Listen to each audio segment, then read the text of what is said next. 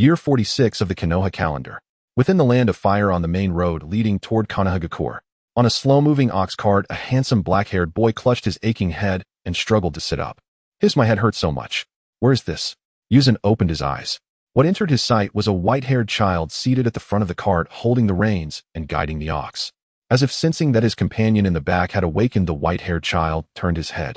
Expressionless, he looked at Yuzen and said, "You finally woke up. I thought you might not hold on until we reached the village." You're Kakashi." Yuzen pointed at the white-haired child. Seeing that somewhat familiar mask, his eyes widened as if he wanted to say something more. But a fresh wave of pain crashed through his skull, forcing him to collapse forward again. Hey, why are you lying down again?" Seeing this, Kakashi hurriedly pulled the ox to a halt. With a light leap, he landed beside Yuzen. At that very moment, a clear voice rang out inside. Yuzen's mind dinged, detecting that the host has awakened innate wisdom. Entry extraction system fully charged. Welcome to use. A system and innate wisdom. Did I transmigrate? All of a sudden, a torrent of information surged into Yuzen's heart. Moments later, having digested the incoming information, he understood everything. Uchiha Yuzen, whose previous life had been nothing but the drudgery of a workhorse, had ended it in a sudden mudslide. He had been granted a golden sheet called the Entry Extraction System and reincarnated into the world of Naruto, even landing in a good family. Born as a member of the Uchiha, he was now 12 years old, an orphan. Before his innate wisdom awakened, his talent had been as ordinary as his former life as a beast of burden, utterly mediocre. As a shinobi clan, the Uchiha generally trained their ninjas within the clan. Only in 2 cases would one be sent to the ninja academy, true geniuses, or those so lacking in aptitude that they were beyond ordinary clan training. Unfortunately, he was like Obito had once been, an Uchiha so mediocre that before awakening the Sharingan, he was nothing special at all. After graduation, this mediocre boy had joined a likewise mediocre 3-man squad. Later, after one of his teammates died a heroic death on a mission the village arranged for Hitaki Kakashi, who now fit in with no one, to be assigned to their team. Kakashi entered their squad, and soon after came this brutal mission. Their teammates were all wiped out, leaving only himself gravely injured and on the brink of death, and Kakashi the prodigy. So this really is the Naruto world. Am I fortunate or unfortunate? Thankfully, it's currently year 45 of Konoha. There are still 2 years before the 3rd Great Ninja War breaks out. Enough time for me to grow. After this mission, because our team was almost completely wiped out, there should be a period of recuperation. During that time, I must lie low and survive. With the timeline clear in his mind, Uchiha Yuzen began to plan in his heart. His mind began to run at full speed. The knowledge that had poured into his head made him clearly understand the general function of the entry extraction system. This system allowed him merely by making contact with someone to extract an entry from that person. By absorbing battle value, he could further raise the level of those entries. At this moment, Yuzen shifted his gaze toward the panel the system had presented him. Host Uchiha Yuzen. Gender male. Age 12. Strength Genin. Entries Uchiha White Fire Release, White Wind Release, White Ukiharu White In Release White. TCH. What a miserable panel. What is this supposed to be, the 5 Whites Hermit? Uchiha Yuzen could only feel helpless. The system had already informed him that entries were divided into 6 tiers. White, green, blue, purple, gold, and red. White the lowest, red the highest. Judging from this, for someone at the very bottom of the scale to have survived to the age of 12 in the cruel ninja world before regaining past life memories was already a kind of luck. According to the system's explanation, as long as I make contact, I can extract 1 entry from the other party. Even though it's only once per person, he thought this function is already incredibly powerful.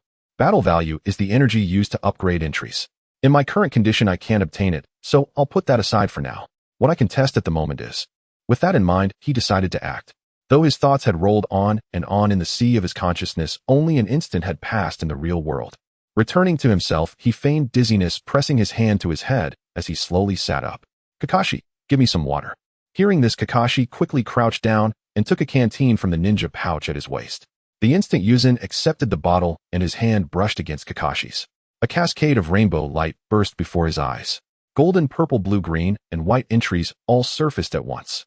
As expected of Kakashi, other than the supreme red tier, every level of entry was present. In that instant, he wished he could extract and copy them all.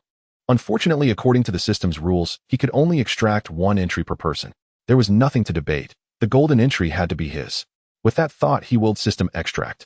In an instant, the golden radiance on Kakashi's body was copied and drawn away by the system. While Uchiha Yuzen continued to pretend to drink water, his mind drifted toward the panel only he could see. On it, a new entry had appeared: Genius Gold. Genius Gold: Comprehension, Creativity, and Adaptability, receive an extraordinary amplification. At this moment, Hiruzen could barely contain his elation. Comprehension should pertain to learning. Creativity reflects Kakashi's innovation, and adaptability speaks for itself, he thought. That adaptability is exactly what earned Kakashi his later reputation for always fighting to a draw. At my current stage, when I excel in nothing, this is absolutely a formidable entry. Hitaki Kakashi truly was a monster. No wonder he would one day contend even with Kaguya. Thinking of how greatly this entry would benefit him, Hiruzen focused his will. System install the entry. A resonant hum reverberated through him as a surge of clarity flooded Hiruzen's mind. So this is the world as seen by a genius. Uchiha Hiruzen felt it was almost unbelievable. At this moment, his control over chakra, as well as over the Ukiharyu techniques he had learned from his late parents, Shuriken Jutsu, Taijutsu, Jinjutsu, throwing arts, clone techniques, and wire-guided techniques, had all transformed in his understanding. What he had once failed to grasp was now completely within his reach, including elemental release techniques. His control over his body, spirit, and reflexes had all increased dramatically. It was as if shackles had fallen away, even his train of thought had become far more lucid. The old me was a mediocre nobody. The me now is a genius. In that case, during this upcoming period of regrouping, can I obtain ninjutsu resources from within the clan? Now he had to prepare himself to survive the third great ninja war that would erupt in 2 years. Everything would be for the sake of growing stronger. As for Konoha's resources, he did not even consider them. Unlike Obito, even before awakening his past life wisdom, his instincts had never fully accepted the brainwashing of the so-called will of fire. The village's higher-ups would never invest their resources in someone like him. That meant he could only rack his brains for ways to obtain what he needed from the Uchiha clan itself. While Uchiha Hiruzen pondered his future path, Kakashi, convinced that his companion was no longer in danger, had already returned to the front to drive the ox cart. When he caught sight of Konoha's high walls in the distance, he turned his head, his gaze still lifeless. He said to Uchiha Hiruzen, "Hiruzen, we're almost back to the village. After this period of recuperation is over, have you ever thought about continuing to team up with me?" Hearing Kakashi's question, Hiruzen lifted his gaze and looked toward Konoha's main gate. "Is there even a need to ask? From now on, I'll be in your care, Kakashi," he answered with firm, decisive resolve. Joking aside, his golden sheet ability allowed him to extract traits through simple physical contact. He absolutely could not afford to let go of this thread called Kakashi. The value of Kakashi's circle of friends was on an entirely different level. Did people really think that in this place called a village, but in truth closer to a city named Konoha, that all those famous supporting characters from the original story could be encountered at will? In his previous life, even in his own small county town, it had not been easy to run into his own relatives. There was even less need to mention the well-known side characters here. So no matter how unreliable Kakashi might be as a teammate at this stage, he could not be abandoned. I'll be in your care as well," Kakashi replied to Hiruzen in a faint, indifferent tone. Even now, when his heart was closed off, he could still offer a response to teammates who helped him complete his missions. It was just that in his priorities, teammates would always come after the mission. Before long, after agreeing on the meeting place for the next day, the two of them parted ways at Konoha's main gate. The mission details would naturally be handled by Kakashi, the team captain. All he needed to do was go home and await instructions. Dragging his exhausted body back to his house, Hiruzen collapsed into bed and fell asleep. The next day, he rose early and walked along the road toward the police force headquarters. Last night, he had already thought of a way to break the game. The Uchiha were a clan that valued eyes and strength above all else.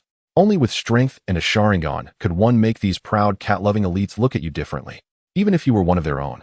From there, things became simple. He locked directly onto a single target. "I hope clan head Fugaku is at the police force today. I'm really looking forward to his traits." That was Hiruzen's plan, to extract the traits of the current strongest member of the Uchiha clan. He would evolve the Sharingan, join Fugaku's faction, and thereby gain access to ninjutsu resources. As the current clan head of the Uchiha, Fugaku bore tremendous pressure. The cold rejection and exclusion from the village leadership, along with the competing factions within the clan, all made things unbearably difficult for the young man. After finishing his shift that morning, he walked out through the doors of the police force.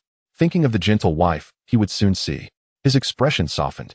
Just then a young voice called out to him, "Clan head Fugaku, I'd like to talk to you." Hearing that, Fugaku halted. He looked over. "Ah, Yuzenkin, you've returned from your mission. What is it?" He knew this clansman, an ordinary Uchiha youth, but as clan head, he remembered very clearly every clansman who was allowed to take missions outside Konoha. There was no helping it apart from these few precious exceptions. The majority of Uchiha were confined to the police force. Without special necessity, they would never be permitted by the higher-ups to leave the village. These particular clansmen were very special. Even if most of them were mediocre, he still made a point of remembering them. "It's nothing major. I'd just like to speak with you, clan head Fugaku." Could you come with me? It won't take long, just 2 or 3 minutes. Having said that, Uchiha Yūjin very deliberately extended his hand.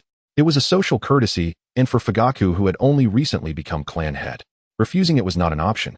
This was the basic quality expected of a leader. Very well then, please lead the way. As Uchiha Fugaku spoke and completed the courteous handshake with Yūjin.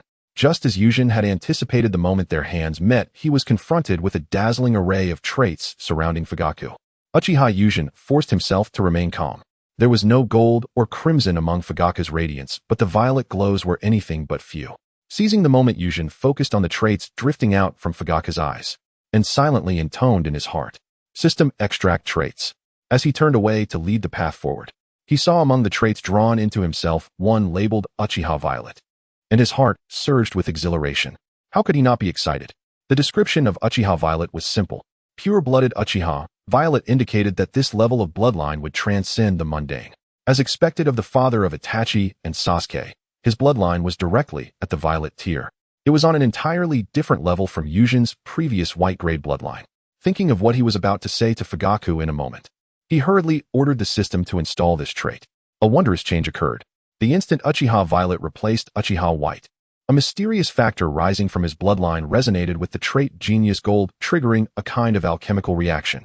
Walking along the road, Yūjin suddenly felt an extraordinary clarity in his eyes.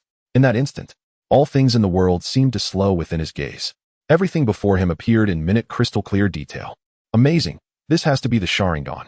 Realizing the change within himself, Yūjin turned and led Fugaku to a pavilion within the clan grounds.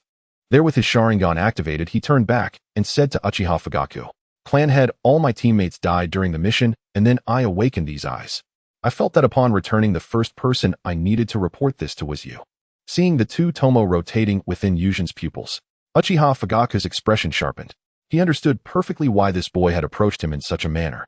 Upon awakening his eyes, Yūjin was openly choosing to stand on Fugaku's side. Since that was the case, he could not afford to be stingy. Fugaku said in a low voice, "I understand what you come to my home tomorrow. To celebrate the awakening of your Sharingan, I will prepare a fitting gift." Hearing this, Uchiha Yūjin nodded vigorously in response. "Yes, clan head." After finishing his talk with Uchiha Fugaku, Uchiha Yūjin went to a nearby training ground and calmed himself. He began to attune his senses to the changes on his status panel. Host Uchiha Yūjin. Sex male. Age 12. Strength Chunin. Traits Genius Gold, Uchiha Violet Fire Release, White Wind Release, White Uchiha Style, White In Release, Green Sharingan Green. As expected, once he awakened the Sharingan, thanks to Uchiha Violet, In Release had advanced from white to green. A Sharingan trait had appeared as well, showing up directly at green tier. It seemed that Onetamo would have been only white. Moreover, in the original story, the Sharingan was described as a manifestation of In Release. The Mangekyo, or even the Eternal Mangekyo, was In Release taken to the extreme. It seemed that, within the system's judgment, the two were intrinsically linked. And it was not only the Sharingan that had changed. Under the evolution of his bloodline, his chakra had already begun to increase. And Uchiha's chakra reserves could not compare to those of the Senju or Uzumaki. But compared to ordinary people, they were undeniably chakra-rich. While Yūjin was carefully feeling out these changes, Kakashi arrived at the training ground as well. "Catch, this is the reward for this mission." Yūjin caught the pouch in one hand. He raised his brows slightly and looked at Kakashi with uncharacteristic seriousness. "Kakashi, there are only the two of us in the squad right now. Have you thought about what we should do next?" Hearing this, Kakashi lifted his eyelids and said to Yūjin in a casual tone, "I haven't really thought about it. You are the first person to agree to continue missions with me after teaming up." At this moment, Uchiha Yūjin also reacted. The Kakashi before him, due to his father's suicide, had been incredibly unsociable before joining Minato's team. He had been in a constant state of changing teammates. Thinking of Team Minato, he recalled the key figures Namake's Minato and Uchiha Obito. The gold content of these two must be remarkable. There's no need to mention Namake's Minato. At this point, he can already be considered a complete powerhouse. Uchiha Obito is even more exaggerated, awakening his Sharingan to reveal double tomo. This performance is even more exaggerated than the reincarnation of Indra. Sasuke. Thinking of Team Minato, a flash of inspiration crossed Uchiha Yūjin's mind. If he remembered correctly, Kakashi graduated early. He joined Team Minato after Obito and Rin graduated, leaving one spot vacant in the team. It wasn't until Kakashi filled that spot that it became a proper team. Wasn't Uchiha Fugaku supposed to give him some kind of gift? At that time, he thought to bring it up and see if he could get some help. With that in mind, Uchiha Yūjin said his farewell to Kakashi. "Well, when there are missions, just call me. I have some family matters to attend to, so He'll take my leave first. No problem, Kakashi replied calmly. With a whoosh, he used the body flicker technique and vanished from the spot. At this moment, Yūjin probably still didn't. When he and Kakashi met here in the Hokage Tower, the third Hokage, Hiruzen Sarutobi, was observing with the telescope technique. In his prime, the ninja hero pondered for a moment and wrote 2 scrolls on his desk. He waved to summon the Umbu waiting nearby. He handed over the scrolls. Deliver 1 scroll to Jonin Minato and the other to the Jonin team. Yes. The Umbu, kneeling on one knee, solemnly accepted the scroll and swiftly left the Hokage's office. Seeing this, Hiruzen Sarutobi picked up his pipe and walked to the window. After exhaling a puff of smoke, he murmured with a heavy expression, "It's not easy to have someone who can accept Kakashi's team." He was indeed very concerned about Kakashi. This genius who had broken a series of records, he didn't want to see him continue to sink. Coincidentally, Minato had just become a leading Jonin, and his team only had 2 members, a mediocre Uchiha and a lovely medical Nin. They were still short 1 member. Originally, after this mission, he planned to replace Kakashi's teammates with him. Unexpectedly, he actually regarded this Uchiha with special attention. Then let's both join Team Minato. Since he already had 1 Uchiha, it wouldn't make a difference to have another. Besides, Minato's strength is something the village cannot afford to lose at this stage. He couldn't always lead a team of lower-ranked ninjas. Kakashi became a Chunin at 6 of 4 years have passed, and he is now 10 years old. His strength and experience are quite rich. When one Minato is absent from the class, the leading team leader is still more than enough. As for having 2 Uchiha as his disciples, would there be any problems? As a ninja hero, he wouldn't lack such foresight. After all, these 2 Uchiha youths from his perspective had always been quite mediocre at the Ninja Academy. Would there be any problems? As a ninja hero, he wouldn't lack such foresight. After all, these 2 Uchiha youths from his perspective he was looking forward to the gift. If he wasn't mistaken, it should be a secret ninjutsu given to him after joining. From the memories before awakening his wisdom, he recalled that his deceased parents were ninjutsu-type ninjas. Uchiha's ninjutsu style is quite unique. It's not the crude chakra model of the Cloud Village. It's a school that integrates physical techniques, illusions, throwing techniques, and fire-release transformations. Even a 3-year-old Uchiha Shursui mastered this path. Therefore, he currently lacks rank or higher fire-release ninjutsu. As for his thoughts about Team Minato, he could only hope that Fugaku would be of help. If not, he would have to find a way to win over Kakashi, ideally forming a so-called bond with him. Before long, lost in thought, Uchiha Yūjin arrived at Fugaku's residence. An unexpected situation. At the entrance of the residence, 7 or 8 Uchiha were gathered. There were both old and young, including Fugaku. There was also a familiar Goggles kid. Goggles. Could it be Obito? What's going on? Before he could figure it out, Uchiha Fugaku noticed Yūjin. Raising an eyebrow, the normally serious Fugaku was now all smiles. Yuzenkin, you're here. After greeting Yūjin, he pulled the Goggles boy over. With a beaming smile, he continued, "This is Uchiha Obito. You two will need to get along well in the future." Clan leader Fugaku. What is this? Yūjin was somewhat puzzled. Why the sudden warmth in? Obito, why does he want me to get along well with him in the future? Yuzenkin, let's talk inside, Fugaku said, pulling Yūjin and Obito into his home. At this moment, the other Uchiha at Fugaku's residence were also present. One elder with spiky hair low. In a deep voice, he said, Fugaku, are you really going to do this? He pointed at Yūjin and the already dazed Obito, saying, everyone knows the level of these 2 ninjas. Are you really counting on them to fulfill our long-cherished wish? Hearing this, Uchiha Fugaku's expression also turned serious. He turned to face the elder. He said clearly, that is the village's arrangement, it's not something we can meddle with that well. And moreover, I don't think Yuzenkin is lacking in any way. Fugaku-sama, what is going on? Uchiha Yūjin hurriedly asked Fugaku upon hearing this. He couldn't help but ask, given the current situation. Could it be? Seeing Yuzen's question, Uchiha Fugaku sighed and began to explain about him. What? I was assigned by the village to be Obito's teammate. An unexpected revelation occurred. He hadn't even mentioned this to Fugaku yet, and he automatically became Minato's student. So do you understand now? Kid, you should give up that slot. The village agreed for 2 Uchihas to become disciples of the Hokage lineage. What this opportunity represents, you lower-tier Uchihas. Don't need to know. You just need to obey orders. Uchiha Shana, upon seeing Yūjin and Obito, immediately spoke with fervor after hearing Fugaku's explanation. Who do you think you're looking down on? Obito, though not quick-witted, was still clear about who was on his side. Seeing the unfriendly demeanor across from him, he impulsively rolled up his sleeves and took a step forward. Good courage, said a brown-haired youth beside Uchiha Shana. Seeing this, he shouted and lunged forward, striking at Obito with a speed that Obito couldn't react to. With a loud slap, Yūjin opened his scarlet Sharingan, blocking the brown-haired youth's attack on Obito. Huh. Yūjin let out a breath of foul air, his voice cold. You are truly a rude person. Do you not realize this is the doorstep of Lord Fugaku? Then he placed a hand on Obito's shoulder, shielding him behind him. In that moment, a red light visible only to him illuminated from Obito. Red text. Kid, so you want to stand out, huh? The tea-haired youth let out a cold snort. His eyes trembled slightly as his Sharingan, the Tsukuyomi version, opened up in unison with Hiruzen. However, you've chosen the wrong opponent. Ooh, I am a genius of my clan. Uchiha and Naruto. Their four eyes met with an enchanting intensity. At this moment, Hiruzen was too preoccupied to pay attention to the top-tier attributes obtained from Obito. Whoosh! The two figures instantly vanished from their original spots. In an instant, the two engaged in a series of clashes in this small arena, totaling over 10 exchanges of taijutsu. Was this guy really a mediocre talent sent to the Ninja Academy? Uchiha Naruto was left utterly shocked.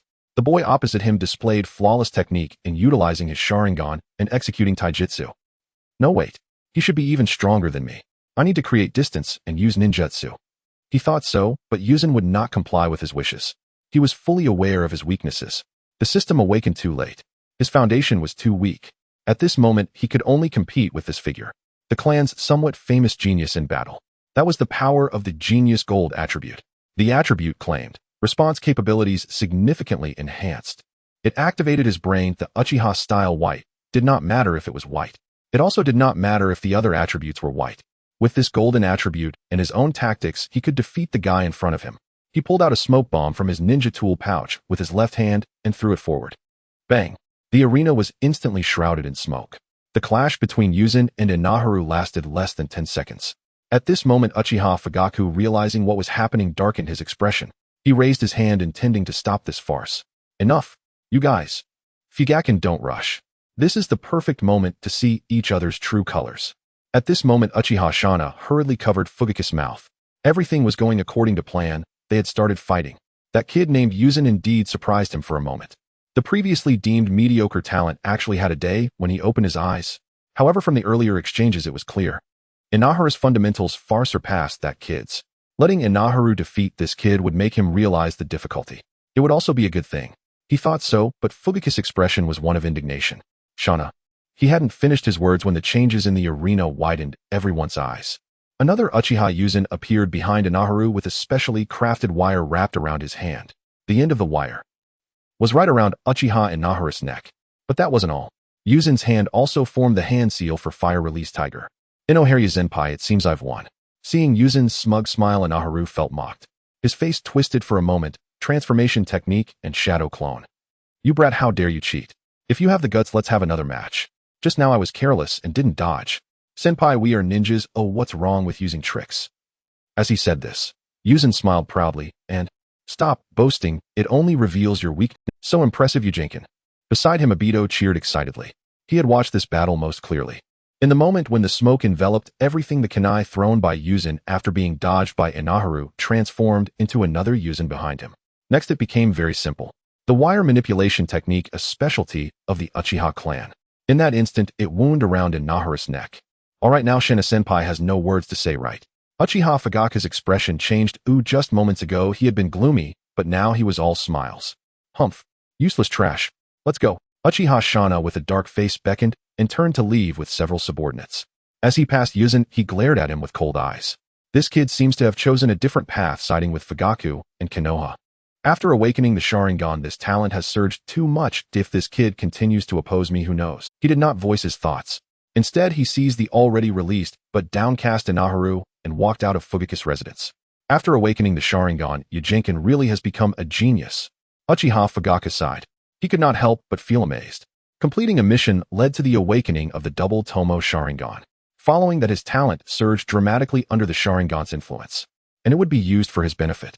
This person would ultimately become a true heir of the Hokage lineage. Delightful. Absolutely delightful. This was what Fugaku was thinking at this moment. Using Yujinkin, is it really that powerful after awakening the Sharingan?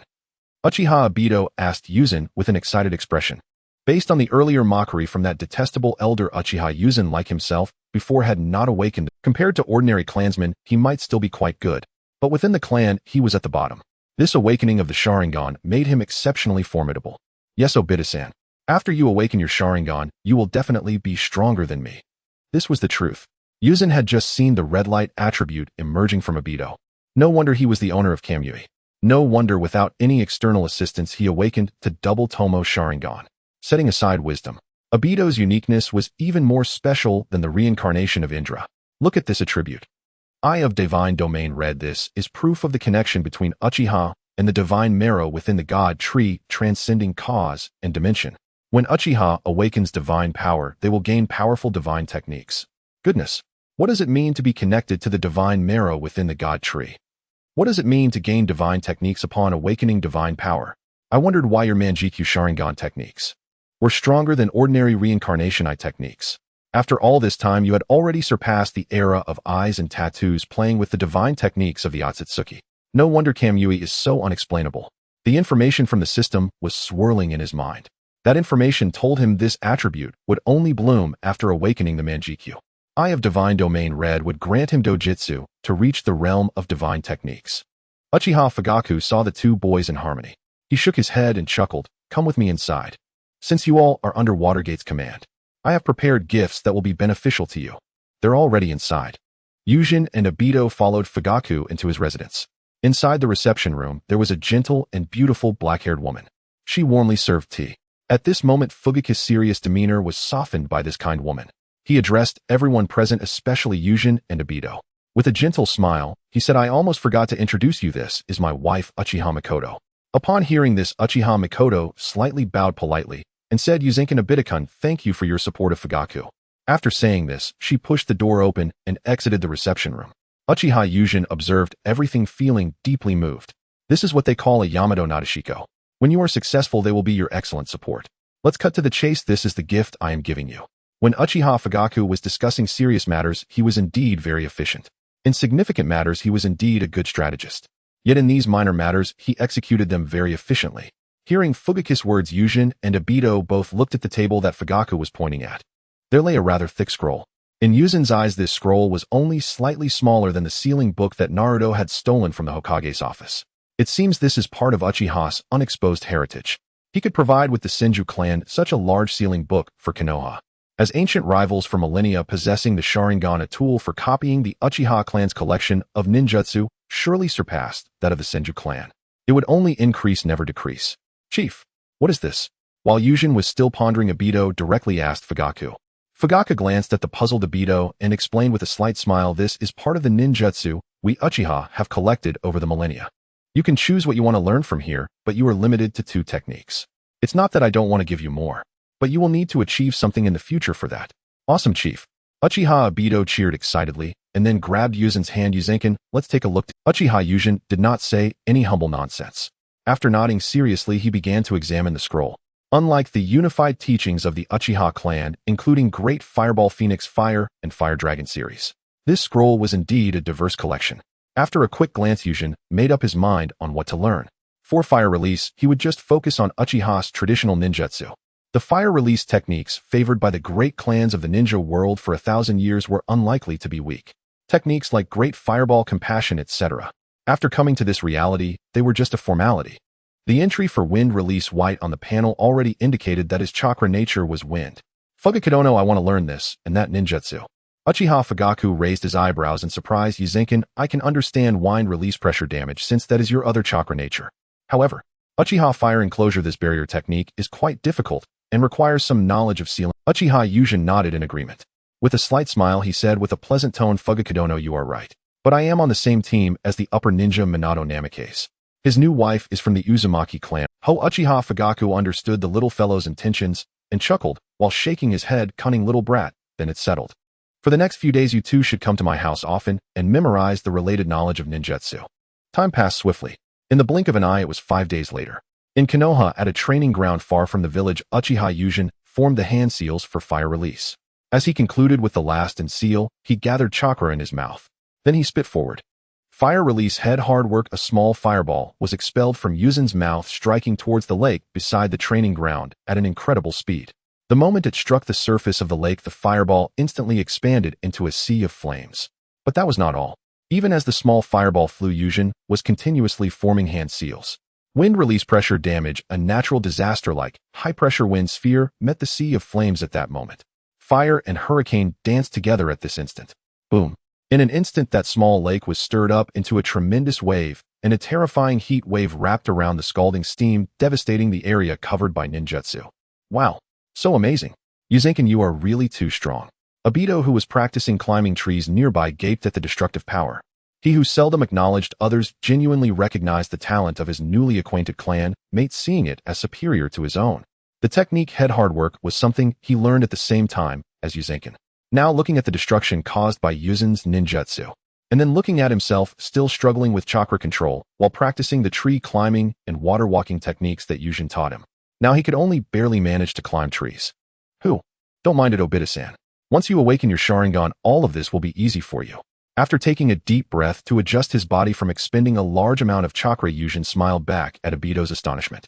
Before Obito fell into darkness, he was still a very easygoing person.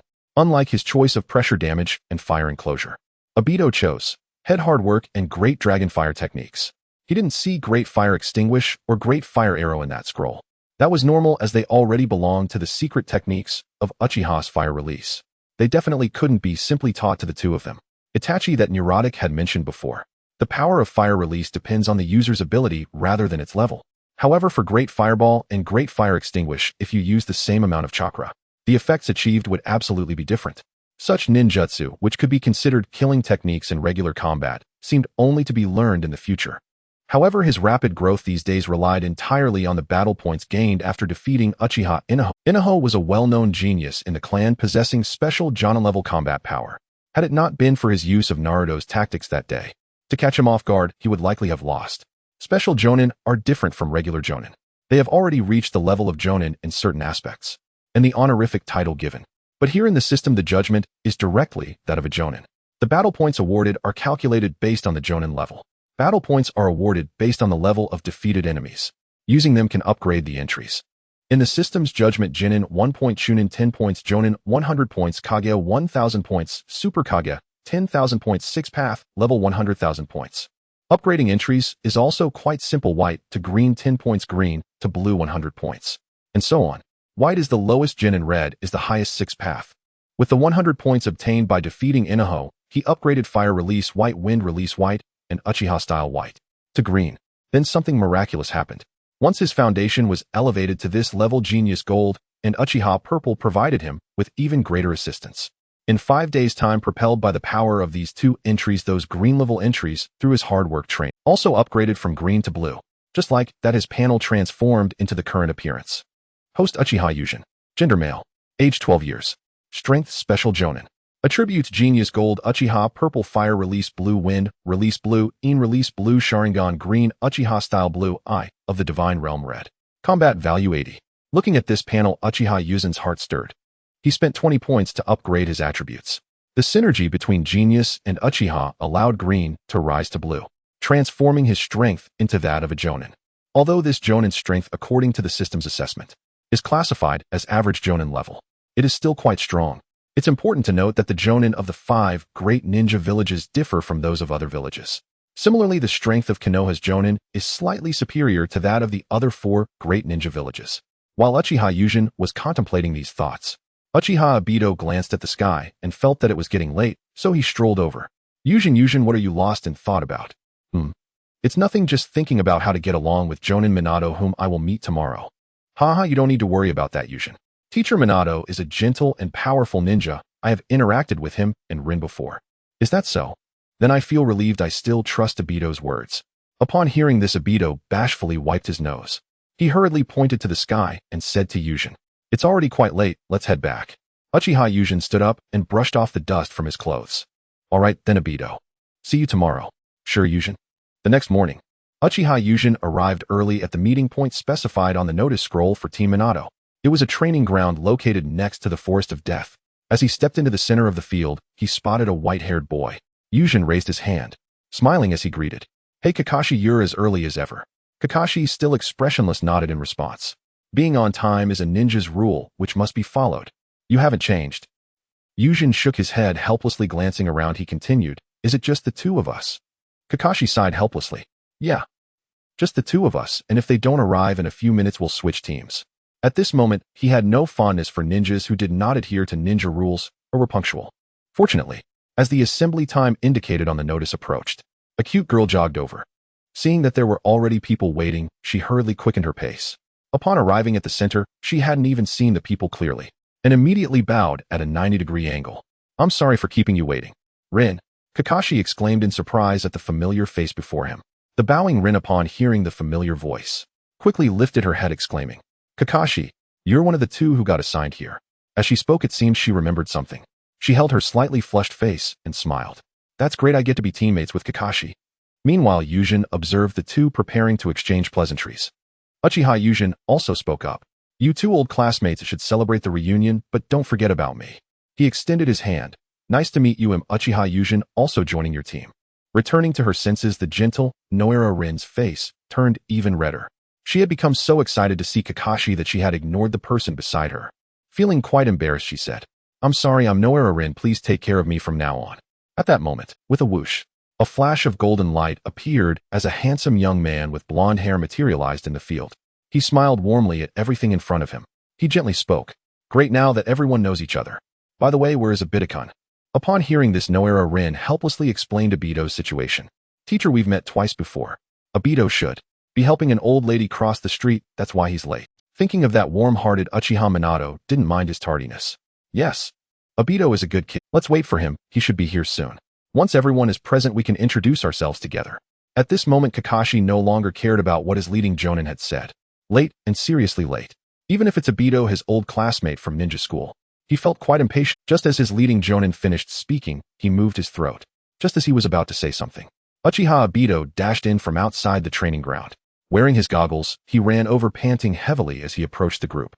Phew. Finally made. He clasped his hands together, looking apologetic. Sorry, I was just helping an old lady home, that's why I'm late getting here. I hope this won't happen again next time. Kakashi's earlier words turned into this cold huff. Huh, Kakashi, so it's you. At this moment, Obito noticed Kakashi and jumped up. During school, he was quite irritated by this guy. For no other reason than Rin's gaze was always on him. It made him feel uncomfortable. At this moment, seeing that a ninja was joining his team. With Kakashi present, his sense of urgency skyrocketed. Is there a problem, Obito-kun? Kakashi responded blandly to Obito. Obito, don't hold such a grudge against Kakashi, you should get along well in the future, Noira Rin cheerfully interjected. Upon hearing this, Obito seemed to be struck by an arrow to the heart. Damn, that school feeling is back. Clap, clap, clap. Seeing that everyone had arrived, Minato clapped his hands. Noticing that everyone's attention was focused on him, he slowly said, next, let's introduce ourselves. Obito, Rin, and Kakashi are all classmates and are already familiar with each other. Then, his gaze turned to Uchiha Yūjin. Why don't you introduce yourself? Seeing this, Uchiha Yūjin addressed everyone in the field, seriously introducing himself. I am Uchiha Yūjin, a genin from Konoha. My favorite food is meat, and I don't have any specific dislikes. My dream is to live in a peaceful world, free and unrestrained. A very simple wish, Minato said after listening, extending his hand. Now let me introduce myself. I am Minato Namikaze, currently a jonin of Konoha, and my dream is to become Hokage while protecting the ones I love. Yuzenkan, please take care of me from now on. Grasping the hand extended by Minato, Uchiha Yūjin eagerly replied, certainly, teacher Minato. As their hands touched, a radiant rainbow light surged from Minato Namikaze. Yūjin fixated on the brightest golden light among them. With a thought, system extract this brightest golden attribute. A wave that only Yūjin could see flashed by. The golden word entry light was extracted from the body of Wave Wind Water Gate by the system. The golden word entry was displayed on the panel, materializing in his mind. Child of time and space gold, this is proof that you can freely soar through the dimensions. You are the unique offspring of the time and space. Spatial perception was greatly enhanced. Reflexes were significantly improved. He finally understood why the flying thunder god developed by the second generation was in his hands during the thousand hands technique. It could only teleport oneself. Yet the fourth Hokage Wave Wind Water Gate could take it a step further, expanding the flying thunder god technique. It transformed into a versatile technique not inferior to those divine arts of the Otsutsuki. It seemed everything was due to Wave Wind Water Gate's incredibly strong talent in time and space. However, now was not the time to be distracted by the word entry installation. Yūjin hurriedly released his grip. He turned around and strode over to join his three companions. Upon seeing his subordinates, they all seemed to be waiting for his command. Wave Wind Water Gate smiled as he took out 3 bells from his ninja tool pouch. Next, I will use these bells to test you. Only those who pass the test will become true ninjas. Seeing this familiar classic scene, Uchiha Yūjin thought to himself what a fine fellow this was. The traditional fixed routine of the Hokage lineage.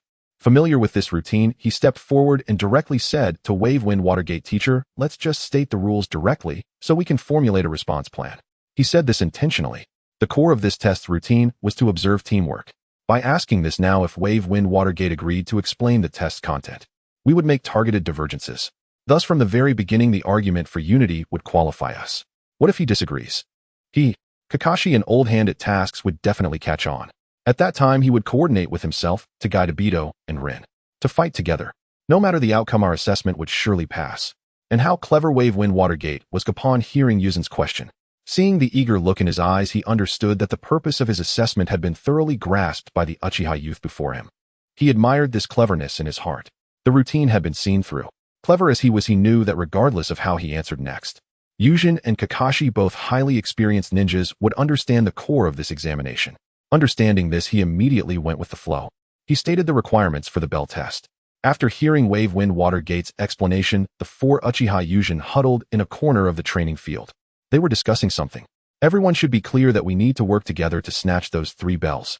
As for afterwards, as Watergate-sensei said, one will ultimately be eliminated.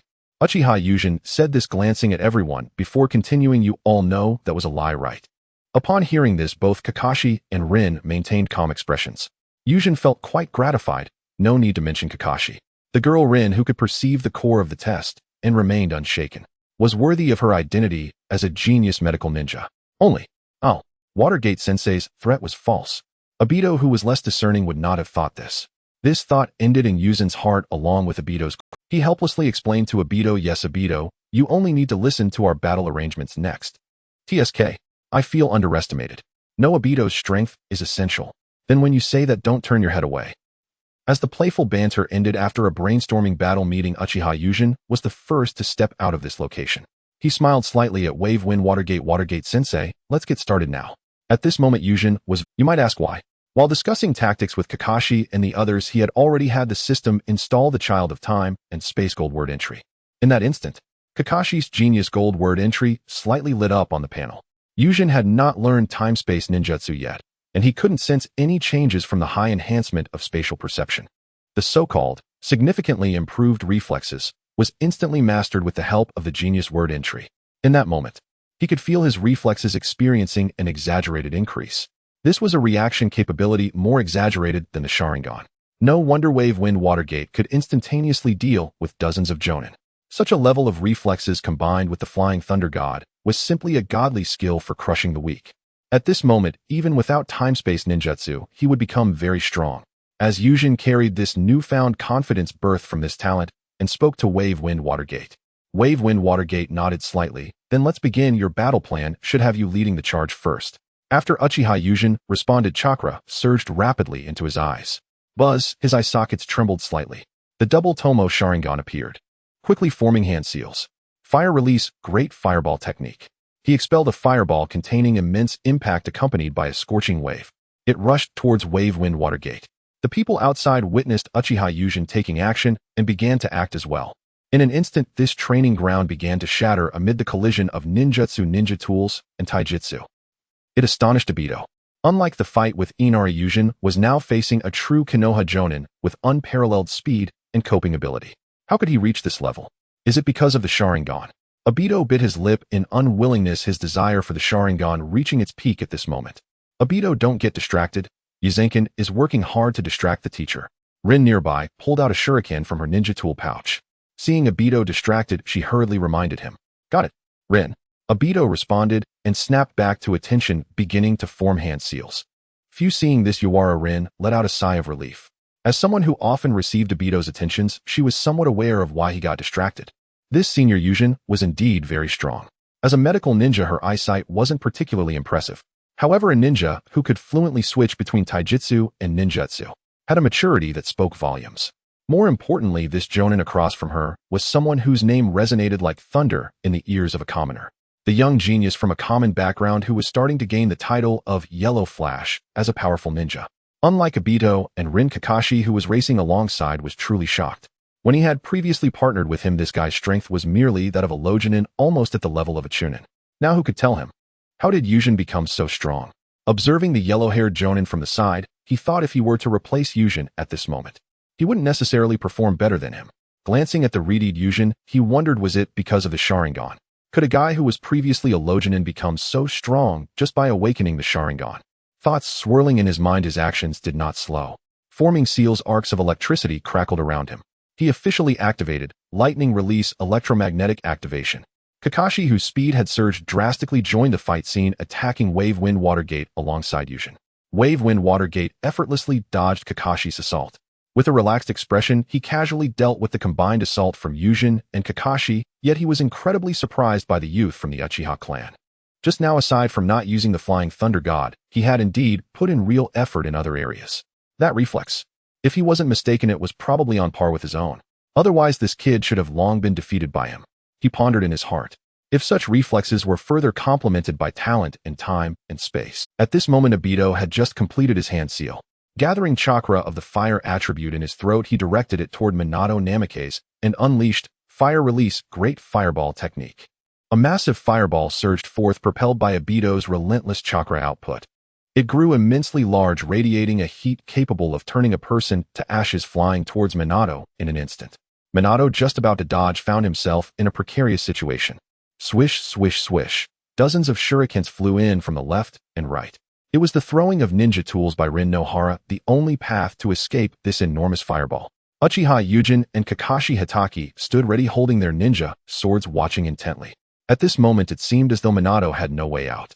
You all did well, although your cooperation is a bit awkward due to unfamiliarity. However, judging by the key points of this assessment, you all passed. With a rip, a flash of golden light appeared. Minato's figure vanished in an instant. In a blink, he reappeared behind Yūjin, Kakashi, Obito, and Rin. Bang, bang, bang, bang. What just happened? Teacher Minato instantly moved us. Is this the Flying Thunder God? So powerful. Damn it, did we just lose like this, eh? What's happening? As a medical ninja, why can't I control my chakra? In an instant, all four collapsed to the ground, their bodies marked with wandering black runes. Under the interference of these runes, their chakra systems had essentially been paralyzed. You have all passed your exam, and I am quite satisfied. Minato looked at his fallen disciples with a smile. These few were able to respond promptly to the core content of the exam and initiate their first collaboration. Regardless of whether they seized the bell, they had shown unity as a team.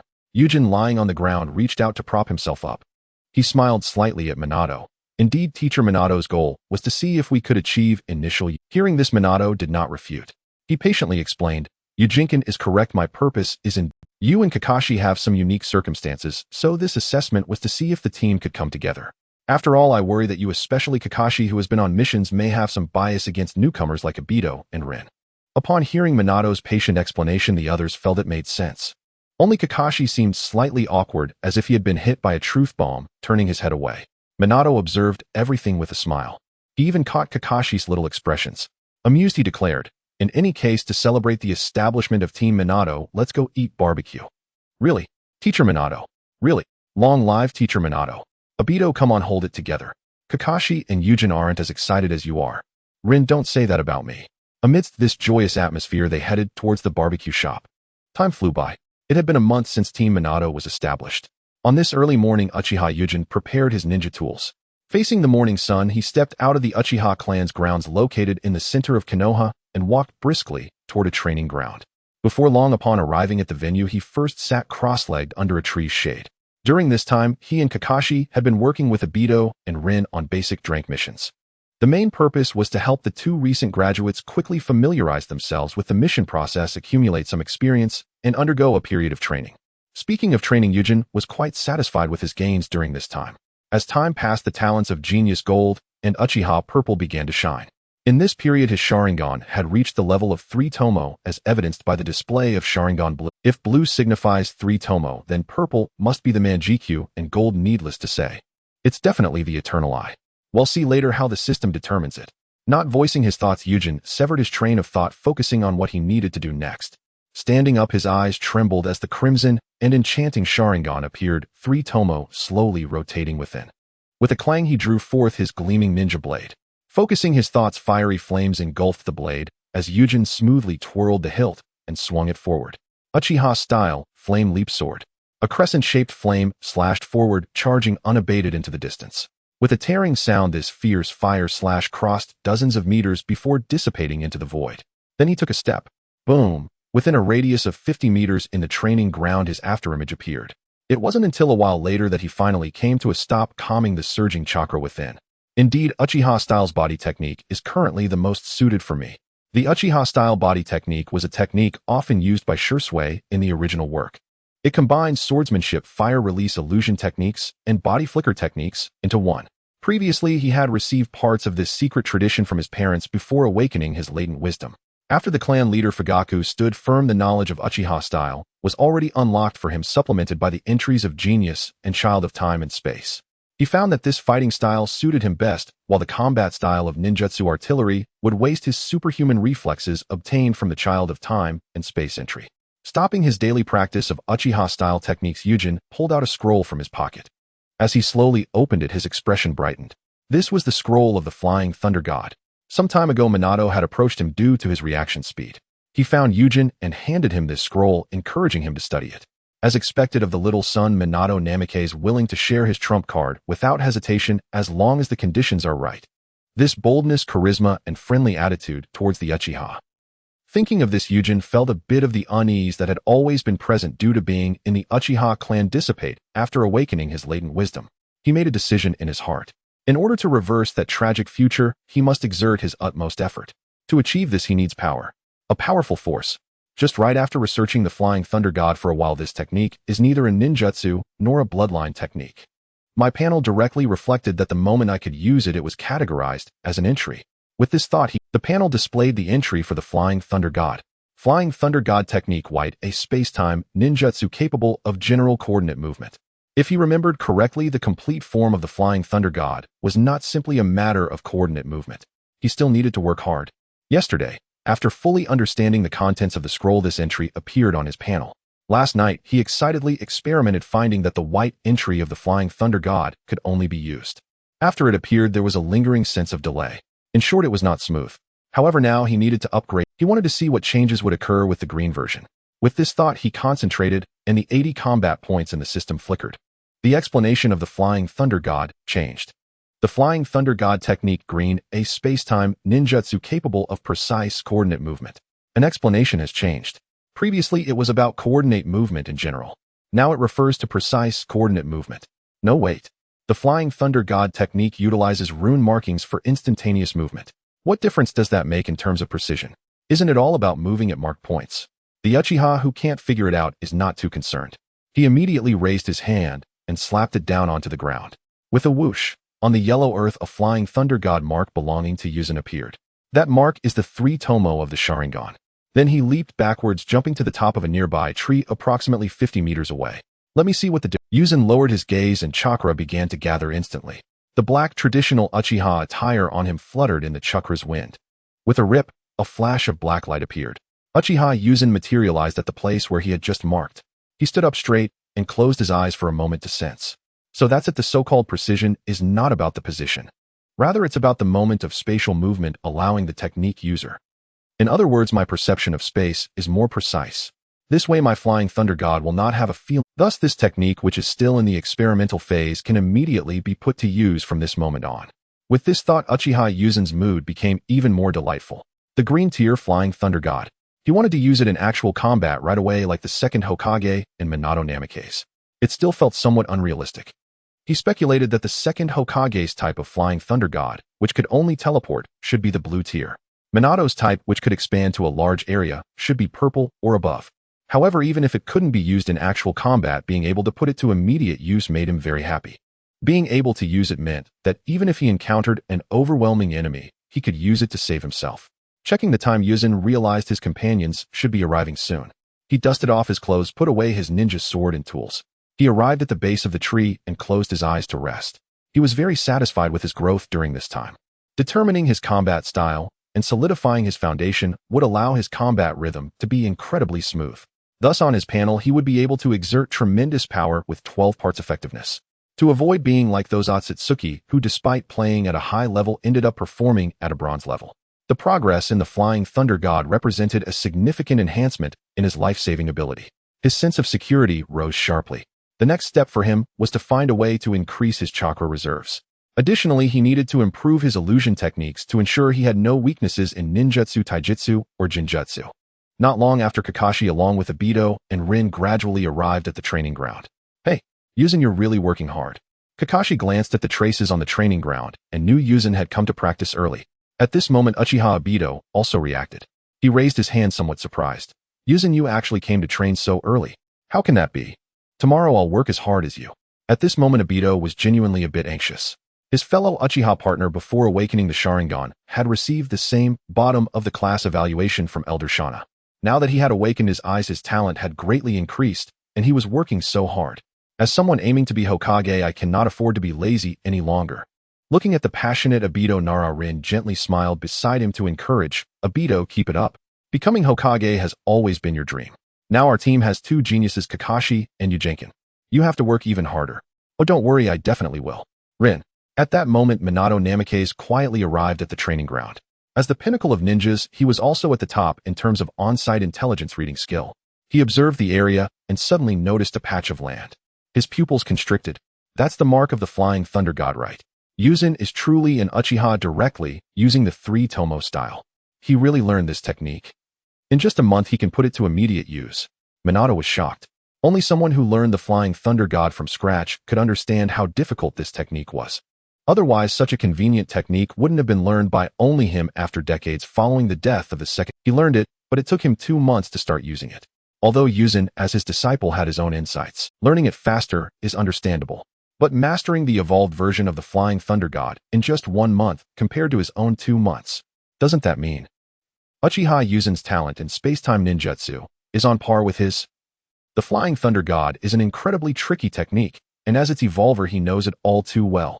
It seems that in the future, while interacting with Yuzin, he also needs to see what his inner aspirations truly are. Hopefully, as an Uchiha, he doesn't stray too far from the will of fire. However, thinking that this talented youth is his disciple brought him an inexplicable joy. Having thought this, he set off directly. With a whoosh sound. Good morning, my lovely disciples. Minato Namikaze appeared in the field, smiling reassuringly at them. Starting today, we will be taking on a crank mission.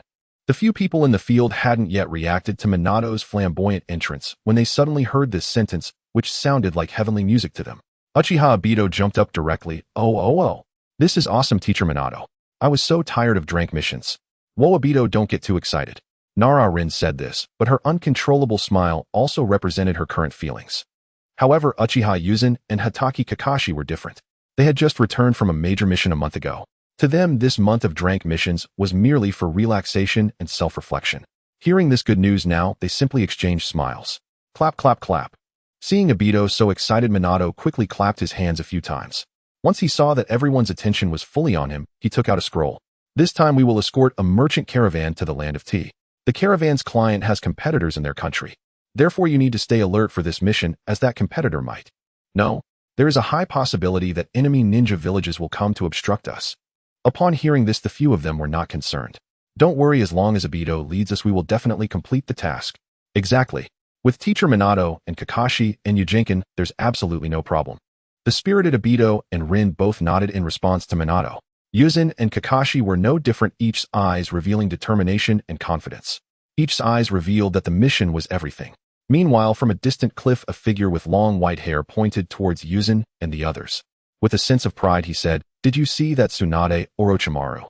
My proud disciple Minato is about to lead the young saplings." Orochimaru's snake-like eyes glanced at the Minato team. Kakashi, not overly concerned, understood his intelligence as the son of the white Fong, barely fitting into the upper ranks. But what was up with that Uchiha? It is well known that chakra is a combination of spiritual and physical energy. At this moment, within his meticulously modified and highly sensitive perception system, this Uchiha kid's spiritual energy, powerful, excessively active. It did not match his physical energy at all. After all, he had seen many Uchiha with 3-tomo, those who awakened their Sharingan on the spot. Yet he had never witnessed a phenomenon like this kid's. He licked his lips. That Uchiha kid. Interesting. To think someone could catch your eye. Jiraiya exclaimed in surprise, raising an eyebrow. Which Uchiha are you talking about? The handsome one, right? Orochimaru. Tsunade's voice came through as she raised an eyebrow. Orochimaru had not mentioned it, but as a member of the Senju clan, her perception ability was not to be underestimated, even if it was not as good as that of the second Hokage. At this moment, she also sensed that the kid's release energy seemed overly active. With great interest, she continued, "Let's go take a look and see what's going on." As competent ninjas, even if they were genin, they still had basic qualities. Obito and Rin, after a moment of exuberance, began to settle down, focusing on the mission. At this moment, they were all carefully checking their ninja tools and materials. Minato asked with a cheerful smile. Ready? No problem. Everything's good, Teacher Minato. Hearing the energetic responses from his students, Minato's heart leaped. As the leading teacher, he was taking his students on their first mission outside the village. For him, it was also a first in his life. Then, everyone, let's set off. Oh, then a few of them followed Minato, planning to leave the training ground. At that moment, whoosh whoosh whoosh, 3 figures appeared here. Yo Minato, today's your first time as a leading teacher, and we're here to bless you. You won't mind us coming unannounced, right? Minato looked at the speaker with surprise.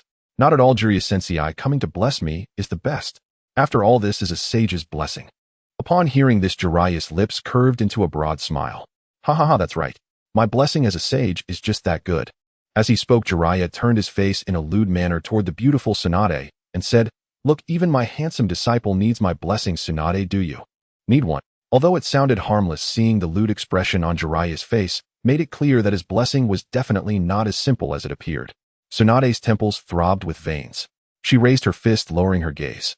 In a serious tone, she warned Jiraiya. Do you really want to bless me, Jiraiya? Off. Ha ha, just kidding. Jiraiya, covered in cold sweat, recalled the fear of being dominated by Tsunade's violent fists since childhood. Quickly laughing it off, he turned to Minato's students and said, You must be Minato's disciples, right? Not bad, all full of spirit. Yūjin and the others did not dare to be overly confident. The 3 in front of them were renowned figures in Konoha no. They were famous throughout the ninja world. The group replied in unison, We have met Lord Jiraiya. Then they also greeted the 2 beside Jiraiya and Lady Tsunade, Lord Orochimaru. Upon hearing their greetings, Orochimaru calmly nodded in response. Tsunade gave a somewhat disinterested nod. No need to be so formal. Jiraiya quickly called out, I'm Minato's teacher, and you are Minato's disciples. We are close. As these words were spoken, the atmosphere in the room instantly became lively. Jiraiya then continued, As Minato's disciples, this is your first mission outside the village as a team. I, Jiraiya, once again bless you to complete your mission smoothly and return safely to Konoha. Hearing this blessing, the group bowed in response. Thank you for Lord Jiraiya's blessing. At this moment, Orochimaru turned to Yūjin and asked, What is your name? Upon hearing, Yūjin pointed at himself in surprise. Seeing that Orochimaru's gaze remained unfazed, he realized he was genuinely being asked. I am Uchiha Yūjin, Lord Orochimaru. Orochimaru looked at Yūjin with great interest. Slowly, he opened his mouth to entice. Not bad. If you become a Chunin or Jonin in the future, you can come work in my department. Orochimaru. At this moment, Jiraiya interrupted in a deep voice. He is Minato's disciple, and there will be arrangements in the future. Besides, your department is not a good place to be, right? Orochimaru chuckled twice, taking a step back and falling silent. Jiraiya then stepped forward and patted Yūjin's shoulder. Reassuringly, he said, Don't take his words too seriously, kid. If anything happens to you in the future, as Minato's disciple and my apprentice, you can come find me. Seeing this, Uchiha Yūjin remained unfazed. As Jiraiya patted his shoulder, a shimmering light of text appeared before him. Golden and red ones were absent, but blue and purple texts. So many, far more than Minato's purple texts. He had some guesses about this. There was no doubt that Jiraiya was a genius. However, even among geniuses there are gaps. In the original work, he thought his qualifications were poor and mediocre, contrasting with Orochimaru, the super genius, who could create the cursed seal for immortality using ordinary human power. The immortal curse seal was simply a low version of a wedge, using human wisdom to probe the secrets of God. What a brilliant mind. It was precisely because of his comparison with Orochimaru that he felt somewhat self-deprecating. At this moment, looking at Jiraiya, there were no red or gold texts. But the abundance of purple ones was enough to show that the formidable Toad Sage of later generations was not just a name. A flash of inspiration crossed Yūjin's mind. With a thought, he said, System, extract the text that best complements my shortcomings. A ray of extraction light flashed by, visible only to Uchiha Yūjin. Natural energy affinity blue. This is proof of affinity with nature. With this text, you can absorb the power of nature. Effect slightly enhances chakra capacity and slightly enhances natural energy affinity. At this moment, Uchiha Yūjin felt a bit confused. Why did the system extract a blue text instead of a powerful purple one? Wait, just now in his mind, he had called for the system to extract the text that best complements my shortcomings. Was the system's judgment that this was most suitable for him? Yes. For 1,000 years, the Uchiha clan had not produced a ninja that practiced sage mode. Even a protagonist like Sasuke did not have it. Was it that Uchiha lacked the qualifications for sage mode? The system extracted this text to fill the gap. It must be like that. At this time, Minato walked over and began to chat with his 3 elders. Moments later, Minato turned around and walked in front of his disciples. Excitedly, he said, "Let's set off and safely escort the client to the land of tea." Yes, Teacher Minato. On the road to the land of tea, the members of the Minato's team have been escorting the merchant caravan for 3 days. The owner of the caravan was initially dissatisfied with the small number of escorts. Hihowever, once the name of Minato Namikaze was revealed, he immediately displayed his ability to change his attitude. Uchiha Obito envied everything about this. He and Hiruzen were on patrol in another corner. With an envious tone, Obito lamented to Uchiha Hiruzen, "The name of Teacher Minato has begun to spread across the ninja world. When will the name of Uchiha Obito resonate throughout the ninja world? If my fame grows." At this point, Obito glanced ahead.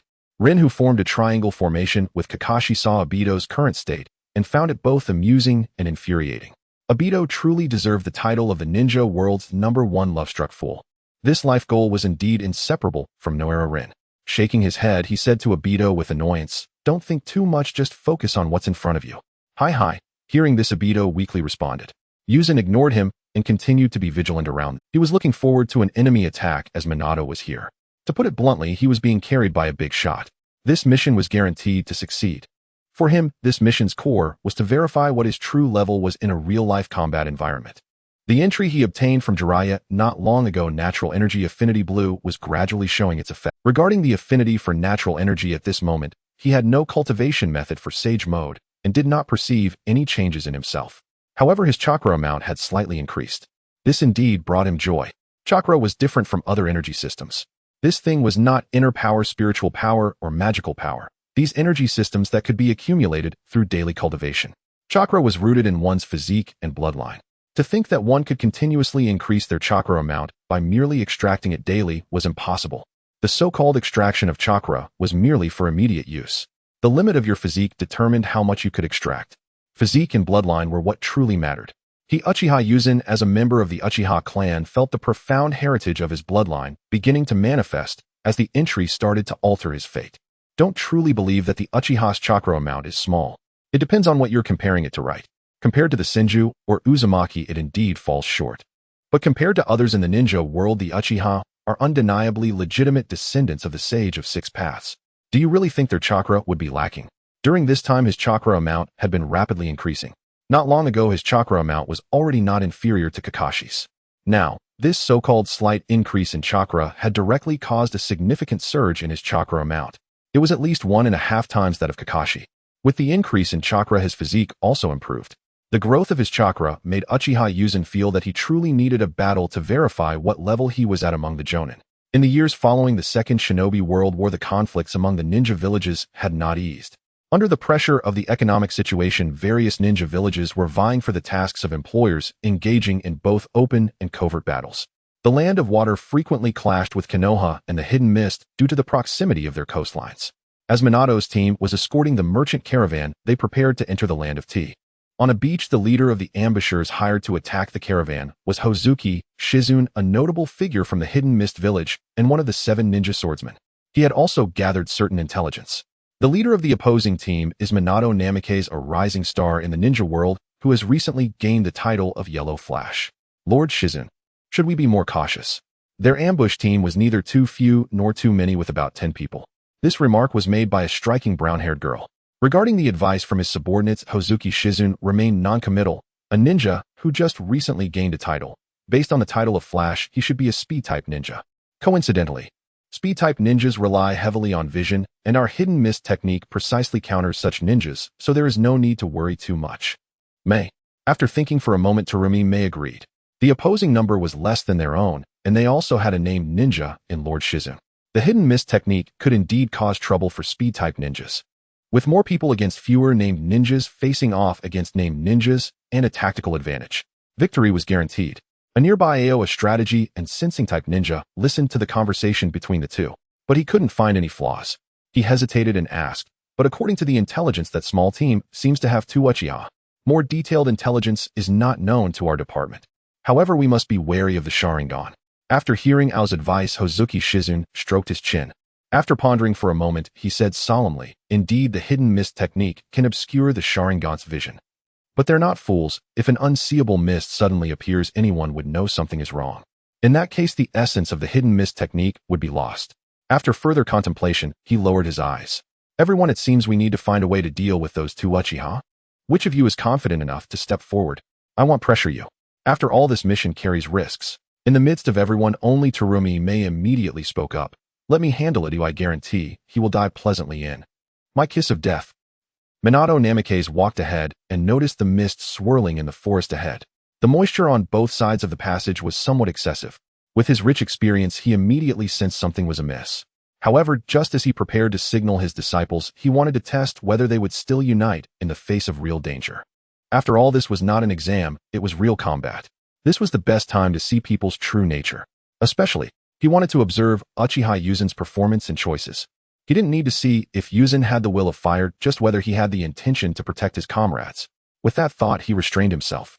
However, Minato's plan was a miscalculation. After awakening his innate wisdom, it was Yuzen's first time facing such a situation. The experiences of his original self only made him feel like he was watching a movie. An uneasy feeling arose as he saw the moisture on both sides of the road and the mist ahead. Glancing at Kakashi, he recalled the situation during Kakashi's team mission in the Land of Waves. Feeling anxious, he immediately gathered chakra into his eyes. The crimson 3-Demo Sharingan spun. Good heavens! The hidden moisture in the grass ahead actually had a violent chakra reaction. And that mist ahead could actually obstruct the vision of the Sharingan. Uchiha Yuzen immediately warned, everyone be careful, there are ambushes at the 10 o'clock and 2 o'clock positions.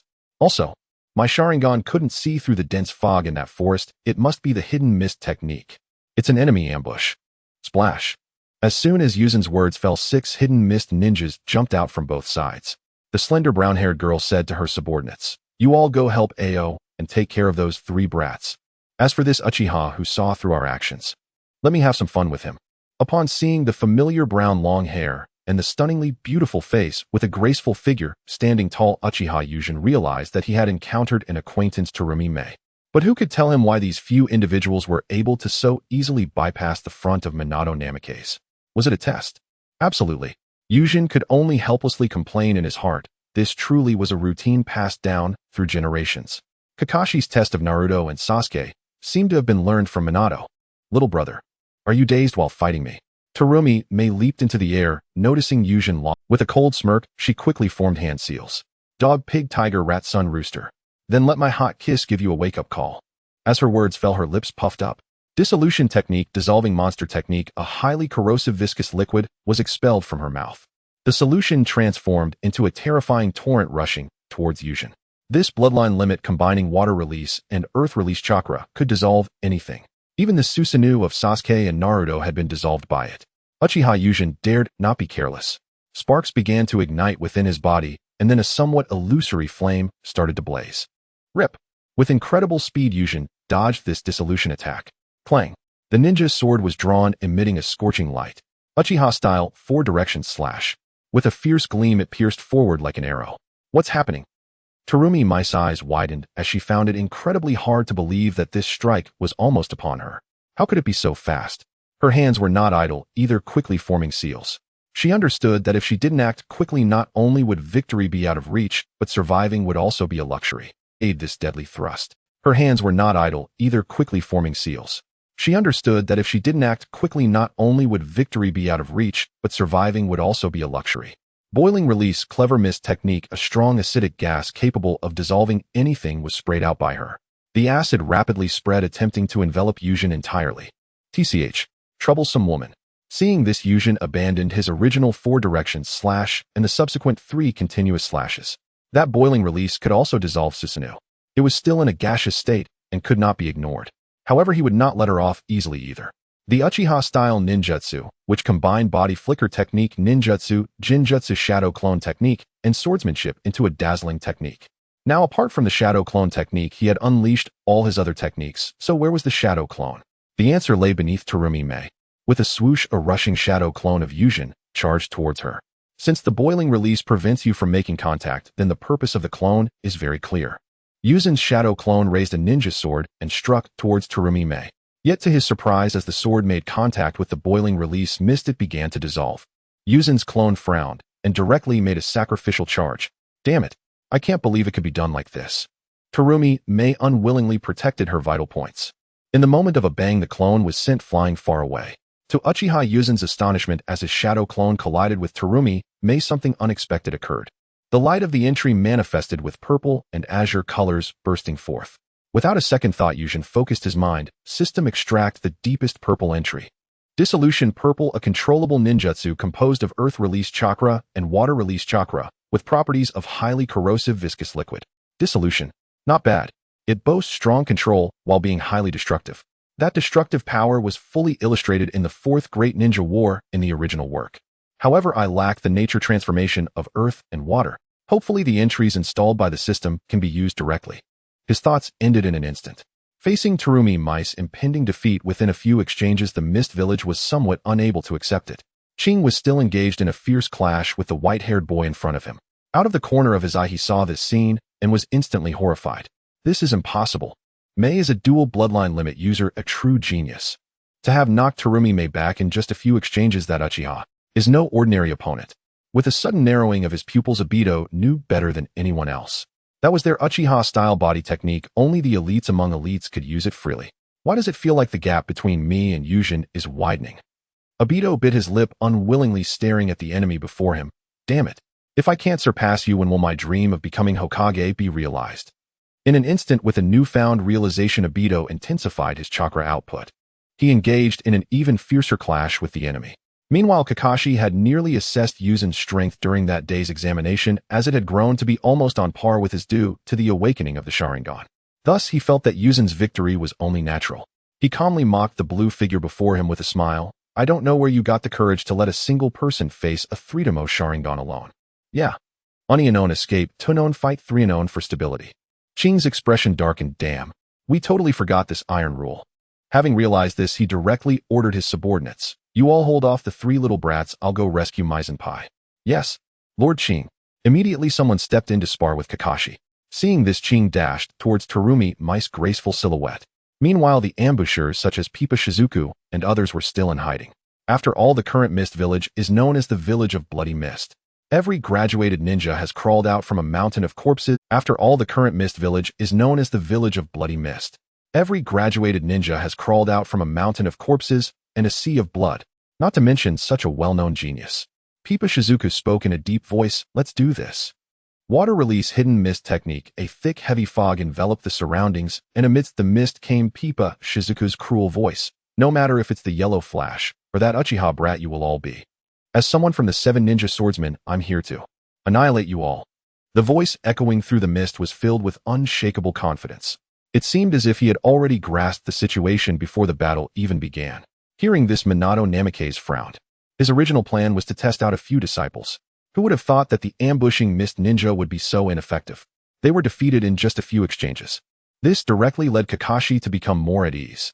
After all, Obito and Rin were not to be underestimated. This is troublesome. Should I continue to hold back and let them test Yuzhen a bit more? Just as Minato began to entertain this thought, Uchiha Yuzen's disdainful words echoed through the mist. Enough of the rambling, it's truly annoying. Why not just get straight to the fight? Letting you talk so much. After a loud shout, Yuzhen quickly formed hand seals.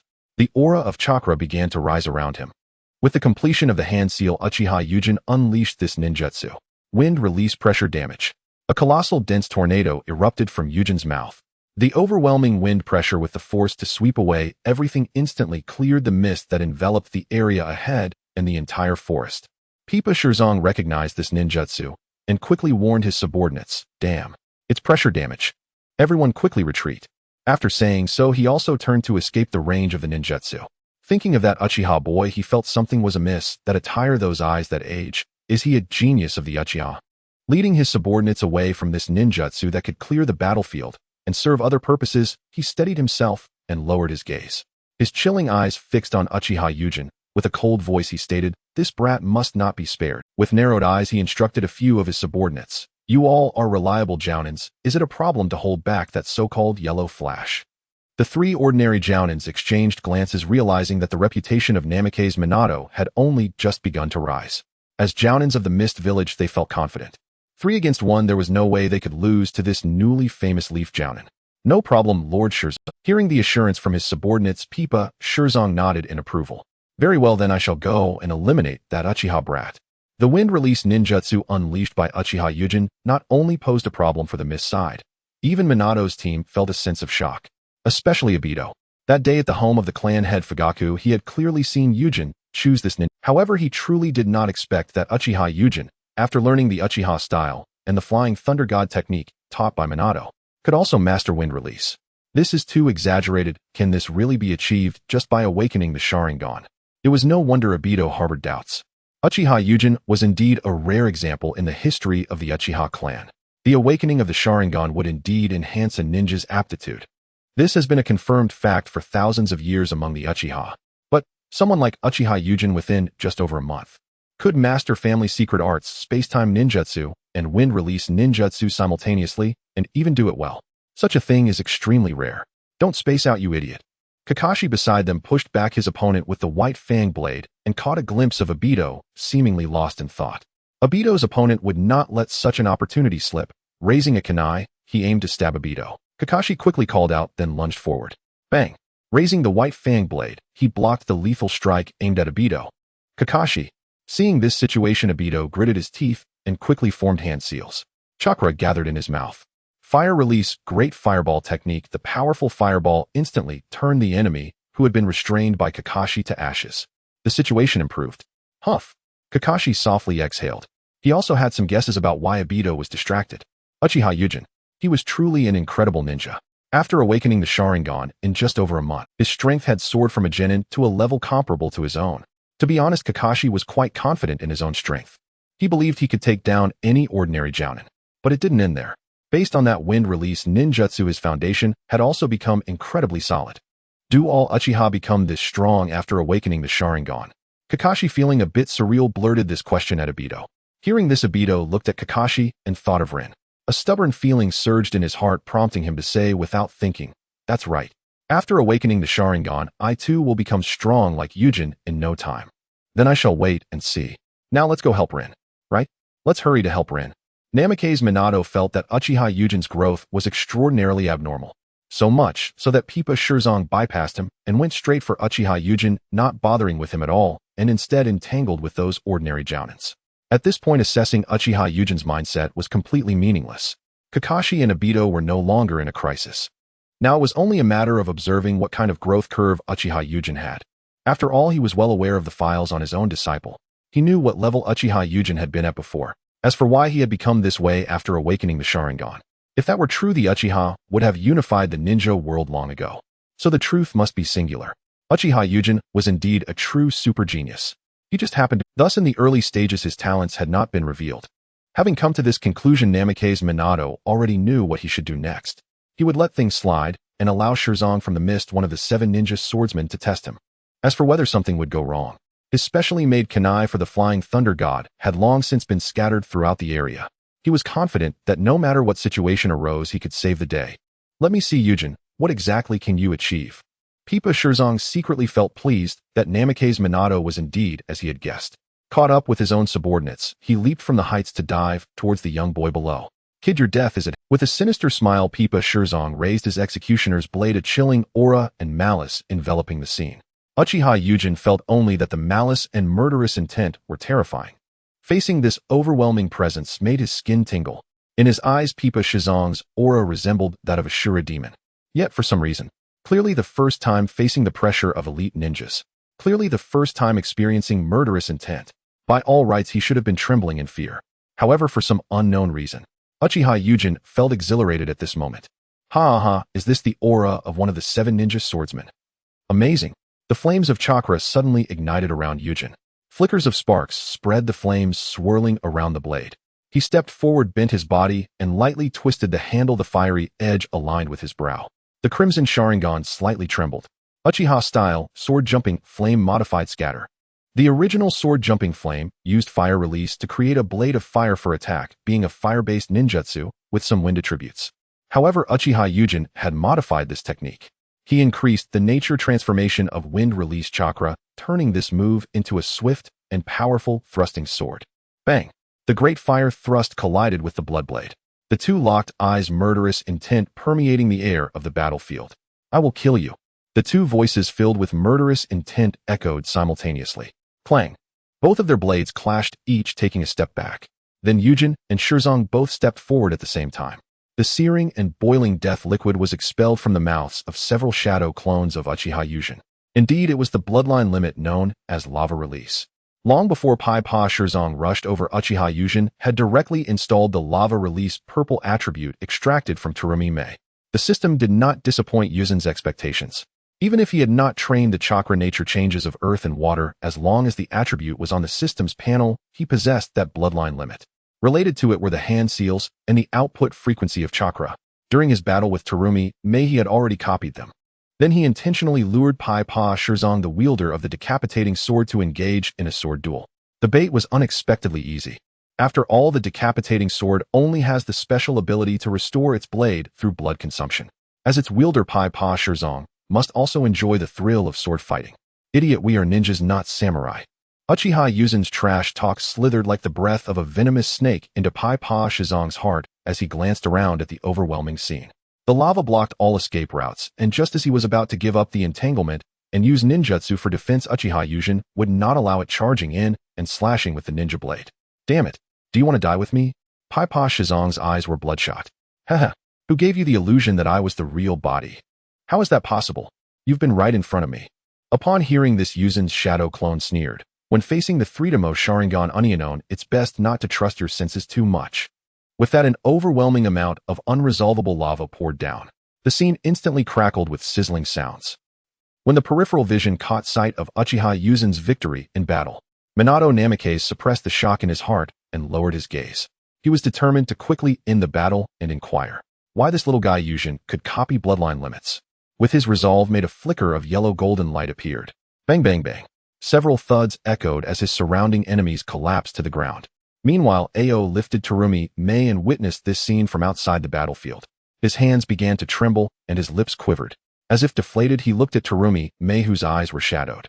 In a hoarse voice, he said, "That Uchiha actually managed to kill Lord Shizong. And that yellow flash of power. It was beyond expectation. Let's retreat, Mei." Tsukuyomi Mei's gaze remained fixed on Uchiha Yūjin, revealing only one message: incredulity. Her bloodline limit lava release was actually copied. Wasn't it said that the Sharingan could only copy conventional ninjutsu? What was happening? And he really managed to kill Pai-Pa Shizong. It was utterly unbelievable. But considering the current situation, Tsukuyomi Mei could only face the reality. She lowered her proud head and responded to Ao's words, "Ao, I trouble you." Upon hearing this, Ao directly carried the immobile Tsukuyomi Mei on his back. Taking advantage of Minato's team still clearing out their mist ninja companions, they swiftly escaped from the scene. Upon hearing this, Ao directly carried the immobile Tsukuyomi Mei on his back. Taking advantage of Minato's team still clearing out their mist ninja, Uchiha Obito was truly impacted. The fame he had longed for was effortlessly achieved by Uchiha Yūjin. Impressive, Yūjin. You have killed the signature of the mist ninjas, one of the 7 ninja swordsmen, Pai-Pa Shizong. After today, at the very least, your name will start ringing in the mist and Konoha. Rin also exclaimed in wonder at Yūjin. "Yūjin senpai, did you really not hide your strength before? You're clearly still a genin, yet you managed to kill an elite jonin of the mist. It's incredible. Unbelievable." As for Kakashi, who had been relatively quiet at this stage, he did not say much more. However, his eyes remained fixed on Yūjin. The more powerful he was, the clearer he understood that Pai-Pa Shizong's death was not due to a lack of strength, but because of an intelligence failure. This is how ninja battles are. If your intelligence is lacking, even if you are a village leader, it is possible to be killed by a lower-ranked ninja with targeted ninjutsu. However, being able to kill a renowned strongman in the ninja world also signifies that Yuzin's combat talent is astonishingly powerful. He directly approached Yūjin and, lowering his gaze, said in a deep voice, "When we return to Konoha, let's have a good... I want to truly experience if it is the Sharingan that allows you to undergo such a transformation in such a short time." At that moment, Yūjin looked at his companions with a face full of speechlessness. He sighed helplessly. "The reason I could kill Pai-Pa Shizong just now was due to the sudden ambush of lava release. I lured him into a sword duel and set a trap with my shadow clone. Using a strategy of heart against heart, you cannot assume that was my true strength. Using a strategy of heart against heart. What a great summary." Minato Namikaze smiled and approached, saying, "Do not belittle yourself, Yūjin. As one of the 7 ninja swordsmen, you were able to defeat and kill him. This truly shatters the understanding of Uchiha that has existed for thousands of years." Thinking of this disruptive revelation, filled with various factors. If he could not copy lava release, it would have been nearly impossible to defeat Pai-Pa Shizong. After all, who would have thought that Uchiha Yūjin could copy a bloodline limit? This truly shatters the understanding of Uchiha that has existed for thousands of years. Thinking of this disruptive revelation, even Minato Namikaze could barely contain his excitement. After pondering for a moment, he still asked, "Yūjin, how could you copy the bloodline limit?" Of course, if you don't want to say, I won't ask further.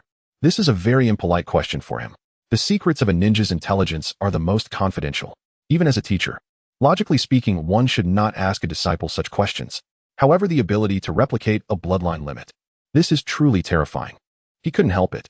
Upon hearing this, Uchiha Yūjin lifted his head. He looked seriously at those present.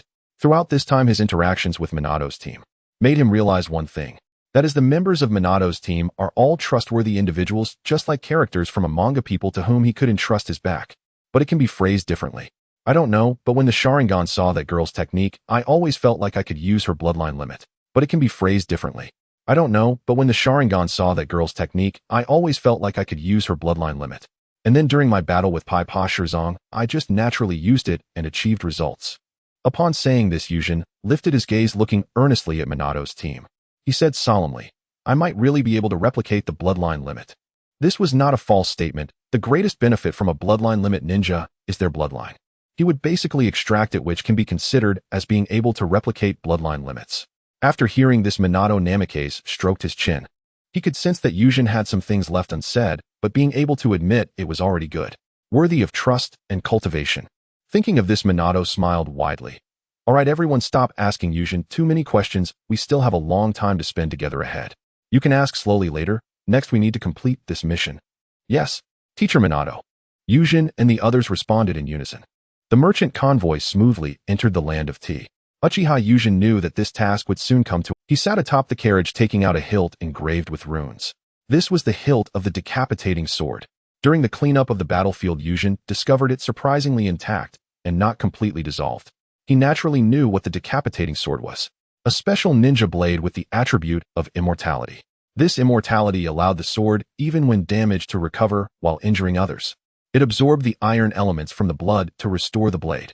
Seeing that the hilt was undamaged, he thought the decapitating sword should be able to recover, so he picked it up. Indeed, it was as he thought. The core of this sword lay in the hilt, which was inscribed with runes. As long as it could still come into contact with blood, it could recover. But this was not the most important part. When Uchiha Yūjin grasped the hilt, an unexpected event occurred. He actually extracted a trait from the ninja tool, or rather the special weapon. Blood-sucking immortality blue, capable of restoring metal tools by absorbing iron ions from the blood. A special trait, similar to the Eyes of the Divine Realm Red, given by Obito. They were both limited conditions one-time traits. Eyes of the Divine Realm Red is limited, usable only when the Sharingan reaches the Mangekyo state. Once used, it disappears.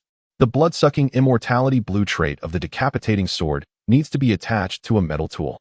At that moment, Uchiha Yūjin had only one thought. That was, after returning to the village, even if it meant selling everything he had, he must obtain a chakra metal-made blade. He wanted this trait that could make metal weapons immortal to be attached to complete his future favored weapon. By upgrading the traits through the system, he aimed to transform his weapon into a true divine artifact, thus making himself even more powerful. At this moment, Uchiha Yūjin held a hopeful thought about returning to the village. Thinking of this, he shouted to the figure walking ahead, "Minato, Teacher Minato, I have made a discovery." His idea was quite simple. Since he had already obtained the trait of the ninja blade, this blade that could be summoned by the Mist Village was useless to him. It was useless to him, but useful to the village. To truly form the group of the 7 ninja swordsmen, you needed 7 specially made ninja blades. Why do the 5 great ninja villages like to create these high-profile groups? It's simple: for the sake of reputation. The higher the reputation, the more the noble clients trust the strength of your village. Thus, the share of tasks increases. With a higher task share, there naturally comes more money. More money leads to more resources, and the ninja village can develop and grow stronger. So, after Mist Village lost this ninja blade, they would definitely come to Konoha for inquiries. Then the village can use this as a bargaining chip to negotiate favorable conditions for Konoha.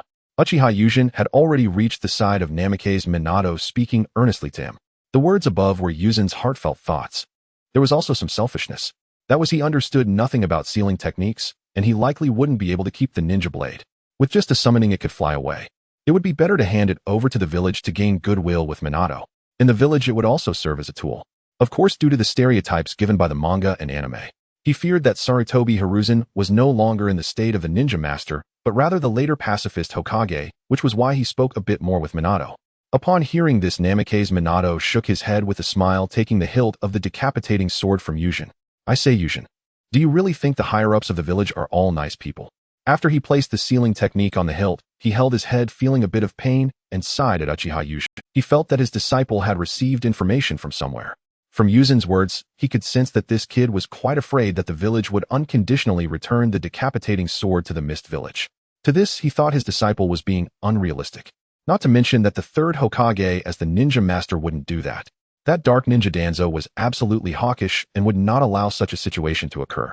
Seeing the helpless expression on Namikaze Minato, Uchiha Yūjin was a bit stunned. The higher-ups of the village are not nice people. Indeed, with Danzo around, the higher-ups of the village could not all be nice people. However, that Sarutobi Hiruzen, who always upheld a pacifist policy, and his administration, wasn't it portrayed like this in the manga? No. Uchiha Yūjin suddenly thought of something. He remembered that Sarutobi Hiruzen had the title of Ninja Master in the earlier stages. Thinking of this, so that's how it is, Teacher Minato. Then I can rest assured. Yūjin nodded in response to Namikaze Minato. He understood now, since you said it, I would believe it. After all, I had turned in the special ninja tool, given my merits are bound to be recognized, so I need not worry about this aspect. After handing over the ninja tools, they finally arrived at the capital of the Land of Tea. This task was nearing its true conclusion. The task in the Land of Tea was smoothly completed. After declining the convoy's leader, they signed the task completion document. The Minato team set off on their journey back to the village. Konoha village is located in the center of the Land of Fire. For a ninja squad, returning from the Land of Tea is quite fast. Before long, in less than 2 days, the Minato team returned to Konoha village. It was noon under the bright sun. Namikaze Minato stood outside the Konoha main gate addressing his team. With a warm smile, everyone has worked hard, let's disperse here. As the leading jonin, I will submit the mission report and also help you collect the mission payment. In the evening, let's gather at the barbecue restaurant of the Akimichi family to celebrate the successful completion of our first mission. Hey, Teacher Minato. Namikaze Minato waved goodbye to his disciples with a smile. Upon turning around, his expression suddenly became extremely serious. At this moment, Minato was pondering how to submit this report. This report was quite troublesome. As an exceptionally intelligent figure among the higher-ups of the village, aside from the third Hokage, the others were wary, resentful, and jealous of the Uchiha. He could feel it. Uchiha Yūjin was too remarkable in this mission. The enemy ninja Biwajuzo was indeed one of the Mist Village's signature ninjas, the 7 ninja swordsmen. Such a high-level ninja is undoubtedly among the pinnacle of the 5 great ninja villages with over 100,000 ninjas. Yet he was killed by Uchiha Yūjin, who had only been in the field for a few years and was still a youth. Then the questions arose. Uchiha Yūjin had awakened his Sharingan not long ago. He had gone from just awakening to rapidly attaining the 3 Tomo. This talent for the Sharingan, aside from awakening too late, was impeccable in every other aspect. Truly astonishing. His learning ability was even more unexpected. Flying Thunder God ninja body techniques ninjutsu, and his combat adaptability, plus that unheard-of ability to replicate bloodline limits. All these factors combined made even Minato, who stood there at that moment, take a step back in shock. This was no longer merely a genius. This was simply a monster. Thinking that such a monster had become his disciple as a teacher, he absolutely could not allow darkness to taint Yūjin. He must guide him well. To let Uchiha Yūjin truly become a ninja who harbors the will of fire. The only good news now is that among the higher-ups of the village, the only one without significant prejudice against the Uchiha happens to be the Hokage himself. It seems that he truly needs to have a good conversation with the third Hokage. With that thought, Minato, having sorted out his thoughts, strode towards the Hokage building. Unlike Minato, who was troubled about how to submit the report, Yūjin returned home and began a proper inventory. He opened the system panel. Host Uchiha Yūjin. Gender male. Age 12. Strength Jonin. Attributes: Eye of the Divine Realm, Red Child of Time and Space, Gold Genius Gold. Uchiha Purple Dissolution Release, Purple Sharingan Blue. Uchiha Style Blue Natural Energy Affinity Blue Vampiric Immortality Blue Flying Thunder God. Battle Value 170. Indeed, the battle value has increased. Upon seeing the change in battle value, Uchiha Yūjin felt a surge of excitement. As someone defeated by the 4th Mizukage in an instant, Pippa Shirzong was merely an elite jonin.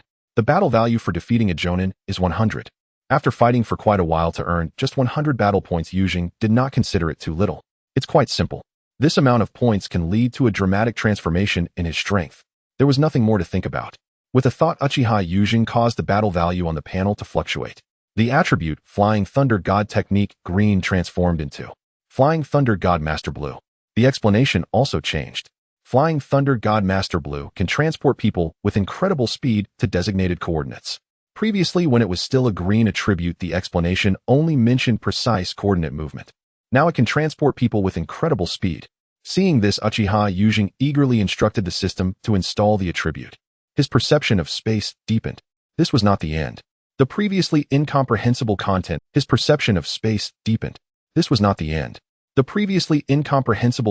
on the scroll moved as if a part of it was suddenly enlightened. This part directly allowed him to utilize the Flying Thunder God in combat, like the second Hokage. He could also use the Flying Thunder God to move those connected to his chakra. Uchiha Yūjing had an epiphany. He understood why this technique had not been eliminated even in the era of Boruto. Instead, it shone even brighter. This technique, as long as you learn it, it allows you to strike without being struck. As long as you're not like Senju Tobarama, actively severing connections. If he played it a bit cautiously, he would basically be invincible. With such a tricky technique, no wonder Naruto Uzumaki the Immortal frequently uses it. Coincidentally, after completing the village mission, ninjas have a period of recovery. During this time, it's just enough for me to integrate the Flying Thunder God into my combat rhythm. I believe by that time my strength will definitely not be inferior to that of an elite jonin. After expressing this sentiment, Uchiha Yūjing began his grooming and rest. After all, he needed to attend a gathering in the evening. As someone who values face, he wanted to show up in good condition. Hiruzen Sarutobi solemnly set down his smoking pipe. His gaze was fixed intently on Minato Namikaze, pondering for a moment. He then asked slowly, "Minato, what you just said, there isn't a single word that is false." "Lord Hokage, I have not uttered a single untruth." Hearing Minato Namikaze's resolute words, whom he regarded as the perfect disciple, Hiruzen stood up and walked to the window. His gaze fixed on the Konoha Center, the Uchiha clan's territory. His heart was filled with countless emotions. After awakening the Sharingan in his teens, his talent surged. His strength began to grow rapidly. This sense of deja vu made him think of someone. Uchiha Madara. The Sarutobi clan, having followed Senju Hashirama for hundreds of years since the Warring States period. His strength began to grow rapidly. This sense of deja vu made him think of someone. Uchiha Madara. The Sarutobi clan, having followed Senju as one of the strongest in the previous era, he awakened his Sharingan at the age of 15. Once he awakened the Sharingan, he became unstoppable. He soared to great heights. As someone who witnessed the fierce battle between Madara and Hashirama, he remembers it vividly. Now looking at Uchiha Yūjing, who awakened his Sharingan at the age of 12. Then in just 2 short months his strength had undergone a dramatic change. This is strikingly similar to the documented growth curve of Uchiha Madara in the clan records. If this kid continues to grow at this speed, he will surely become the next Uchiha Madara. Fortunately. As if recalling something, Hiruzen Sarutobi murmured involuntarily. As an extraordinary ninja, Minato Namikaze heard this murmur. "Lord Third, what do you mean by fortunately?" "Fortunately, Uchiha Yūjing has become your disciple." Turning around, Hiruzen Sarutobi explained gravely to Minato. The clever Minato Namikaze discerned something from the third's expression. "Yes, Yūjing is indeed my disciple." Minato reflected. Indeed, from the moment Uchiha Yūjing became his disciple, the strongest affiliation he possessed was not that of a Uchiha ninja, but rather the purely Hokage lineage. This is something even the entire Uchiha clan must acknowledge. The whole of Konoha is aware. The long-standing aspiration of the Uchiha is to become Hokage. In the past 20 years of stability since the third Hokage's reign, a tacit rule has formed. It must be a lineage of Hokage and disciple. Only then can they gain recognition from the higher-ups. Only then can they earn recognition from the public. Only then can one truly become Hokage. Even if the Uchiha clan is reluctant, they are well aware of this. Now 2 Uchihas have become part of the Hokage lineage. The entire Uchiha clan except for the hawkish faction. The other 2 factions are absolutely thrilled. Uchiha Yūjing, this monster, will surely shine in his upcoming ninja career. His name will definitely resonate throughout the ninja world. The next steps will be straightforward. As a truly Hokage-associated individual, the more famous Yūjing becomes, the more stable the Uchiha will be. The reasoning is quite simple. The more renowned one is, the greater the hope of becoming Hokage. Although at Yūjing's age he is still 20 years away from becoming Hokage. But for the Uchiha clan, becoming Hokage, having hope versus having none, is a completely different concept. That kid, when the merit rewards are distributed in a few days, let me meet him privately. Hiruzen Sarutobi seemed to have made a decision. Furthermore, his educational policy should focus on broadening perspectives in the future. The spirit of a ninja is fully displayed at this moment. Fearless of death, he loves everything about the village. He eagerly anticipates the emergence of an exceptional Uchiha in his faction. Want to become Hokage? Having strength alone is not enough. In a few days let me see what Uchiha Yujing. At dusk the crimson sun was like blood. Uchiha Yujing walked with a cheerful stride towards Minato's increasingly popular barbecue restaurant. He had already decided that after receiving his reward, he would borrow money from clan leader Fugaku to commission the craftsman of the village to forge a chakra-infused sword. Thinking of money, he recalled the rewards that would soon be in his hands. He quickened his pace and soon enough, he arrived at the barbecue restaurant. He lifted the door curtain and walked in. Yojing over here. Following the voice, the scene at that table made him raise his eyebrows. The one calling him was Obito. Teacher Minato, Kakashi, and Rin were sitting across from him. However, this was not what surprised Uchiha Yojin. What astonished him was the two individuals beside Obito. One of them sitting next to Obito was directly opposite Kakashi. He was easily recognizable. That watermelon head and tight-fitting outfit could only belong to Guy. The other person was quite interesting. He was a child about 3 to 4 years old, with his signature dumpling nose and clothing adorned with the same clan emblem as his. Is that Uchiha Shursui? Recognizing the two who weren't in Minato's class, Yojin approached the table. After politely greeting everyone present, he smiled slightly at Obito. Who are these two? He inquired, hearing Uchiha Yojin's question. Obito laughed heartily. Haha, this little brother is my relative and also a member of the Uchiha clan named. Today his parents are on a mission, and since no one is home, I brought him along to eat barbecue with us. Saying this, he patted Shizui's shoulder. This is my brother Yojin whom I told you about. Uchiha Shizui's gaze turned toward Yojin. He had been hearing his cousin Obito talk about Uchiha Yojin every day during this time. He had heard how after awakening his Sharingan, Yuzen's growth speed was astonishing. A genius, a monster, and so on. In short, Shursui could sense that his cousin Obito seems to admire him. Influenced by his cousin Uchiha Obito, he naturally felt curious about Yojin. However, as they had just met, he did not feel comfortable asking too many questions. This Shursui, who was naturally sensitive, understood. He politely bowed to Yojin. Nice to meet you, brother Yojin. I hope to rely on you in the future. Uchiha Yojin smiled as he approached Shursui and patted his shoulder. No need for formalities. Once you enter the ninja school, feel free to ask me anything you don't understand. All right, brother Yojin. After seeing Shursui sit down again, Uchiha Yojin suppressed the excitement in his heart. He prepared to greet Guy beside him. It smelled so good. Just as he made contact with Shursui, a golden text glowed brightly in his eyes. There was nothing to say, he directly called for the system to extract it. The fate of illusions, gold, your fate will make you the strongest illusionist in this world. Illusion effects are greatly enhanced. The moment Yojin saw this text, he couldn't help but feel excited. The essence of a ninja despite the chaotic evaluations on the ninja identification card. In general, it can be summarized in 3 points: ninjutsu, taijutsu, and jinjutsu. For Uchiha Yojin at this moment, it was already sufficient. However, jinjutsu had always been a source of concern for him. His jinjutsu under the enhancement of the Sharingan. At first glance it seemed decent, but upon closer inspection it was underwhelming. The level of his jinjutsu combined with the Uchiha style of ninjutsu and taijutsu was fine. Using it to deal with ninjas of equal rank. Even with the enhancement of the Sharingan, it felt a bit lacking. It was roughly like Uchiha Sasuke, where against ninjas of the same level, he could hardly use jinjutsu. Now with the super enhancement from this text, his jinjutsu level would see a significant boost. These thoughts and reflections were all instantaneous in the sea of consciousness. In reality, after seeing Shursui and Yojin recognize each other, Obito pulled the somewhat reserved Guy aside. He explained to Yojin, "This is my peer Might Guy, who is also in the same class as Rin and Kakashi." Obito did not care much about people in school. Rin and Kakashi go without saying. Among his peers, Might Guy was the bottom of the barrel along with him and had a good relationship with Kakashi. Their relationship was naturally very close. This time, he and Kakashi encountered the lonely Guy on the street. Without a second thought, they directly invited him over. Anyway, in Minato's class, everyone was familiar with each other.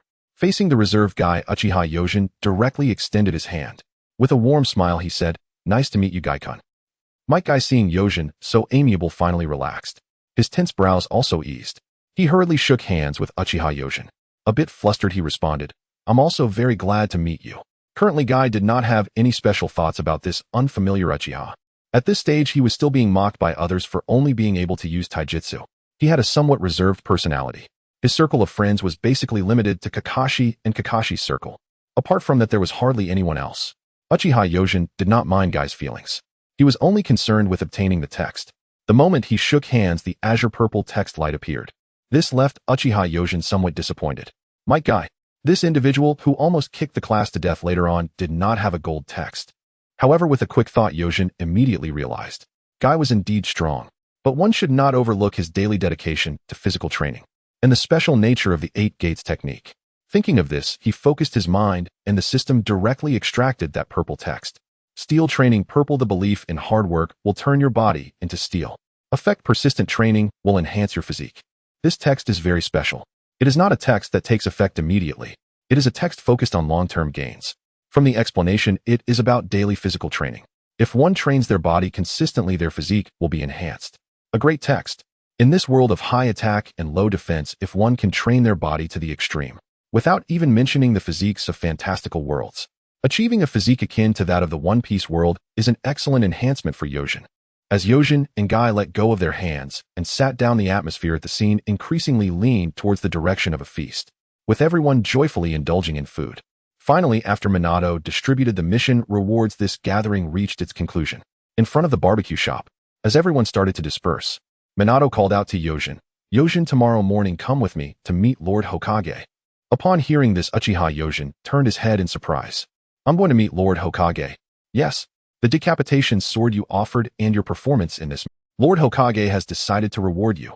Upon hearing this, Yōjin suddenly understood. Right, he had offered one of the signature Mist Ninja swords to the village. Also in this mission, he had defeated Hozuki Tenzo. No matter what, the village would not treat him poorly. After all, if they truly did, it would be disheartening. Everyone in Konoha was well aware of this. If it came to that, it would be hard to lead this team. "All right, Teacher Minato, I will go with you to meet Lord Hokage tomorrow morning." The next morning, facing the rising sun, Uchiha Yūjin and Namake's Minato met at the appointed location and made their way to the Hokage building together. Under Namake's Minato's familiar guidance, Uchiha Yūjin arrived at the Hokage's office. "You are indeed a handsome young man," Sarutobi Hiruzen said warmly to Yūjin. Upon hearing this, Uchiha Yūjin did not overstate his modesty and slightly bowed, saying, "Thank you for the compliment, Lord Hokage." He had quite a good impression of Sarutobi Hiruzen. After all, a leader of the group greeting you warmly is an impression that is hard to find fault with.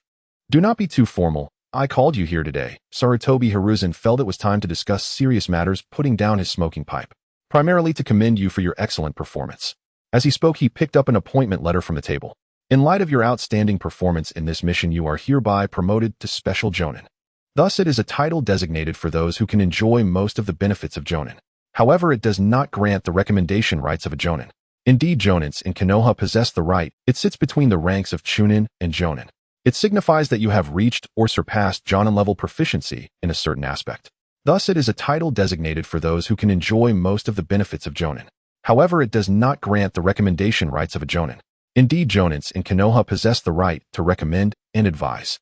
After all, nominally, every Jonin in the ninja villages is part of the upper echelon. And for Uchiha Yūjin, at this moment, the promotion to this position is a monumental leap. He has suddenly leaped from a Genin to a Special Jonin. Frankly, it is quite an exaggeration. It must be noted that in the original story, Orochimaru, after experiencing the Chunin exams rescue mission and the operation to retrieve Sasuke, he did not become a Special Jonin despite his accomplishments, let alone a Jonin. Moreover, being able to learn a forbidden technique from the Forbidden Jutsu library is indeed good news. The learning of forbidden techniques in Konoha primarily has two avenues. One is the Book of Seals, which, how should I put it, is more symbolic than practical. Why? Simply put, the forbidden techniques in the Book of Seals are all available in the Forbidden Jutsu library. At this moment, Uchiha Yūjin's mind recalled Orochimaru. He thought of the scene in the anime where this true genius sneakily learned forbidden techniques from the Forbidden Jutsu library. At this point, Yūjin had already decided which forbidden technique he wanted to learn. He cleared his thoughts, suppressing his excitement, and addressed Sarutobi Hiruzen. He solemnly stated, "I am very grateful for the village's trust. I will dedicate myself to Konoha, putting in every effort." In the Forbidden Jutsu library, Uchiha Yūjin sat cross-legged on the ground, slowly unrolling a scroll. As the scroll unfolded, the image of 8 giant serpents began to appear.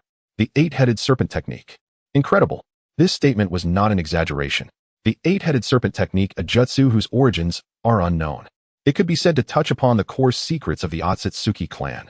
The essence of this technique lies in that once mastered, you can transform your thoughts and soul into a chakra that embodies your obsession. In terms of combat, this aspect is actually not that important. The technique requires a combination with a technique that can transfer one's body.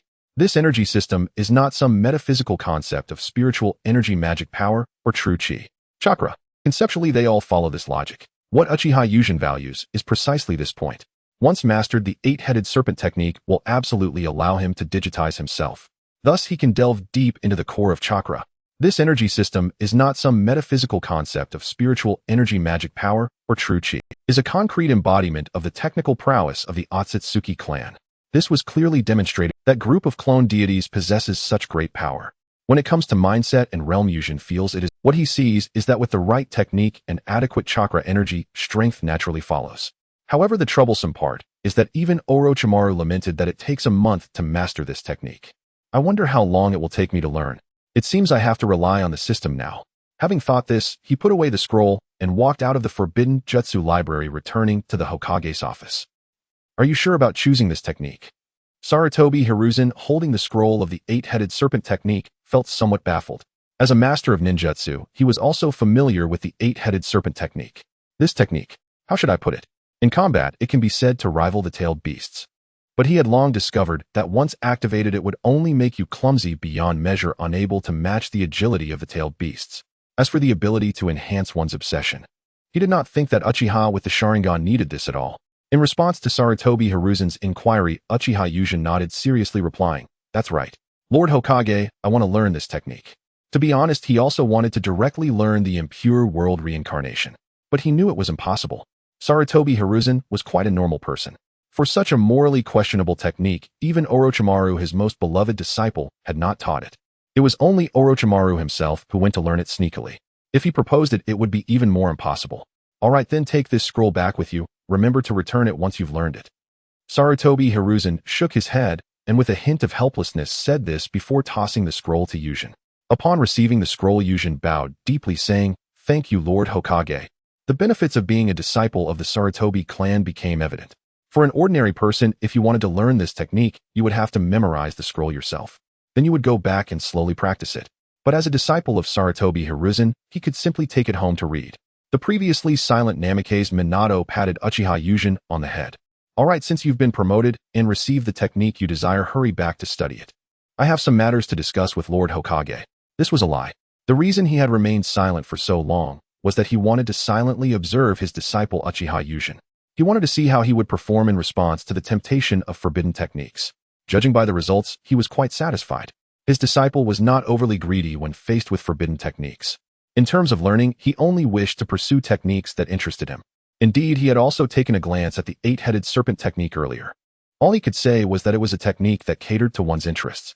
He could not understand why Yujin, who was also a speed-type ninja, would want to learn this huge and clumsy technique. However, that was of no concern to him. He was very satisfied today. Next, he would discuss his educational policy with the third Hokage.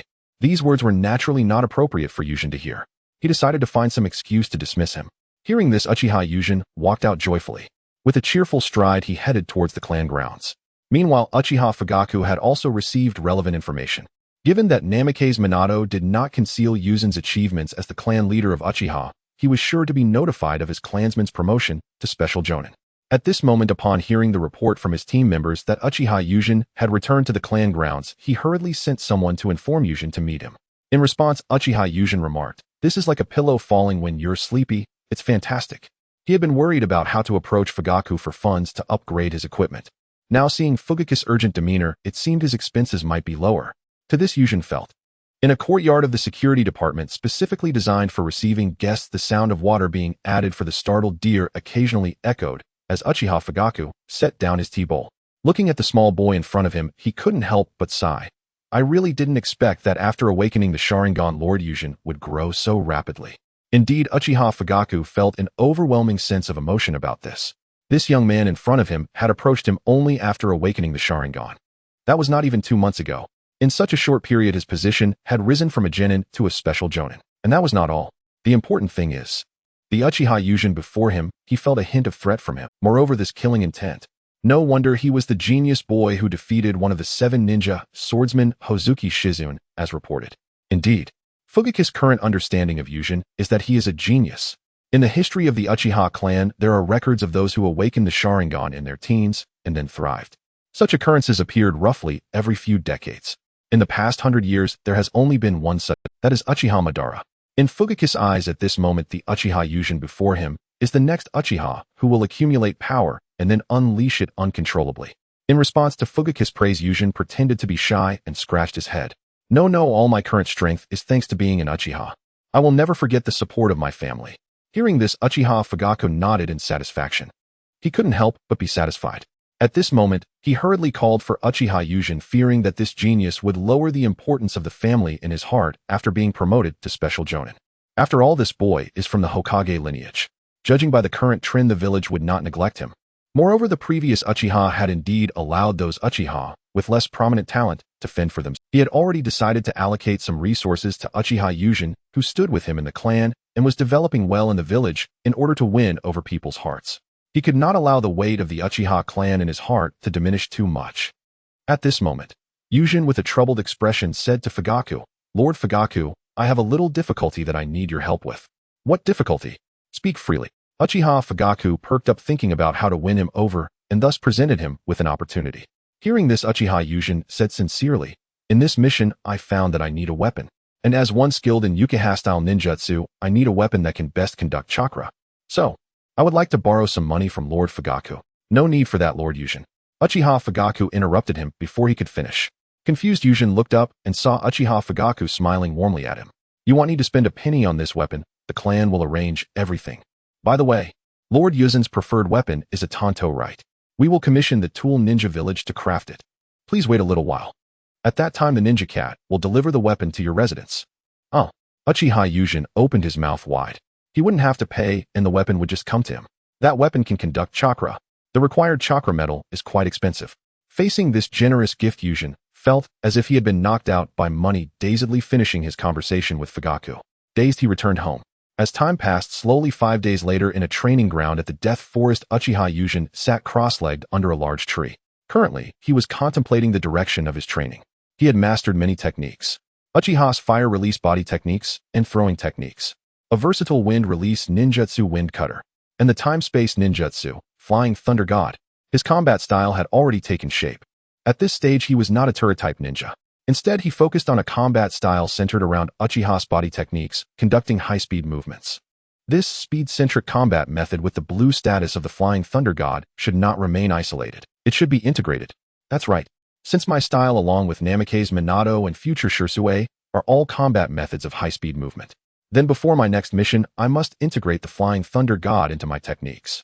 He had a premonition that once he truly assimilated the flying thunder god technique, he would genuinely enter the realm of elite jonin. Only in this way would he find the means to survive in the cruel Third Ninja World War that would soon come. War is terrifying, especially in such large-scale conflicts among extraordinary beings. In his past life, watching these scenes on screen, he only thought they were cool. When he truly reincarnated into this world, he realized how terrifying these myriad ninjutsu could. After all, in this world, no matter how strong you are, if you do not take any precautions, a single kunai can. Thus, the flying thunder god as a time-space ninjutsu is incredibly precious. Only when you can strike others while ensuring they cannot strike you is that not the height of being unscrupulous. Obito has displayed it to perfection. While the flexibility of the flying thunder god may not be as powerful as Kamui, being able to retreat directly is still a great advantage. Thinking of this, Uchiha Yūjin could no longer hold back. He began to ponder deeply. Thus, in the subsequent, he continuously experimented with the combination of Uchiha's body techniques and the flying thunder god. A few days later, still in the training ground of the Death Forest, a black figure with sparks of fire flickered constantly in the field. The dark red light that emerged unleashed a brilliant radiance, turning all the wooden stumps in the area to ashes in an instant. Uchiha Yūjin, holding a ninja knife, gathered chakra on the blade. With a roar of flames, Yūjin swung the sharp weapon in his hand. Moonlight Slash.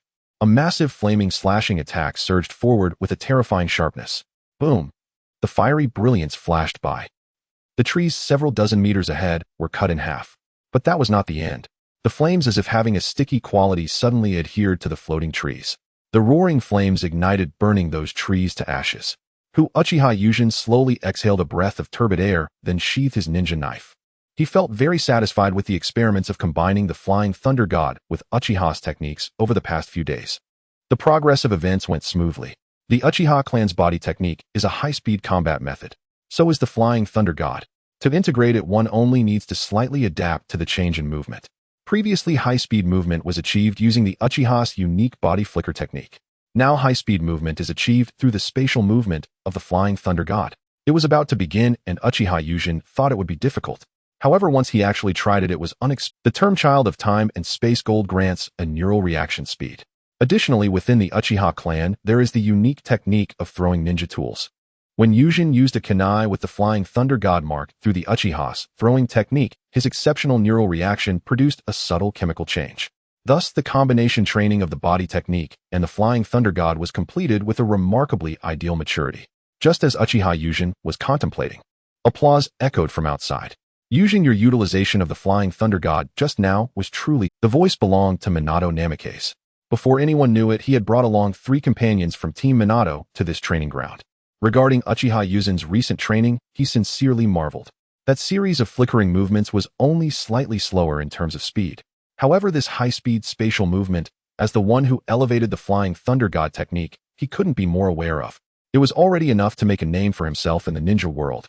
He felt deeply moved by all of this. This was just the beginning, merely a supplement, since Kakashi joined Team Minato.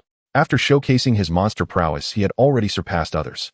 Gradually, he became the focal point of cultivation for him and the third Hokage.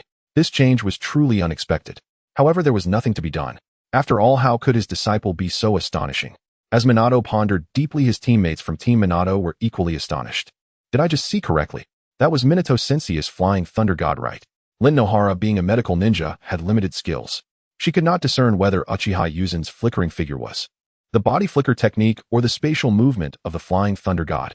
All she felt was how strong, fast, and impressive it was. But the sparks of light gave her a strong sense of déjà vu. Thus, she voiced her astonishment. No doubt about it. Lin, that is indeed Minato Sensei's Flying Thunder God. Uchiha Obito responded to Lin with a serious expression. He couldn't help but be serious. As a Uchiha, he had also practiced the Uchiha style. Limited by his talent, he couldn't master the body technique. However, he still knew the throwing technique. Even though he didn't have the Sharingan, now his daily eye care practices had given him unusual eyesight. He had long noticed that beneath Uchiha Yūjin's flickering figure, there was always a specially crafted kunai. The placement of these kunai was too closely aligned with the habits of the Uchiha throwing technique. Remembering that it had only been a few days since he last saw Yūjin, he was surprised to find that Yūjin had already integrated the Flying Thunder God taught by Minato Sensei into the Uchiha's body technique combat method. Uchiha Obito felt both happy for Yūjin and conflicted about it. In any case, his thoughts were now in turmoil. Unlike his 2 companions who were still astonished, he could not help but compare himself to Uchiha Yūjin, who had joined Team Minato with him. At this moment, he had surprisingly grown to such a level. He could no longer suppress his competitive spirit. He stepped forward, approaching Yūjin, who was about to greet them. He said seriously, "Yūjin, let's hold the match we talked about last time right here today." He didn't want to wait any longer. He wanted to see if Uchiha Yūjin, who had been a novice just a few months ago, had truly become so powerful because of his determination to obtain the Sharingan. He was somewhat skeptical. Being a genius since childhood, he graduated at 5, became a Chunin at 6, and had recently met the task requirements. Preparing to be promoted to Jonin, he had seen many elite Uchihas with 3 Tomo. But in terms of growth, they were simply not comparable to his current companion. He really wanted to confirm. Uchiha Yūjin, right now. How strong is he? Upon hearing this, Uchiha Yūjin, who had just come out of his thoughts and was about to greet his companions, halted his raised right hand. Kakashi's serious expression made him take it seriously as well. As the original self and Kakashi's partner, he had spent a considerable amount of time together. That memory made him aware, after awakening, his innate wisdom of how extraordinary Kakashi was at this moment. It should be noted that after his father White Fang committed suicide, Kakashi only focused on missions and concerning his companions. Due to his kind nature, he did care, but not much. At this moment, seeing Kakashi's expression, which was the opposite of the indifference he remembered, he knew he had truly become a friend recognized by Kakashi. Yūjin was also very direct with friends. Forming a hand seal, he said, "No problem, Kakashi." Kakashi also formed the opposing seal, and chakra began to fluctuate around him. Seeing this, Minato hurriedly pulled Obito and Lin aside. Both Obito and Lin understood and obediently stood outside the training area. After all, this was Kakashi, who had shown his serious demeanor for the first time since joining Team Minato. As his close friends, they knew this was one of the few emotional changes Kakashi had experienced since the death of Konoha's White Fang. Thus, even someone with Obito's character obediently fell silent at this moment. A tense atmosphere hung over the training ground. The sky seemed to sense this change and sent down a gentle breeze. The breeze caused the leaves of a nearby. As that leaf fell from the sky to the ground, both Uchiha Yūjin and Kakashi moved. Boom, boom. The clash of ninjutsu and taijutsu, the entanglement of fire release and lightning release, occurred dozens of times in a short span. At this moment, Uchiha Yūjin also felt that his foundation had caught up. Currently, he was not using the body technique containing the Flying Thunder God. He He was relying solely on his previous tactics, competing evenly with Kakashi. He was very satisfied. However, while he was satisfied, Kakashi was not. After dodging a Phoenix Fire technique, he coldly said to Yūjin, "Yūjin, are you underestimating me? Use the Flying Thunder God." Kakashi was very angry. He felt underestimated by Yūjin. He had seen that previous training scene. Thinking of this, he began to perform hand seals. Dog, rat, monkey. He raised his right hand about to solidify the chakra. Suddenly, a sharp ninja blade was pressed against his neck. "Kakashi, stop your ninjutsu. For now, I will take this victory." Kakashi's pupils dilated. The chilling blade made him realize he had lost. If this were truly an enemy, a mere swipe across his neck would mean. Thinking of this, he retracted his ninjutsu and turned around somewhat unwillingly, asking, "What is going on? Look at your arm." Yūjin sheathed his ninja blade and pointed at Kakashi's right arm. "What is this?" Kakashi looked at his arm and saw a Threedomos symbol. It had appeared there at some unknown time. "This is the mark of the Flying Thunder God Kakashi." At that moment, Minato approached with a smile and explained, "Once marked by this seal, you become a coordinate for the Flying Thunder God." He explained to Kakashi. During this sparring, when Kakashi boldly engaged with Yūjin physically, he knew the victory had been determined. Afterward, he saw a thoughtful expression appear on Kakashi's face and nodded in acknowledgement. He understood that as a genius, Kakashi would surely grasp it. Then he took out a scroll from his ninja tool pouch. With a serious expression, he said to Yūjin, "The reason we came to find you is, we have a mission for you, and the place we are about to head to is the Land of Wind." The mission from the Land of Wind. After finishing his battle with Kakashi, Uchiha Yūjin's expression changed upon hearing the news. He was in dire need of money. There was no way around it. The Flying Thunder God technique was powerful, but it had a fatal flaw. It was costly. Special kunai were very expensive. In recent days, he had spent all of his previous earnings on training. Hearing this news, he felt quite pleased. Going on a mission means the reward would be substantial. Exactly. This mission was taken on together with teacher Minato, and now Obito will explain it to you. Uchiha Obito seemed as if the recent silence had suffocated him. He hurriedly jumped out to provide an explanation to Uchiha Yūjin. The other members of Minato's team also welcomed Obito's attempts to establish his presence. After all, his behavior could liven up the atmosphere. After a thorough explanation from Obito, Uchiha Yūjin had a general understanding of the task at hand. The current ninja world was anything but peaceful. In the years following the Second Shinobi World War, the nations had not resolved the lingering economic issues. Now the problem arose. All human conflicts revolved around a singular point: interests. For Sunagakure, economic benefits were pressing. Although the Land of Wind had vast territory, 90% of it was desert. Poor land equated to weak national power. Weak national power meant insufficient support for the hidden village. For Sunagakure, which was currently at its peak, this was intolerable. The daimyo was aware of this limitation due to the nation's weakened power. The landlord family had no surplus grain and simply could not provide much financial support. So what could they do? It was simple: invade externally. When the daimyo and the Kazekage thought this way, the neighboring country, the Land of Rivers, appeared very enticing. Unlike the Land of Wind, adjacent to the Land of Rain, the Land of Rivers did not suffer from constant rain due to its terrain. It boasted ample rainfall and fertile land. Moreover, being a neighbor to the Land of Fire, it held significant commercial advantages. The Land of Rivers, although smaller in territory than the Land of Wind, was not lacking in national strength. In response, Sunagakure took action. The daimyo of the Land of Rivers and his son were personally kidnapped by the third Kazekage. Now a rescue order from the Land of Rivers had reached Konoha. Konoha immediately arranged for its available combat forces, specifically Minato Namikaze. Centered around Minato, an elite ninja team composed of Inuzuka, Aburame, and Yamanaka was formed. They would carry out the rescue mission. After receiving this task, Minato consulted with the third Hokage. He believed that his team included two elite ninjas, Kakashi and Yūjin. Plus, Obito was no slouch either. His reputation as the bottom of the elite class was earned within the elite team. The bottom of the elite class was not genuinely weak. They still had a level of skill comparable to an average chunin. After all, they were family ninjas. Starting out, they were already much stronger than civilian ninjas. Moreover, Noira Rin was a medical ninja, which was a necessary type of ninja to have. Thus, after consulting with the third Hokage, Minato's team joined this mission. After hearing Obito's explanation, Uchiha Yūjin raised his eyes and asked them, "So we leave in the afternoon?" Exactly, the rescue mission needs to be swift. Upon hearing this, Yūjin felt relieved. He pinched the ninja blade that had just been resting on Kakashi's neck. This blade was a ninja blade made from chakra metal. It had been sent over by Fugaku a few days ago. Yūjin felt very satisfied with this new weapon. To his surprise, it was remarkably effective. While being incredibly sharp, it also had an excellent chakra conduction frequency. After he equipped the attribute blood-sucking Immortal Blue, he conducted a test. It had become akin to a decapitating sword, even if damaged it could absorb blood and restore its blade. This blood was not limited to humans. As long as it was a carbon-based life form with iron in its blood, it could work. Now, the upgrades for his weapon were long completed. His strength had also undergone a tremendous transformation during these days of integrating the Flying Thunder God. Indeed, his strength was already at the level of an elite ninja. Currently, his panel had changed. Host Uchiha Yujin. Gender male. Age 13. Strength elite ninja. Attributes Eye of the Divine Realm Red Child of Time and Space Gold Genius Gold Illusory Fate Gold. Uchiha Purple Melt Release Purple Steel Training Purple. Sharingan Blue Fire Release Blue Wind Release Blue In Release Blue. Uchiha Style Blue Natural Energy Affinity Blue Flying Thunder God Technique Blue. Combat Value 170. After integrating the Flying Thunder God, his strength classification on the panel was that of an elite ninja. Moreover, he realized that the upper limit for this elite ninja was quite high. He could easily eliminate an average elite ninja like Kakashi just now, and he could use the Flying Thunder God to remain undefeated and engage with shadows. At this stage, or rather, before this mission, my strength should reach its limit. Just now, Kakashi's challenge had earned him 100 combat points.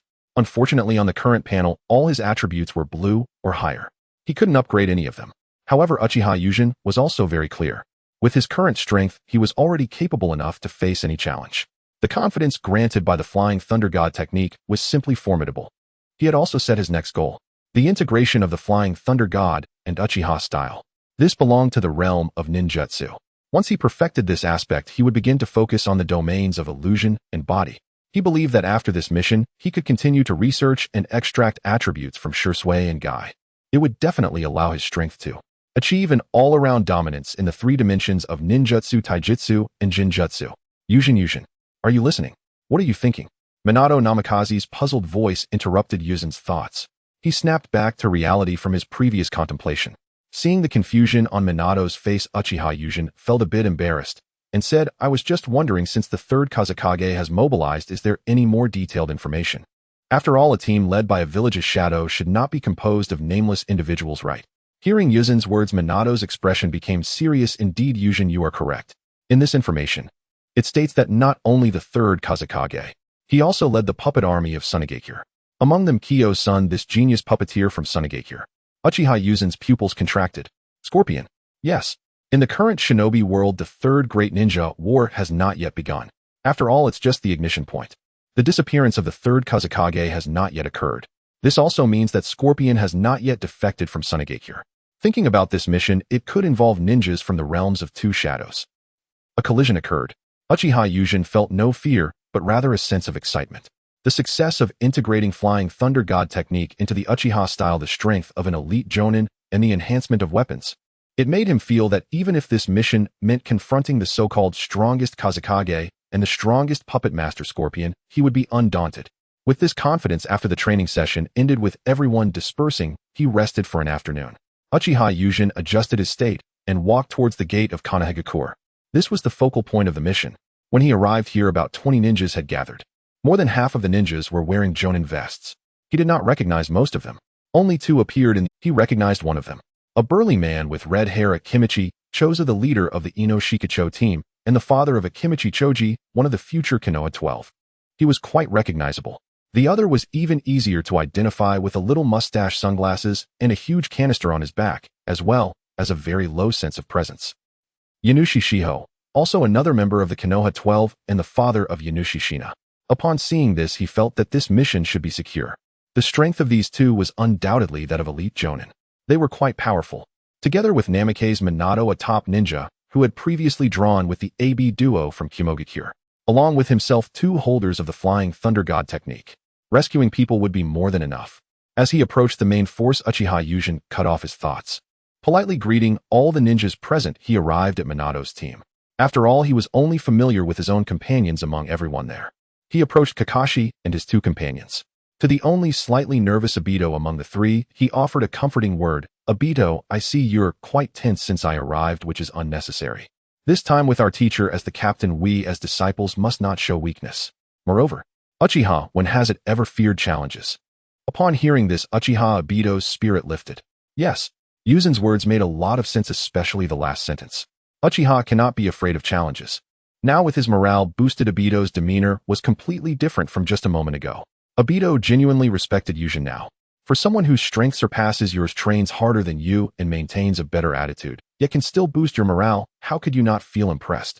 Moreover, even though Obito is currently a kind-hearted, atypical Uchiha, he still strongly identifies with the sense of honor that the Uchiha name carries. Thus, now that he had his spirits lifted, he resolved to not disgrace himself in the upcoming mission. Meanwhile, the distant Namikaze Minato also witnessed this scene. And it wasn't just him who saw it. As the vice-captain of this mission at Kimichi, Choza noticed it too. He raised an eyebrow and said to Namikaze Minato, "Minato-kun's disciple is truly outstanding." He couldn't help but marvel. Uchiha suddenly had 2 clan members join the Hokage lineage. This is significant for all the clans in Konoha. Not to say it was unprecedented, as previously Uchiha Kagami was a disciple of the second Hokage, but it was certainly shocking. After 20 years, is the Uchiha clan about to re-enter the core circle? Now that Uchiha kid with extraordinary chakra strength and presence. The words of comfort to another companion were heard by them all, and they felt this child is destined for greatness. After all, being strong on your own is not particularly impressive for a Konoha ninja who carries the will of fire. However, if you are strong and can motivate your comrades, then most people in Konoha would highly recognize such a strong individual. The words of comfort to another companion were heard by them all, and they felt this child is destined for greatness. After all, being strong on their clan does not speak much, but they recognize worthy ninjas as true comrades. This Uchiha Yūjin, no matter what, when he can bestow spiritual strength upon his companions, he is acknowledged. Namikaze Minato, needless to say, feels a different kind of joy when praising his disciple to himself versus when others praise him. The feeling is entirely different. More importantly, since Yūjin can comfort his comrades, it signifies that the likelihood of him becoming increasingly extreme in personality is lower.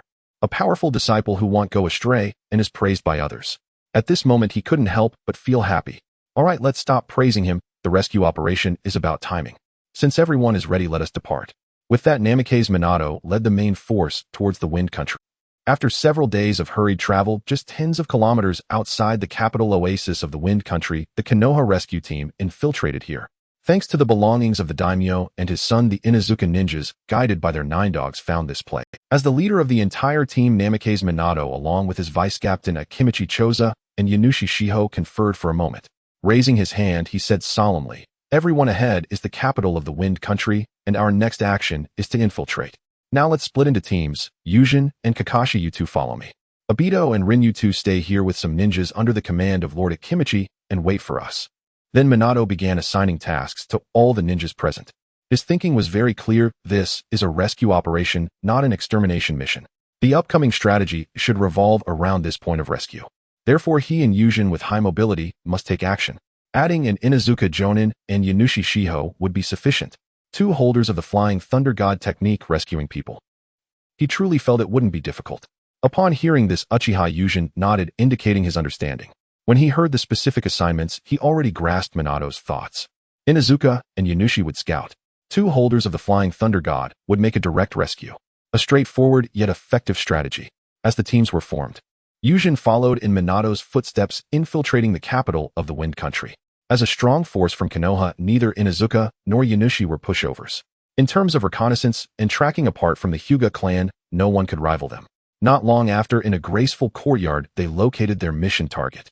Yanushi Shiho raised his hand, and a bug with scouting capabilities landed. After receiving it, he sensed carefully for a moment. He spoke to those present. The daimyo of the Land of Rivers and his son are being kept under house arrest in one place with monstrous chakra on both sides shaking the bugs. One of them should be the Kazekage, and the other is not very clear from the bug's perspective. It should be that scorpion of the red sand. Upon hearing this, Namikaze Minato pondered for a moment. We will go straight for them and rescue them directly. I will hold off the Kazekage, and as for the scorpion of the red sand, Yūjin will handle it. Uchiha Yūjin heard the command from Namikaze Minato. He calmly nodded, saying, "Understood."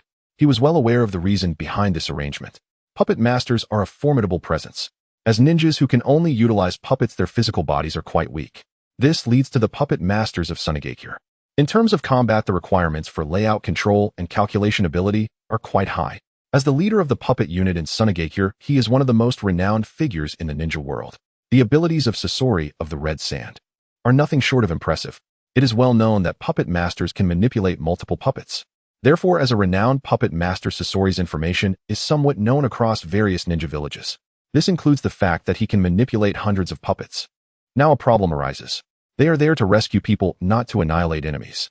For rescue, efficiency and speed are essential. And the ninja known as Sasori, who can manipulate a multitude of puppets and possesses combat power comparable to that of a village leader, is indeed a significant trouble. After all, during a rescue, with just a wave of his hand, the advantage in numbers for their side would vanish. How could they save anyone then? At that moment, alongside the third Kazekage and other sand ninjas. For self-preservation and retreat, it would be quite challenging. Therefore, this guy must be entangled by someone. Namikaze Minato is going to confront the third Kazekage. Uchiha Yūjin helplessly discovered that apart from himself, who possesses the Flying Thunder God technique, no one else can engage Sasori of the Red Sand. When Minato saw his disciple, he did not ask too many questions about his arrangements. He directly agreed. Through his expression, he realized that Uchiha Yūjin had immediately comprehended. This made Minato have a deeper understanding of his disciple. If the previous quick learning of ninjutsu and the miracle of copying bloodline limits impressed him, now in terms of intellect, he also sensed the terrifying aspect of Yūjin. His comprehension is remarkably swift. No, to put it more accurately, his perspective on events is unique. That is why he can grasp things immediately upon command. It should be noted that ordinary ninjas, or rather 99 of ninjas in Konohagakure, have issues with their perspective. Even those elite jounin. Namikaze Minato understands very well what causes this. As a commoner, he has managed to enter the core circle of Konoha at such a young age.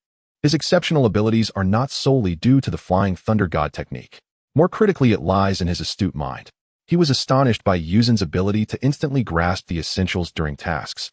However, Minato quickly severed those thoughts. At present, the urgent matter is to carry out the mission. The rescue team began to split. Naturally, Yūjin, who was entrusted with an important responsibility, he directly joined the assault team. Meanwhile, Obito and Rin, who are not highly mobile and have other functions, were led by Akimichi Choza. As support, with the division completed, their assault team hastily infiltrated the vicinity of the target. A buzzing sound approached. Yamanaka Shikamaru extended his hand slightly and caught several small insects. The link of chakra allowed him to understand the layout of that residence. From the observation of the reconnaissance insects, I have a rough understanding of the situation inside. He reported, there are two massive chakra responses, one on each side of the courtyard. A large number of sand ninja are distributed around the center room. Upon hearing this, Uchiha Yūjin's eyes darkened and his eyelids trembled. The crimson Sharingan appeared in his eyes. The inside of the Sharingan is quite strong. In this aspect, though it may not be as good as the Byakugan, it does not mean it lacks capability. When the Sharingan is activated, its unique vision allows one to see the blue reactions of chakra. Yūjin's gaze swept over that courtyard. At this moment, even with the walls obstructing the view, he could still see the sparse blue chakra responses. Indeed, it was just as Yamanaka Shikamaru had detected. Two sources of chakra responses that could not be blocked by the walls rose on either side of the courtyard. In the open space in front of the hall, a majority of chakra responses gathered. Yūjin pondered for a moment, turned his head, and advised Namikaze Minato Sensei, the mission target is likely in that surrounded hall. They have set up a large number of ninjas there, and if we charge directly in, even if we succeed, there will still be significant casualties. To this, I have a suggestion. Upon hearing this, Namikaze Minato curiously asked, what suggestion? Share it with me. Since Sasori and the third Kazekage are on either side with their underlings in the center, Yūjin spoke confidently while pointing at that residence. Let's cut them off directly. Everyone is aware of the impact of fire release. I will separate them with a massive flame, then Minato Sensei will deal with the Kazekage, and I will handle Sasori. At this point, Uchiha Yūjin confidently clenched his fist and said, the remaining companions will directly bring the target out. As soon as his voice fell, the scene fell silent. Kakashi's eyes widened, staring intently at Yūjin as if he was meeting him for the first time. He had been Yūjin's companion for some time now. Not to mention the time before awakening the Sharingan, when he was just a useless person. The growth in strength after awakening the Sharingan had surpassed him in a short time. However, in terms of intelligence, it felt as if a different person had emerged.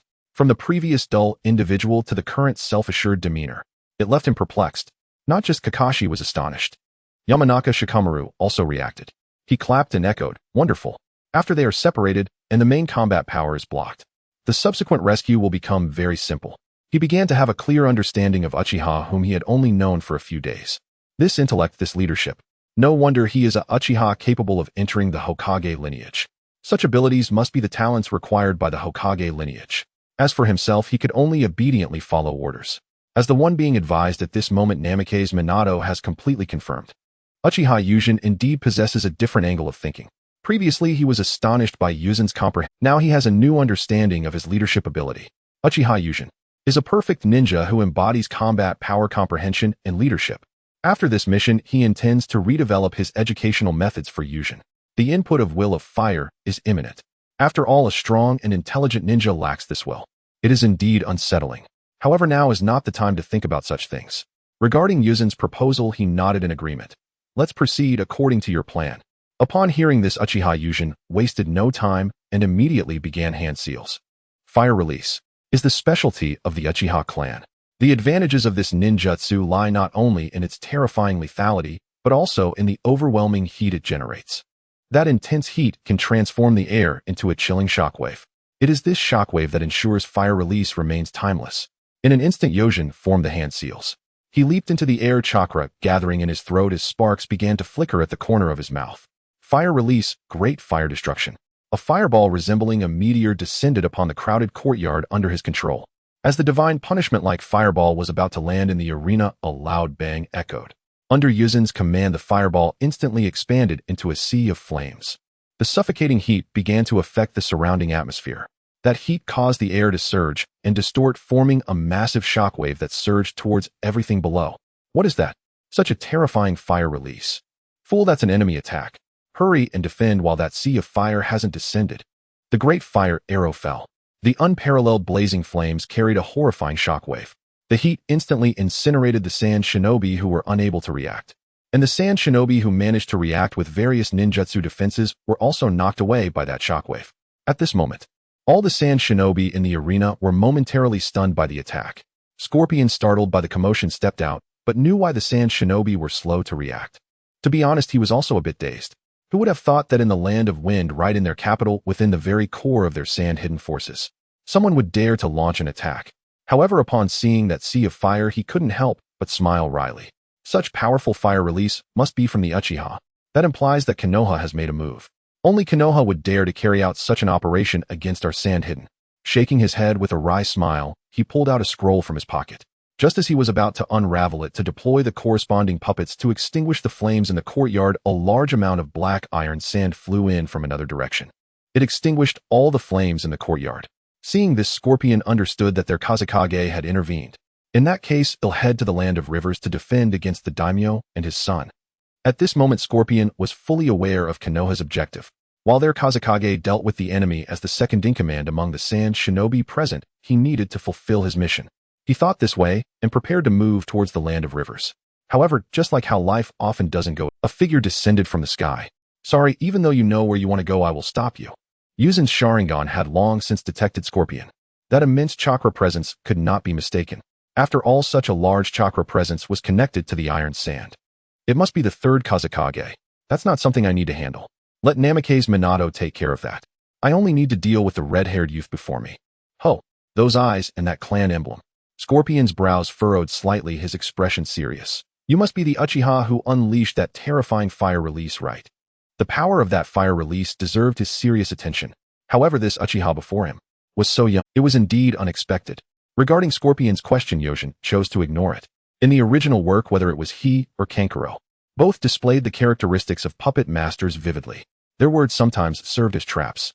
After all, the situation before Yūjin's eyes was only Scorpion was present, and there were no visible puppets around. So who knows if his questioning was merely a delay tactic to summon puppets? Thinking of this, Yūjin's body trembled slightly. The crimson Freedomo Sharingan rotated. Sparks of fire ignited from his body. Yūjin fully activated Uchiha's ninjutsu techniques. With a loud bang, the ground beneath his feet shattered instantly. In the next moment, his figure vanished. He decided to probe the waters. After all, facing a power comparable to a village's shadow, one could never be too cautious. Yūjin instantly appeared beside Scorpion. His ninja blade had been drawn out at some point, gleaming with a cold light. A deadly aura flashed. Just as that sharp edge was about to strike Scorpion, an unexpected event occurred. With a bang, the ground under Scorpion's feet shattered in an instant. A tall and sturdy puppet appeared, raising the adamantine wall in its hands. It blocked Yūjin's ninja. The clash of the ninja blade and the iron arm echoed. What a naive kid, did you really think that we puppet masters would foolishly make no defenses? Scorpion sneered, and the chakra strings in his hands moved. The internal mechanisms of the sturdy puppet began to turn. Crack! The adamantine arm that collided with the ninja blade underwent a transformation. The sides of the arm began to deform, extending several small mechanical arms. At the end of these arms were kunai bearing purple markings. The purple markings on the kunai emitted a foul odor. This made Yojin, who was in a standoff with the puppet, realize that this was Scorpion's usual tactic mechanism's venom. Seeing this, Yojin calmly retreated, trying to escape. Naive little brat, it seems I overestimated you earlier. A hint of disdain appeared in Scorpion's eyes. The internal mechanisms moved slightly and immediately launched the venomous kunai. Yuzen's Sharingan spun rapidly, and his left hand swiftly. The internal mechanisms moved slightly and immediately launched the venomous kunai. Yuzen's Sharingan spun rapidly, and his left hand swiftly drew several flying Thunder God kunai from his ninja tool pouch. Chakra infused, he flicked his wrist. Uchiha-style shuriken technique, 5 consecutive. The kunai flew from his hand, following a subtle trajectory towards the venomous kunai. Sounds of clashing echoed. The venomous kunai were all shot down.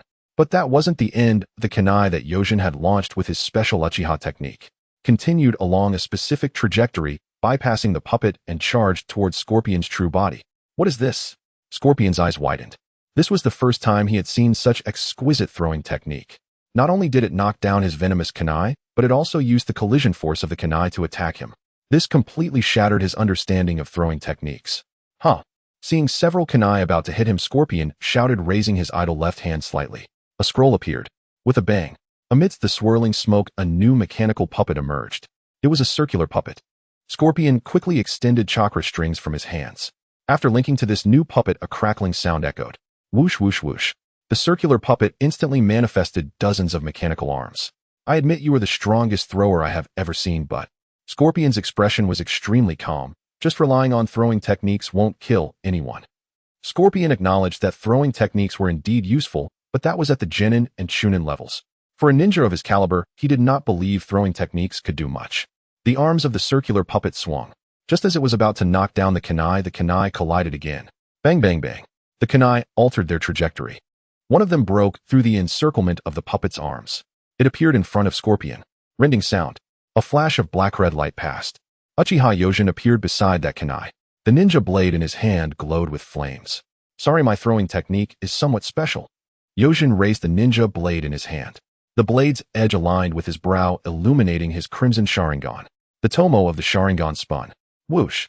The fiery thrust surged forward, aiming for the scorching flames of death. The Scorpion's pupils constricted sharply, and the hair on its body stood on end. The breath of death wrapped around him like a constricting snake. What is this? Why can this guy break through my puppet defense circle? He appeared here in an instant. This is unreasonable. This defies common sense. This is not real. Is this an illusion? In an instant, the Scorpion's thoughts raced. He couldn't understand why a person could be perfectly fine and then appear here in the blink of an eye. It was as if jumping from one space to another. Wait a second. As the Scorpion's thoughts reached this point, a flash of inspiration struck him. Space movement. So that's how it is. The Scorpion's consciousness emerged from the fleeting thoughts, and he exclaimed in realization, a miraculous technique. However, the corners of the Scorpion's mouth curled into a cruel arc. He continued in a lofty tone, you must be underestimating me. Crack, crack, crack. The sound of mechanisms rumbling echoed from within the Scorpion's body. Uft. Mechanical arms pierced through his clothing and extended out. The palms of the arms opened, revealing tubular mechanisms. With a hum, those tubes spat out fierce wind-style chakra. Under the Scorpion's control, that chakra transformed into a hurricane. The hurricane carried unparalleled cutting force, driving power, and repelling force. It surged forward like a tsunami towards the piercing attack of Uchiha Yojin. Pushing forward. I knew it couldn't be that simple. Uchiha Yuzen's Sharingan narrowed as he marveled at the Scorpion's transformation. Just moments ago, he thought his ambush had been effective. He believed he would achieve the accomplishment of killing a shadow-level expert with the Flying Thunder God technique before the Scorpion revealed his true capabilities. Seeing the hurricane about to crash into him, Yojin severed his thoughts, and with a thought his figure vanished from this spot, evading the Scorpion's hurricane attack. At this moment, the Scorpion, having revealed his puppet form, prepared to unleash his full power. Be amazed, Uchiha kid, since I completed this research project. You are the first person to see me in this form. The Scorpion stood in the arena, his demeanor imposing. This is his puppet secret technique. In pursuit of eternal art, he first modified himself after understanding his puppet research. Seeing the Scorpion in such a form, Uchiha Yojin immediately realized this guy intended to take him seriously. The Scorpion in puppet form. The puppets he could control would number in the hundreds. Huh. Yojin exhaled a breath of turbid air, gripping the Flying Thunder God kunai in his left hand. Is that so? The first to see. I am truly honored. As he spoke, he lowered his gaze slightly. His scarlet and enchanting Sharingan trembled slightly. The three tomo in his pupils began to spin rapidly. The ninja blade in his hand ignited with fierce flames. He knew very well that the illusion of the Sharingan would not work on the scorpion, who had transformed himself into a puppet. You can't expect an illusion to deceive a steel head, can you? If the illusion is useless, then he would increase the output of chakra, making the lethality of the Uchiha-style ninja body technique even more ferocious. There was no need to worry about the amount of chakra. During this time, the combination of Uchiha purple and natural energy affinity blue had allowed his body to grow further. The rate of chakra increase had significantly improved. After all, the chakra amount of the Uchiha aside from the Senju and Uzumaki clans. In the ninja world, he truly was unmatched by anyone. Moreover, with the enhancement of natural energy affinity, one would not dare to say more, but he possessed at least 20 Kakashi's worth of chakra. So, now let me engage in battle with the scorpion of being comparable to a village's shadow to validate the gains and training of these past few months. Purity, how is it really? The scorpion, seeing the expression of the young man before him, knew the opponent was going to fight with all his might. Unfolding his puppet mode, he stared at Yuzen's scarlet eyes. With a calm smile, the Sharingan. A nice collection, I have decided. I will make you my first weapon. The creation of a puppet can retain the bloodline limit. He believes his first puppet weapon will be the renowned, which is not bad. With that, the scorpion spread his arms, and the scroll in his hands slowly unfurled. Then at his heart, a fierce chakra ignited. The blue chakra began to wriggle and split into strands. When the scroll was fully unfurled, it burst open with a bang. Countless puppets appeared out of thin air. The many chakra threads that split from the scorpion's heart immediately connected. This is the scorpion's ultimate technique. Red secret technique, 100 machine manipulation. Facing the overwhelming puppets, Uchiha Yojin responded lightly. If you can do it, then bring it on. Then he lightly turned the handle of his blade, aiming the edge directly at the scorpion's heart. He might not know much, but he knew where the scorpion's regenerative core was. In his past life, he vividly remembered the beginning of the Wind Chronicles. These puppets seemed numerous, but against himself, who possessed the flying thunder god, they truly did not seem to have much use. After all, if he couldn't hit them, these puppets would be useless. It seems his mission would be to maneuver around them. There was no pressure at all. After the banter from both sides, they began to lock eyes. Killing intent flowed between their gazes. With a tearing sound, Yuzen's figure vanished instantly. Just like that, both sides began to engage in combat. As Uchiha Yojin began to clash with the scorpion, Kakashi and Oil Girl Shizum successfully broke into the hall. They also quickly found the Lord of the Land of Rivers and his son. Thanks to Yuzen's fire style, those sand ninja were dispersed, otherwise we wouldn't have been so easy. Kakashi walked out of the main hall and turned to look at the battle between Yojin and the scorpion. He remarked with some admiration. The name of the scorpion Chio is known to all as one of the few trademarks of Sunigakure. This genius puppet master, the leader of the sand puppet army.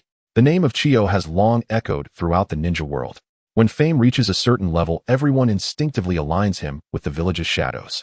This point is common among the legendary three of Konoha. Now, upon witnessing the clash, Kakashi realized this was different from his own sparring. Uchiha Yojin was truly fighting against a shadow-level powerhouse. It was impossible for him not to be shocked. The growth was too rapid. It was simply unreasonable. Deep down, he still wanted to catch up to Yuzen's strength. Considering Yuzen's growth rate during this time, could he really accomplish that? However, when Kakashi saw the surrounding sand ninja recovering from Yuzen's fire-style attack, as they began to gather here, he severed his thoughts. Now was not the time to think about that.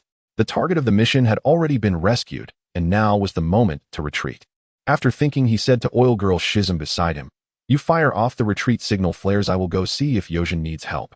After saying that, he leapt into the air and rushed towards the battle between Yojin and the scorpion. Uchiha Yojin had been entangled with Scorpion for quite some time. He felt an immense pressure. Scorpion's fighting style was all about puppets and deadly poison. This was nothing unusual. Every puppet master operated this way, including Scorpion's grandmother Chio. However, when it was Uchiha Yuzen's turn to face the strongest puppet master in history, he realized just how terrifying Scorpion was, controlling hundreds of puppets. These puppets, under the manipulation of Scorpion's secret technique, moved with unbelievable agility. The sheer number of puppets combined with countless hidden mechanisms and blades overwhelmed him. All of this made Yuzen's nerves extremely tense. He concentrated with all his might, utilizing the Flying Thunder God technique for instant movement. This was to evade the relentless attacks that filled his vision. Unlike Yujin, who felt pressure, Scorpion was merely astonished. Having already unleashed his secret technique, Scorpion thought to himself that eliminating a small nation would be a piece of cake. How much easier would it be to dispose of a mere elite jonin? Indeed, Scorpion's keen eyes had long since recognized Uchiha Yuzen's ninja caliber, which was at best that of an elite jonin. He was far removed from a powerhouse who had stepped into the realm of shadows. Yet this kid, despite his inferior strength, was driving him crazy with that troublesome technique. His secret technique had already managed to manipulate nearly 300 puppets, whether it was fire, wind, earth, yet that kid opposite him merely flicked his kunai, and with a single disappearance, all those attacks turned to nothing. Just like this time. When Scorpion thought he had finally used his elaborate setup to corner this kid, Uchiha Yuzen effortlessly escaped the carefully laid trap. This left Scorpion utterly defenseless. How can this be? How could there be such a shameless space-time ninjutsu? It was truly outrageous. Scorpion had already discovered that the enemy's instant movement required a kunai. He had long wanted to impose restrictions on it. However, Uchiha's throwing technique had taught him a lesson. It was impossible to restrict it. This throwing technique, which he could not comprehend, allowed kunai to move freely among his puppets. The Uchiha-style throwing technique combined with that instant movement technique was infuriating. It meant that the Uchiha could only attack others while being untouchable himself. When Scorpion thought about this, he truly found the technique too shameless. Yuzen flickered in the air, dodging a great number of puppet attacks. Just as he caught his breath, he heard Scorpion's grumbling. He couldn't help but smile smugly at Scorpion. What's wrong? Are you getting frustrated now? After this period of entanglement with Scorpion, he was very clear on what level his strength was at. The assessment of elite jonin on his panel was not to be taken lightly. However, with the Flying Thunder God technique at his disposal, as long as he didn't imitate the second Hokage Senju Tobirama and engage in reckless sacrifices, he could generally hold his own against Shadow and Super Shadow level powerhouses. There was no denying that the Flying Thunder God was that powerful. Even in Boruto's era, when fighting those gods, it still operated on the front lines of space-time ninjutsu. Also, could you please refrain from being so rude, calling your own ninjutsu shameless? Such words would only reveal your weakness. Uchiha Yuzen spat out trash talk, hoping to influence Scorpion's mindset. Besides, how could his version of the Flying Thunder God integrated with the Uchiha style be called shameless? The truly shameless space-time ninjutsu had to be Obito's Kimui. That was in Yuzen's heart the most shameless space-time ability. Scorpion was unaware of Yuzen's thoughts. However, the trash talk he heard nearly made him explode with rage. Was he being rude? You're the real rude one. At that moment, Scorpion's face was cold as he said clearly, just a pathetic rat forced to flee, and yet you're trying to act tough. Boundless malice surged from Scorpion. Just as he was about to continue his assault, a loud bang echoed from the distant sky. A signal flare unfamiliar to Scorpion lit up. Unfamiliar to Scorpion, but very familiar to Yuzen. It was the signal that the mission target had been secured and they could retreat. Thinking ahead, he just needed to hold on for a while longer in this entanglement before they could withdraw. Uchiha Yuzen's spirit lifted. Looks like it's coming to an end. Scorpion heard Yuzen's murmurs and sighed helplessly. How could you let the Leaf Village succeed in the land of Wind's capital? That third Hokage must be truly embarrassed this time. He was delighted to see the third Kazekage's misfortune. He always believed that it was due to the third Kazekage's negligence that the Leaf Village had invaded the land of Wind during the last Ninja World War. This had ultimately led to the death of his parents. When he saw Scorpion mocking the third Kazekage, at that moment Yuzen swiftly dodged away. Just as he was about to raise his ninja blade to slash with a flame blade, Kakashi rushed over from a distance. Yuzen, it's time to retreat. Kakashi saw the hundreds of puppets and the somewhat fatigued Yuzen at the scene. His mindset shifted entirely. Before coming, he had wanted to see if he could help. But now, seeing the overwhelming number of puppets, he calmly deduced that it was time to retreat. Upon hearing this, Uchiha Yuzen nodded in acknowledgement towards Kakashi in the distance. He pondered briefly and immediately made his judgment. Since even Kakashi had appeared here, it meant that the mission target had been secured and the situation was not too. Thus, it was indeed time for him to retreat. With that thought, he vanished and sped towards Kakashi. When Scorpion saw Kakashi, it felt as if he had been struck in the head. The White Fang of the Leaf, his sworn enemy. He was well aware of all the information regarding him. So when he saw Kakashi, he immediately recognized this enemy's son. As the saying goes, debts must be repaid by the children. When Scorpion saw Yuzen joining Kakashi, he realized what was happening. These two were trying to escape. In this situation, he could no longer hold back. You can't escape. Accept your death. Scorpion roared, commanding his puppets to attack Kakashi and Yuzen. He didn't believe that the space-time ninjutsu could teleport people instantly. Boom. Countless puppets launched a barrage of attacks. Blades, wind techniques, deadly poisons, flames. In that moment, they all struck that area. However, Scorpion's expression darkened. They really can move people together. Damn it. As the smoke dissipated, there was no longer any sign of Uchiha and Kakashi in the struck area. At that moment, Scorpion had no idea that this space-time ninjutsu could transport people. Cursed, cursed, cursed. The escape of the enemy's son. made the feelings of revenge he had worked so hard to suppress over the years flare up within him. His gaze turned towards the location of the third Kazekage's battle. He looked over there where iron sand was flying everywhere and sighed softly in his heart. It's all your fault that my parents died, due to your negligence, and it's because of your carelessness this time that the situation has turned out this way. With that thought, it seemed he made a decision. He solemnly withdrew his puppets, and then headed towards the battlefield between the Kazekage and the enemy. On the other side, Yojin, along with Kakashi and Shuanli, had successfully escaped from the capital of the Land of Wind. Yojin, being a cautious individual, had prepared for this mission in advance. Long before he had inscribed the Flying Thunder God Techniques seal outside the capital. The location was unmistakably where another small team was situated. Just moments ago, he had confronted Scorpion's attack and had directly transported himself and Kakashi back here using the Flying Thunder God. It must be that the Red Sand Scorpion is currently in a state of confusion. He must be quite speechless right now. Yojin felt a moment of pride in his heart, but quickly severed his thoughts. Upon returning to the camp, both he and Kakashi understood the importance of the mission. He immediately met with Akimichi Dingza. Senior Dingza, how is the situation? Have Senior Jiwei and the others brought back the daimyo and his son?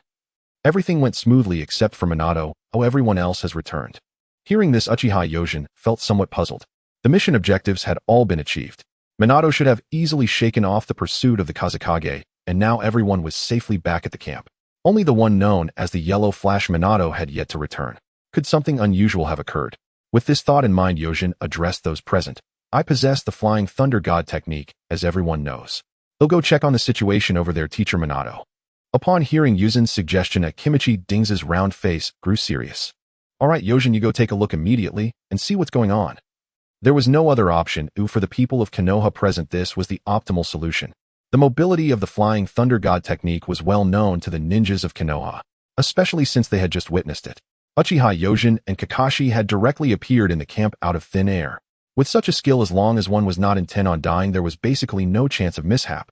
Hearing the response, Uchiha Yojin wasted no time. With a flash, he vanished from the camp. Yuzin's figure reappeared in the city.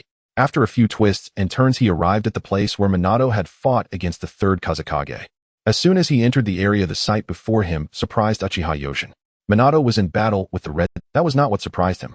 What astonished him was the third Kazekage, who was lying nearby clad in a black cloak, his body showing signs of a dark blue hue. The dark blue color of his skin made Yojin realize that this man had been poisoned. At this moment, Yojin quickly analyzed the specific situation. Among the three present, the one using lethal poison was without a doubt Scorpion, the puppet master. Therefore, the third Kazekage's downfall was unmistakably at Scorpion's hand. Yojin was not surprised by this. In the original story, he had also assassinated the Kazekage around this time. It was only natural for him to take lethal action now. At this moment, the two combatants in the arena also noticed Yuzin's arrival. Seeing this, Minato raised his eyebrows and his expression began to relax. He called out to Yojin, "Yojin, go check on the third Kazekage's condition."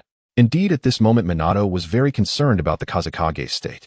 He truly had not expected that this mission would encounter such an internal conflict in the Sand Village. This Scorpion had launched a surprise attack on the Kazekage from behind while he was engaged in battle. This was a consequence that Minato could not accept. If the Kazekage were to die during this mission, he could only imagine that regardless of whether the Sand Village could uncover the truth, this mess would undoubtedly fall on Konoha. He was well aware of the current situation in the ninja world. If such a scenario were to arise, a great war would be inevitable. It was precisely for this reason that he had entangled himself with Scorpion, hoping to find an opportunity. Now the opportunity had indeed arrived. As soon as Yojin appeared, he immediately called out to check on the Kazekage's condition. Hearing this, Uchiha Yojin wasted no time. He dashed over to the third Kazekage. Fortunately, Minato had successfully deflected all of Scorpion's attacks. He effortlessly reached the Kazekage's side. Seeing the Kazekage in a coma, he immediately crouched down to examine him. "This is not good," Yojin murmured after his examination. Looking up, he hurriedly shouted to Minato, "Teacher Minato, the condition of the Kazekage is dire. If he is not treated, he will die in at most 10 minutes. Then Yojin, take Lord Kazekage to our camp and let the medical ninjas treat him with all their might." "Yes." Uchiha Yojin, upon receiving the order, hoisted the third Kazekage and was about to leave the battlefield. However, Scorpion could no longer contain himself upon seeing this. He had managed to seize the opportunity to ambush the Kazekage, not to mention the hatred in his heart. After completing his research on human puppets, he had long coveted the strongest Kazekage. "You will not take the Kazekage away." With a roar, he launched a desperate attack. His numerous mechanical hands produced a scroll. With a loud bang, A massive number of puppets appeared out of thin air. The red secret technique, 100 Machines Manipulation, was fully activated. Unlike the previous battle with Yōjin, where he had only summoned 100 puppets. At this moment, the anxious Scorpion had pulled out all his assets. A total of over 300 puppets extended their mechanical hands. They surged towards Uchiha Yōjin and the third Kazekage. Meanwhile, Minato from a distance felt helpless. His killing moves were all high-mobility techniques, and he had no means of clearing the field against the hundreds of puppets Scorpion had summoned. He could only hurriedly use the single-target Rinnegan in a flash, trying to destroy as many puppets as possible. As Uchiha Yōjin faced the full force of Scorpion, he had just intended to activate the Flying Thunder God to escape, when he suddenly remembered something critical. The space movement of the Flying Thunder God technique relies on coordinates. Although it does not demand as high a physical condition as the Heavenly Delivery technique from the Cloud Village, there are still some requirements for the body. After all, this technique has high demands on the moment of landing. This explains why the shadow bodyguards in the original story who had already learned this technique were able to move accurately, but used it very clumsily. All of this indicates that while the Flying Thunder God technique is stable, it is not devoid of any physical impact. To make matters worse, Yōjin also discovered that the Kazekage was affected by a neurotoxin, carrying someone who had been attacked from behind and poisoned by a potent neurotoxin, while this toxin had already spread throughout his body. In a jostling state, performing coordinate movement would unfortunately lead to a direct fatality for the Kazekage, as medical knowledge tells Yōjin. After all, a person in such a state requires extreme caution, even in positioning by professional doctors. Tisk, this is troublesome. Uchiha Yōjin clicked his tongue and had no choice but to activate the Uchiha clan's body flicker technique to evade Scorpion's attacks. At that moment, an unexpected situation arose. In the outer battle circle, several sand ninjas appeared. In their eyes, it appeared that the Konoha ninjas had captured their Kazekage, and Lord Scorpion was desperately trying to rescue the Kazekage. Therefore they shouted, "Damn Konoha ninjas, let go of Lord Kazekage." What's the use of shouting? Use your ninjutsu to stop him. The sand ninjas quickly reacted and unleashed their wind release techniques. Boom. Multiple wind release techniques capable of cutting and striking surged towards Yōjin. Faced with this situation where he was caught between a wolf in front and a tiger behind, while also carrying an incapacitated person, Yōjin felt unprecedented pressure. Suddenly, among the puppets pursuing from behind, one puppet underwent a transformation. The puppet's body elongated abruptly. This elongated figure quickly caught up to Yōjin. With a wave of its hand, a sharp blade pierced through the shoulder of the third Kazekage that Yōjin was carrying. Damn it! I let my guard down. Yōjin's expression suddenly twisted in anguish. At this point, the Kazekage was basically doomed. In that case, don't blame me for being ruthless. At this moment, Uchiha Yōjin understood the current situation. The third Kazekage could not be saved. Yōjin supported the third Kazekage's shoulder, and a concealed wind-style chakra emerged. It is well known that wind-style chakra is of a particular nature. Even without forming a jutsu, it would still be incredibly sharp. That sharp wind-style chakra under Uchiha Yōjin's control. Pest! It pierced through the heart of the third Kazekage. But it wasn't over yet. The chakra that entered the Kazekage's body advanced towards his head. Before long, it shattered the third Kazekage's brain into pieces. Indeed, Uchiha Yōjin had quietly dealt the fatal blow to the third Kazekage. Since he couldn't be saved anyway, it was better to benefit himself. Moreover, the third Kazekage was already poisoned and had been pierced by Scorpion's puppet. They couldn't immediately provide him with treatment. The figure of Namake's Minato also came into view. The reality was that the Kazekage was doomed. No matter how the Kazekage struggled, he would die. It was better to let himself gain a considerable amount of battle points. With Yōjin's small maneuver, the third Kazekage departed for the Pure Land. On his own system panel, he gained 1,000 battle points. When Yōjin saw the battle points, he felt utterly delighted. 1,000 points was the most he had seen since awakening his innate wisdom months ago. However, when Yōjin's Sharingan caught sight of the wind-style attack in front and the puppet behind, he realized he was being besieged. He understood that now was not the time for such thoughts. Severing his thoughts, he decisively abandoned the third Kazekage's corpse. He threw a kunai with Flying Thunder God towards Minato.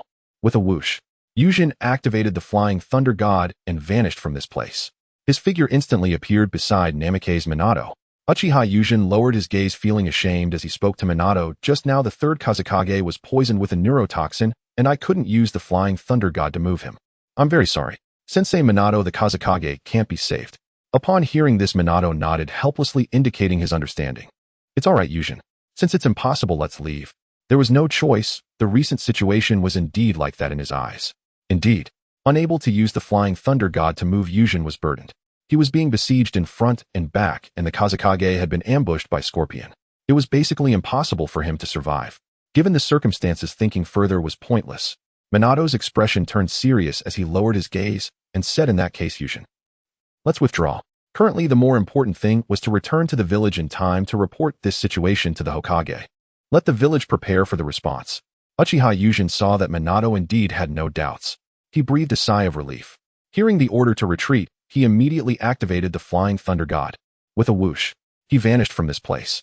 Upon seeing this, Minato took a deep look at Scorpion. He also disappeared from the scene.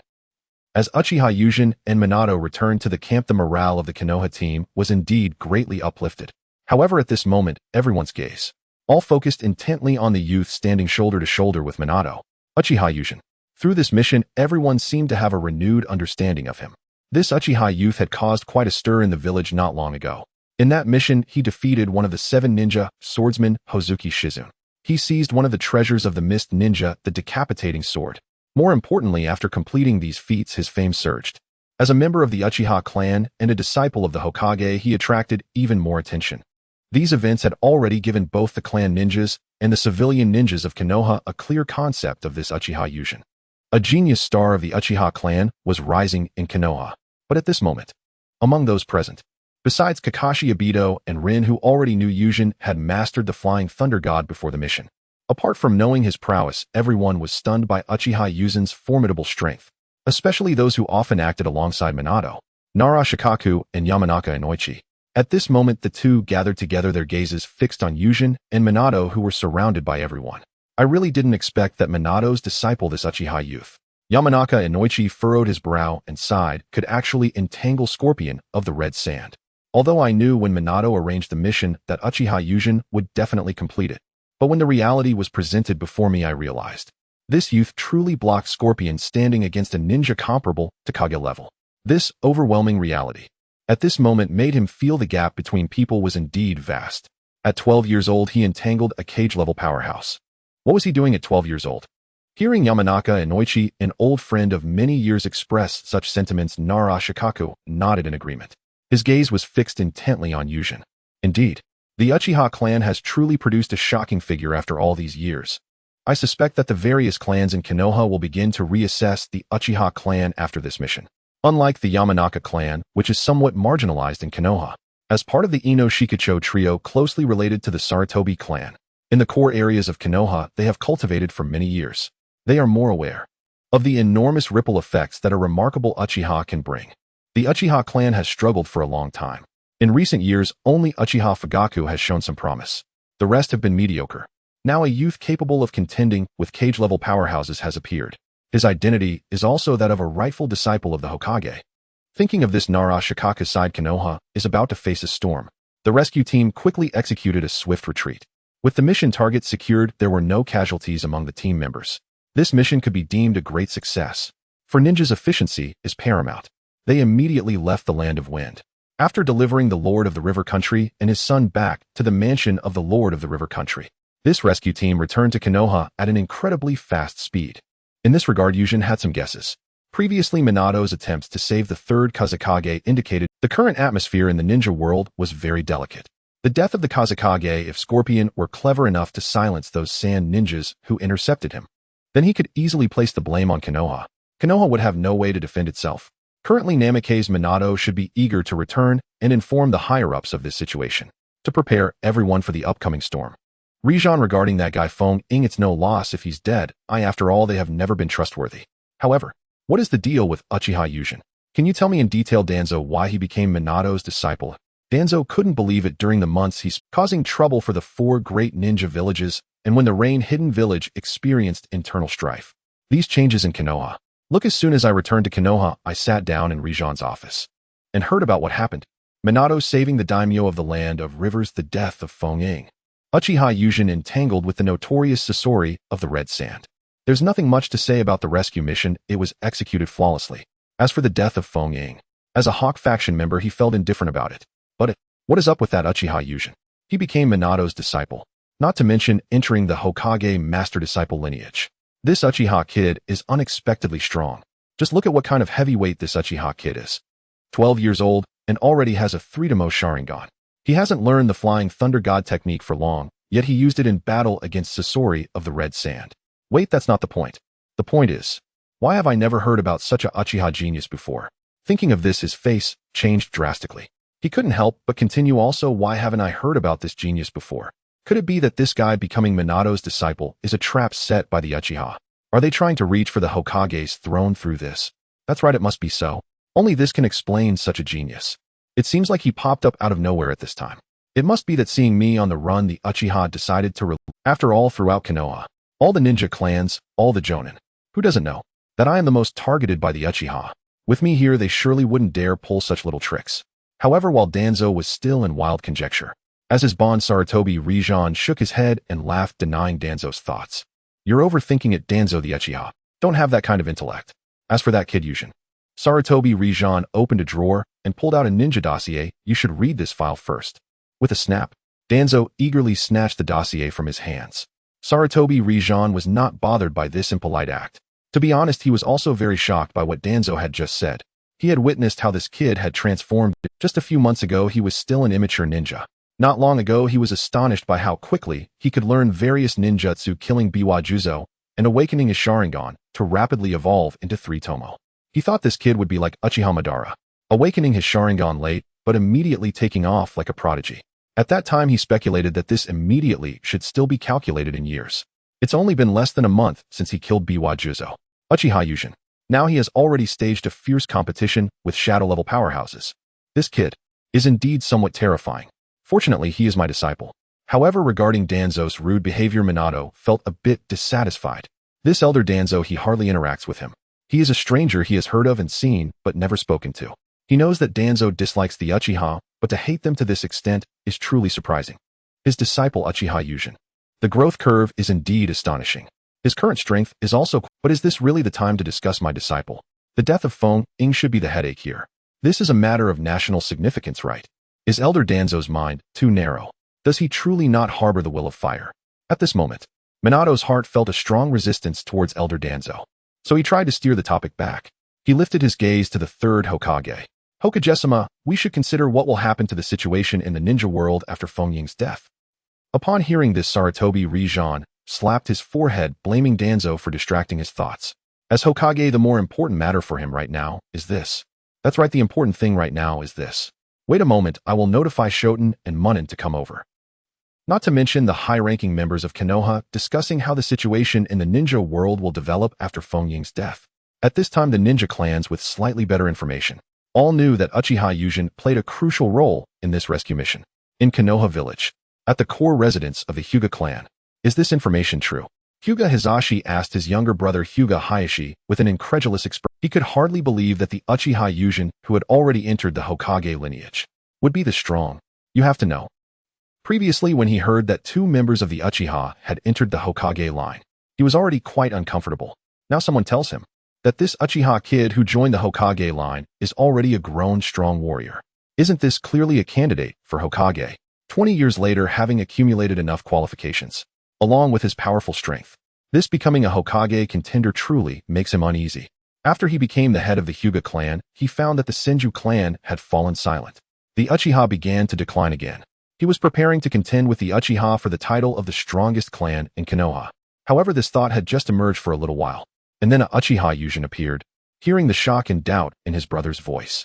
Hyuga Hayashi, who knew his inner thoughts, bitterly explained, this was told to me by a friendly ninja in the... Is that so?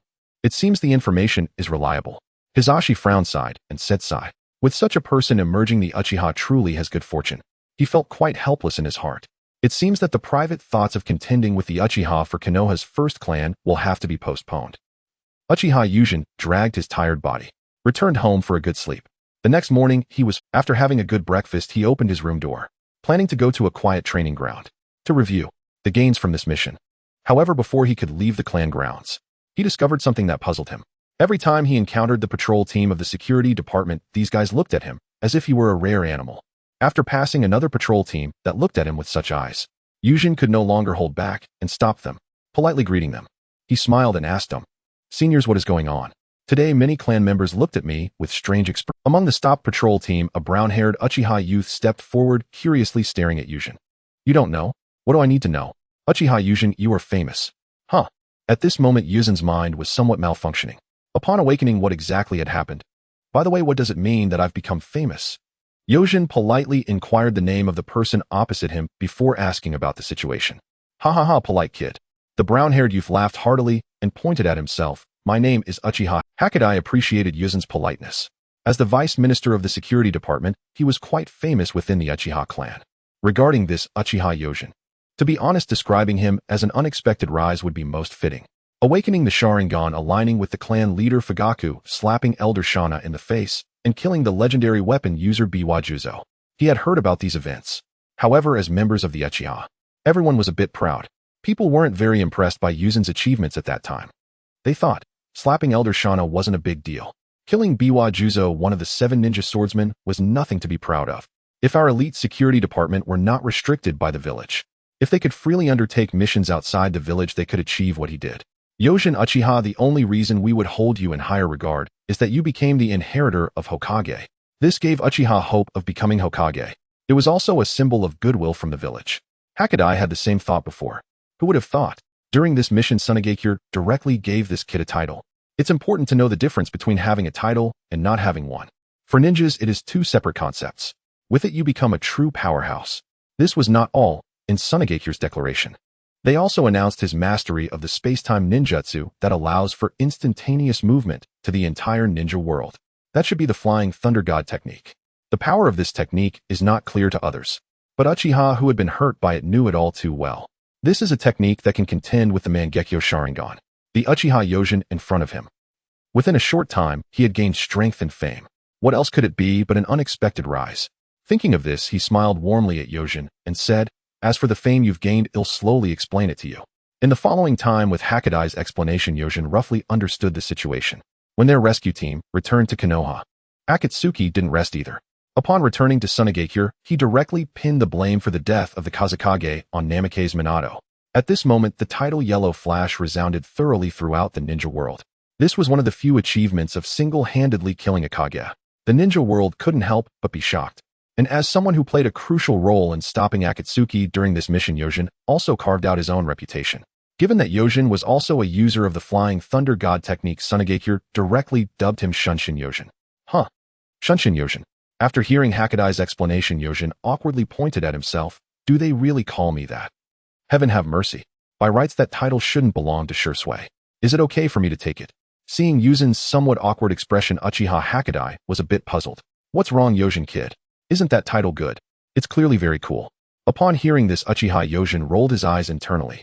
Not to mention that Hakudai Senpai. Thank you for your explanation. I have matters to attend to, so I'll take my leave now. After saying his farewell, he waved to a few seniors. He then disappeared toward the training ground. Uchiha Yojin truly did not expect that the plot would start to change at this moment. There was one part of Hakudai's explanation that left him somewhat troubled. That guy Akatsuki was able to smoothly blame the Kazekage's death on Konoha this time. He didn't need to do anything like defecting from Tsunegakure, as in the original story.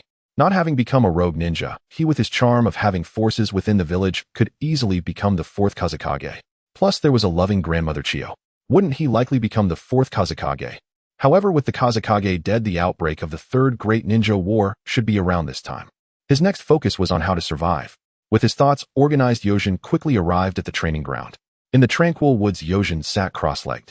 With a thought, his consciousness drifted to a panel visible only to himself. Host Uchiha Yojin. Gender male. Age 13. Strength Kage. Attributes Eye of the Divine Realm, Red Child of Space-Time, Gold Genius, Gold Illusory, Fate Gold. Uchiha Purple Lava Release, Purple Steel Training, Purple Sharingan Blue. Sharingan Blue Fire Release, Blue Wind, Release Blue, In Release Blue. Uchiha Style Blue, Natural Energy Affinity Blue, Undying Bloodsucker Blue, Flying Thunder God Technique Blue. Battle value 1170. The appearance of the panel greatly attracted Yuzen's attention, especially the acquisition of battle value. 1170 points, of which 1000 points were contributed by the recent Kazekage. 100 points were won from a spar with Kakashi before the mission. The remaining 70 points were left over from before. As for how to use these points, Uchiha Yojin already had. I am Uchiha. What is the strongest ability of the Uchiha? Fire Release. No. Is it the splendid combat style of Uchiha? No. What is it? It is the Sharingan, especially the Mangekyo Sharingan. When every Uchiha unleashes this divine power hidden in their eyes, their strength will bring about earth-shattering changes. so there's nothing for me to think about. Upgrading the Sharingan is imperative. After thinking this, Uchiha Yojin focused his thoughts. Attribute extraction system upgrade the Sharingan to the purple attribute level. He was very confident that the purple attribute Sharingan would correspond to the Mangekyo level.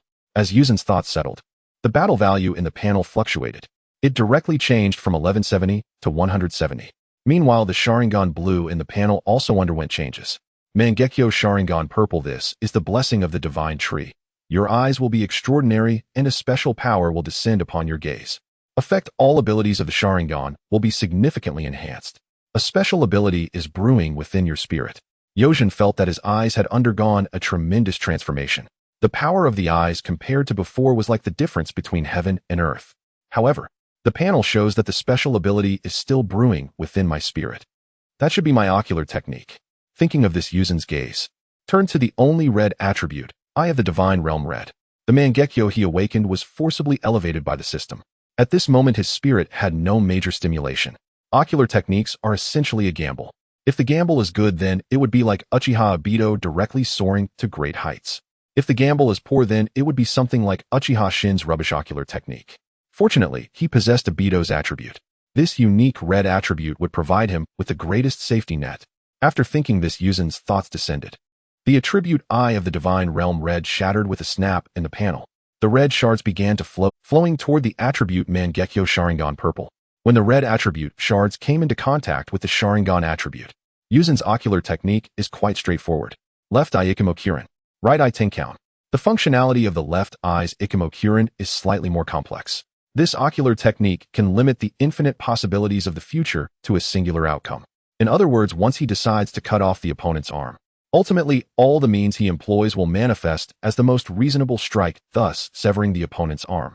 As for the right eye's technique Tenkan, it's very simple and brutal. Once activated, this ocular technique emits a burst of sword light from his eyes. As long as he can see, that sword light can directly sever the captured concepts of time, space, non-karma, and karma. Upon comprehending his own ocular technique, invincible, these three words emerged in Uchiha Yuzen's mind. Ikemokuren limits the enemy's most unfavorable future, while Tenkan can obliterate anything. It stands to reason that possessing these two ocular techniques, I shall become the foremost in the ninja world, killing enemies with the eye. Uchiha Yuzen, with his Mangekyo Sharingan, arrived by a tranquil pond. He gazed into the serene waters. In his eye sockets, he saw that the pair of Crimson Sharingan already lacked 3 tomo. Only slightly intricate patterns shimmered and bloomed within his eyes. Is that a pattern from the straight line? It's also. My ocular techniques are all direct power types. Not a single illusion. It clearly cannot be a curve pattern. He was quite satisfied with his ocular techniques. The patterns of the Mangekyo were also quite good. However, his changes are not limited to just the ocular techniques. At this very moment, Uchiha Yuzen felt that when the Mangekyo Sharingan appeared, his body felt as if a great shackles had been unlocked. It seemed that a vast amount of potential would surge forth from deep within his body. Yuzen clenched his fist and murmured to himself, absolutely right, every Uchiha who activates the Mangekyo can become a powerhouse rivaling the shadows. It's evidently not just due to the ocular techniques. There are also changes in my body. He could feel that for a period of time following this, his chakra would surge significantly. Moreover, I can sense it that guardian spirit of mine will soon take form. Susanoo, Uchiha's guardian spirit. Every individual who awakens the Mangekyo possesses this ability. This ability is quite strong, yet all these need to be mastered one by one. Thus, my next goal is to solidify the power of the Mangekyo during the period of rest before the Third Great Ninja War, to become a true shadow-level powerhouse. With a clear mind, Uchiha Yuzen began his formal training here. In the land of water at the office of the Mizukage, the frail third Mizukage picked up a piece of intelligence. Oh, that little brat who killed Pipa Shirzong actually did something like this. Involved in the mission leading to the death of the Wind Shadow. At this moment, Jin, who assisted the Mizukage, sighed softly. This Uchiha Yuzen, if I remember correctly, is the one who killed Pipa Shirzong. Jin was quite shocked. This Uchiha Yuzen had just killed the family's face not long ago. Now he was also involved in the mission leading to the death of the Wind Shadow. The intelligence from Sunagakure clearly stated. This Uchiha Yuzen, just like his team leader, possesses the ability of instant movement. As an antique, Jin understood very well. That is the Flying Thunder God of Senju Hashirama. This technique is a ninjutsu that can rival Uchiha's Mangekyo Sharingan. Moreover, if he wasn't mistaken, the intelligence showed that this Uchiha Yuzen is only about 13 years old. At this age, to be this powerful, adding the Flying Thunder God, If in the future this little brat awakens the Mangekyo Sharingan, will the ninja world gain a new Shura of the ninja world, or a new god of ninjas? Thinking of this, Jin could no longer sit still. He eagerly spoke to his old partner, the third Mizukage. Mizukage-sama, at this stage, let's make the intelligence on Konoha centered around this Uchiha Yūjin. We must gather all intelligence about him. The old and wise Jin had very straightforward thoughts. To gather all intelligence about this person, to understand his preferences. In case this Uchiha Yūjin really grows to that height in the future, we can cater to him. To preserve the hidden mist village. Jin, why do we need to do this? My thoughts are as follows. Hearing the Mizukage's doubts, Jin expressed the thoughts he had just in his heart. Upon finishing the explanation, a glimmer of red light flashed in the third Mizukage's eyes. Indeed, I am also a ninja who has walked through that era. We indeed should consider, if another such powerful ninja emerges from the Uchiha, how we should position ourselves. Then in the future, let the intelligence focus on this kid as the main target. Upon hearing this, Jin nodded in agreement. However, what he did not see was, in the eyes of the third Mizukage at the center of the pupils, that small point of deep red began to squirm. On the other side, in a sinister cave. In the eyes of the third Mizukage at the center of the pupils, that small point of deep red began to squirm. Asked the old man. Madara, what's wrong?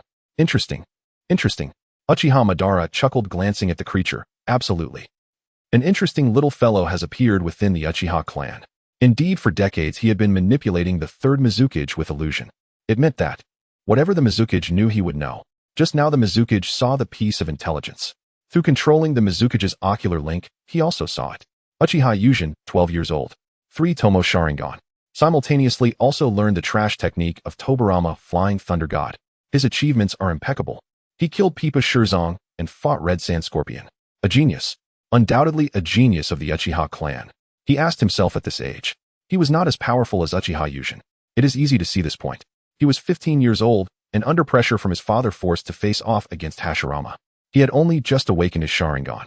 Yet this little brat at 12 already has 3 Tomo, and possesses the troublesome technique of Flying Thunder God. He knows all too well how troublesome this technique is.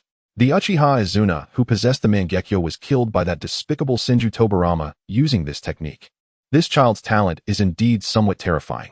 By all means, he must be observed, to see if his character will affect my plans. Whether he can become the heir to my grand design. Lord Madara, are we starting to assess candidates now?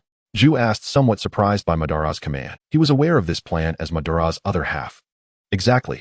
It's time to initiate this plan. Ju, I happen to gather some interesting intelligence from the Hidden Mist Village.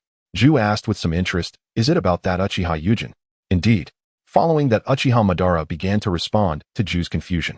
He recounted the information obtained from the Hidden Mist Village regarding Uchiha Yūjin. I see, I understand. I will send by Ju to follow Uchiha Yūjin. Ju said decisively. There was no other choice. This Uchiha Yūjin seemed a bit too outrageous. At 12 years old possessing such power. This is not an ordinary Uchiha. Moreover, Indra's chakra hasn't even reincarnated yet. Where did this Uchiha Yūjin come from? Very well, since we are monitoring Uchiha, let's also see if there are other good candidates. Understood, Lord Madara. After Ju responded to Madara, he infiltrated underground. Madara watched Ju leave. Turning to the outer path golem behind him, he muttered, all of this is for the sake of peace. Time flew by swiftly. In the blink of an eye, Yūjin had returned to Konoha, and it had been over a week. Even now, despite his immersion in training, he learned a major piece of news. The Sand Village has officially declared war on Konoha with ready-made excuses for the conflict. Namikaze Minato killed the third Kazekage. In response, Konoha issued a stern protest. But it was futile. The outbreak of this war had long been foreseen. After the last Ninja World War, the issues among the nations remained unresolved. The economy was still as sluggish as ever. A sluggish economy makes it difficult for the noble lords to thrive. When the noble lords struggle, the hiring of ninja villages will also diminish. This was a dire situation for the ninja villages, where 70% of their financial income relied on mission shares. It was a worsening predicament when all major ninja villages faced difficulties. Looking towards the center of the map. Goodness, Konoha, you have all the advantages of time, location, and harmony. No way, I must go there and take advantage. Especially for the poorest sand village, the perfect excuse was at hand. Moreover, aside from Sasori, the other sand ninjas truly believed that Konoha was responsible for killing the third Kazekage. Thus war broke out between Konoha and the sand village. Still in the training grounds of the Death Forest, Yūjin, who cherished the tranquility here. Once again, he began his training here.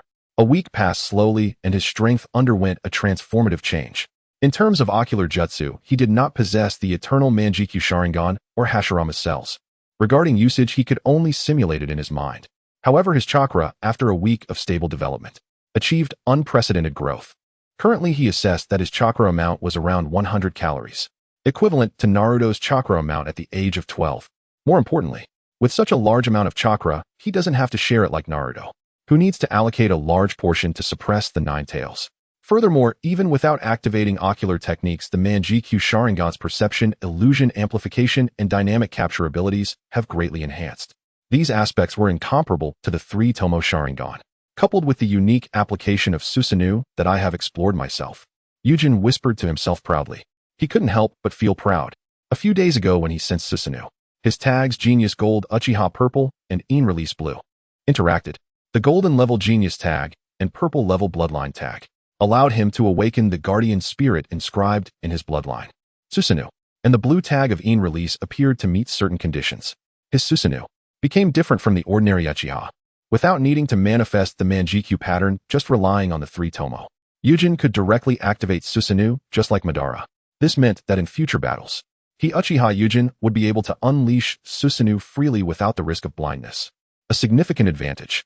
A tremendous advantage. Being able to use Susanoo at will versus being stingy in its use are two entirely different concepts. Especially since he could also use Flying Thunder God, Susanoo that can teleport. One can imagine how despairing it would be for enemies when facing him. At that moment, his strength had officially reached the realm of Kage, and it was still on the stronger side. With a thought, the panel displayed his current strength level. Host Uchiha Yujin. Gender male. Age 12. Strength Kage. A 12-year-old cage-level powerhouse, not to be compared with the deities of Boruto. This was quite impressive. At this moment, facing the impending war, Uchiha Yujin felt no fear at all. On the contrary, he felt somewhat eager. Flying Thunder God ensures his survival. Susanoo will turn him into a reaper on the battlefield. Harvesting lives signifies earning battle points. Earning battle points represents upgrading his tags. Upgrading tags means enhancing his strength. How could he not feel eager? Since awakening his wisdom during this time, especially after awakening the Manjikyu, Yujin discovered strenuous training cannot compare to the thrill of upgrading tags. This is his uniqueness. So the current me will no longer fear war. Having thought this, he concluded today's. Meanwhile, in the roots base of Konoha, Shimura Danzo carefully examined the detailed report on Uchiha Yujin once more. The contents made Danzo shiver. At the Ninja Academy and during his graduation, this Yujin was just a transparent ninja. His talent was quite mediocre. Then came the chilling part. In less than half a year, after awakening the Sharingan, he became unstoppable. In such a short time, not only did he advance to the three-tomo, but his ability to learn ninjutsu has undergone a tremendous change. Thinking of this, only one thought remained in Danzo's mind. Abnormal. Undoubtedly abnormal. As a disciple of Tobirama, how could he not know the impact Sharingan has on the mind? From awakening to promotion, this little brat's speed was simply too fast. His mind undoubtedly underwent a significant change. Yet the report showed his personality was quite normal. However, in Danzo's eyes, this was the greatest abnormality. Evil Uchiha, brat, I will definitely catch your flaws. Danzo stood up and paced around the room. Considering the current situation in the ninja world, after the Sand Village declared war on Konoha, the Mist Village seemed to be stirring as well. Thinking of the Mist Village, he recalled water, and water is quite unfriendly to the Uchiha, who represent fire. At this moment, Danzo had a flash of inspiration. Exactly, the outbreak of war is inevitable. I just need to place this brat in a relevant position in the Mist Village. Then have my people assassinate him, framing it on the Mist Village. This looming threat will be resolved right in the Hokage building of Konohagakure inside Sarutobi Hiruzen's office. Bang! Shimura Danzo forcefully pushed open the door. The surrounding A and BU on guard acted as if they had not seen anything. They were well aware of the relationship between Elder Danzo and the Hokage. How could they possibly be unaware? Hearing the commotion, Sarutobi Hiruzen calmly raised his head. He knew that typically such a disturbance would not occur without prior notice. Only Danzo would burst through his office door like this. Danzo, what could possibly make you so anxious? As Danzo's troubled expression came into view, Hiruzen was immediately filled with doubt. If others did not understand Danzo, he certainly did. There must be something serious for Danzo to show such concern in front of him. Upon hearing Hiruzen's question, Danzo pretended to take a few deep breaths. Hiruzen, I believe everyone is aware of the movements of the Mist Village, right? Hearing this, Hiruzen became even more puzzled. We have already discussed this issue. Do you still have questions? The problem is significant, Hiruzen. Danzo's expression turned serious and his eyes fixed intently on Hiruzen's gaze. We lack enough commanders. We must have sufficient strength on the Mist Village side to secure the coastline. He then took down the map hanging on the wall and laid it on Hiruzen's desk. Pointing at the narrow coastline of the Land of Fire, he explained, due to the coastline, this strength must not only be powerful, but also possess sufficient mobility. So what is your suggestion? Hiruzen felt a headache coming on. Recently, the Sand Village declared war. Seeing this, the Rock Village immediately dispatched troops to the border, appearing ready for combat at any moment. As for the Mist Village, it was uncertain how they would act, but it seemed they were also preparing for trouble. Currently, there were only 3 capable commanders in the village, and yes, they were his disciples Orochimaru, Jiraiya, and Tsunade. The problem arose. Tsunade could only command the medical system from the rear due to her hemophobia. Orochimaru needed to confront the Sand Village. As for Jiraiya, he would also need to take a certain amount of troops to the border to prepare against the Rock Village. He truly did not know how to handle the situation with the Mist Village. He had a contingency plan in mind. If the situation became dire, he planned to directly send the Uchiha to the battlefield, disregarding the long-standing policy set by Tobirama Sensei of keeping the Uchiha confined in the security department. We need to deploy the Uchiha. They have been conserving their strength for so many years, it is time for them to control. Given the narrow coastline, that disciple of Minato, Uchiha Yūjin, possesses the Flying Thunder God technique and must be dispatched there. At this moment, Danzo revealed his true intentions. He had already thought this through on the way here and directly suggested arranging for Uchiha Yūjin to defend the Mist Village. Hiruzen would most likely not agree. Thus, he decided to change his approach, allowing all the Uchihas to participate. Moreover, due to the special abilities of this young man, he would also be included in this mission. Hiruzen would definitely have no objections. Furthermore, as the second-in-command of Konoha, he was well aware of the current predicament of the village. The Uchiha had conserved their strength for so long, and it was indeed time to expend some. Upon hearing Danzo's suggestion, Sarutobi Hiruzen felt a sense of relief. Danzo truly was his closest bond, a root of darkness supporting him from behind. At this moment, Hiruzen decided that he could not let Danzo down in the future as long as he did not engage in excessively outrageous behavior. Even if it meant betraying the village or assassinating him, he could tolerate it. Very well, let's arrange it this way. In high spirits, Sarutobi Hiruzen directly agreed to Danzo's counsel. During this period, Uchiha Yūjin was living quite comfortably. His training was going smoothly, and he experienced visible growth in strength. This made his mood extraordinarily delightful. One day, he set off with a cheerful heart to meet with Minato at the agreed training ground. According to the plan laid out by Namikaze Minato, they were to train together during this upcoming period. As he left the clan grounds and walked along the way, he pondered his shortcomings. Without a doubt, he was a ninjutsu-type Uchiha similar to Sasuke. His Jinjutsu relied entirely on the Sharingan, and his Taijutsu had to be sufficient for himself. However, he who possessed special abilities was not content with this. He wanted to develop all 3 aspects of ninjutsu, taijutsu, and jinjutsu. Currently, his ninjutsu was sufficient. He also had plans for enhancing his jinjutsu and taijutsu. He wished to first improve his physical condition. Thus, the purple ability he obtained from Might Guy Steel training became quite significant.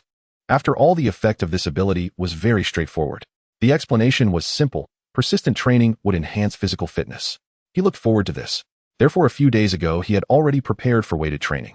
Unexpectedly, Yūjin sprinted along, and as he neared the training ground, he couldn't help but reflect, well, Shaoli can carry 500 pounds only after years of training. I jumped straight to 1,000 pounds, so feeling some difficulty is normal. He had sprinted this entire way without using chakra, relying entirely on physical strength. Moreover, his circumstances were different from Shaoli's. His chakra was quite abundant. The vast amount of chakra meant he would not be weak in terms of physical fitness, rather he was among the strong. Because of this, he dared to challenge the 1,000 pounds of weight right from the start.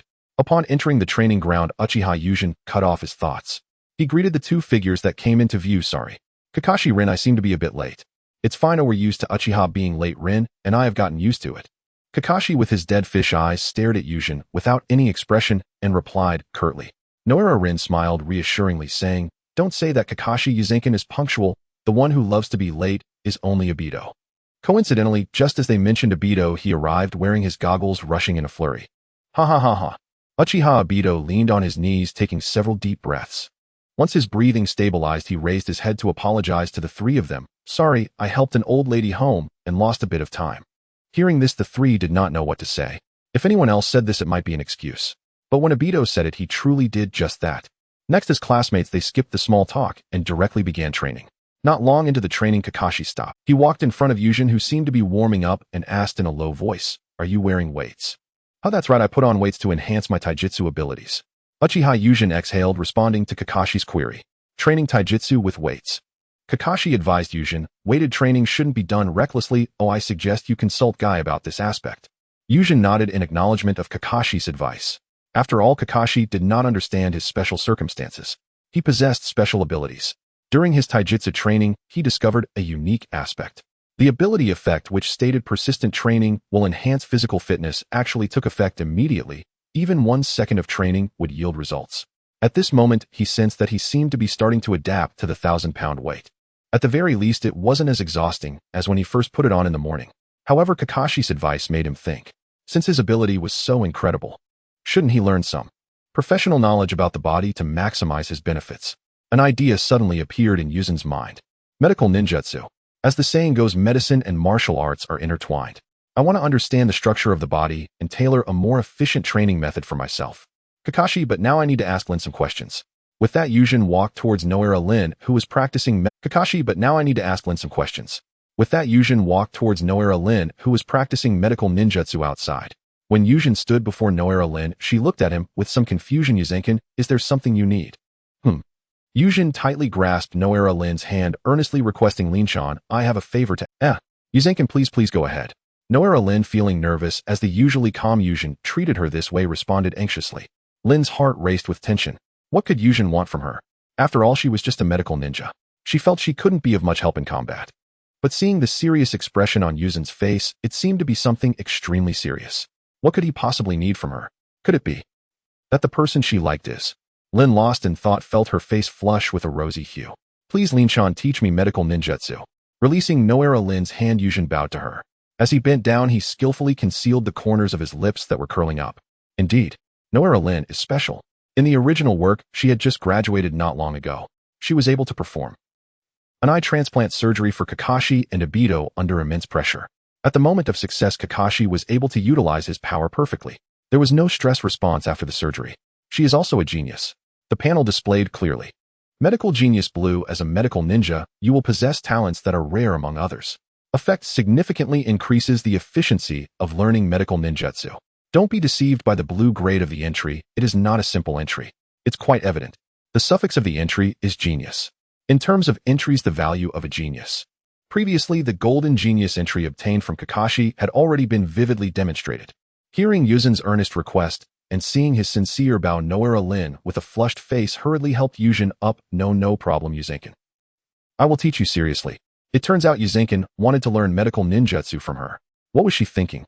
At that moment, Noara Lin, feeling extremely shy, wished she could dig a hole in the ground to hide in. Is this what it means to be a genius? Noara Lin found it hard to believe. It must be known that medical ninjutsu is notoriously difficult. Every recorded ninjutsu does not fall below rank. This means that the difficulty of learning medical ninjutsu is relatively higher than that of ordinary ninjutsu. It starts at rank. Hence it requires exceptionally high chakra control skills. Yet what unfolded before Lin's eyes made her feel incredulous. Transforming ordinary blue chakra into the green yang release vitality technique is one thing. This is a technique she had painstakingly mastered after years of training. Yet Yuzenkin learned it within a single morning.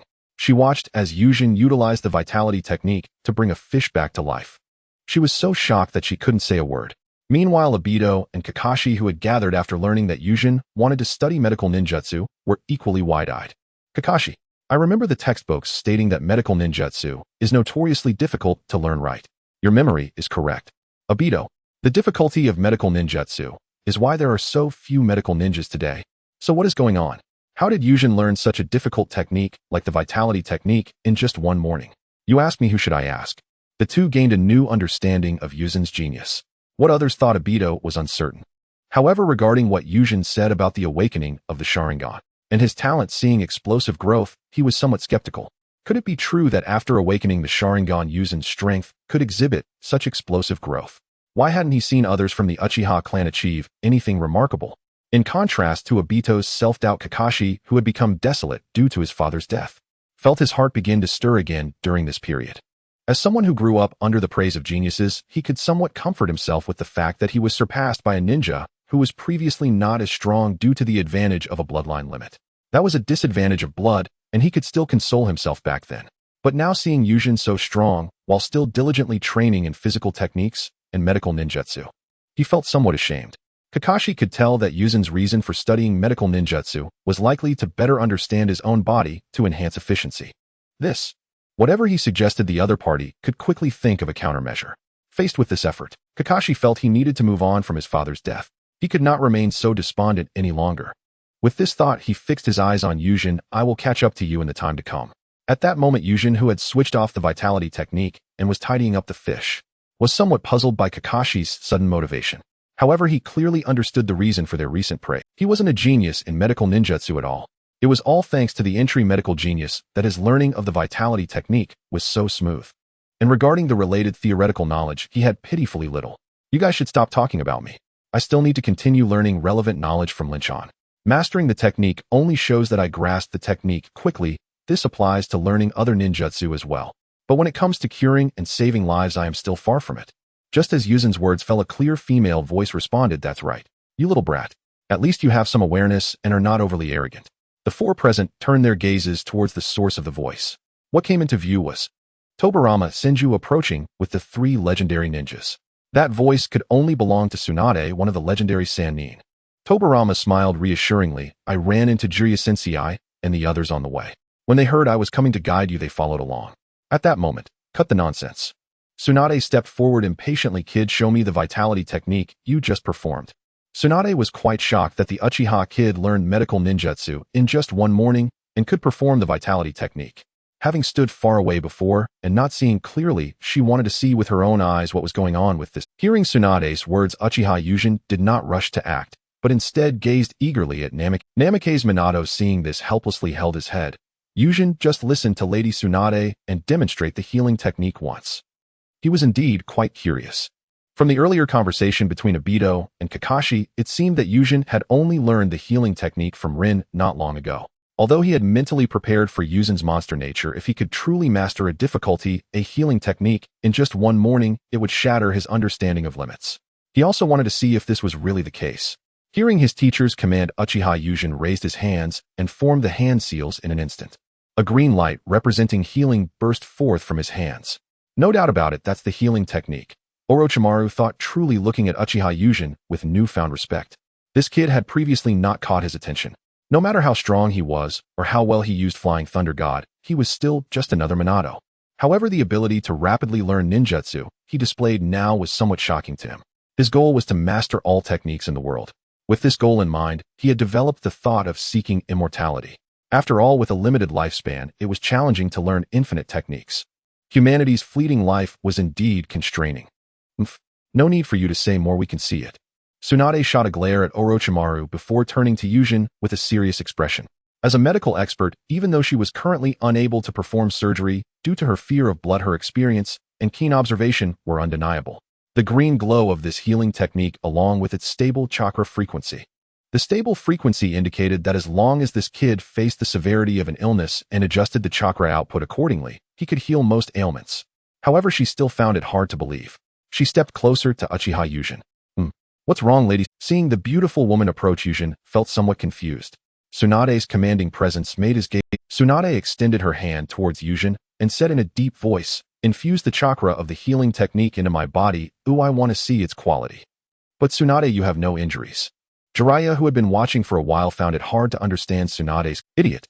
Just watch Tsunade's actions carefully. Orochimaru patted Jiraiya's shoulder, stopping him from asking further questions, to prevent him from getting beaten up by Tsunade again. Yuzen was obedient, taking Tsunade's delicate hand and directly infusing the chakra of the healing technique into her body. A buzzing sound echoed. After about 10 seconds, Tsunade furrowed her brows. All right, stop the healing technique now. Yuzen obediently halted and stepped aside to stand properly. Tsunade frowned, staring at Yuzen in silence. Jiraiya did not dare to speak to Tsunade in this state, and Orochimaru did not want to seek trouble. The other juniors were all pretending to be well-behaved. Seeing this, Namikaze Minato, brimming with determination, asked Tsunade, so how is it, Lady Tsunade? The healing technique has no issues at all. He's undoubtedly a genius, Tsunade responded quickly this time. Aside from lacking solid theoretical knowledge, there are no flaws in the technique itself. After finishing speaking to Namikaze Minato, she turned her gaze to the well-behaved Yuzen, saying with annoyance, little brat, don't you want to learn the healing technique? Then come with me. She added, if you wait too long, you won't have enough time to learn, even if you want to. Hey, Lady Tsunade. Yūjin, who had bowed at a 90-degree angle, loudly responded to Tsunade. Then he raised his head, thinking about Tsunade's last sentence, and asked in confusion, "What do you mean there won't be time to learn later?" Suddenly, at this moment, Jiraiya seemed to remember something and slapped his own head, feeling a bit embarrassed as he spoke to Minato's students. "I almost forgot today the old man arranged for personnel to mobilize in response to the imminent war. I, along with Orochimaru and this kid Uchiha Yūjin, will be dispatched to different borders in 2 days. I came here today to say farewell to Minato on my way. I heard you were training here, so I stopped by to have a look." "Wow. X for the friends of Minato's team," exclaimed in surprise. "Got it, you little brat." Tsunade turned around and left. "Hurry up and catch up." "Okay, teacher Tsunade." Yūjin responded, calling her teacher, and quickly followed behind. Tsunade and Yūjin headed towards the Konoha Hospital. The location of Konoha Hospital was quite favorable. Situated in a core area, it was also easily accessible for patients. This similarly benefited Yūjin and Tsunade. They arrived shortly. The sound of footsteps echoed in the hospital. Under Tsunade's familiar guidance, they arrived in a quiet room. This room was quite spacious, filled with bookshelves. "What is this place?" Yūjin, following behind Tsunade, looked around curiously at the shelves. Tsunade did not respond immediately. She approached a bookshelf, pulling out a book. After confirming it was the correct one, she turned towards Yūjin. She tossed it towards Yūjin. Whoosh! Bam! Yūjin caught the book that Tsunade had thrown. Before he could react, Tsunade's voice came through. "In terms of technique, you are indeed flawless. However, understanding of medicine cannot rely solely on technique." Pointing to the surrounding bookshelves, Tsunade proudly continued, "If you learn all this knowledge, then it will represent an achievement in medical ninjutsu. Due to the tight schedule in the next 2 days, read this book first." She added, 2 days from now, during your mission, I will reward you based on your progress." Having said that, she did not wait for Yūjin to react and walked out of the room. Tsunade's thoughts were straightforward. She wanted to see if this Uchiha kid was truly a real medical genius. If he was, then he needed to devour that book within 2 days. If he couldn't, it would merely indicate that the was only a genius in technique and not worthy of her further attention. A somewhat dazed Uchiha Yūjin watched Tsunade leave the room. Regaining his composure, he opened the book to read. "I see. A test." The content of the book was not difficult, it was all introductory material. He understood Tsunade's intentions, it was indeed a test. He did not care much about this. For him, now what mattered was the confirmation he could gain while interacting with Tsunade, the knowledge he would acquire. At the moment of contact with Tsunade, Yūjin immediately commanded the system, extract the bloodline limit of Senju. The extraction system did not disappoint him, he obtained the power of the Senju bloodline. Senju Blue. The Senju possesses a powerful bloodline, proving the power of the divine tree. Effect chakra and vitality significantly enhanced. Is it blue? Well, it's sufficient. Yūjin gazed at the blue text on the panel and muttered to himself. However, he quickly accepted this result. Tsunade's Senju bloodline text was of blue grade, which was quite normal. In the original work, her bloodline limit only increased chakra capacity. There was no wood release, and self-healing relied on medical ninjutsu. In the original work, her bloodline limit only increased chakra capacity.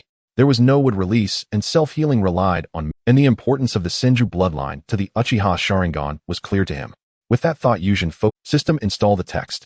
As the text was installed, a warm sensation floated from Yūjin's body. What is this?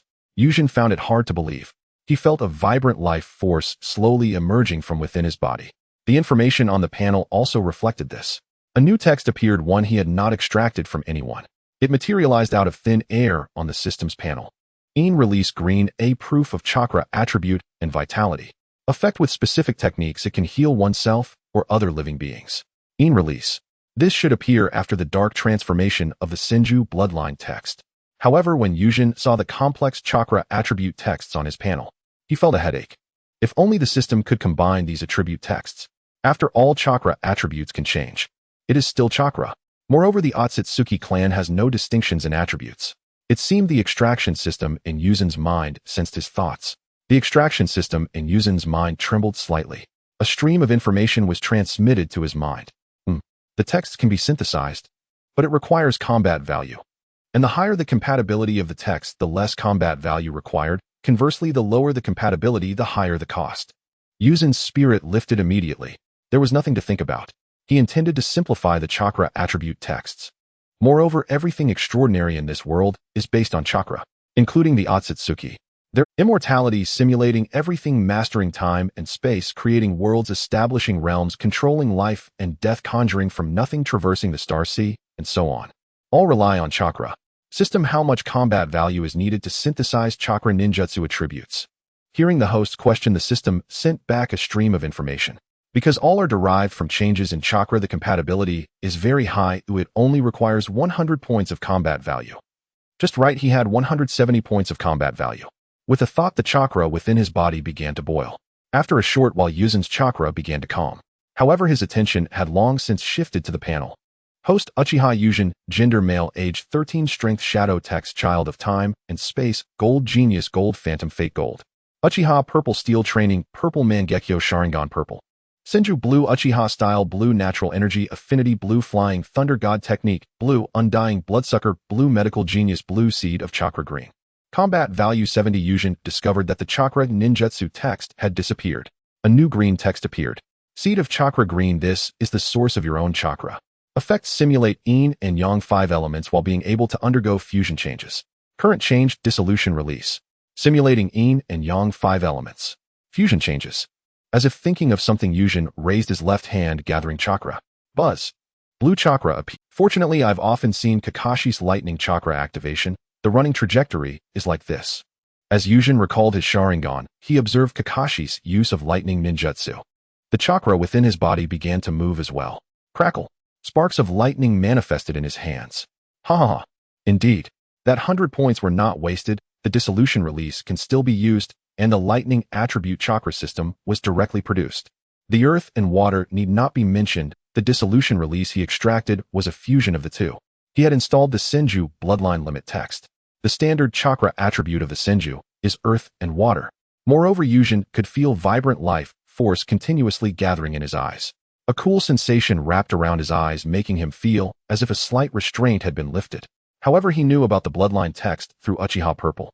That required time to verify, it couldn't show effects immediately. The fact that he felt something in his body was a good sign. The important thing now was to learn the knowledge of medical ninjutsu. Randomly breaking his thoughts, Yuzen earnestly began studying the thick book Tsunade had given him. Time flew, and soon it was the day Yuzen was to go on a mission. Early that morning, as the sky began to lighten, Yuzen got up and washed his face. He set off early on his way to the Konoha hospital. In the afternoon, it was time for the mission. He had already arranged with Tsunade that she would verify his progress today. Before long, Uchiha Yuzen arrived at the familiar room. He found Tsunade had been waiting for him at the table. Seeing Yuzen arrive early and not late, Tsunade nodded in satisfaction, saying, "Well done, Yuzen, your punctuality is commendable. Come here. Let me check your learning progress." "Yes, teacher Tsunade." The verification process went smoothly and Tsunade was quite satisfied. "Not bad, the theory is impeccable. Now let me see how capable you are in practice." With that, Tsunade stood up. "Follow me, kid."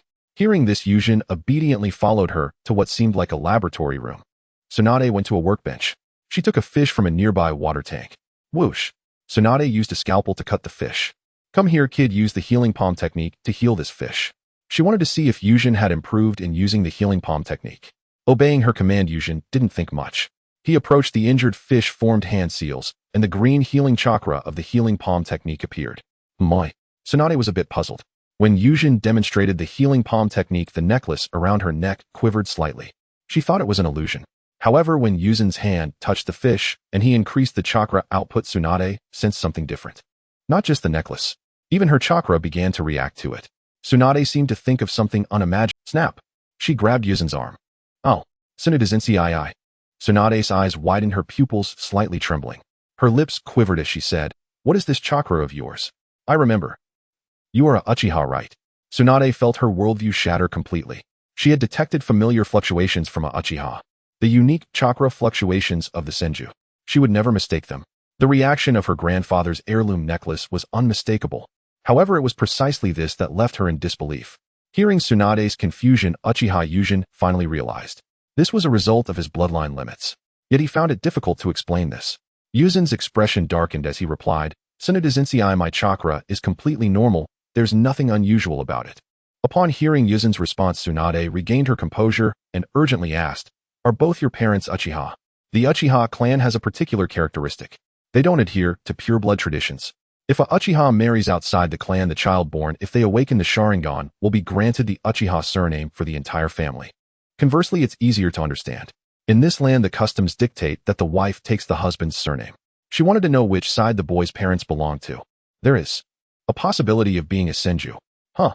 Hearing Tsunade's question, Yūjin was also puzzled. My parents died early, I don't remember much about that. When those words suddenly fell, noticing a change in Tsunade's expression, Yūjin continued, feigning ignorance. Also, Tsunade, why do you ask? Upon hearing this retort, Tsunade also felt a bit of a headache. Yes. She had investigated the growth of this little brat over the past few days.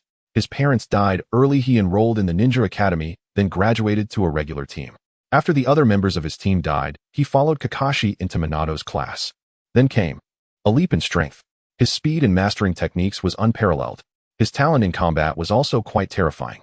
He could tangle with the likes of Sasori, that detestable granddaughter of the Sand Village. However, none of this could obscure the fact that he was a low-level ninja just half a year ago. An Uchiha, after awakening the Sharingan, would definitely not have such a shocking growth curve. Also, the chakra he possessed was remarkable. This is not the amount an Uchiha should have. This is the amount only a Senju or a Uzumaki could possess. However, she couldn't directly ask this. These questions would have to wait until the boy was on the battlefield. She would investigate slowly. Tsunade, clearing her thoughts, let out a gentle sigh. It's nothing. I was just thinking about something, don't mind it. Let's continue with the treatment of the fish. Hearing this, Yūjin responded unperturbed. Yes, Tsunade. He didn't want to stir up trouble at that moment. He immediately lowered his head to treat the fish. However, Tsunade was no longer concerned about the results of this. After hastily telling Yūjin he was qualified, she took out a bunch of books, packed them into a space scroll, and handed them to him. After instructing him to carry out his tasks, she hurriedly left the Konoha hospital. Uchiha Yūjin watched Tsunade's hurried figure depart. He knew she had misunderstood something. He couldn't help but chuckle and shake his head. Asking about my parents. She must be trying to check if I have any Senju blood in me. However, with this being the power of the system, what could you find out? After lamenting, Yūjin didn't idle around and organized the scrolls. He then headed towards the ninja tool store to prepare supplies for his mission. Military rations, shuriken, kunai, special wire explosive tags. All good, no issues. After confirming that all materials were in order, Uchiha Yūjin stood up and strode towards the door. Bang! He closed the door and headed towards the security department. He had received notification about this mission 2 days ago while at the Konoha hospital. This time, he was to follow the Uchiha's main force. They were heading to the coastline of the Land of Fire to guard against the restless Mist Village. In response, Uchiha Yūjin immediately sensed something was amiss. Konoha, or rather the customs of the ninja world. Any organization is all about identity politics. In Konoha, his political identity. First, he is the disciple of Namikaze Minato. Secondly, he is a member of the Uchiha clan. This is recognized by the Uchiha clan. After all, there is a precedent with Uchiha Kagami. More importantly, this is the era of ninja villages, not the warring states period. Ninja now have a true lord. Kage is the lord of the ninja. The lord is always greater than the clan. This is a universal truth. This applies to nobles, samurai, and even the lowly ninjas. Then something strange arises. Why would he, a legitimate descendant of the Hokage lineage, be in this mission? Leaving Minato's class and directly entering the Uchiha's group operation. You have to know, for a leading Jonin class to disband, it must be broken apart. The remaining condition is that all members of the team must be promoted to Chunin. So who was causing this? He was certain someone was trying to stir trouble. As for Yūjin, he was indifferent. With the power of the Mangekyo, he was invincible. No matter what kind of schemes lay ahead, he would face them head on. Lost in thought, Yūjin arrived at the security. In the square of the security department, most of the Uchiha had already gathered. Yuzenkin, come here, called Uchiha Fugaku from the high platform upon spotting him. Yes, Lord Fugaku. Yūjin responded cheerfully. In the Uchiha clan, one couldn't play the modesty game. He stood properly next to Fugaku. The Uchiha who were not on Fugaku's side did not attempt to stir up. As a top clan in the ninja world for thousands of years, the Uchiha may lack political acumen, but they certainly did not lack military strategy. Internal divisions must yield to war. Furthermore, in regard to this Uchiha Yūjin, they bore no. For the Uchiha clan, who had a deep obsession with the position of Hokage, who would resent the prospect of an Uchiha becoming Hokage. After Fugaku's rather tedious speech in Yūjin's eyes, the main force of the Uchiha set off towards the coastline of the Land of Fire. In a sinister cave, Zetsu slowly emerged from the ground. Very well. Arrange for Mist to eliminate this kid at the appropriate time. Uchiha Madara smiled coldly, having already made up his mind to kill Uchiha Yūjin. Lord Madara. To be honest, I believe Yūjin's talents far exceed Obito's. Why must he be killed? It's a simple principle. With Obito, who possesses considerable talent, Yūjin becomes unnecessary. After all, fools are always easier to control than the clever. Absolutely. This was Madara's choice. He never expected that this generation of Uchiha would produce two prodigies. One had already begun to flourish. One was still silent. The one flourishing was clearly not foolish. The silent one, however, was clearly a fool. From a control standpoint, the choice was quite obvious. So when does Lord Madara plan to take action? Upon hearing this, a cruel curve appeared at the corner of Uchiha Madara's mouth. That Danzo fellow is looking to stir up trouble, so let's wait for him to make his move. I truly look forward to it. When he is betrayed by the higher-ups of the village, will new eyes appear? Time passed swiftly. Arriving at the coastline of the Land of Fire, it had been over half a year. That Danzo fellow is looking to stir up trouble, so let's wait for him to make his move. I truly look forward to it. When he is betrayed by the higher-up, in response, Uchiha Yūjin paid no mind, practicing his daily martial arts training in a valley not far from the sea. Boom, boom, boom. The sound of continuous explosions reverberated through the valley. In the distance, 3 small figures stared intently at the source of the noise. Isn't this too exaggerated? Brother Yūjin is really practicing martial arts. A boy dressed in overalls wearing a sun hat and sunglasses was astonished by the commotion Yūjin was making. Even though he could see it every day, he still couldn't comprehend why one person could be this strong. That's right, Kai. Can martial arts really achieve that level? Upon hearing this, a handsome boy with brown hair and a blue hat nodded in agreement. But Might Guy seemed to have not heard his 2 companions. His eyes were fixed intently on the low point of the valley. There, a shirtless boy was raising his fists. He was striking against the wall of the mountain ahead. Each blow caused large rocks to fall from the mountain. Not only did this create a booming sound in the valley, but it also allowed them perched on the cliff to feel the tremors. Incredible. Might Guy truly sensed that figure was their leading jonin during this period, Uchiha Yūjin. He had interacted with him not long ago. He had also heard Kakashi's evaluation. A genius among geniuses. Yet such a genius was actually training so hard in martial arts. It was beyond his imagination. Kai. Kai. Kai. The sudden rise in pitch snapped Kai back to reality. Oh, what's wrong, Hibiki Genkin? TSK. Nara Genkin clicked his tongue in annoyance and repeated the earlier question. Upon hearing this, Kai struggled to respond. I don't know. I don't know if I can reach that level in martial arts, but Brother Yūjin's martial arts, you all have seen it. He achieved such feats without using chakra. Indeed. We all saw it. Nara Genkin sighed, feeling his question was rather pointless. At this moment, Hibiki's voice came. Brother Yūjin, are you done training? Let's head down. All right. Uchiha Yūjin put away his fist stance and slowly exhaled a puff of white breath, which flew forward like a sharp sword. He then began to stretch. While doing so, he felt somewhat emotional. Yūjin considered himself very fortunate. He had been unwittingly brought to the coastline of the Land of Fire. He was summoned to serve as a temporary leading jonin under a special order, also known as a special jonin, which meant additional responsibilities. He could guess the purpose behind it: to separate him from most of the Uchiha. However, that person did not anticipate that Mist would not rush to attack, as if waiting for something remaining inactive for half a year. Then fortune smiled upon him, for his team consisted of the people he was familiar with: Might Guy, Nara Genkan, and Hibiki. At that time, he happened to be training in martial arts, digesting the concept of steel training. The next steps were simple. As the leading jonin, he directly asked Might Guy about the training methods for the Iron Fist. Might Guy did not hold back. For someone who recognized martial arts was equivalent to acknowledging both him and his father. He generously imparted all the knowledge he had. He even shared the 8 gates without any reservation. The subsequent developments made Yūjin feel as if the heavens were assisting him. 6 months of free training led to a terrifying advancement in his martial arts. After all, steel training is somewhat extraordinary. Continuous practice yields results. I never expected it to be like this. He truly did not expect it. This concept would strengthen his physique continuously until he reached the limit of what his body could endure. He was unique. The bloodlines of Uchiha and Senju converged in him. This caused some changes in his body. The increase in limits and the surge in chakra go without saying. His Bodhis recovery ability was also astonishing. Now he dared to compare his chakra to that of Naruto from the Shippuden era. It had definitely surpassed the 100 mark. How much it was exactly he did not know. In any case, just like Naruto, he would no longer worry about chakra usage. Even if he was not as strong as Senju Hashirama or Uchiha Madara, he could fight for days and nights. He also asked himself if he could handle high-intensity battles for a day and night with ease. When it came to recovery ability, he had to mention the martial arts training from this period. What surprised him the most was his recovery ability. No matter how brutal his training was, as long as he had a full meal and a good night's sleep, he would revive fully the next day. Thus, after 6 months of training, he believed he could already open up to the 6th gate of the 8 gates.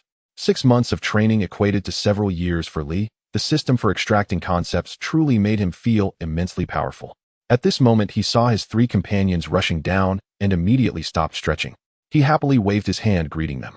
Kaisuke-kan, are you all coming to train in martial arts? Brother Yūjin, it's not. Nara Jinkin shook his head and spoke in a deep voice. Information came from the camp that a ninja unit seems to have infiltrated our side, and we need to investigate. Upon hearing this, Uchiha Yuzen's eyes narrowed slightly. In the Hokage, when mentioning the 8 gates, one could not overlook the Might Guy duo. And thinking of Might Guy's father, Might Dway, the eternally lowly genin, brought to mind the 7 ninja swordsmen evolving into the 3 treasures of good fortune. Looking at his 3 companions in front of him. Oh no, could it be this time? He thought it might be the 7 ninja swordsmen. Uchiha Yuzen dared not to underestimate them. He knew very well that if he were alone, confronting these 7 would not be a problem. The trouble lay in the fact that his 3 companions were truly weak. Even if he was strong on his own, it was impossible to protect the 3 while battling the 7. Having sorted through his thoughts, Uchiha Yuzen wasted no time. He turned to the 3 and said, "We need to patrol the camp." "No problem. Let me take out something before we set off." He immediately pulled out a scroll from his ninja tool pouch and tossed it casually, making a loud bang. A pile of talismans appeared in the air. "Is this an explosive tag, Uzeni-ie?" Noara Jinkin asked, somewhat confused. Logically, what was being prepared here? Explosive tag. Before Uchiha Yuzen could respond, the knowledgeable Hybe pushed up his sunglasses and shook his head, saying, "This isn't an explosive tag. The runes for an explosive tag aren't like this." "All right, stop guessing. This is my Flying Thunder God talisman. Make sure you all hold on to it." Uchiha Yuzen shot a glare at the 2 and pulled out 3 talismans, handing one to each of them. He had spent enough time with these 3 to know them well. Noara Jinkin had a likable appearance and had always sought validation since childhood. Hybe was just like his original character, a somewhat introverted guy who had to show off his knowledge on any topic. The only exception was Might Guy. He was a bit different. At this stage, he was cheerful, but not yet to the extent of his future self. The reason was simple. He still felt a bit inferior because his father was a low-ranking ninja for many years. However, all 3 had good natures. After spending some time together, he didn't want anything to go wrong with them, so he handed them the Flying Thunder God talismans he had created. Flying Thunder God talismans. What purpose do they serve? Might Guy asked as he received the talisman, a bit puzzled.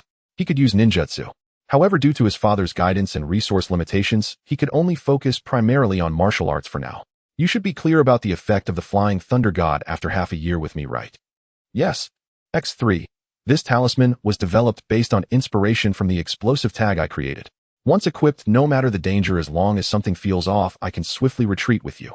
Uchiha Yuzen spoke these words seriously to the 3. The Flying Thunder God technique. He had also been researching it during this time. The Sword of Endurance could be sensed by Wave Wind Minato with just a bit of chakra output, allowing for instant appearance. He had figured that out too. However, due to financial constraints, he was reluctant to pursue this method too much. He drew inspiration from the explosive tag, a powerful ninja tool. It only required a small amount of chakra as a trigger to be thrown and cause an explosion. Now the question, since the explosive tag required little chakra, where did the energy for the explosion come from? It came from the creator of the ninja tool, who stored chakra in the rune. When Uchiha Yuzen realized this, a flash of inspiration struck him. He didn't need to understand the nature of the explosive runes. He only needed to know how the runes stored chakra. With that knowledge, he could create his own Flying Thunder God talismans centered around the Flying Thunder God technique. And when he had this idea, the genius gold entry extracted from Kakashi once again proved its worth. Genius is genius. Just like Kakashi's smooth development of the Chidori series. The development of this talisman was also completed smoothly. The effect was simple, like the Sword of Endurance. As long as the holder inputs chakra, he could sense it and instantly teleport. There was an even more important function. As long as the holder of the talisman was within his line of sight, if the holder encountered life-threatening danger, he could activate the talisman and use his stored chakra to envelop the holder, allowing him to execute the Flying Thunder God, transporting the person touched by his chakra instantly. At this moment, upon hearing Uchiha Yuzen's orders, the 3 solemnly put away the talismans. They had experienced the effects of the Flying Thunder God several times during this period. Uzeni said that with this talisman, they could retreat from any danger. That was undoubtedly true. Seeing the 3 accept the talismans, Uchiha Yuzen said no more and immediately gestured for them to head towards the location indicated in the intel where ninjas had infiltrated. Under the bright sun, Uchiha Yuzen and the others rushed through a tranquil forest. "Uzeni, something's off," Noara Jinkin said with narrowed eyes, warning Uchiha Yuzen, who was leading. "This forest is too quiet." After responding solemnly to Noara Gunkan, Uchiha Yuzen formed a hand seal, slightly concentrating his chakra. He then closed his eyes as if sensing something. That's right. Since he had already obtained the Senjutsu bloodline, he had also developed corresponding sensing abilities during this time. This showcased the miraculous aspect of the entry. The Genius Gold entry seemed to activate as long as it was on the panel for a day. As long as the entry remained on the panel, its effects would continue to manifest. Thus, this sensing ability based on the bloodline limit was This shock was unexplainable. Kakashi himself couldn't maintain the inspiration of genius constantly. However, the entry extraction system could achieve that. As long as the entry remained on the panel, its effects would continue to manifest. Thus, this sensing ability based on the bloodline limit was successfully conquered by him. While sensing with his eyes closed, Uchiha Yuzhin seemed to have truly discovered something. He hurriedly made a gesture. Upon seeing that gesture, Kai Hybe and Guy quickly halted their steps. Did Yuzenii discover something? Might Guy's face broke out in cold sweat. Everyone knew that their Yuzenii possessed good sensing abilities. At this moment, signaling for them to stop meant he had likely found something. The reality was even more serious than he had imagined. Uchiha Yuzhin turned his serious expression to the three, his crimson eyes looking at them. You three retreat towards the camp. As for the enemy, I will hold them off for a moment. After saying this, he formed a seal with his hands. Bang! Amidst the swirling smoke, another Uchiha Yuzhin emerged. My shadow clone will act as insurance and will follow you at all times. Is it a very powerful enemy? Noara Jenkin asked in a deep voice. The situation is even more dire than he imagined. His perception range is considerable. Several kilometers ahead, there are about 10 significant chakra signatures. He sensed them. Among them, 7 chakra signatures carried a hint of moisture. One of these chakras is particularly immense. Compared to human chakra, it is simply another species. This vast chakra with a hint of moisture suggests that it belongs to the possessor of the shark skin, the Suigetsu of the Watermelon Mountain. But what puzzles him is, in the original story, the ambush on Keikai Ebisu and Noara Jenkin should only involve the 7 ninja swordsmen, right? Why are there so many additional chakra signatures? Faced with this inconsistency with the original plot, Uchiha Yuzhin dared not be reckless. He immediately shouted for a retreat. As for himself, to be honest, as long as there are no burdens, with his eyes fully open, he is confident he can eliminate all the enemies. However, Mato Kai and the others are likely doomed. Considering the good rapport he has built with them during this time, Uchiha Yuzhin issued the retreat command. Upon hearing his elder brother Yuzhin acknowledge the strength of the enemy, the three immediately turned around. As qualified ninjas in such critical moments, they would not say any sentimental words. The leading jonin said to retreat. So they retreated. Mato Kai, turning his head, caught a final glimpse of Yuzhin with the corner of his eye. He whispered solemnly, Elder brother Yuzhin, you must come back alive. Hearing this, Uchiha Yuzhin grinned and replied to Kai, don't worry, I won't die. With that, as the shadow clones and the three departed, Uchiha Yuzhin's gaze slightly trembled.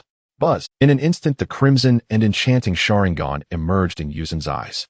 He fixed his gaze ahead and slowly drew out his immortal ninja sword. Given this situation, since it does not align with the original story, the additional variables must be targeting me. This was his prediction of the situation. Changes always have their reasons. As for the changes in the ambush personnel, he could think of no other explanation besides his own presence. In the original story, even the ambush on Mato Kai and the others who were still in their rookie phase involved all 7 ninja swordsmen. There should be no hidden forces involved. So let me see. Who exactly is so interested in me? With a fierce smile, Yuzhin was enveloped in a dark aura of killing intent. Boom! The ground beneath him shattered instantly. Uchiha Yuzhin's figure shot forward like an arrow. As the leader of this mission, White Zetsu forcefully restrained his somewhat unruly nature. He is a special White Zetsu, unlike those mass-produced ones. Lord Madara entrusted this task to him instead of that dark fellow.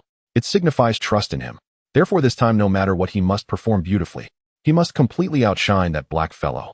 Before this task is completed, he must resist the urge to ask them what it feels like. Just like that. What do you mean by just like that? Suigetsu of the Watermelon Mountain looked at Zetsu, who was talking to himself with a puzzled expression. Oh, it's nothing, I was just thinking. I didn't expect Konoha would actually betray its comrades. That Danzo is truly that kind of person. Ha! White Zetsu felt he had let slip something and immediately laughed it off.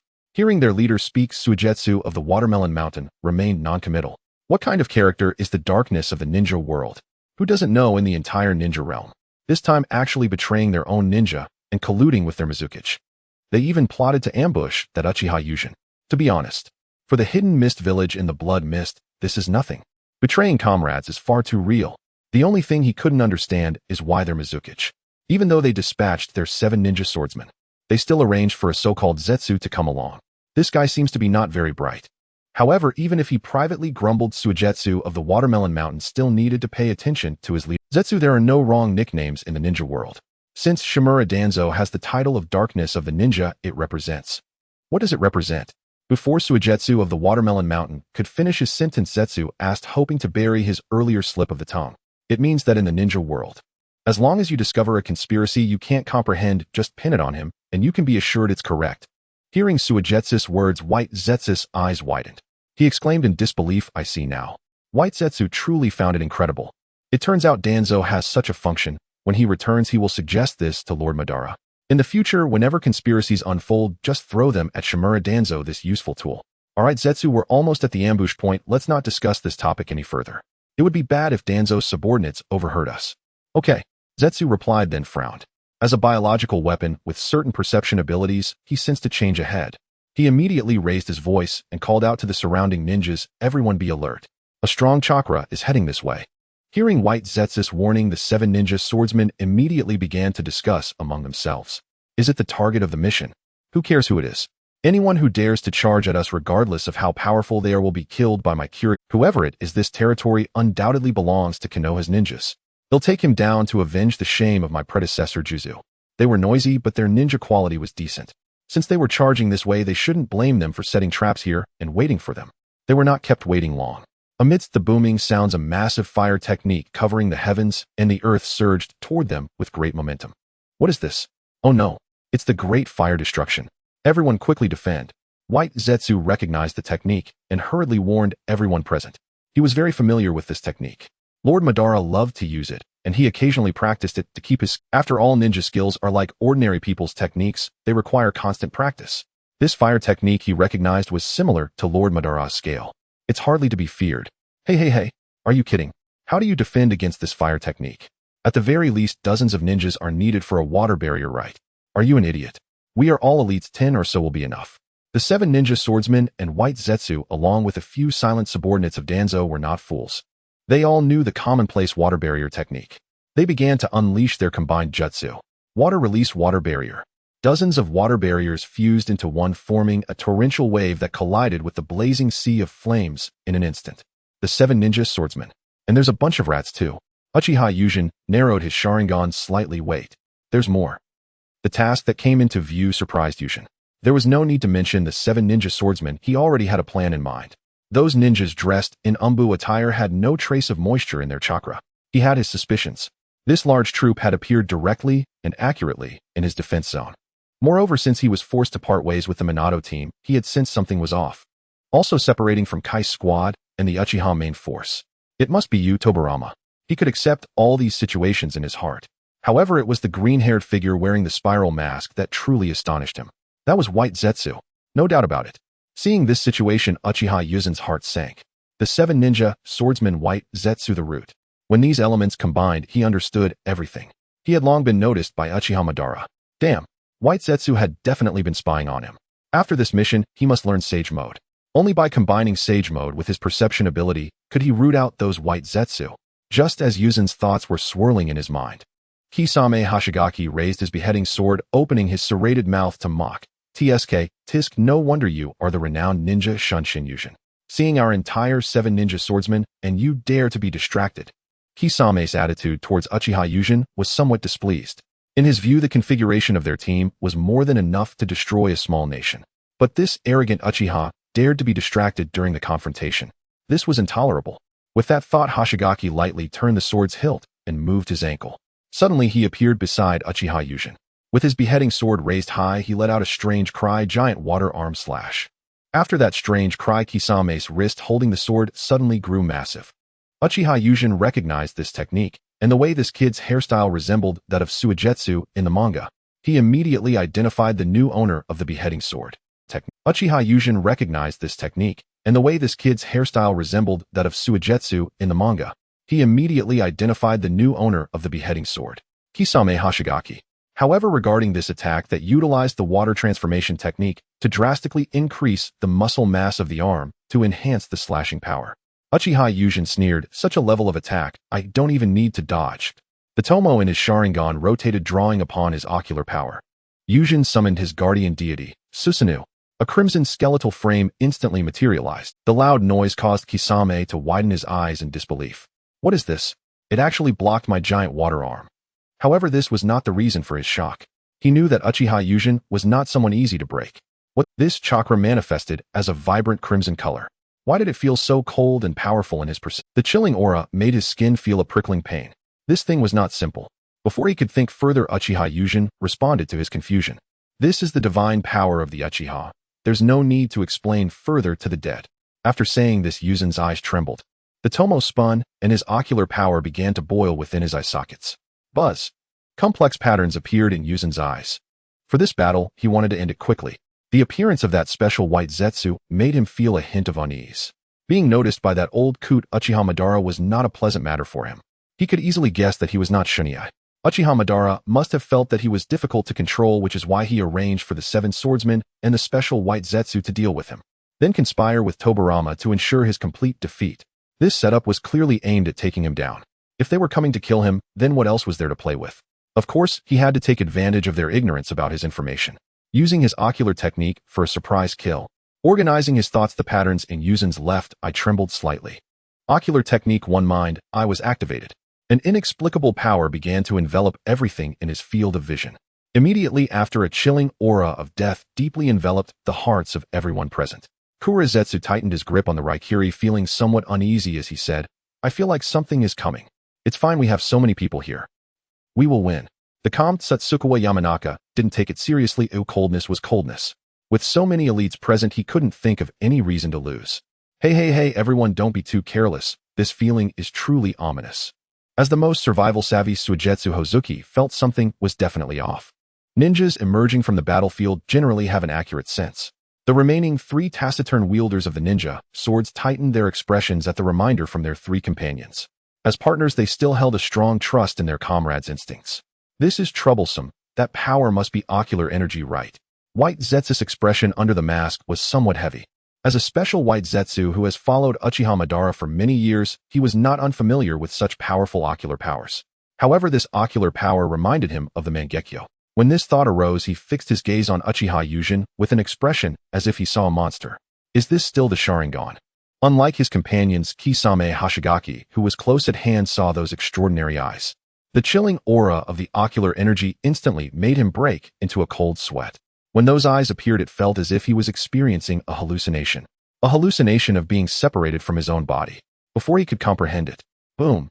Uchiha Yūjin's body ignited with the sparks of ninja body technique. He looked at Kisame with eyes that seemed to gaze upon the dead. Of course it is the Sharingan, and it can also see into your future of death. Boom! With a loud explosion, Kisame was blown away. At the same time, Uchiha Yūjin leaped. Soaring high into the air, he revealed a cruel smile to everyone below. Rats! The future of your tragic deaths has already come into my sight. Next, prepare to die. As Yūjin's words suddenly fell, the inexplicable power that had changed in his ocular energy began to flow. Incomprehensible. This is the current thought of Baiju. As a mere biological weapon, his personality is actually very optimistic. But today, that optimism was shattered to pieces. He could hardly imagine everything that had just happened around him. Uchiha Yūjin, that boy at 12 years old, activated the Mangekyo. That aside, a prodigy. Understandable. However, that ocular technique is truly unfathomable. Everything that just transpired felt like a dream. Thinking of this, he completely lost his composure. He shouted at Uchiha Yūjin, who was reaping lives ahead of him, What on earth is your ocular technique? Why did we lose so inexplicably? Indeed, even though he had not yet suffered any harm at this moment, Baiju still felt they had lost. He could not describe everything that had happened in these few minutes. Uchiha Flow's ninjutsu. He recognized it. Flying Thunder God technique. He knew that too. But when these combined in less than 5 minutes, the 7 ninja swordsmen and those root ninja, it was as if his mind had gone blank, his body inexplicably appearing under Uchiha Yūjin's blade. He smoothly became a soul under his knife. This left him puzzled. The reason was simple. While fighting against the 7 ninja swordsmen, they too exclaimed. This indicates that everyone's minds were still clear, yet they could not comprehend why such a situation occurred. However, he was very clear. The ability to make everyone seem dazed, becoming souls under Uchiha Yūjin's blade, was most likely due to the ocular technique. Uchiha's bizarre ocular techniques, he knew quite a few. However, one like Uchiha Yūjin's, which left, this was the first time he had encountered such a thing. To Baiju's shouting, Uchiha Yūjin was deaf to his cries. He continued to strike down. With the blade piercing in and blood spurting out, the watermelon mountain pufferfish demon finally breathed its last. Then Yūjin waved his hand. Next up is you rascal. Uchiha Yūjin exhaled a breath of turbid air. He immediately closed the ocular technique one-eyed. The ocular technique is powerful. He was very satisfied with this combat demonstration of the ocular technique.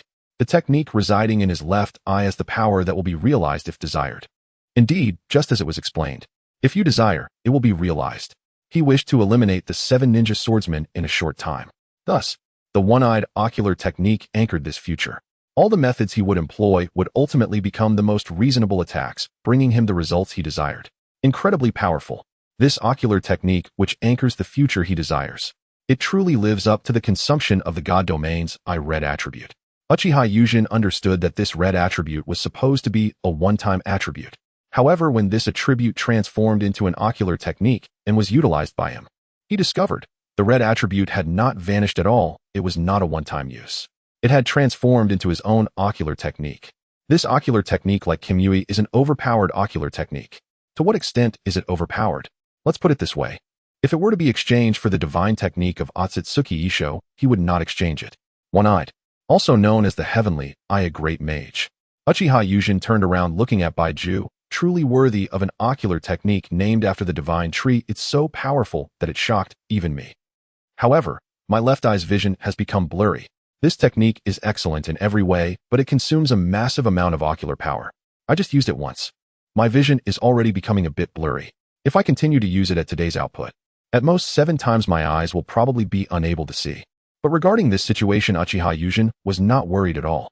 His Senju of the forest attribute was already starting to exert its power. A slight chill was gathering towards his left eye. This should be the yang release that can restore ocular power, right? But this speed is simply too slow. As for how slow, since the battle is not over, Uchiha Yūjin couldn't calculate, but it doesn't matter. There is still another insurance in front of him. Baiju. Thinking of this, he approached Baiju. At this moment, Baiju also reacted. He immediately began to sink into the ground. Hey white guy, where do you think you're trying to escape to? Baiju heard Uchiha Yūjin's question and immediately lifted his gaze. Why should I tell you where I'm escaping to? Don't be so naive, Uchiha brat. Is that so? I believe you won't escape anywhere. Anyone can talk big little. Before Baiju could finish his sentence, what entered his eyes was Uchiha Yūjin's dazzling Mangekyo Sharingan. Buzz. The ocular power surged, and Baiju was momentarily dazed. Damn, it's an illusion. He let his guard down. In an unknown with Uchiha, he shouldn't have made eye contact. Damn. This cunning brat. Once he escaped, he would definitely let Madara-sama come and eliminate you in the bud. You kid are far too dangerous. Aware of being caught, Baiju hurriedly gathered chakra. The chakra destroyed parts of his body tissue, allowing him to break free from the illusion. It's already too late. Uchiha Yūjin smiled coldly. With a wuxia kunai entwined with the flying thunder god seal struck Baiju's head before he could fully react. This was not a fatal injury for the special Baiju, as a biological weapon designed by Kaguya. Especially since he, the most special among them, would not simply die from a head wound. Damn, Brad, do you think this will make you win? Gripping the kunai, Baiju pulled it out from his head. Seeing this, the corner of Uchiha Yūjin's mouth curled into a mocking arc. You've finally taken the bait. What bait? Of course it's you being marked by me. Idiot. The moment the words fell, the seal on the kunai in Baiju's hand changed. Hiss. Amidst the sound, runes flowed out, crawling over Baiju's arm and rapidly gathering towards his heart, forming a hooked jade-style rune. What is this? Baiju was horrified. He had actually been entangled by such mysterious runes. This gave him a new understanding of Uchiha Yūjin's cunning. He decided that as long as he could escape, he would advise Madara-sama that this child must be killed quickly and cannot be allowed to linger. Otherwise, let this little brat continue to develop. Who knows how strong he will become. That is my flying thunder god seal. Uchiha Yūjin looked at Baiju with a beaming smile, confidently saying, You have nowhere to escape. Upon hearing this, Baiju's heart sank. He knew this technique. Once marked, this brat could instantly move to his side. He really had nowhere to escape. Baiju seemed to have made a decision. Since I can't escape, then let's fight to the death. Clap. He clasped his hands together. The chakra surged around him. Baiju roared fiercely, would release with human technique. As Baiju's voice fell, a colossal statue of a bodhisattva possessing countless gigantic arms stood tall amidst the forest. However, isn't this height a bit problematic? Uchiha Yūjin felt quite puzzled upon seeing that the wooden figure was only about 30 meters tall. Now he had recognized this peculiar Baiju, Fei. At this stage, Obito had not yet mingled with them, so he naturally remained nameless. Realizing this, Uchiha Yūjin suddenly understood. I wondered why the height of this wooden figure seemed off. It turns out the time band hasn't arrived yet. He recalled. For Fei, the wooden man technique aimed to reach the level of Senju Hashirama while also wanting the ability of 5 elemental ninjutsu. This required someone like Onoki. Just as Uchiha Yujin pondered these things, Afei controlled the gigantic wooden figure to raise its fist. It was about to smash down on Yujin. Die, you wretched brat. Sigh. Why do some people always hold hope for things they cannot achieve? Faced with this straightforward attack, Uchiha Yujin sighed. He then lowered his eyelids and adjusted the hand. Whoosh! In an instant, his figure appeared behind Afei. Stab! The ninja blade pierced into Afei's body. I must say, did you forget that I can use Flying Thunder God? Uchiha Yujin chuckled, mocking from behind. Uchiha brat, you fell for my trick. Did you really think I would forget this? Afei turned around, grinning malevolently at Uchiha Yujin. After saying this, Afei's body began to writhe. Seeing this, Uchiha Yujin's Sharingan seemed to detect something, and his expression changed not good. Yujin quickly swung his ninja blade. Rip! Afei's body was split into two halves. Following this, the colossal bodhisattva statue beneath began to change. With a thunderous sound, the wooden man technique was thus dispelled. Good, truly worthy of the most unique Baiju to possess such a skill of shedding its tail to survive. Uchiha Yujin's expression was neither good nor bad. He gazed at the severed Baiju body on the ground, somewhat emotional. He still let it escape. That wooden man technique was merely a diversion. Yujin realized. When that wooden figure unfolded, Afei had long concealed his body containing thoughts behind the statue. He had secretly burrowed underground. This tactic, sacrificing most of his body to render Flying Thunder God ineffective, allowed the part of his body containing thoughts which had not been marked by Flying Thunder God to escape. Uchiha Yujin couldn't help but marvel.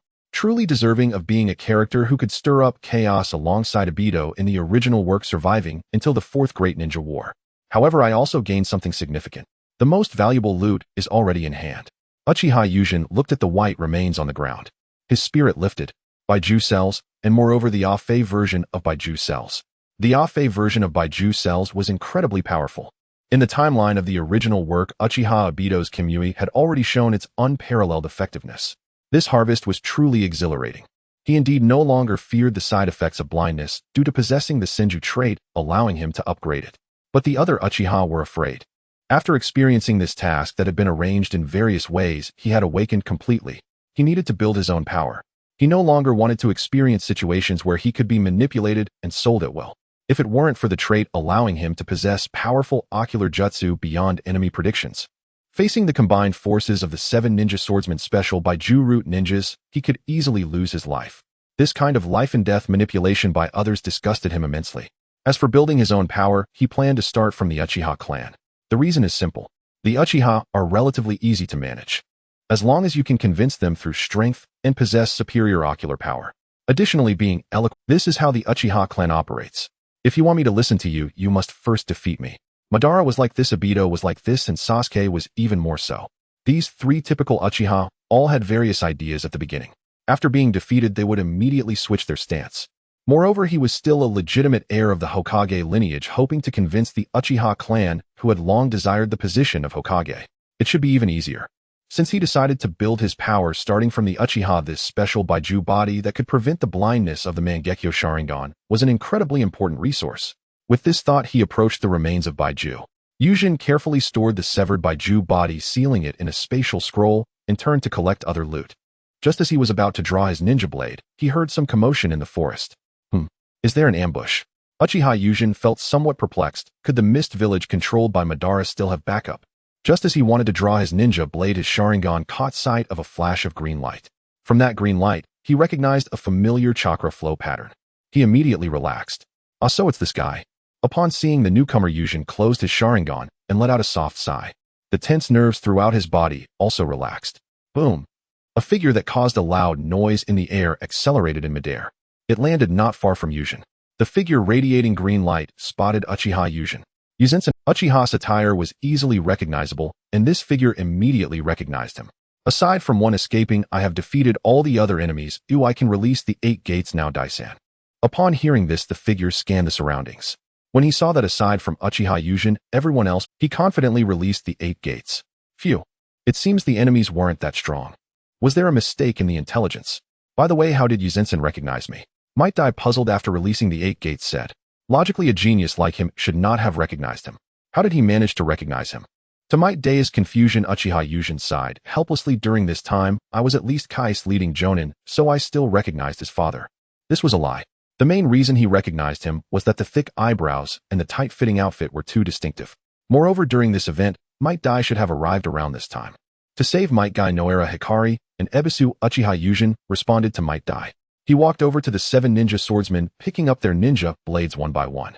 He also collected the heads of the ninjas who had attacked him, including those of the 7 ninja swordsmen. He severed them and sealed them in scrolls. Might Dai, standing aside, finally saw the faces of those ninjas and these special ninja blades. Upon seeing all this, he was left utterly shocked, his mouth wide open. Not long ago, Might Daisuke received some intelligence. The intel indicated that his child, Might Guy, would be ambushed by the 7 ninja swordsmen. He rushed over in a hurry. However, on his way, when he saw that Guy and his friends were unharmed, he let out a sigh of relief. Upon hearing from their leading jonin Uchiha Yujin that the enemy in this attack was very powerful, he was touched by the sacrifice made by the opponent. He hurried over, intending to provide support. But after arriving, he found only Uchiha Yujin standing there alone. The others were lying down. He began to doubt the accuracy of the intel. These guys were not the 7 ninja swordsmen, just ordinary ninjas.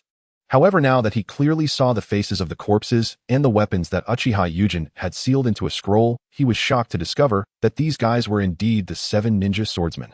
The 7 ninja swordsmen, as the signature of the Mist Ninja, are well known throughout the ninja world. Everyone is well aware of the intel related to them. It cannot be unclear. Such famous ninjas are heavily promoted by every ninja village. They serve as a trademark to attract customers and enhance the volume of employment contracts. As a result, this renowned and powerful group of ninjas was actually killed by Uchiha Yujin alone. This left him greatly shocked. Uchiha Yujin, a special jonin from Konoha nicknamed Shunshin Yujin. As a rising star in Konoha, he is a ninja with a reputation, and usually such figures are quite strong. He was aware of all this. But knowing is one thing. He still had no concrete concept of just how strong he was. Now seeing this situation, he could no longer remain in the dark. This Uchiha Yujin had already reached the realm of Hokage in terms of strength. Looking at Uchiha Yujin's handsome, yet youthful face, he was genuinely astonished. Achieving the realm of Hokage at such a young age, it was simply inconceivable. At this moment, Uchiha Yujin had already collected all the spoils. He approached Might Daisuke. Noticing his astonished expression, he felt somewhat helpless. He could already predict the increase in his reputation after defeating the 7 ninja swordsmen. He believed that in a few days his name would no longer be that of a rising star. Instead, it would resound throughout the ninja world. Let's go, Daisuke. Guy and the others must be waiting for us. With a sigh, Yujin reminded Daisuke. After a night's time, they arrived at the Konoha main camp. Entering the camp as the team leader, Uchiha Yujin walked with a relaxed gait toward the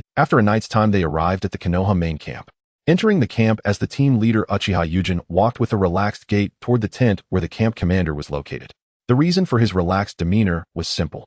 The commander of this coastline was Uchiha Fugaku. As the head of the security department, he was one of the top leaders in Konoha. In this battle line, as the highest-ranking officer, the commander could only be Uchiha Fugaku. Fugaku's tent was not far away, or it took less than 2 minutes to walk there. Yujin arrived, lifted the curtain, and stepped inside.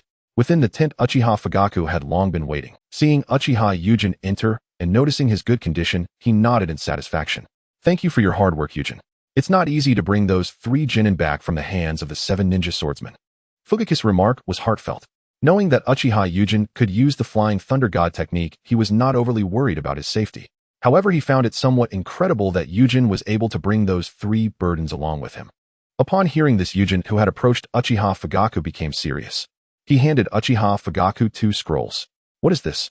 Uchiha Fugaku asked, receiving the scrolls with a puzzled look. Lord Fugaku, you should call in the ninja from the intelligence team and also summon all the jonin in the camp. One scroll contains the heads of the attackers, and the other contains their weapons. Upon hearing Uchiha Yujin's suggestion, Fugaku raised an eyebrow. One scroll contains the heads of the attackers. It was understandable to call in the intelligence team to read the intel. But why summon all the jonin in the camp? With some confusion, he immediately asked Yujin, it's reasonable to call in the intelligence team, but is it really necessary to summon all the jonin in the camp? It is necessary, Lord Fugaku. Once you open the scroll containing the heads, you will understand why. Hearing this, Uchiha Fugaku did not waste time. He immediately opened the scroll. With a loud bang, the smoke dispersed, revealing more than 10 heads before Uchiha Fugaku's eyes. He immediately stood up in shock. With a horrified expression, he looked at the heads. Yujin. This fat head with serrated edges is the one from the Watermelon Mountain pufferfish, Ghost right. That's right, besides him. There are the heads of other members of the 7 ninja swordsmen. Uchiha Yujin said, seriously pointing to the head of a root ninja, and reminded Uchiha Fugaku in a solemn tone, these are not important, what matters are these few people. Upon hearing Uchiha Yujin's explanation, Uchiha Fugaku's expression changed dramatically. The heads of the 7 ninja swordsmen are less important than these unfamiliar ninja heads. What exactly is going on? Lord Fugaku, call in the ninja from the intelligence team, and you will understand everything. Hearing Yujin's repeated requests, Uchiha Fugaku's expression suddenly became serious as he nodded solemnly. He then followed Uchiha Yujin's instructions and called in the intelligence team and all the jonin in the camp. 10 minutes later, the tent was filled with dozens of ninjas. The jonin who arrived here all had extremely serious expressions. After all, those who can become jonin are not foolish. They had encountered the intelligence team on the way. They called for the intelligence team and also summoned all the jonin in the camp. Regarding this, everyone speculated. Did Lord Fugaku discover some important intel? Fugaku sat at the head of the table. Once he saw that all those who should be present had arrived, he pointed to the table and addressed everyone. These heads are the reason I called you all here. Hearing this, everyone looked towards those heads. If I'm not mistaken, those are the heads of the 7 ninja swordsmen, right? Those guys have been harassing us for half a year, bits them. Wait, how did they die? As soon as these words were spoken, everyone in the room realized. They were horrified as they turned to Uchiha Fugaku and asked Lord Fugaku what is going on. How did they die? Seeing this, Uchiha Fugaku raised his hand to calm them. With Fugaku's gesture, the room suddenly fell silent. The 7 ninja swordsmen are indeed dead. This is beyond doubt. As he spoke, Fugaku took out another scroll. He flicked it towards the ground. Bang!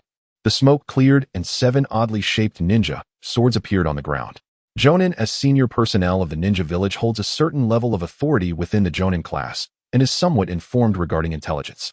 Uchiha Yuzin, a recently risen star of the Uchiha clan, has gained notoriety within the past year. They are not at all unfamiliar. Having slain Hachikuji Shizu and battled against Kyo Sasori, he is one of the only 2 users of the Flying Thunder God technique in the village.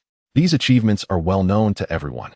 Familiarity aside, his strength to the extent of annihilating the 7 ninja swordsmen is beyond expectation. It's something they never anticipated. Yujankin is surprisingly strong, annihilating the 7 ninja swordsmen. Such power should be on par with a village leader, right? There's absolutely no doubt this kind of power is within the realm of a leader. Isn't he only in his early teens? To be precise, he's 13. Uchiha is truly fortunate to have such a figure emerge in this era. Who can argue otherwise? The discussions among the jonin made another group feel secretly pleased. These individuals are none other than the jonin of the Uchiha clan present at the scene. To be honest, this kid Uchiha Yuzin enjoys considerable popularity within their clan. Regardless of faction, everyone has high hopes for him. It's simple. He is closer to the position of Hokage than any other Uchiha. For them who have long aspired to the position of Hokage, Uchiha Yuzin is the most outstanding child in the clan. Currently, his achievements are enough to demonstrate his power, and he is deserving of the Hokage position. Thinking of this, the Uchiha Jonin gazed at Uchiha Yuzin with intense eyes. Meanwhile, Uchiha Fugaku, seated above, observed all this, especially the fervent gaze of the Uchiha Jonin. He felt quite helpless about this. Previously, he had been caught off guard by this kid, Uchiha Yuzin. He had not thought much and had simply followed Yuzin's lead to gather everyone. Now he had realized what a shocking thing Yuzin had accomplished. The 7 ninja swordsmen, along with several heads that required intelligence class investigation, totaled a small jonin team of over 10. As for Uchiha Yuzin, being capable of annihilating such a team that could wage a small-scale battle and crush a small nation left him feeling somewhat numbed. It's impossible not to feel numb. He had witnessed this kid grow from the Tutomo Sharingan to this level. Now he could honestly ask himself if he could defeat Uchiha Yuzin. He couldn't. Absolutely couldn't. The 7 ninja swordsmen composed of elite jonin are the signature of Kirigakure. During this time, as the commander of this coastline, he had indeed engaged with them. He clearly understood that the 7 ninja swordsmen only needed to deploy 3 members to take him down, while Uchiha Yuzin had directly killed them all. The distinction of strength and weakness is already quite obvious. Having watched Uchiha Yuzin grow from 2 tomos to now being stronger than him, his astonishment towards this kid surpasses that of everyone. This kid is a genius, a monster. He couldn't clearly define it, but it doesn't matter. He only needs to know that this kid is on his side. With this thought, Uchiha Fugaku severed his train of thought and looked at the noisy scene. He lightly coughed to him. Ahem. Everyone, please be quiet for a moment. Yujankin has said that the 7 ninja swordsmen are not the most important. What matters is the intelligence from these heads. Upon hearing this, Uchiha Yuzin stepped forward and addressed everyone present. I deeply appreciate your admiration, and I will take it to heart as motivation to continue contributing to Konoha. Saying this, his expression grew serious as he pointed to the head of a root ninja and continued, however, during this skirmish, I found these ninjas to be somewhat unusual. Those anomalies left me feeling unsettled, which is why I asked Lord Fugaku to gather you all. So, the seniors of the intelligence class, regardless of what you see, please inform everyone directly. As soon as his words fell, the scene fell into silence. The Jonin present had extremely serious expressions at this moment. Their thoughts were quite simple. Is it that these few have some crucial intelligence regarding Kirigakure? Otherwise, why would this kid be acting so seriously? Understanding their thoughts, Uchiha Yuzen could read the expressions of the Jonin present. He was quite eager to see what kind of shocking ways would arise when the intelligence class ninjas revealed the intelligence from the minds of the root ninjas. As for Shimura Danzo, who arranged for him to be on this battlefield, Uchiha Yuzen felt nothing but disdain. He is not someone who takes losses lightly. You arranged for me to be here and collaborated with outside forces to assassinate me. Don't blame me for giving you a big surprise. It should be noted that Konoha has always promoted the will of fire. The encouragement emphasizes friendship bonds and sacrifice. Although in the hearts of the higher-ups the last sacrifice is the most important. But on the surface the first two are the mainstays of political propaganda. Shimura Danzo's actions of placing ninjas he doesn't favor at designated locations, then conspiring with outside forces to assassinate comrades. As long as all Jonin present are aware of this with his bond with Sarutobi Hiruzen, such an assassination would be excused. This guy won't fall from grace easily. Even if such news spreads through the Jonin, his reputation will be thoroughly tarnished in the Jonin class, even if later he has Sarutobi Hiruzen to shield him. Just this point, his dreams of becoming Hokage will be completely out of reach. Thinking of this, Uchiha Yuzen sneered inwardly. Danzo, don't you want to be Hokage the most? If you provoke me, I'll directly shatter all your dreams and obsessions. Surely this situation would be worse than death for him. At this moment, three ninjas from the intelligence class stepped forward and bowed slightly to Uchiha Fugaku and the crowd. They approached the heads without any further ado, directly activating the technique to invade their minds and extract intelligence. As the technique progressed, their expressions grew increasingly grim. Cold sweat began to pour out instantly. Seeing this situation, everyone present except Uchiha Yuzen felt somewhat bewildered. What could possibly cause these guys to change their expressions so drastically? Yeah, as ninjas of the intelligence class, they should remain calm regardless of the intelligence they face. Everyone's curiosity was piqued, including Uchiha Fugaku. Uchiha Yuzen's repeated emphasis on the changing expressions of the intelligence class ninjas. Feeling curious, he asked with interest after seeing the intelligence class ninjas finish their work. While sweating coldly, everyone, can you tell us what the intelligence is? Upon hearing Fuyu's inquiry, the three ninjas from the intelligence team exchanged glances, unsure of what. If you have something to say, just say it. With so many Jonin present, nothing will happen. Uchiha Yuzen understood their hesitation.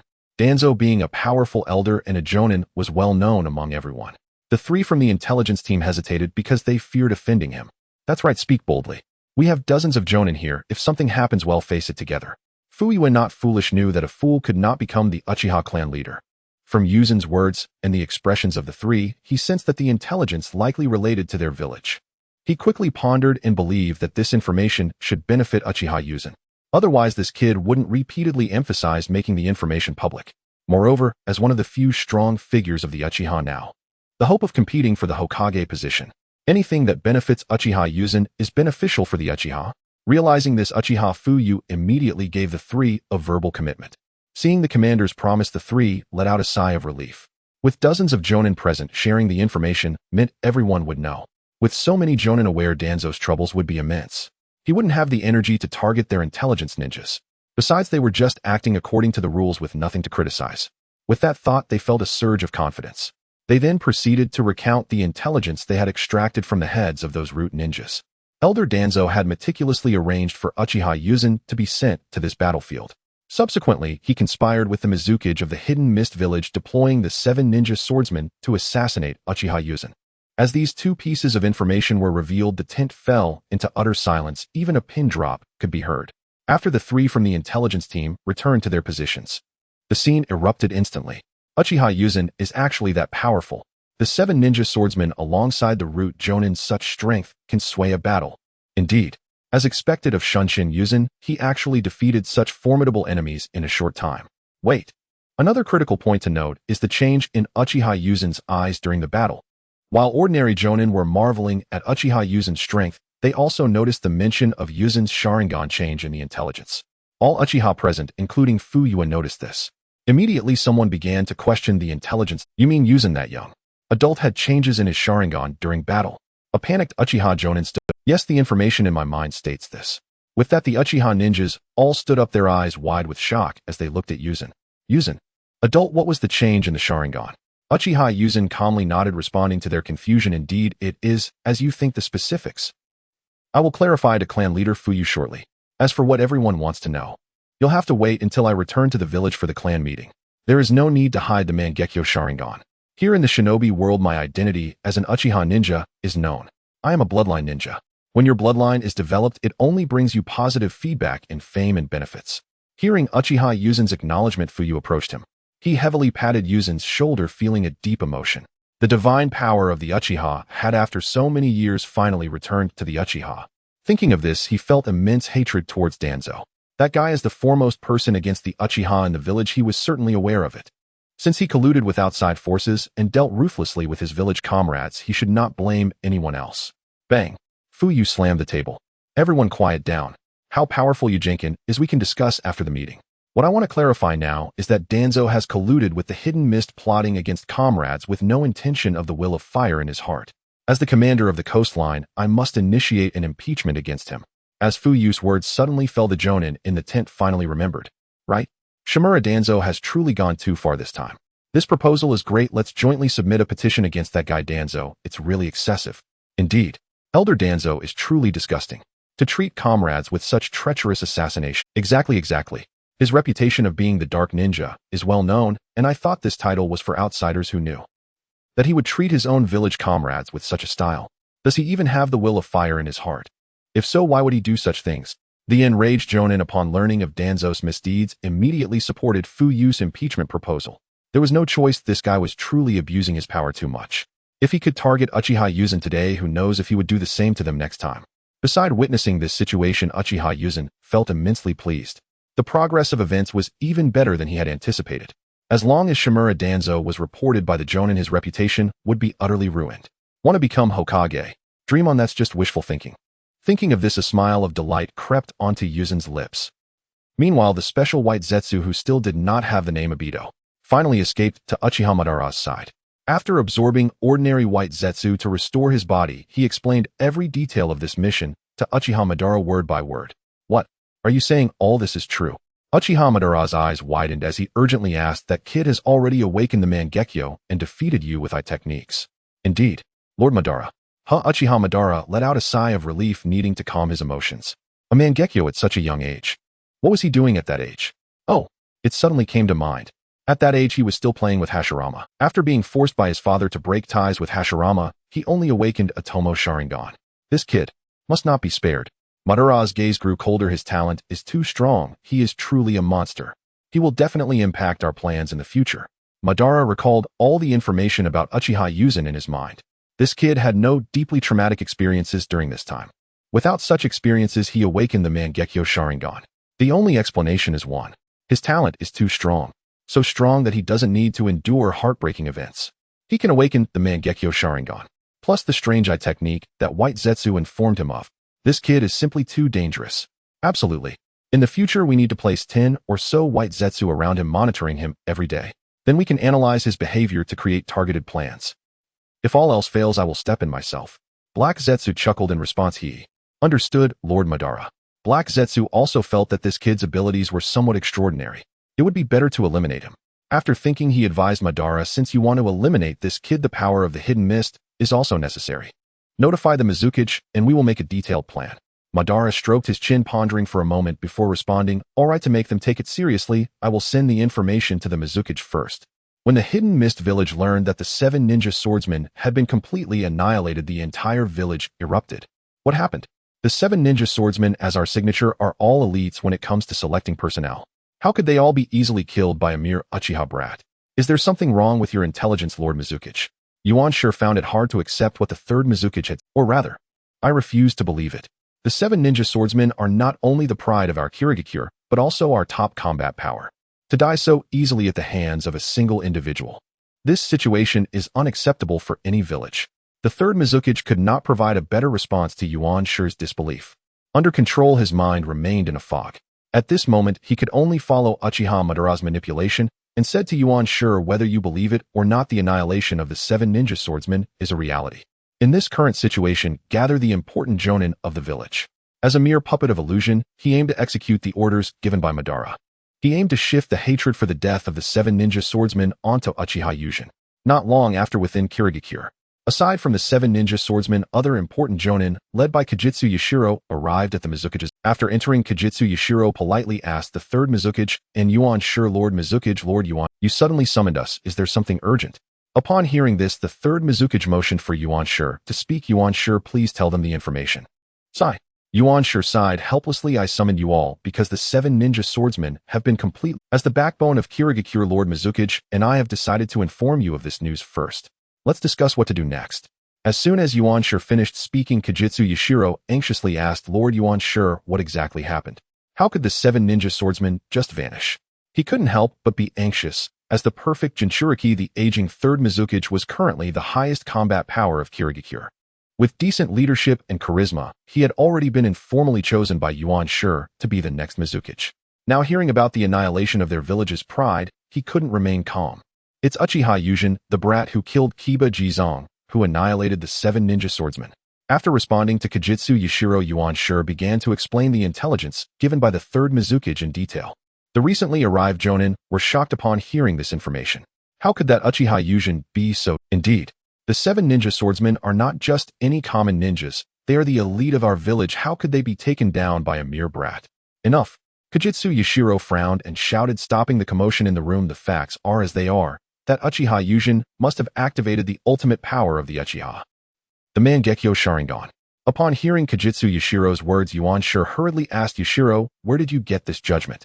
Yuan Sure, who was from the same generation as the third Mizukage in Kirigakure, had experienced the era of ninja villages and the early days of its inception. He knew all too well what the Mangekyo Sharingan represented.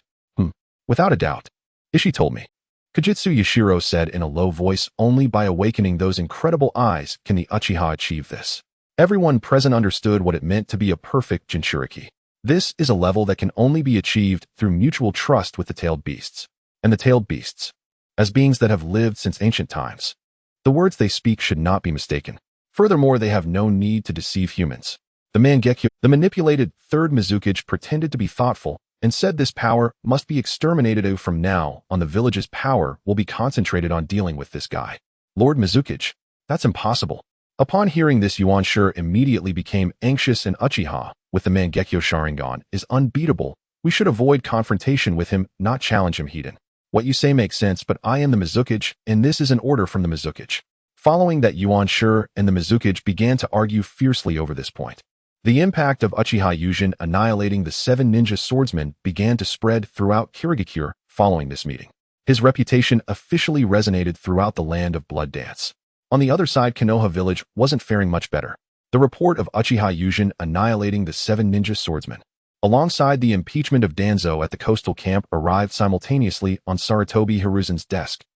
Exhaling the last puff of smoke, Sarutobi Hiruzen set down his pipe. He raised his eyes and fixed a sharp gaze on Danzo. Do you have anything to say in your defense? Nothing. Danzo snorted coldly and replied ungraciously, everything I've done. This was a lie.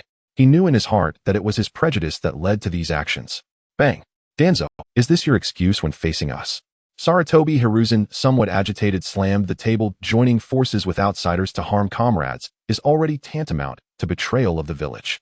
What I did is the right behavior. Take a good look at the report. That brat has already awakened the Mangekyo Sharingan. Doesn't this indicate that his evil has run deep into his bones, and the evil Uchiha must be brought to justice?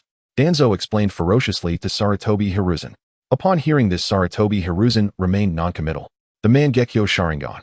This power is well understood by any ninja who has experienced that era. Moreover, he had also seen the research conducted by his teacher Senju Tobarama. He had anticipated early on that the moment Uchiha Yūjin displayed unparalleled talent, he might become a powerhouse like Uchiha Madara. However, a teenager possessing the Mangekyo Sharingan was truly unheard of and unseen. Sarutobi Hiruzen could only sigh at this intelligence. Yūjin is indeed fearsome. Fortunately, he is my own disciple. There was no need to take any precautions. It's simple. Whatever brilliant achievements he makes as the pinnacle of the current master-disciple relationship, he would share in the glory. In such a situation where his interests were not harmed, he wouldn't care about Danzo's words. What evil and what not evil? After being Hokage for decades, can't he see through it? His teacher Senju Tobarama. Didn't he speak those heart-wrenching words because of the century-long feud with the Uchiha? Plus, several of his brothers were killed by the Uchiha. I've listened to your excuses. Oh, for now, you should temporarily step down from your leadership position in the Roots. I cannot suppress the news of dozens of Jonin's joint impeachment. You should reflect on your actions at home for a while. Upon seeing that Sarutobi Hiruzen paid no heed to his, Danzo ominously turned around. That brat is truly dangerous. If you don't listen to me, you will regret it. Hiruzen. Upon hearing this, Sarutobi Hiruzen lowered his eyelids, feeling exceedingly annoyed at Danzo's persistent defensiveness at this moment.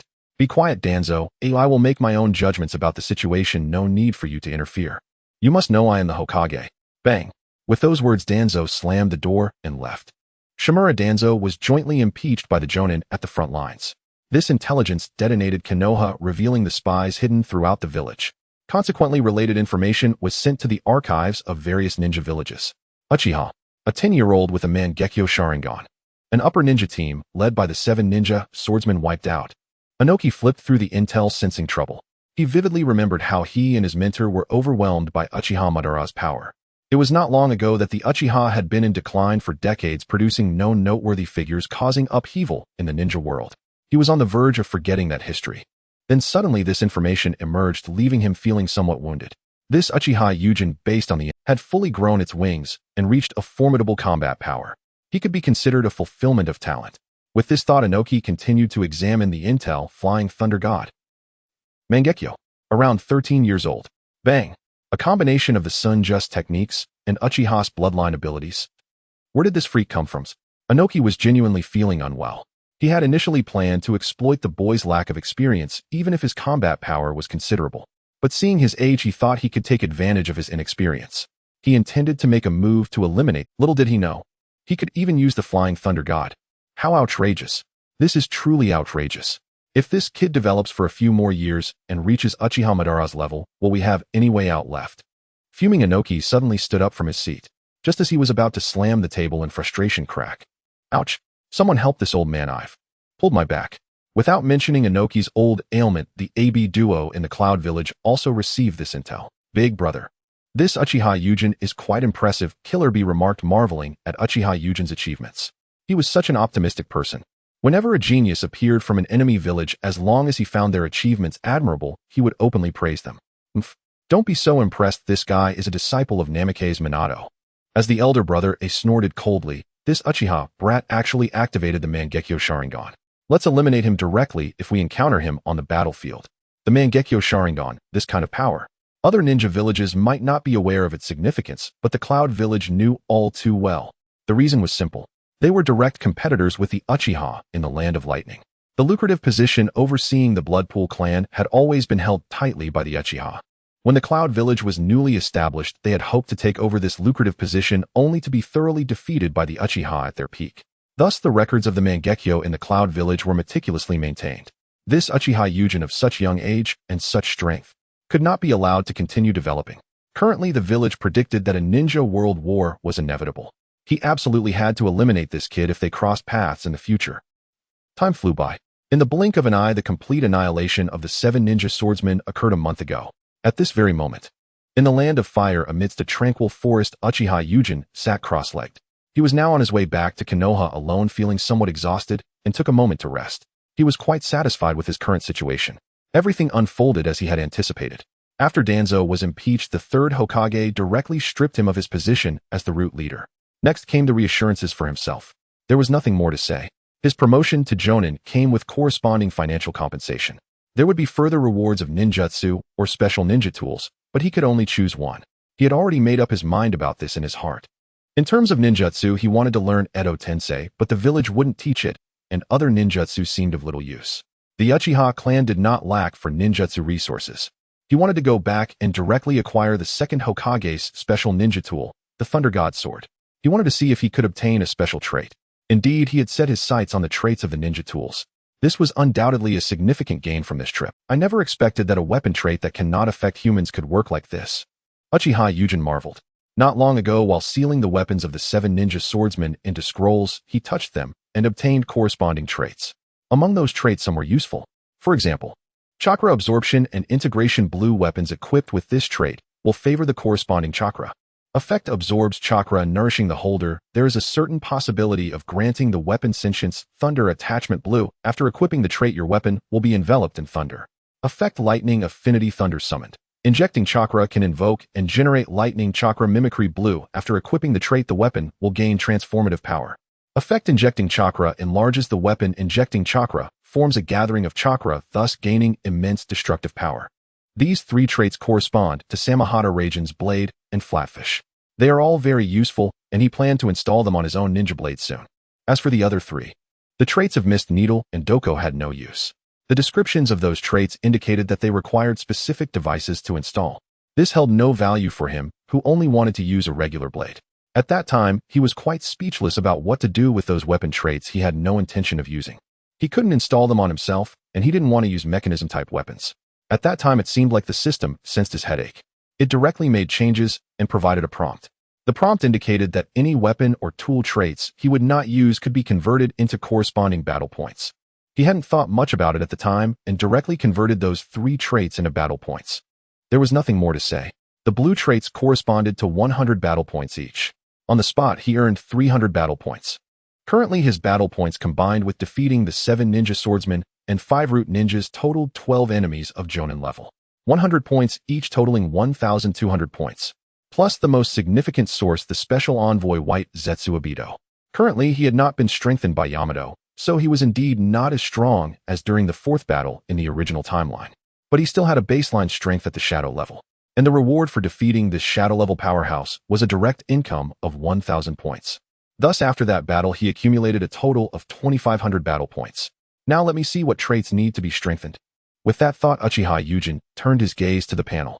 Host Uchiha Yujin, gender male, age 13 years, strength shadow traits, child of time and space, gold genius, gold phantoms, fake gold. Uchiha purple steel training, purple Mangekyo, Sharingan, purple forest of thousand hands, blue Uchiha style, blue natural energy, affinity, blue flying, thunder god technique, blue medical genius, blue chakra seed, green. Special traits, thunder attachment, blue chakra, mimicry, blue chakra absorption, and integration, blue. Battle points 2570. The system is quite intelligent. It actually classified the traits of weapons or tools into the special traits category. However, that is not the important part. Uchiha Yujin's thoughts were swirling in his mind with over 2,500 battle points. Since Uchiha Obito has already taken notice of him, it is essential to prevent the probing of White Zetsu. Thus, the entry of natural energy affinity blue must be strengthened to the level of a purple entry. He believes that reaching this level of entry will allow him to capture natural energy with greater ease, thereby developing his own Sage Mode. With Sage Mode combined with perceptive abilities, it has already been shown in the original work that it can detect White Zetsu. Thinking of this, Uchiha Yujin felt a stir in his heart. After a brief shake of the battle value, consuming 1,000 points reduced the value from 2,570 to 1,570. Correspondingly, the strengthened entries also changed. Natural energy affinity purple, you are one with nature. Effect natural energy can be easily captured into your body. A significant increase in chakra. Nature will not backlash against you. As expected, the entry system is extraordinary. Uchiha Yujin was incredibly excited. If the effect of this entry truly matches what is displayed on the system, then his own Sage Mode will surely not take too much time to achieve. It will be created by himself. He will be able to easily capture natural energy and be unafraid of nature's backlash. After returning, he will vigorously experiment with the ratio of natural energy to chakra. Sage Mode will soon be within his grasp. Next, the invigorated Uchiha Yujin immediately looked at the entry panel. The entries related to natural energy had brought him such great surprises. With remaining battle value, he was eager to continue, because the next entry he would upgrade would be the one that truly brings about a qualitative change. With a thought battle value consumed, the Sun Just Bloodline Limit entry changed from blue to purple. Forest of Senju, purple, the Sun Just Bloodline Limit will flourish in your hands.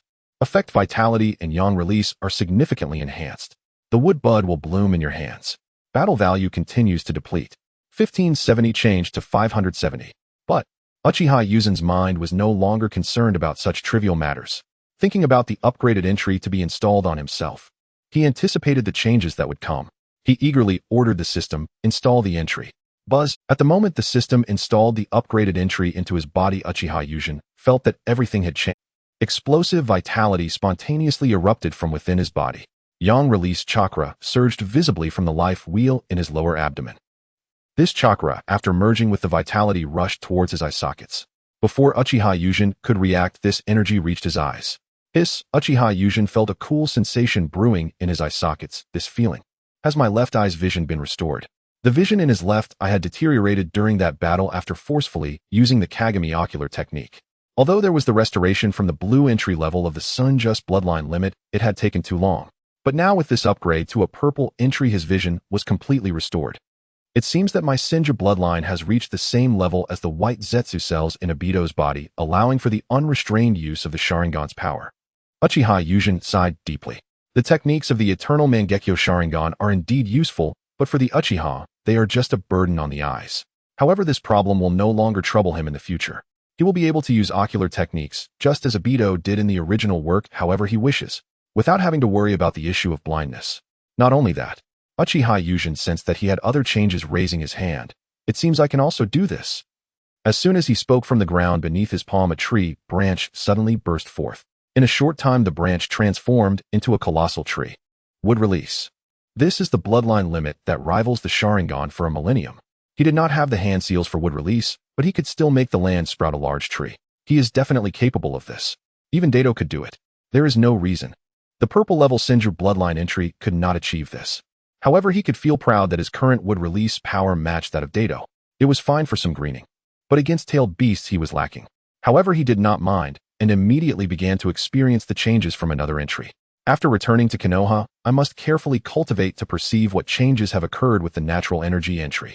The changes brought by the upgrade of the natural energy entry were not profound. Chakra has indeed experienced a certain increase. But the upgrade of the Senju bloodline entry, the increase in vitality, leading to a surge in chakra, was even more evident. This aspect will be set aside for now. In any case, he could sense that his chakra will experience a tremendous increase in the near future. As for affinity with nature and capturing natural energy, he needed to calm down and meditate, but he was still on the move. He planned to do this after returning.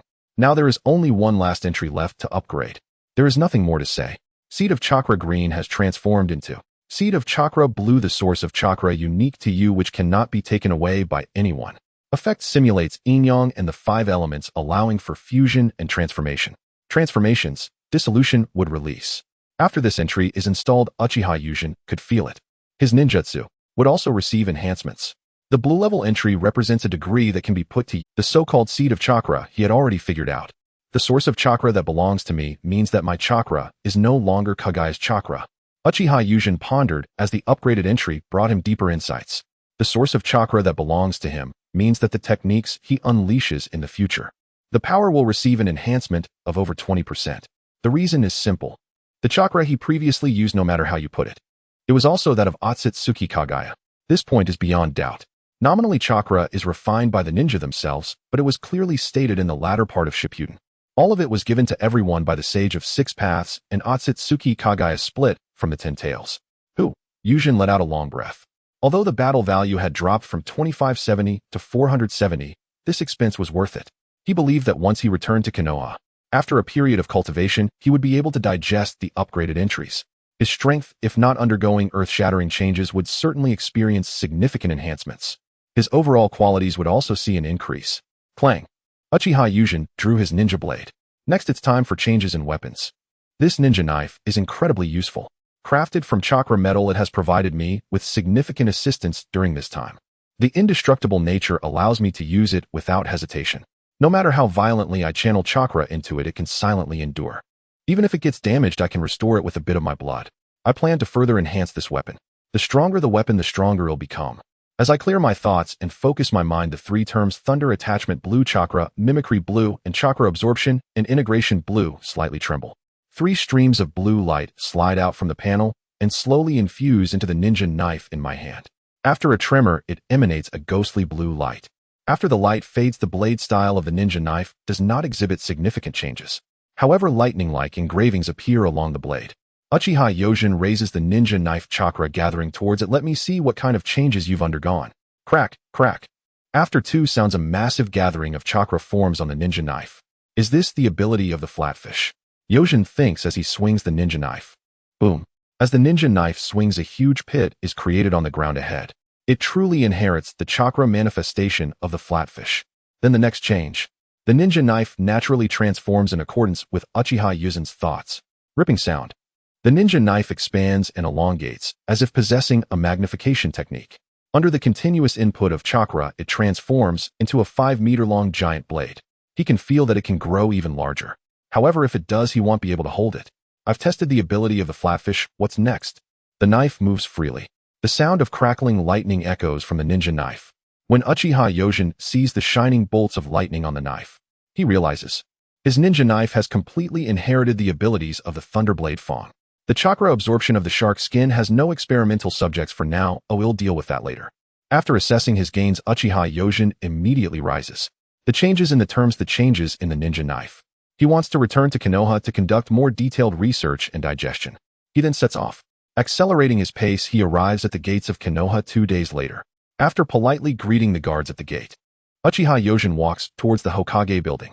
As he walks, he reflects. He never expected that the current guardianship of the gates of Konoha is in the hands of the Uchiha. The Uchiha guards are truly impressive.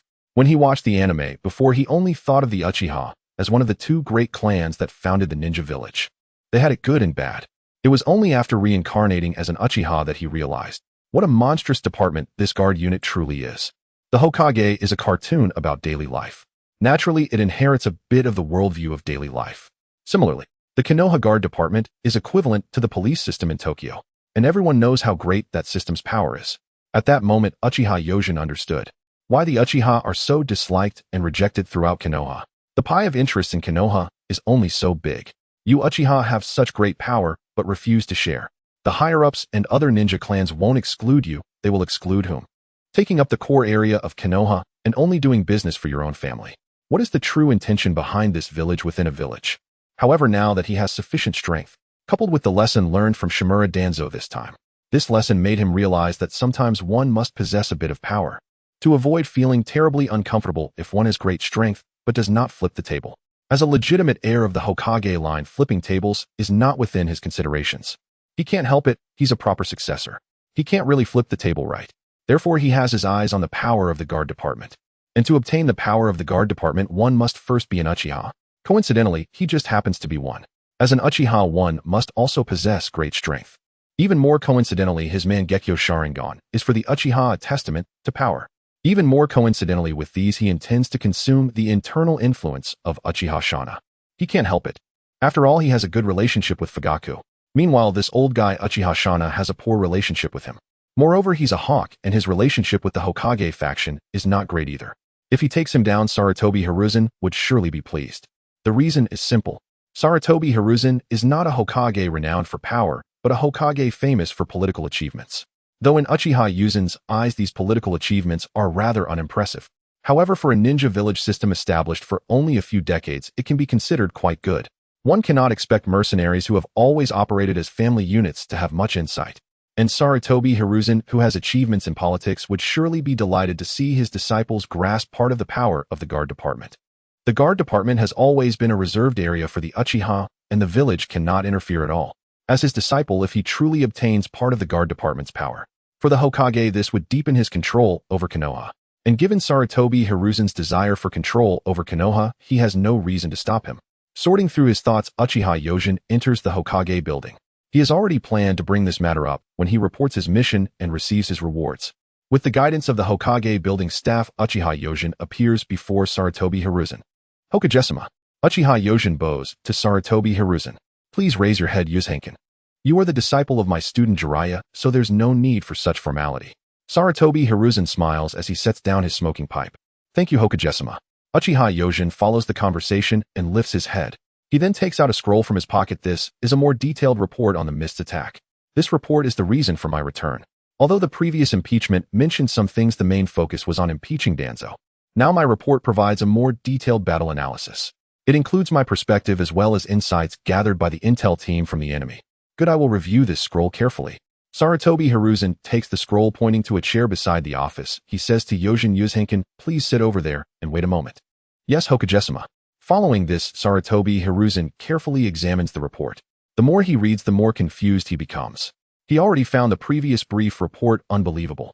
Now this scroll, which is from the perspective of Uchiha Yojin and the 7 ninja swordsmen, leaves him even more. Kid, tell me in the perspective above, what on earth is that inexplicable luck of yours? Is it the power of the man? Hearing this, Uchiha Yojin replies solemnly, that is my eye technique. It's an illusion type that allows them to see unbreakable illusions. And in my awakened state, I can calmly slay them, so it appears to be good luck. This is a lie. There's no way he would reveal his eye technique. The explanation of it being an illusion is enough. After all, those guys look like they failed miserably. This can indeed be explained as an illusion. Upon hearing Yuzen's explanation, an illusion, huh? A good eye technique. Sarutobi Hiruzen breathes a sigh of relief. What reward do you want for this incident? Hearing this, Uchiha Yuzen's eyes light up. Lord Hokage, I wish to have the second Hokage's ninja tool, the Raijin sword. Uchiha Yuzen voiced his thoughts aloud, just as he had thought on the way back to the village. When ninja resources are abundant, the rewards available within the village are prioritized by the acquisition of attributes. During the time of awakening his innate wisdom, Uchiha Yuzen had come to understand. The foundation upon which he could stand in this world was neither the power of the Sharingan nor the hard work of cultivation, but rather it was the attribute extraction system. The attributes were the reason for his rapid growth, even if he wasn't born as an Uchiha in this life.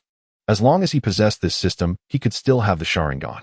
After all, as long as he made contact, he could extract the corresponding attributes, which was truly extraordinary. And the Raijin sword, being a special ninja tool, would definitely have related attributes. Weapon attributes and good skills installed onto the weapon would enhance his strength. Even slightly inferior ones could be converted into combat value. So, there was nothing to think about. Acquiring attributes would always be the top priority. The Raijin sword. Yuzenkin, don't you need any ninja technique rewards? Sarutobi Hiruzen was somewhat surprised. Typically, when ninjas received village rewards, they would align themselves with ninja techniques, right? However, when his surprised gaze fell upon the family crest of the flame fan on Uchiha Yuzen's attire, he suddenly slapped his forehead. Smack. Old fool, how could I forget? You're an Uchiha and a rising star. Surely you wouldn't lack for ninja techniques. In response, Uchiha Yuzen nodded in agreement, saying exactly, Lord Hokage. Thank you, Lord Hokage. After expressing his gratitude to Sarutobi Hiruzen, Uchiha Yuzen revealed an expression of hesitation, saying, however, immediately after the Umbu took their orders and left. Yuzen, I've already sent someone to fetch the Raijin sword. Just wait patiently for a moment. Thank you, Lord Hokage. After expressing his gratitude to Sarutobi Hiruzen, Uchiha Yuzen revealed an expression of hesitation, saying, however, besides this, I would like to discuss a matter with you, Lord Hokage. What is it? Speak up. After leaving the Hokage building, Uchiha Yuzen walked home with a leisurely pace. Everything was going smoothly. Indeed, Sarutobi Hiruzen proved to be a seasoned politician. When he sent someone from the Umbu to retrieve the Raijin sword, he revealed his intent to use Uchiha Yuzen as a stepping stone to intervene in the security department. Sarutobi Hiruzen immediately picked up on the subtle cue and unhesitatingly voiced his support. With Hiruzen's approval, he could truly begin to handle matters concerning the Uchiha. The issues of force and reputation were not particularly problematic. It would be more than sufficient to stir things within the Uchiha clan. As for whether Uchiha Fugaku would have a rift with him after these matters, there was no need to worry. That guy would soon lose his closest friend and awaken his Mangekyo Sharingan. At that time, the white Zetsu cells he had acquired would definitely become an important tool for stabilizing him. More importantly, during his time spent with Uchiha Fugaku, Uchiha Yuzen discovered that his personality was quite similar to how it was portrayed in the original work. Calculating and indecisive, it was vividly displayed. Such a person would be too easy to manipulate after the fact. And this time he had also successfully acquired the Raijin sword as a task reward. There was nothing much to say. He had acquired an attribute. Chakra Lightning Transformation Blue can use the corresponding mechanism to convert chakra into a concentrated mass of lightning chakra. Effect: Chakra Lightning Transformation. Chakra gathers into a beam. How should this attribute be described? It was basically useless for him. If installed onto a weapon compared to the attributes provided by the lightning blade Fong, its functionality was slightly inferior. There was nothing more to say, or it was directly converted into 100 points of combat value. The remaining Raijin sword itself could only serve as a collectible. No, it should be said to have more symbolic significance. Just as this thought emerged, a commotion not far away brought Yuzen's thoughts back. Why does it feel like someone is arguing? Uchiha Yuzen felt a bit curious. He had already stepped into the Uchiha clan's territory. As the head of the security department, Uchiha had stricter demands on the security within their clan. There was no way around it. That damned sense of Uchiha pride made it unbearable for them to accept that after taking charge of the law enforcement agency, there would still be issues and idle gossip within their own family. Generally speaking, everyone was aware of the noise. Basically, anything that could be resolved at the clan meeting should just be resolved there. Driven by curiosity, Uchiha Yuzen quietly approached the scene. With his current strength, he naturally wouldn't allow the people in the crowd to detect him. However, when the scene before him came into view, he felt somewhat incredulous. Uchiha Inaho, do you have no shame? You didn't even follow the front lines to heroically sacrifice yourself. What do you mean I didn't go? I clearly applied to go but was stopped by Shana. That adult. To offend Lord Yuzhen and be abandoned by Lord Shana, and you still dare to talk back to me. Damn it, what do you want from me? Uchiha Inaho shouted angrily at the two guys surrounding him. In the past 6 months, Uchiha Inaho's situation within the clan had seen a sharp decline. When the news of Uchiha Yuzhen killing Pipa Juzo spread throughout the village, changes began to occur. At that time, the old guy Uchiha Shana had not yet given up on him. He still treated him as warmly as he could. But once Uchiha Yuzhen became a powerhouse capable of battling against Akasuna no Sasori, he was abandoned. And he could understand that. Uchiha Yuzhen, as a disciple of Namikaze Minato, was part of the deeply rooted Hokage lineage. His innate talent was frighteningly strong. This news was undoubtedly a great morale booster for the Uchiha. The reason was quite simple. Uchiha Yuzhen had the hope of becoming Hokage, coupled with a more important point. The clan felt that this was a goodwill release from the village's higher-ups. After all, considering Uchiha Obito, the Hokage line, had already accepted 2 Uchihas. This was monumental news for the Uchiha who had been suppressed by Konoha for decades. Don't think the Uchiha were truly stubborn and wanted to continuously oppose the village. After all, everyone was simply people who wanted to live well. If they really didn't want to live well, Uchiha Madara would have left with them long ago. Yet this news was good news for the clan. For him, Uchiha Inaho, it was bad news. As a subordinate of Uchiha Shana, he had troubled Uchiha Yuzhen not long ago, only to be defeated afterward. This news was known by the whole clan. The incident that occurred at the clan leader's doorstep, everyone couldn't possibly be oblivious to. There was nothing more to say. Abandoned by Uchiha Shana, he became an outcast within the Uchiha clan. The little fame he once had naturally became the target of bullying. Now, was he not just being troubled again by these 2 former How frustrating. If it weren't for the concern of Uchiha Shana, I would have. Thinking this, he bit his lip, his face full of resentment. Meanwhile, the 2 enjoying bullying him saw his expression and both sneered, saying, "Unsatisfied? What do you have to be unsatisfied about?" Speaking of which, they raised their hands intending to strike Uchiha Inaho. Smack! A figure abruptly appeared in the scene. Yuzen's ocular technique is quite straightforward. Left eye Ikemokuren. Right eye Tenkan. The functionality of the left eye's Ikemokuren. Bullying in this scene, centered around the culture of daily life, is inevitable in the world of Naruto.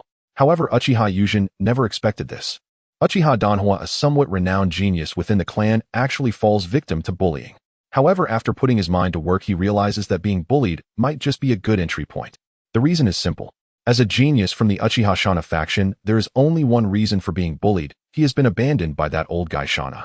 The specific reason for the abandonment may very well be his own rapid rise to power, causing that old man to abandon his vehicle to protect his own status. Uchiha Yuzhen chuckled inwardly at this. This old guy really has a rebellious spirit, yet possesses no real skills. This character was mentioned in the original comic. When Uchiha Madara declared his intention to take the clan away from Konoha, he directly switched sides to Konoha. Later, he found that Uchiha's development did not align with his own desires. He began to sing counter to Senju Tobarama. This counterpoint eventually led him to prison. After his release, relying on his old qualifications, he was unable to do much against the young Uchiha Fugaku. It can be seen that this guy is purely a talentless waste. And after his own rise in power, he will avoid the limelight and abandon his subordinates. This was also to be expected. TSK. What an old thief. However, precisely because of this, Uchiha Danhwa, who is currently being bullied, is a very good entry point.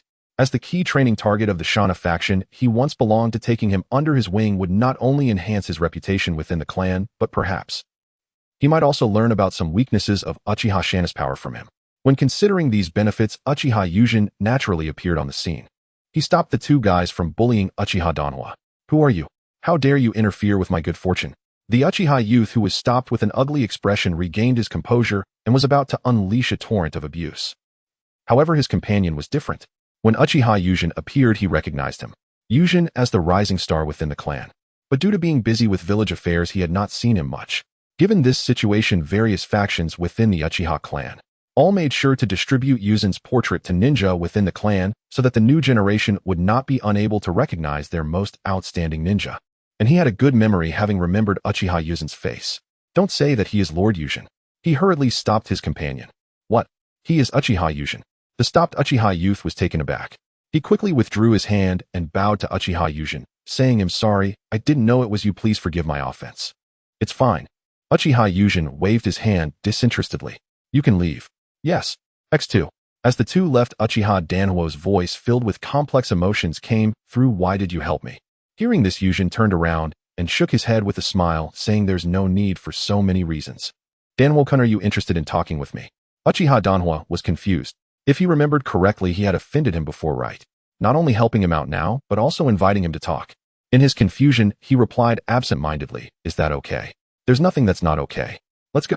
Yujin and Danhua arrived by a lake. The two stood side by side, gazing at the mirror-like lake, and for a moment, both fell silent. After a while, Uchiha Danhua broke the silence. With a complicated tone, he said, "What does Yuzenkin want to do?" "It's nothing much, I just wanted to ask." Yujin turned around, focusing on Danhua, his expression serious. "Since you have been abandoned by that old man Shana, would you like to join me?" "Huh?" Uchiha Danhua was greatly shocked. His eyes widened as he exclaimed, "Join you?" "That's right. My reputation within the clan. I believe you are aware if you join me, your situation will not be as dire as..." Uchiha Yujin was very clear that dealing with the Uchiha clan, especially with young Uchiha, there was no need to create any complex situations. A straightforward approach would suffice. Moreover, this person opposite him was still his defeated opponent. It should not be difficult. The following situation did not surprise him. Danhua accepted the olive branch extended by Uchiha. He solemnly responded, "Then I look forward to your guidance in the future, Lord Yujin." Danhua was left with no choice. As a ninja cultivated by the clan, he could only keep circling within the security department. After being abandoned, if he truly wanted to live well, he could only find a backer. Therefore, aligning himself with Uchiha Yujin before him was the best solution. Upon hearing this, a pleasant curve appeared at the corners of Uchiha Yujin's mouth. "Rest assured, Danhua-kun, I am different from that old Shana, who only knows how to manipulate power. I have..." As Uchiha Yujin said this, he opened his Sharingan. "Follow me. You will not be disappointed." When these words suddenly fell, complex patterns, the surging pupil power, all blossomed in his eyes. "What is this?" Uchiha Danhua was utterly shocked. The change in Uchiha Yujin's eyes occurred right before him. Those patterns, and this chilling pupil power. Kaleidoscope Sharingan. "The divine power of our clan?" Danhua asked with a hoarse voice. Regarding Danhua's confusion, Uchiha Yujin smiled slightly. "Reality does not deceive. As one who possesses Sharingan, you should know. This surging pupil power in my eyes is no illusion." Hearing this explanation, Danhua simply could not believe it. The eye that had been lost to the clan for decades had actually reappeared on Uchiha Yujin. However, when he thought about Yujin's incredible growth speed, he soon felt relieved. In less than a year, his fame echoed throughout the ninja world. For such a person who could awaken the kaleidoscope if he did not. And this power is the reason to become our lord. In the future, just give me orders, and I will certainly obey. Not the kind of helpless choice due to reality. At this moment, Danhua genuinely acknowledged Uchiha Yujin as the fact of his lord. "That's great. I happen to have some matters that I need to understand from you. Lord Yujin, feel free to ask anything. I will certainly tell you everything I know."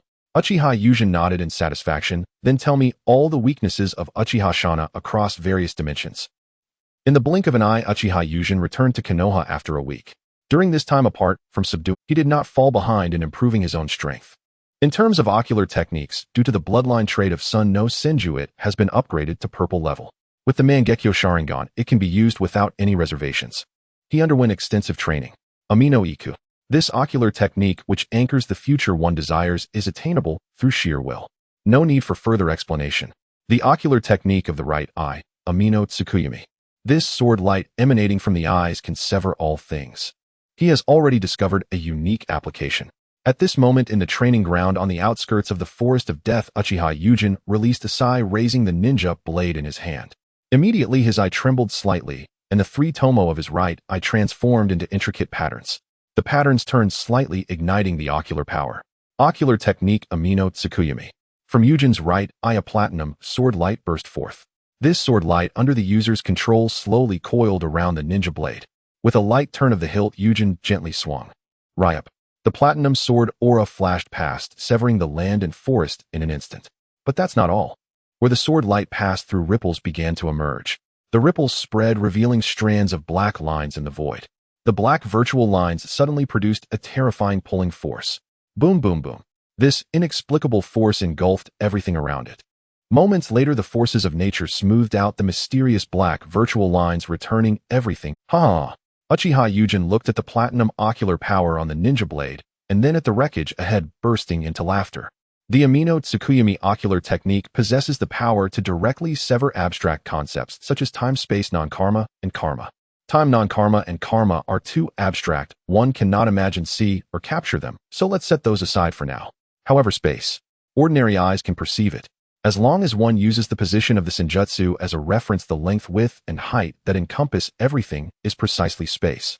Once this concept was clarified, or rather dimension was thus developed, unlike directly activating amino Tsukuyomi from the eyes. Now having developed this, the method of wrapping the ocular technique around the ninja blade is the best means of utilization at this stage. As everyone knows, ocular techniques are derived from ocular power, and this ocular power is a special form of chakra. Since it is chakra, it becomes simple. Chakra seed blue, this entry, so-called personal chakra source, reveals its superiority at this moment. Once the ocular technique wraps around the ninja blade, one only needs to infuse ordinary chakra. This ocular technique can remain on the ninja blade, as if one's chakra, without going through the transformation of the Sharingan, can fill and wrap around the ninja blade with ocular power. This ability greatly enhances Yujin's combat capabilities. After all, the Mangekyo Sharingan can indeed be used, without any reservations. However, no matter how unrestricted, it is still an ordinary Mangekyo. In terms of output, it is certainly inferior to the eternal Mangekyo Sharingan. Now, when the amino Tsukuyomi ocular technique can be enhanced on the ninja blade, converting chakra into ocular power means, by increasing the chakra output, one can amplify the power of this ocular technique. This has achieved corresponding strength even without reaching the realm of the eternal eye. Yujin couldn't help but feel elated.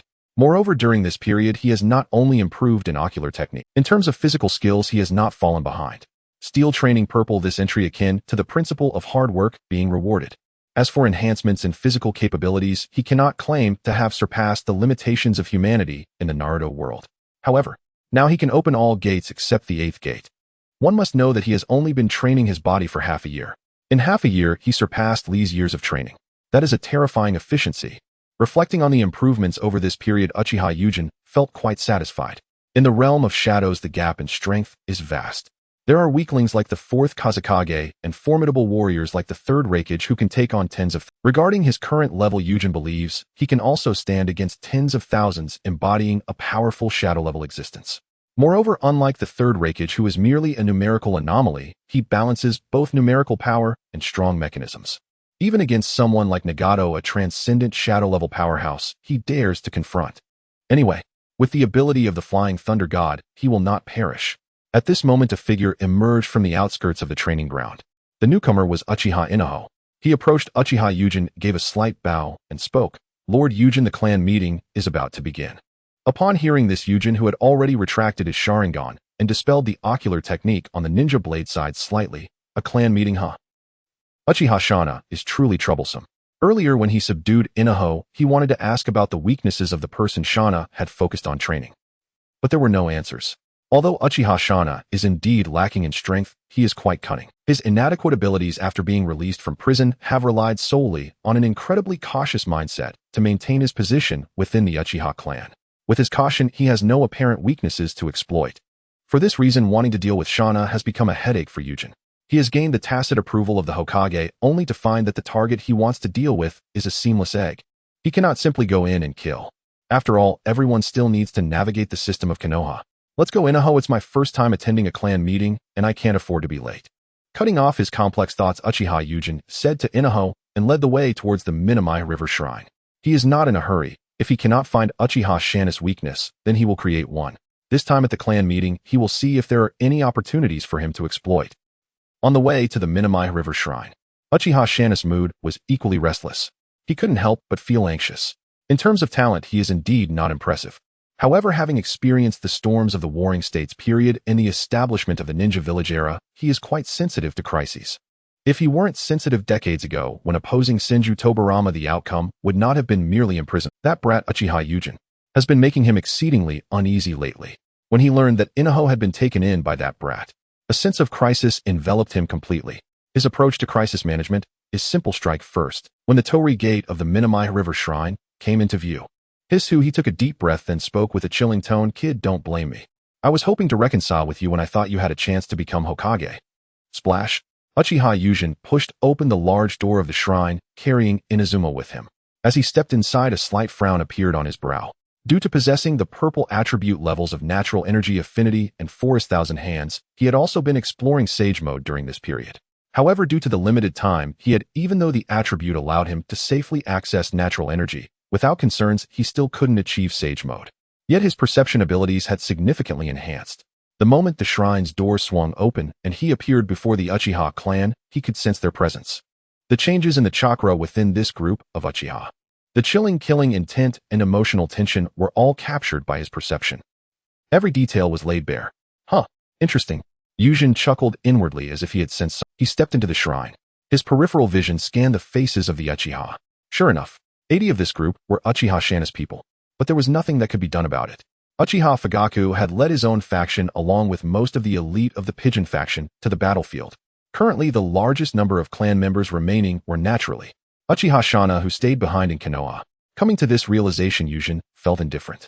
He was curious to see what kind of drama Uchiha Shana would unfold. After Yūjin and Inazuma took their seats, Uchiha Shana at the head seat opened his eyes. After scanning the surroundings expressionlessly, he slowly spoke. Currently, clan leader Fugaku is fighting on the front lines, and the ones remaining in the clan are beneath me, not worthy of note. As the host of this clan meeting, he then looked at Uchiha Yūjin, a forced smile on his face, pointing at Yūjin as he spoke in an introducing tone. This time at the clan meeting, we have a new elite, the long-awaited Uchiha Yūjin. As Shana's words fell, clap, clap, clap. A round of applause erupted. At the sound of the applause, Uchiha Yūjin remained expressionless. He scanned the surroundings again.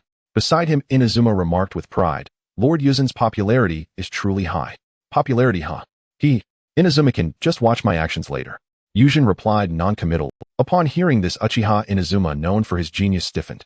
With decent ninja training, he immediately composed himself. His heart started to race. He wasn't foolish. He had grasped the general meaning behind the reminder. But before he could fully comprehend, Uchiha Shana at the head seat spoke. Yuzenkin, I must speak frankly.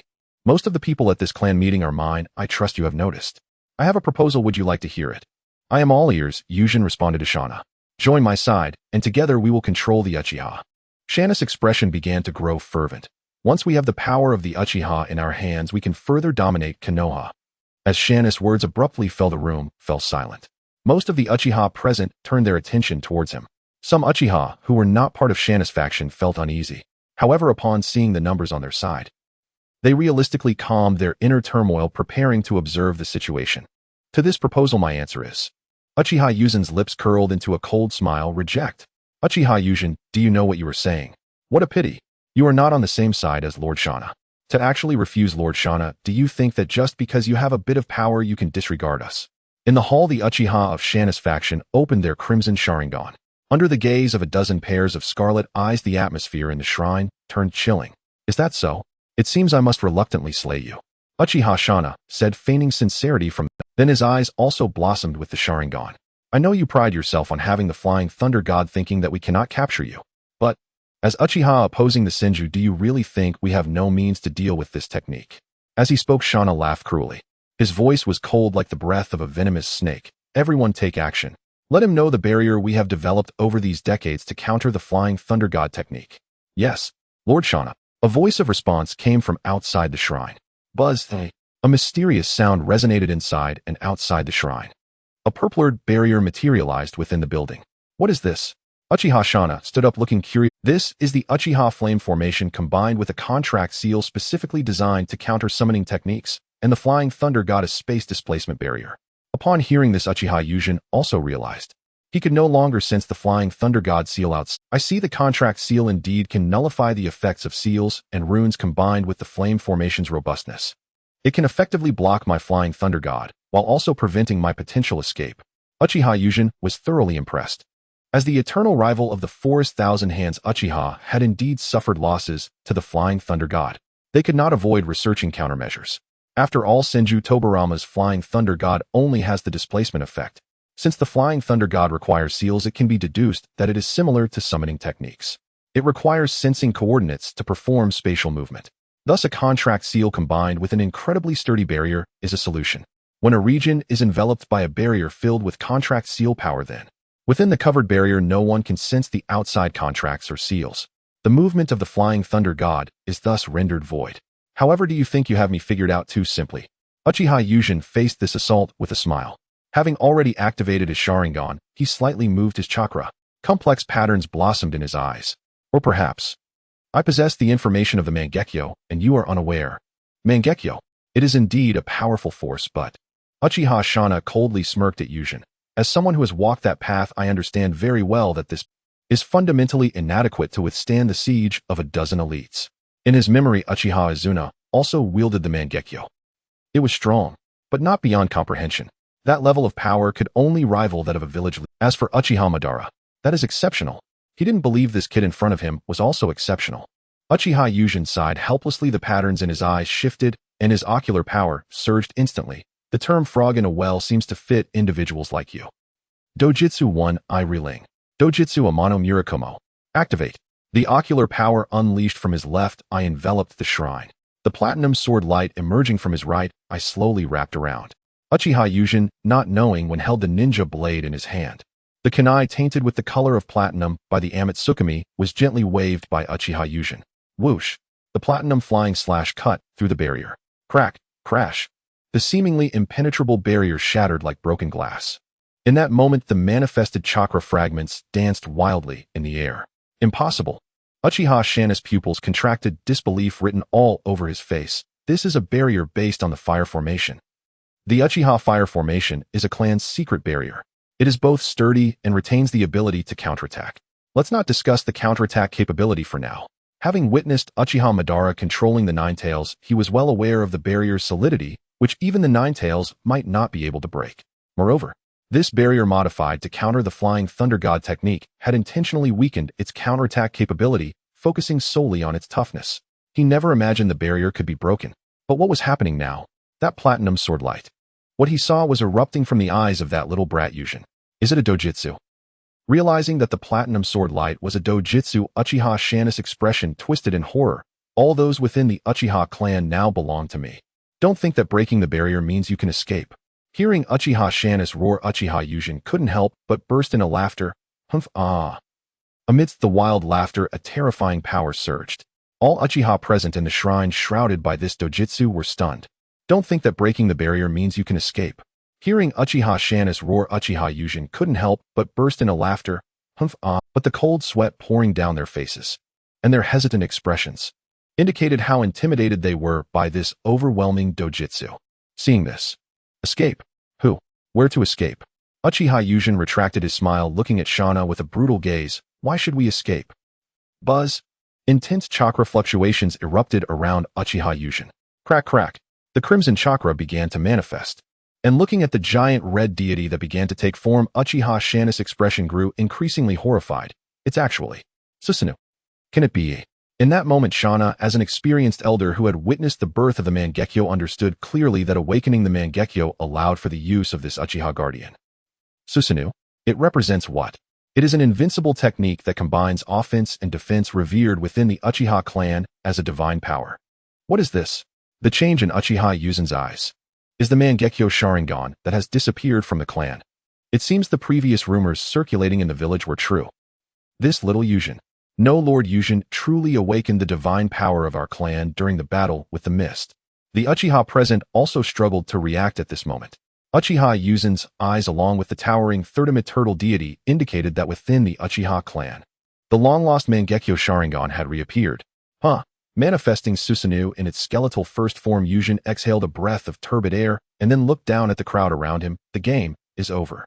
As his words suddenly fell, Susanoo underwent a transformation. The manifested chakra caused Susanoo to grow over 10 long chakra arms in an instant. Under Yuzin's control, those long arms fiercely attacked all the Uchiha present. Upon witnessing the attack initiated by Uchiha Yujin, the elite Uchiha present attempted to move to evade. Huh, why did my feet stumble? A middle-aged Uchiha about to leap suddenly found his feet entangled. This left him bewildered. As an elite among ninjas, how could he commit such a blunder that even a genin... As he struggled to steady himself and looked around, he discovered that those targeted by Uchiha Yujin for attack were also in trouble. What is happening? Why did you collide with me? How would I know? My body suddenly won't listen to me. Damn it, there's no time. As all the Uchiha present faced various unexpected situations, before they could react, they were seized in the grasp of the giant hand that swept through the air. It's over. Damn it, it seems the escape technique is useless. Then, let's surrender. It feels like Lord Shana won't be able to win. What are you idiots saying? Do you want to defect?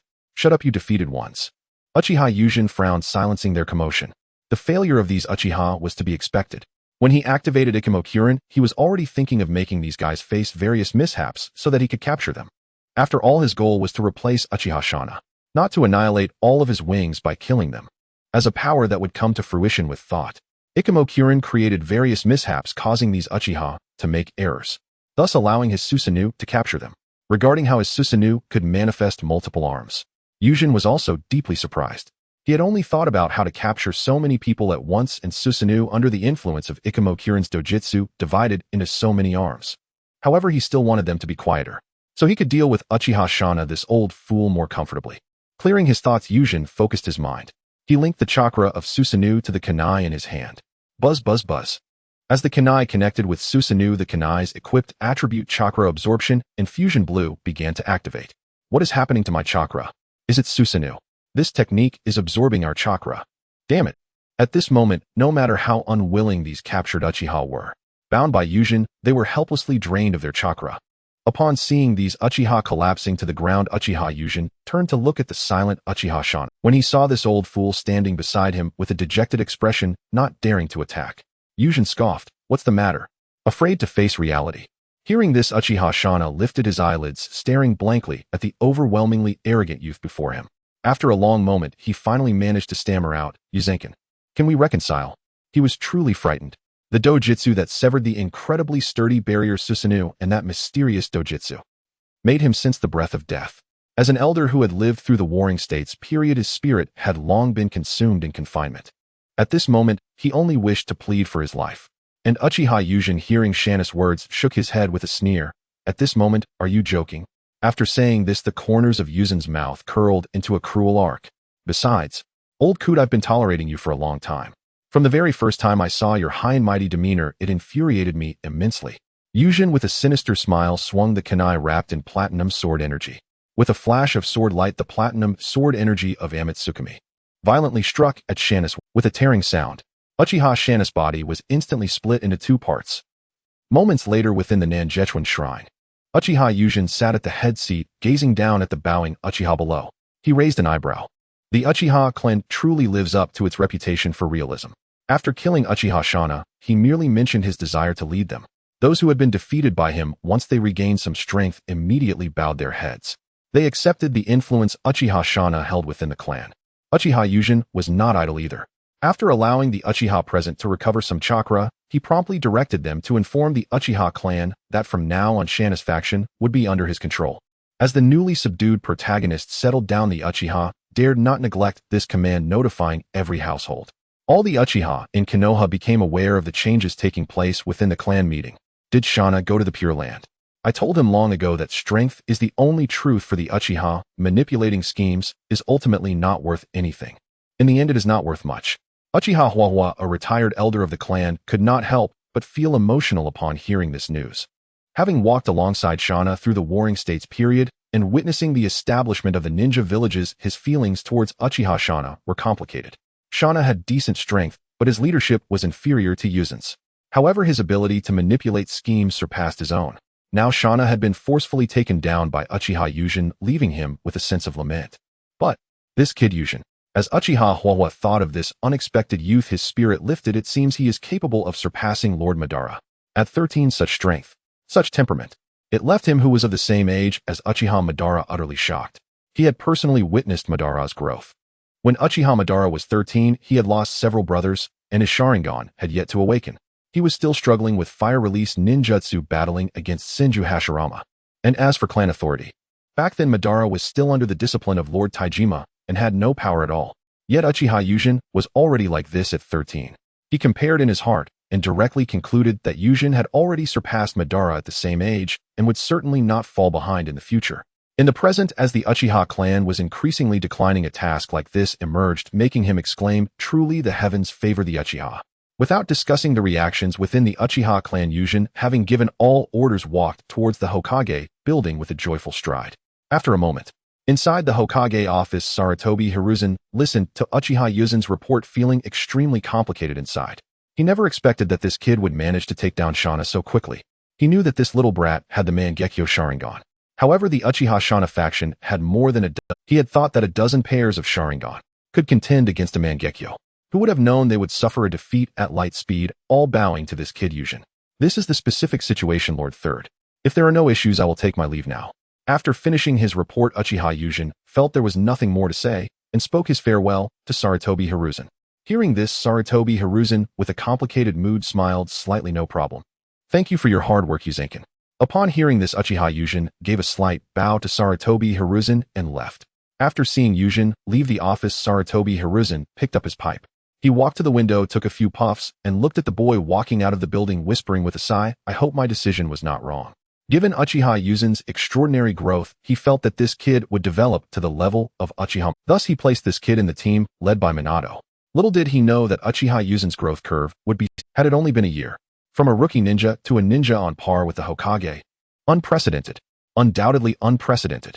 As this extraordinary development exceeded all expectations, and after defeating Uchiha Shana, he began to gain power. He started to feel a sense of both gain and loss. He did not know whether his previous decision was indeed correct for Konoha. The next day, the changes within the Uchiha clan could not be hidden from everyone in Konoha. The downfall of Uchiha Shana and the rise of Uchiha Yujin. This news shocked the entire Konoha. Within the Hyuga clan's territory, in an elegant courtyard, amidst the sound of water, the brothers Hinata Hayashi and Hinata Hizashi sat across from each other. They exchanged glances regarding this information. This Uchiha Yujin is rather too much. Hinata Hayashi pondered for a moment, unsure how to describe this astonishing youth. Brother must mean he is. Hinata Hizashi, sitting across from Hayashi, picked up where his brother left off. Hearing this, Hinata Hayashi's expression turned serious. That's right, he is indeed abnormal. He felt an immense sense of wonder in his heart. Can it not be considered abnormal? Which clan's ninja can rival a Hokage's strength at the age of 13? To start killing opposition within the clan and seize power at the age of 13. As a relatively traditional and cultured clan, the Hyuga have had records of various major ninja clans for a millennium, especially regarding the Senju and Uchiha. However, none of these records have ever mentioned such outrageous circumstances. It seems the Uchiha clan is truly about to produce a terrifying ninja. From now on, we Hyuga should avoid confronting the Uchiha. Due to the fact that we are both users of ocular techniques, we should continue to provoke them. In the future, our clan should temporarily endure when facing the Uchiha. The strength is formidable and the ruthlessness towards political enemies. This mindset makes Hayashi realize that Uchiha Yujin will surely become Hokage in the years to come. For the Hyuga clan, which has a main family and branch system, the preservation of the clan is even more. They had already decided not to compete with the Uchiha last time, and now he has further resolved. In the future, the Hyuga will need to retreat from the Uchiha. At this moment, it was not only the Hyuga clan that was shocked by Uchiha Yuzen's achievements. Other major ninja clans were equally shocked.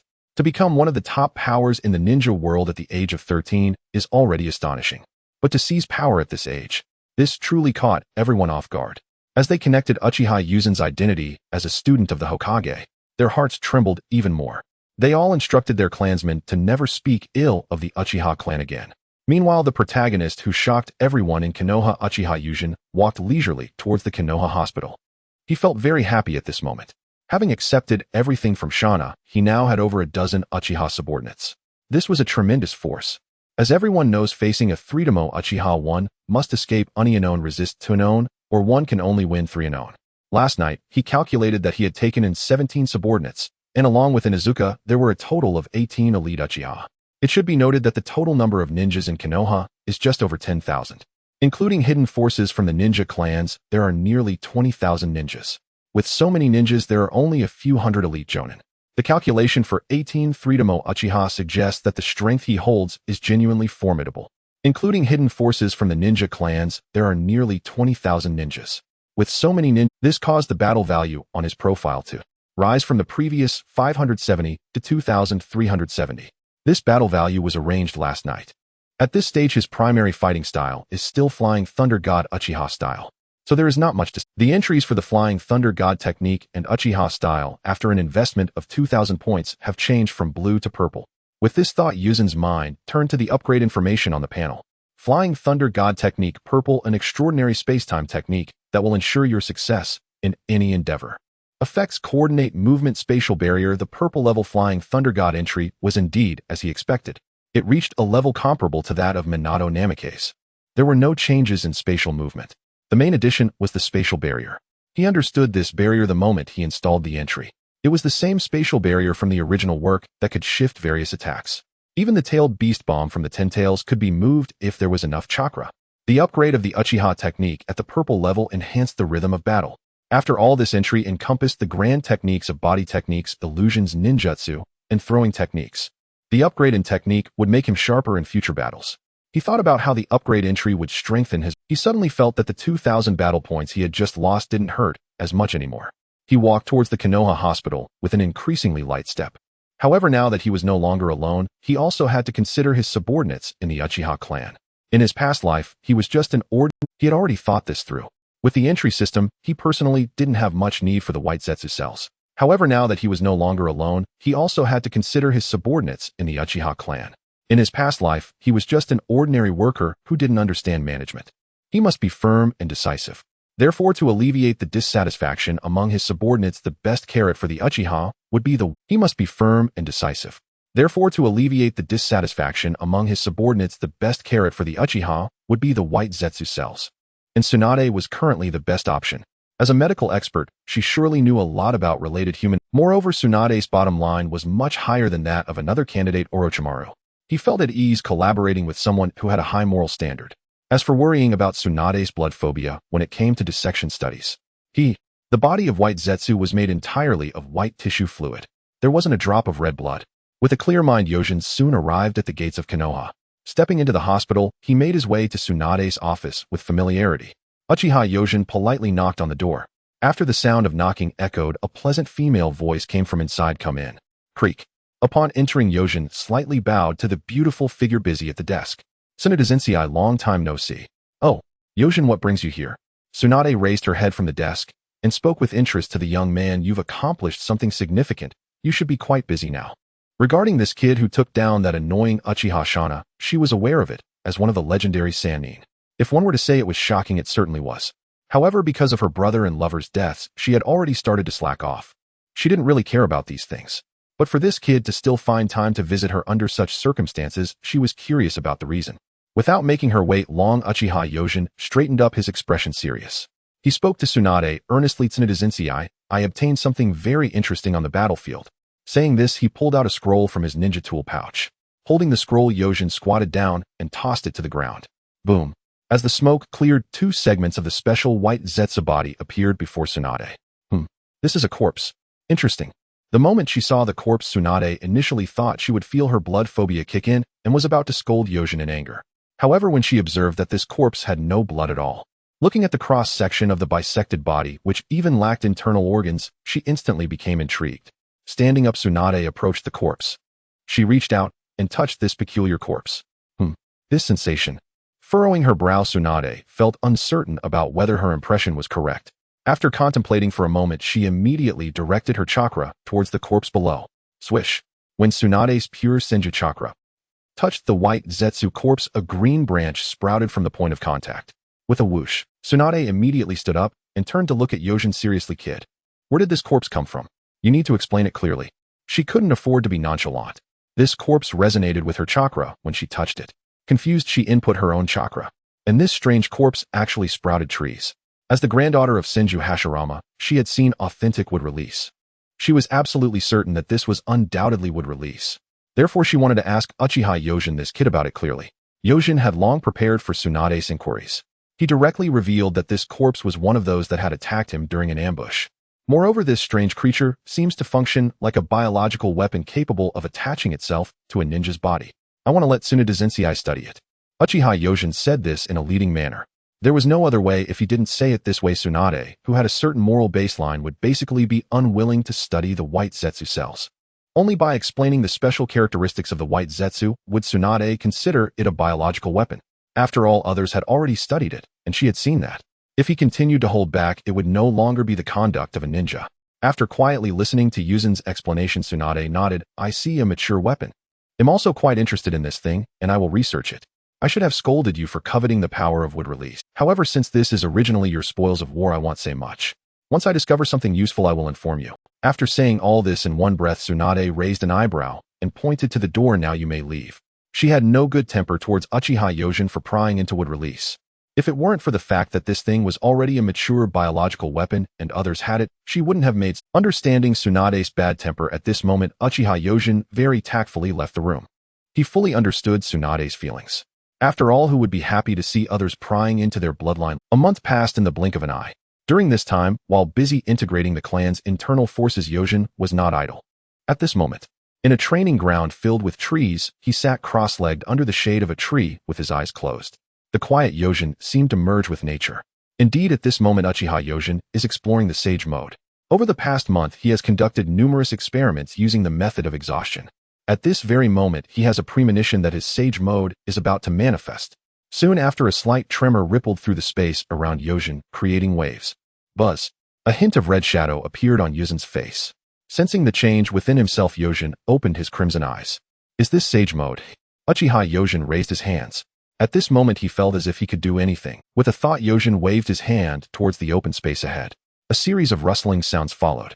A large cluster of green branches suddenly shot up from the ground. Before long, amidst the booming sounds, the cluster of branches formed a small forest. Is this the wood release empowered by sage art? Yojin's expression brightened. He understood very well that with the right hand seals, this level of wood release would be easily mastered. Next, let's test how much sage mode enhances my ninjutsu. With this thought, Uchiha Yojin quickly formed hand seals. Chakra gathered in his mouth. Fire release, great fireball technique. A massive, scorching fireball was instantly expelled from his mouth. This fireball, several dozen meters in size, resembled a blazing sun in the sky. It descended upon the newly formed small forest, carrying the heat of death. Boom. When the sun-like fireball exploded, the intense heat mixed with the displaced air, forming a deadly hot wind. It swept away everything around. Boom. The area lay in ruins under this scorching force. Uchiha Yojin saw that the place where the great fireball struck had long since vanished, the forest formed by wood release. A pit about 10 meters deep formed in the ground with streams of golden-red magma flowing within. When Yojin saw the scene resembling a lava hell, he nodded with satisfaction. This sage mode tailored for me amplifies my techniques by about 5 times or more. Under the enhancement of sage power, even a technique like the Great Fireball, which serves mostly tactical purposes, has become so strong. Sage mode. Truly worthy of being the ability that allows mortals to surpass their limits once they cast aside their bloodlines. After mastering this unique sage mode, Yojin was well aware. Upon entering sage mode, his power undoubtedly reached the realm beyond that of a Kage. However, the power level displayed on his panel still read Kage. It made him realize that sage mode was merely a temporary enhancement, not a true reflection of strength. This unique sage power should last for over an hour. Clenching his fist, Yojin sensed the limit of his sage mode's usage time. He was quite satisfied with it. Indeed, what suits him best is the best. The 3 great holy lands that forcefully apply the natural energy methods of animals to humans. Not only is the duration short and ineffective, but it also causes physical aberrations. This aspect he finds exceedingly distasteful. After all, looking cool is also very important for Uchiha. At this moment, Uchiha Yojin's mindset was filled with immense confidence. With this power mastered, he asked himself, unless faced with an otherworldly enemy possessing the Flying Thunder God technique and sage mode, he felt he could hold his own against even Uchiha Madara at his peak with the Rinnegan. He was immensely satisfied with his growth and strength and chose to retract sage mode. Noticing that it was getting closer to noon and feeling a slight hunger, he began to move towards the village. Silently, he walked past a ramen stall and suddenly halted. Ichiraku Ramen. Looking at the sign, Yojin raised an eyebrow. It seems I haven't come to this famous place since awakening my wisdom. With that thought, he walked towards the ramen shop. Lifting the curtain, the sights within made him exclaim with joy, Obito, Kakashi, and Rin. Have you all returned to the village after completing your mission? Hearing Yojin's voice, the 3 who were eating ramen turned their heads. Ah, Yojin bro. Long time no see. Obito hurriedly swallowed his mouthful of noodles and excitedly greeted Yojin.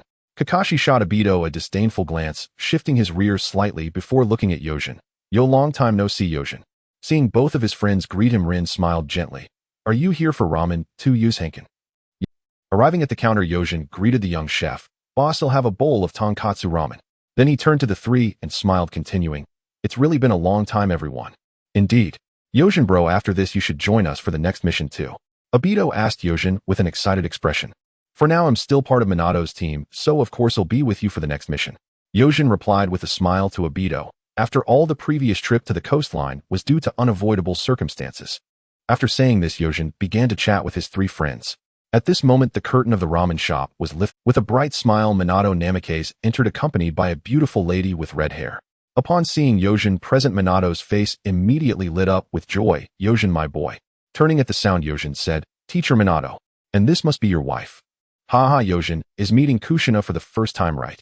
Minato scratched his head with a shy smile, holding the hand of the red-haired beauty. Let me introduce you, this is my beloved whom I genuinely want to protect. Uzumaki Kushina. Hearing this, Yojin politely stood up and bowed to Kushina. Nice to meet you, Kushina Sensei. I am Uchiha Yojin. I look forward to your guidance from now on. Ha ha ha, please rise quickly. The cheerful and lively Kushina hurried over to help Yojin up, then casually patted his shoulder. I've heard Minato talk about you a lot. She had long wanted to meet this talented boy. However, due to her identity as a Jinchuriki, both Minato and the third Hokage had concerns. They hadn't let her meet this young man. Today marked the return of Minato's team from a mission gathering at Ichiraku Ramen. By coincidence, they encountered Uchiha Yojin. She was very pleased with this. She had long wanted to see the monster genius that Minato spoke of, what he truly looked like. Now that she met him, he came off as a polite and handsome young man. Her perception of him was quite favorable. Responding to Kushina, Yojin suppressed his curiosity and returned to his seat. Just now, when Kushina interacted with him, he ordered the system to extract from the numerous purple entries. He chose the deepest purple entry and extracted it.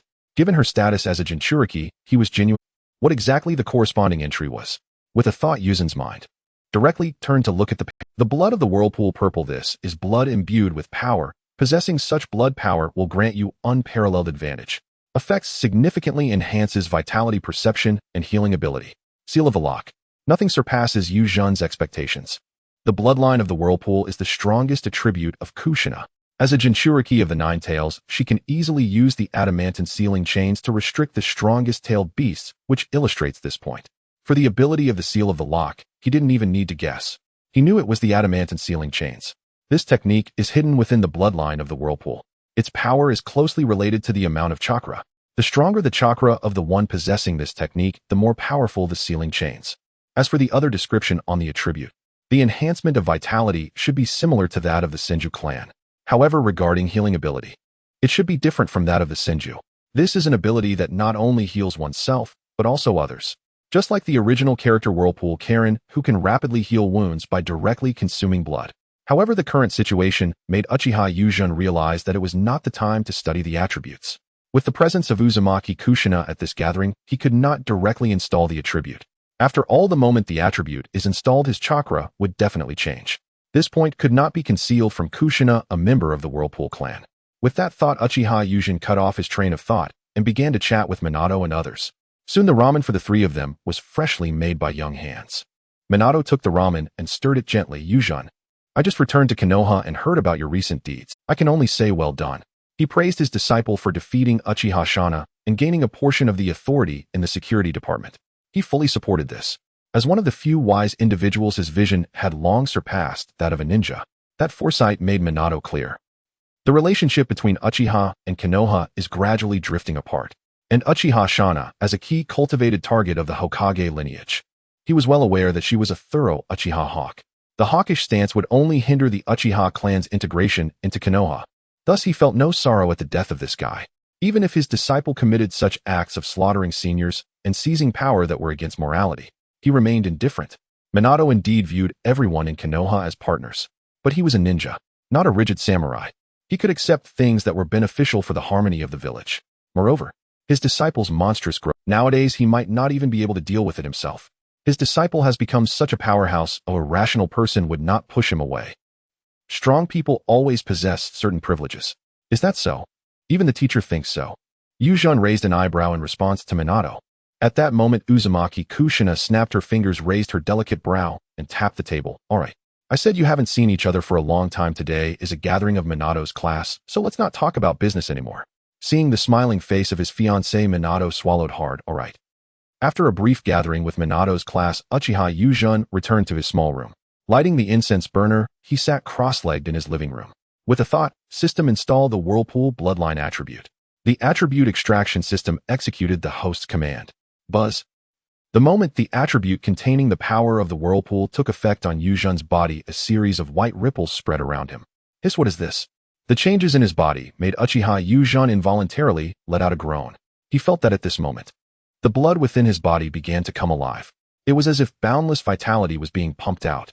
This surge of vitality made his eyes tremble violently. His Sharingan naturally blossomed open. Crash. After a sound, four golden chakra chains extended from his back. As the adamantine sealing chains manifested, Yuzhan felt changes occurring in his body. At that moment, the system transmitted a message. Would you like to fuse the bloodline limit attribute? Uchiha Yuzhan was somewhat surprised. If it can fuse, I will fuse it, but how much battle value will it cost? The system's attribute fusion consumes battle value based on compatibility.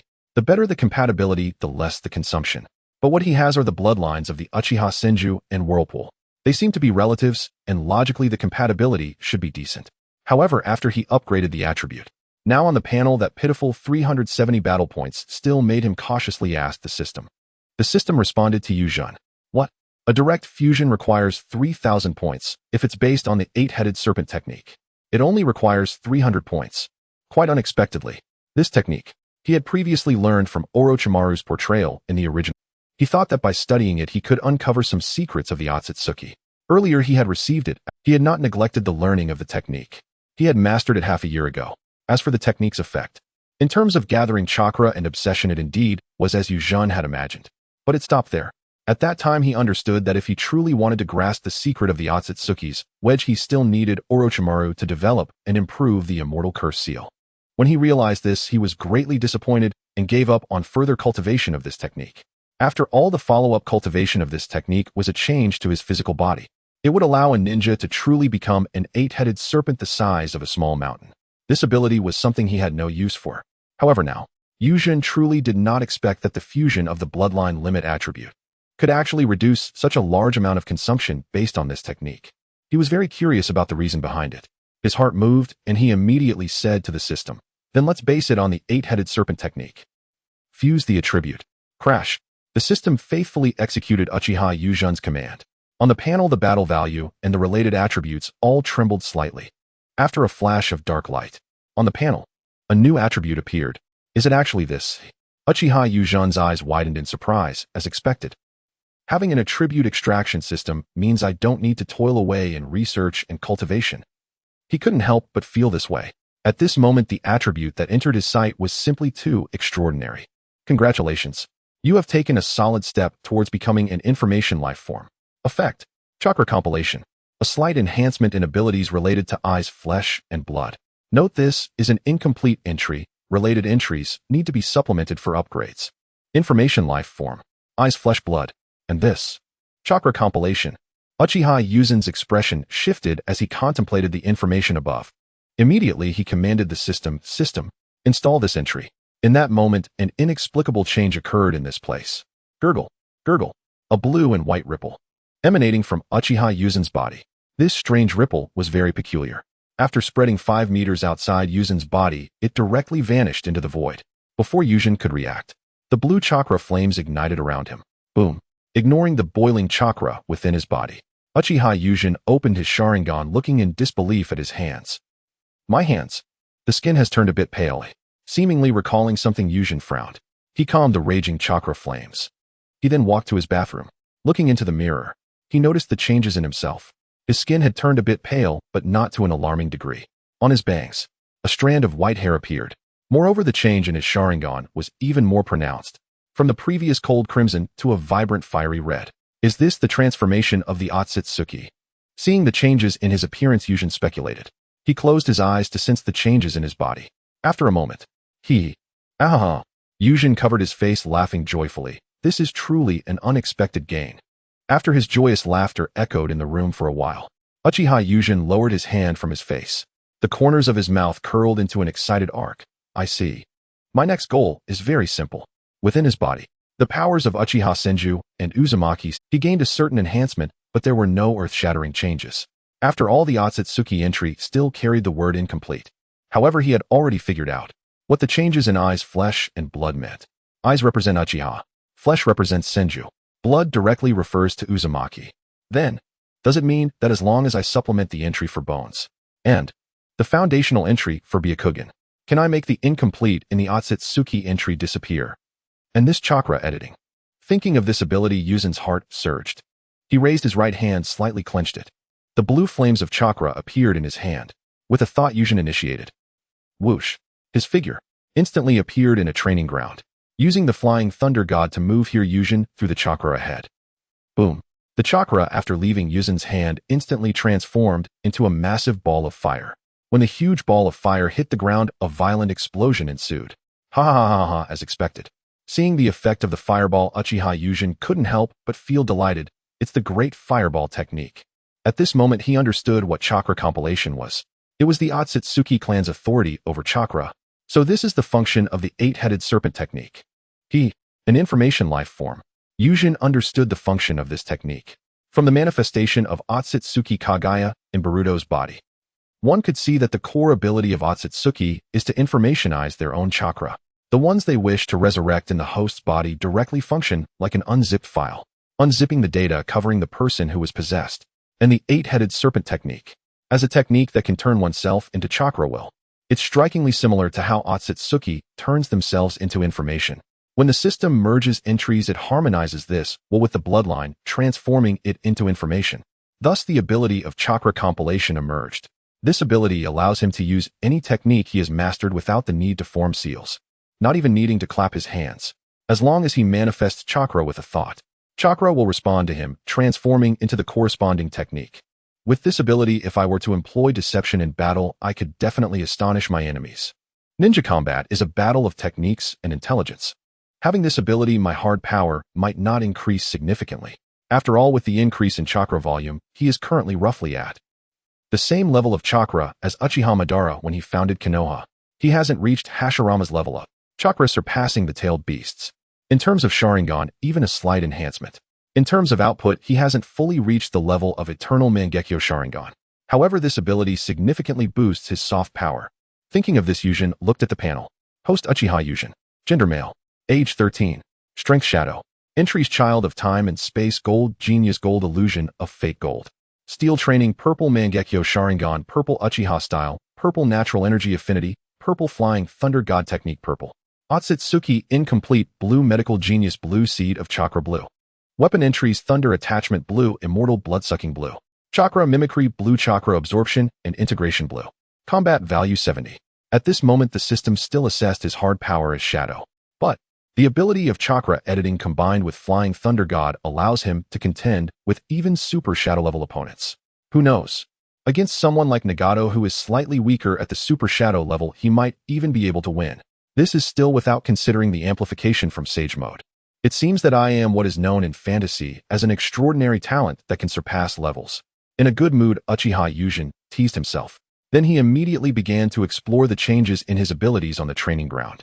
A focused person would feel time flying by. In the blink of an eye, it was the twilight hour. Uchiha Yujin looked up to see the sunset painted like blood in the sky. He quickly tidied himself up before the darkness fell. Stepping out of the training ground. While walking home, he contemplated one thing. That is, his combat techniques might undergo some changes. Previously, when his abilities hadn't reached a standard, he hadn't become a hexagonal warrior. The combat style of Uchiha style Flying Thunder God was indeed sufficient. After all, Minato Namikaze had a similar combat rhythm. This mode also demonstrated its advantages in the— one could say it is a combat mode that can participate in battles at the 6 paths level with the strength of a shadow. The Flying Thunder God technique is indeed formidable. However, the current him, with ocular techniques, Susanoo Flying Thunder God Uchiha style, various ninjutsu, combined with the Sage power from Sage mode, his means have already become rich. All of this made Uchiha Yujin feel he shouldn't limit himself to the application of the Flying Thunder. It seems that in the upcoming period, I have a clear training goal. After organizing his thoughts, Yujin felt a bit hungry and strode towards the streets of Konoha. Yujin's training plan was disrupted by irresistible forces due to the Third Great Ninja War.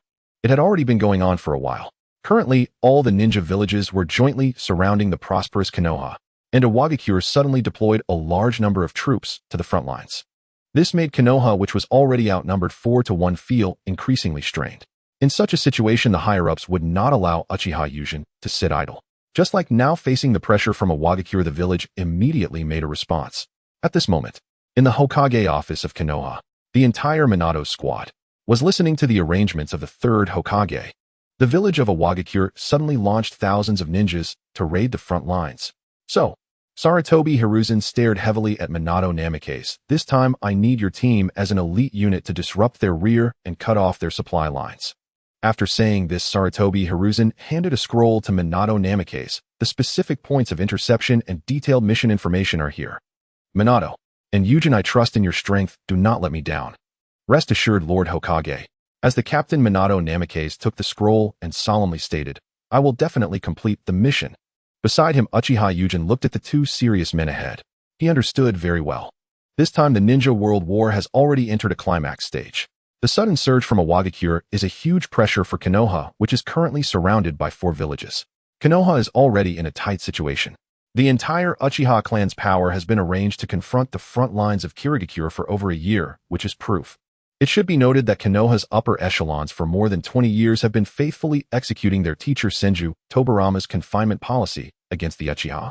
That is, under the guise of the security department protecting the whole village, they firmly restricted the Uchiha to stay within the village.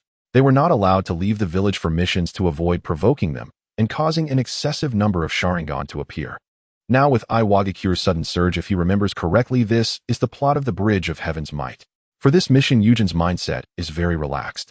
Currently, his strength can be said to be at a level where Otsutsuki cannot reach. No one can do anything to him. This kind of power is making him face this so-called Ultra's mission with prior knowledge from his past life. He really cannot think of where there might be a problem. What is troubling him now is how to awaken Obito's Sharingan, given his excessive involvement. After all, that kid's eyes are special. With just 2 Tomo, he can utilize the power of the Mangekyo Kimui. Otherwise, it would be hard to explain his half-destroyed body and eyes in the original timeline. Special eyes require a special way to awaken. And within the Uchiha clan, the commonly known method of awakening is through pain. Yujin remembers this very clearly. In the manga, Uchiha Itachi has been explaining this process to Sasuke. He indeed awakened the Mangekyo because of the profound grief from Shizui's death. But Obito is something special among the special. In the original timeline, he awakened his Sharingan to protect his friends, to save Rin, and to protect Kakashi, whose eyes were injured. That is when his Sharingan awakened. The moment he opened his eyes, he had 2 Tomo. More impressive than Indra's reincarnation. The single-use title I gained from him, Eye of the Divine Realm Red, also proves this. Thus Yujin is quite concerned and curious about Obito's awakening. He wonders if he distorts Obito's fate. What kind of ocular techniques might appear after Obito awakens his Mangekyo, given that the only red title he possesses is obtained from Obito? He believes that even if it is not Kimui, this guy will awaken a terrifying ocular technique that surpasses ordinary divine arts. Soon, after finishing the discussion with the 3rd Hokage, Minato Namikaze gathered his disciples and walked out of the Hokage building. Everyone, this time we are undertaking this mission as a team. Prepare your supplies, and we will meet at Training Ground No. 1 the day after tomorrow. Yes, Teacher Minato, prepare your supplies, and we will meet at Training Ground No. 1 the day after tomorrow. Yes, Teacher Minato. A day later. In a pitch-black cave beneath a giant magical statue, Uchiha Madara, with white tubes inserted in his back, glanced at Kagaya Otsutsuki, slowly floating up from the ground. How is the situation? Madara asked Kagaya. Lord Madara, the white Zetsu hidden in Konoha has gathered useful intelligence and transmitted it via summoning. Do we have any news on the key individuals? Madara's eyes narrowed slightly as he continued to ask. Upon hearing this, Kagaya sighed helplessly. The others are manageable. But that little brat Yujin Uchiha actually learned Sage Mode, making it impossible for White Zetsu to monitor him anymore. Sage Mode. TSK, that little brat can actually use such troublesome techniques. Madara was somewhat irritated. He was quite familiar with Sage Mode. His best friend and rival Hashirama Senju could also effectively utilize this power. Therefore, Madara knows very well that under Sage Mode, any ninja with decent perception would be able to detect the peculiar life form that is White Zetsu. Enough of the bad news. Is there any good news? Madara asked Kagaya in a vexed tone. There is good news, hee. Kagaya chuckled and replied. Minato's team is preparing for an in-depth mission behind enemy lines. Oh. Upon hearing this, Madara's eyes lit up. This indeed is good news in this case. We will be able to manipulate things and bring that brat Obito over to our side. Kagaya picked up on Madara's thought and said in a sinister tone, then we can carry out the real plan. Madara nodded in agreement with Kagaya's words. Exactly. My life is already on a countdown. I truly need. However, Lord Madara, with Minato's team acting collectively, and with Yujin Uchiha present, it might be a bit difficult to bring Obito over. Kagaya thought of Yujin's power and urgently reminded Madara. Hearing Kagaya's counsel, Madara furrowed his brows. Indeed, that guy Yujin Uchiha is really with the Mangekyo Sharingan that can utilize Flying Thunder God. He couldn't think of how to bring Obito over. After pondering for a moment, Madara's expression gradually turned cold. It seems that only I can take action. White Zetsu, Madara shouted, and the special White Zetsu Obito emerged. Lord Madara, what are your orders? Wrap around me. I need your abilities. Alright, I've been wanting to do this. I can't wait to experience what it feels like to be in Lord Madara's body. As soon as White Zetsu's playful words fell, he transformed into a white flowing substance and wrapped around Uchiha Madara. Moments later, Madara, now completely enveloped in white material, clenched his fist. I have recovered 50% of my strength. That's enough. After expressing his feelings, Madara spoke to Kaguya coldly. Kaguya, let's set off together. Where to, Lord Madara? To the IWA ninja camp. I need to make some preparations in advance. On a bright spring day, all members of Minato's team except for Obito arrived early at training ground No. 1. As for Obito's tardiness, everyone except Kakashi had started to get used to it. That guy Obito always does this. He doesn't follow any ninja rules or regulations. Kakashi complained with a hint of irritation. Be patient, Kakashi. Yujin Uchiha comfortingly patted Kakashi's shoulder. Just then Obito came running over. I apologize, everyone. Dato, wearing goggles, clasped his hands together. I was late because I helped an elderly lady home. Dato, once or twice would be fine, but if it happens every time, that's a bit much. While others fell for Daito's excuse, Kakashi did not. Ninjas must adhere to certain rules. I'm not lying, Kakashi. Dato cast an annoyed glance at Kakashi. Besides, don't you get tired of constantly preaching about rules every day? Seeing that these two were about to start their usual bickering, Minato directly walked over. All right, enough arguing, you two, and I believe in you. Thank you, Teacher Minato. Dato greatly appreciated his teacher's understanding. Seeing Dato calm down, Minato smiled warmly and took out a specially made kunai, tossing it to Kakashi. Today is your special day. I consider this a gift. Kakashi. Oh, thank you, teacher. Kakashi nodded at Minato as he received the kunai. Upon witnessing this scene, Uchiha Yujin also pulled out a scroll. Here are 10,000 explosive tags, a gift to celebrate your promotion to Jonin. The news of Kakashi's promotion to Jonin had long been announced in the Hokage's office. Sarutobi Hiruzen notified the entire Minato squad. During this time of awakening his wisdom, he considered Kakashi a true friend. Gifts like this are naturally indispensable. Thank you, Yujin. This is indeed very useful. Kakashi was not modest. He solemnly accepted the scroll, but 10,000 explosive tags. You've really gone overboard. Stop the nonsense. Oh, why are we being polite with each other?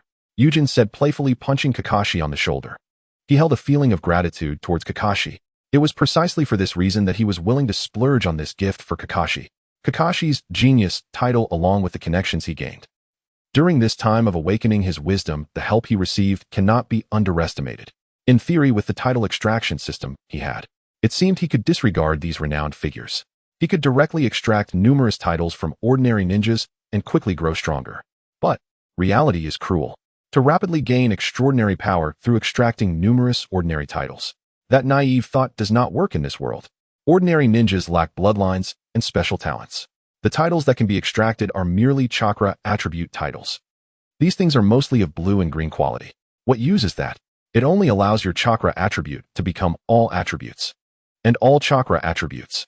Kakashi and Sarutobi Hiruzen represent the pinnacle of their ability. The original work clearly shows that after Kakashi developed the purple lightning technique, he barely stepped into the threshold of a super shadow. And after reaching such a level of power, advancing further becomes nearly impossible. The reason is simple. This world will forever prioritize bloodlines and talent. Without the blood of Otsutsuki and without special talents, you cannot become a true powerhouse capable of facing thousands alone. The limit of ordinary people, setting aside the special case of Guy, is like the third Raikage fighting against thousands and ultimately being worn down. During this time, through Kakashi's connections, he made acquaintances from the very beginning with Minato's team who possess special talents. Dato is a being more special than the reincarnation of Indra. Minato Namikaze, the ninja world's top reflexes. Without this reflex, even if you learn Flying Thunder God, you can only use it as a means of transportation. Moreover, after getting acquainted with Minato, his beloved Kushina, Uzumaki, and Jiraiya, and the other legendary Sanin, Yujin smoothly met them one by one. Getting acquainted means interaction, and interaction means he can extract special titles that surpass ordinary people. His current strength is a testament to this. For this reason, Yujin, who gained unexpectedly significant rewards, was not stingy, using most of his money to buy so many explosive tags for Kakashi. At this moment, Yahira Rin also walked over with a smile, holding a medical kit. Kakashi, this is a gift for you. You can use it directly if you get injured in the future. Very practical, thank you, Rinshin. Kakashi received the gift and turned to see Dato, who looked displeased. Kakashi calmly extended his hand toward Dato. What is the meaning of this, Kakashi? Dato felt somewhat nauseated. Just moments ago, when Rin gently gave Kakashi a gift, he was already unhappy. Now Kakashi was inexplicably extending his hand toward him, making him even more displeased. Gift, Kakashi said calmly to Dato. It's a gift for my promotion to Jonin. Huh, what gift? Don't even think about it. Dato would never tell Kakashi that he forgot to prepare a gift. For someone who values face, this was particularly fatal. Especially now with Rinshin present. Alright, although I really don't expect much from you. Kakashi nonchalantly accepted his extended hand. At that moment, Minato, who had been smiling and watching the interaction of his disciples, walked over. "All right, everyone, now we need to discuss the mission," Minato said, spreading the scroll given by the third Hokage. Quickly unfurling it, he directly addressed the scroll. "Currently, the front line is under pressure from thousands of rock ninjas, requiring an elite team to cut off their supply lines." Everyone understood this point in the Hokage's office earlier. "Now what I'm going to say is this." Minato pointed at a spot on the map. "This is the Kaminari Bridge, the most critical supply line for Iwagakure. As long as we blow up this bridge, the thousands of Iwagakure forces will lack supplies, and we will be able to win the war. We all understand this, teacher Minato." Uchiha Yujin raised an eyebrow and directly asked Minato, "Since you've told us so much, I assume you have other plans. Just say them. I can handle it." He was well aware that in the original timeline, Minato had divided the team. He himself went to the front lines to confront the majority of Iwagakure's forces. He let Kakashi lead the team to blow up the Kaminari Bridge. Now saying so much, there's a high chance he still wants to divide the teams. If he doesn't clarify and his own disciples mess up during the mission, then the trouble won't just be ordinary. However, regarding this point, currently Yujin, who had become somewhat inflated due to his formidable strength, was growing impatient. Minato, interrupted while speaking, didn't mind. He saw the disdainful look on Yujin's face and couldn't help but find it amusing. He laughed at himself. His disciple with the Flying Thunder God technique was on par with everyone else. Moreover, he had heard that Yujin had awakened the Mangekyo Sharingan. It seemed that in terms of strength, even he might not stand a chance. He was already comparable. No, not comparable. He was a being who surpassed himself. After all, the Mangekyo Sharingan, as an important figure from the rightful Hokage lineage, could not be ignorant. That miraculous eye technique, coupled with the records, that giant technique known as Susanoo, his disciple Uchiha Yujin had undoubtedly surpassed him in strength. Thinking of this, Minato couldn't help but chuckle to himself. With such a powerful individual in the team, what was he still worried about? Clearing his thoughts, Minato also demonstrated the high efficiency of a ninja. He immediately lowered his gaze and said solemnly, "Then I'll speak plainly. We will be dividing into teams next. I will go to the front lines to confront the majority of Iwagakure's forces. You all will form another small team to blow up the Kaminari Bridge." With a heavy expression, he raised his hand to point at Yujin. "And Yujin will be the captain of the upcoming small team." Upon hearing this, everyone present fell silent. They had no objections to the decision made by Minato Namikaze. As a medical ninja, Noara Rin, despite her weaker abilities, certainly understood. It was clear that in this class, aside from teacher Minato, Uchiha Yujin was the strongest presence. Is Yujin big brother the captain? Uchiha Obito felt a jolt in his heart for him, who was currently feeling jealous. As long as Kakashi wasn't the captain, it was fine. Moreover, in the 2 days since returning to the village, he also knew what great things Uchiha Yujin had accomplished. After returning that day, his grandmother informed him that Yujin had taken command of Uchiha Shana's faction. At that time, he was extremely surprised. Shocked, he immediately began questioning his clansmen the very next day. Then came even more shocking news. Yujin was the one who killed Uchiha Shana. When he heard this news, he was completely stunned. He felt indifferent towards Shana's death. Don't be fooled by Obito's constant enthusiasm in helping the elderly in the village.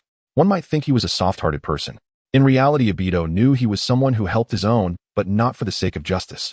Yujin Big Brother was an important partner. Uchiha Shana had made things difficult for him, and Yujin Big Brother being an adversary. As for enemies, Obito's attitude was one of cold indifference. This indifference sometimes scared him. However, this shocking news also made Uchiha Yujin's image in his heart become more defined. Strong, capable, strategic, and decisive. With these qualities, Yujin Big Brother in his eyes would undoubtedly possess exceptional leadership. Because of this, Uchiha Yujin became the captain of this super strength mission, and he wholeheartedly supported it for both public and private reasons. Meanwhile, Kakashi cast a glance at Yujin. He respected teacher Minato's decision. He was fully aware of Yujin's growth. Having witnessed Uchiha Yujin's weaker moments, he understood better than anyone how powerful this person was. However, Kakashi still felt a tinge of unwillingness in his heart. Yujin had become a jonin over half his own ninja skills in various aspects. Compared to Yujin, it seemed the gap was only widening. Thinking of the news spreading in the village these days, Uchiha Yujin had annihilated the internal adversaries of the Uchiha clan since the Warring States period. Uchiha Shana. This old guy he had heard about from his father. He was an elder of the Uchiha clan known for his caution and cunning. When this sly fox decided to attack, Uchiha Yujin decisively killed that old guy and seized power. This incident confirmed Kakashi. Yujin was not only stronger in terms of power, but also in temperament. After all, he had still been immersed in the grief of his father's death for these past few years. Thinking of this, he tightly clenched his fists. Am I the captain? No problem. Yujin calmly responded. His confidence for this mission was exceptionally strong, with his strength accompanied by the competent Kakashi and the not-so-weak Obito. Doing this mission would truly be easy. Seeing Yujin's composed demeanor, Minato felt increasingly at ease. However, when he thought of the thousands of rock ninjas they would face on the front line, he suddenly felt a chill. The pressure at the front line is overwhelming. Since the teams have been assigned, I will head to support the front line first. Go ahead. Teacher Minato, I'll take care of things here.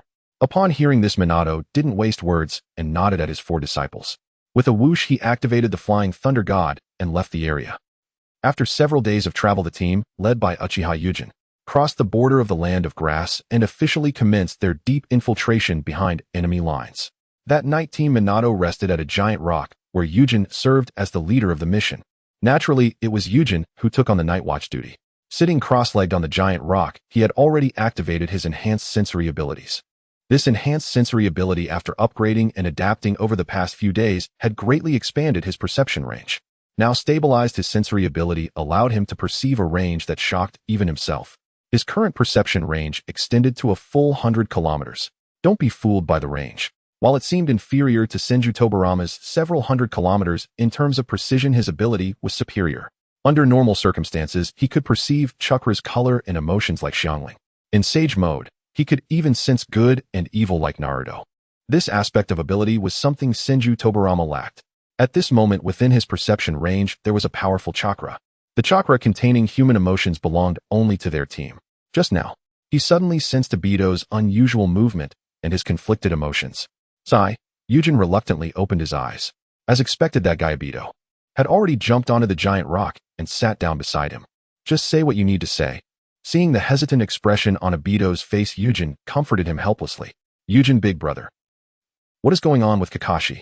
Obito's expression seemed a bit sad. During the time you weren't around, we managed to get along as teammates. It's just that Kakashi is a bit too fixated on the rules, right? Yes, exactly. That point makes me very... Obito's expression brightened. As the one who became Kakashi's teammate first in this team, could you tell me the reason? Upon hearing this, Yujin sighed. This issue goes back to Kakashi's father. If I go into detail, it might take a while. Then Yujin, big brother, please make it brief. Obito replied impatiently. All right. Seeing Obito's eagerness, Yujin did not prolong the suspense. He directly explained why Konoha's White Fang died and the impact on Kakashi afterward. He failed to complete a mission while saving his comrades and was then betrayed by his teammates, leading to his suicide.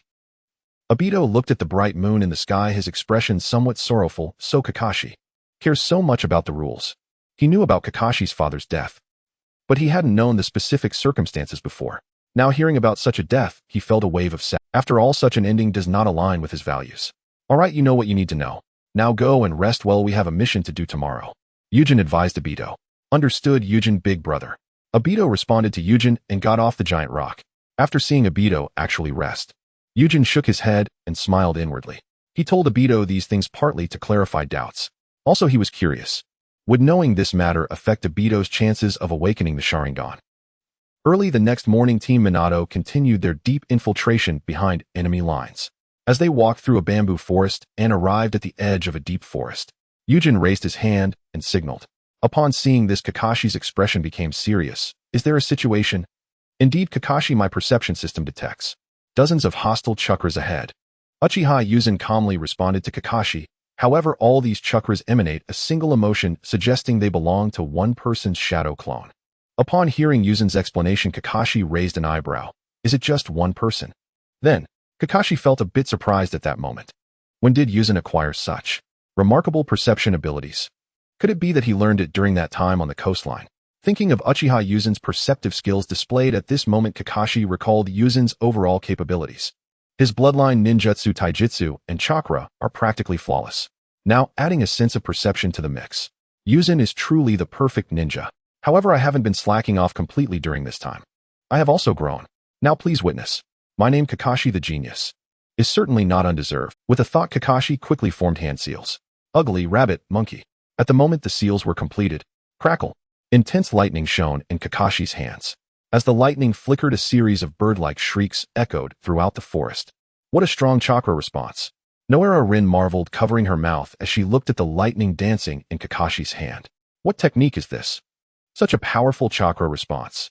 Obito's eyes widened at the violent lightning in Kakashi's hands. This special technique As a Uchiha, he had no shortage of ninjutsu resources, yet he had never seen it. This is an injection of lightning release chakra properties concentrated into a piercing strike in the hand. Seeing this classic technique from the original timeline, Hiruzen couldn't help but caution. However, this technique, due to its activation of lightning release chakra, can enhance the Boda's vitality. Without compatible dynamic capturing vision, it is quite difficult to utilize. Kakashi, despite Hiruzen's warning, Kakashi, eager to validate his growth, directly ignored it. It's fine. Even if the opponent splits into many clones, I who possess the Chidori will take them all down. Kakashi confidently told his three companions. With his words falling, ripping sound, Kakashi dashed forward with the screeching Chidori lightning. The leech was currently hiding behind a large tree. He was sweating profusely as he watched the leaf shinobi below. That must be Shunshin Hiruzen, right? The leech recalled the instructions given by his Tsukuyomi, turning pale. Uchiha Hiruzen is among the most prominent figures of Konoha besides the Yellow Flash. His title, Shunshin Hiruzen, is known throughout the shinobi world. Yet his Tsukuyomi seems to care even more about this Uchiha. Dato, once or twice would be fine, but if it happens every time, that's a bit much. While others fell for this warning was similar to the Yellow Flash's advice.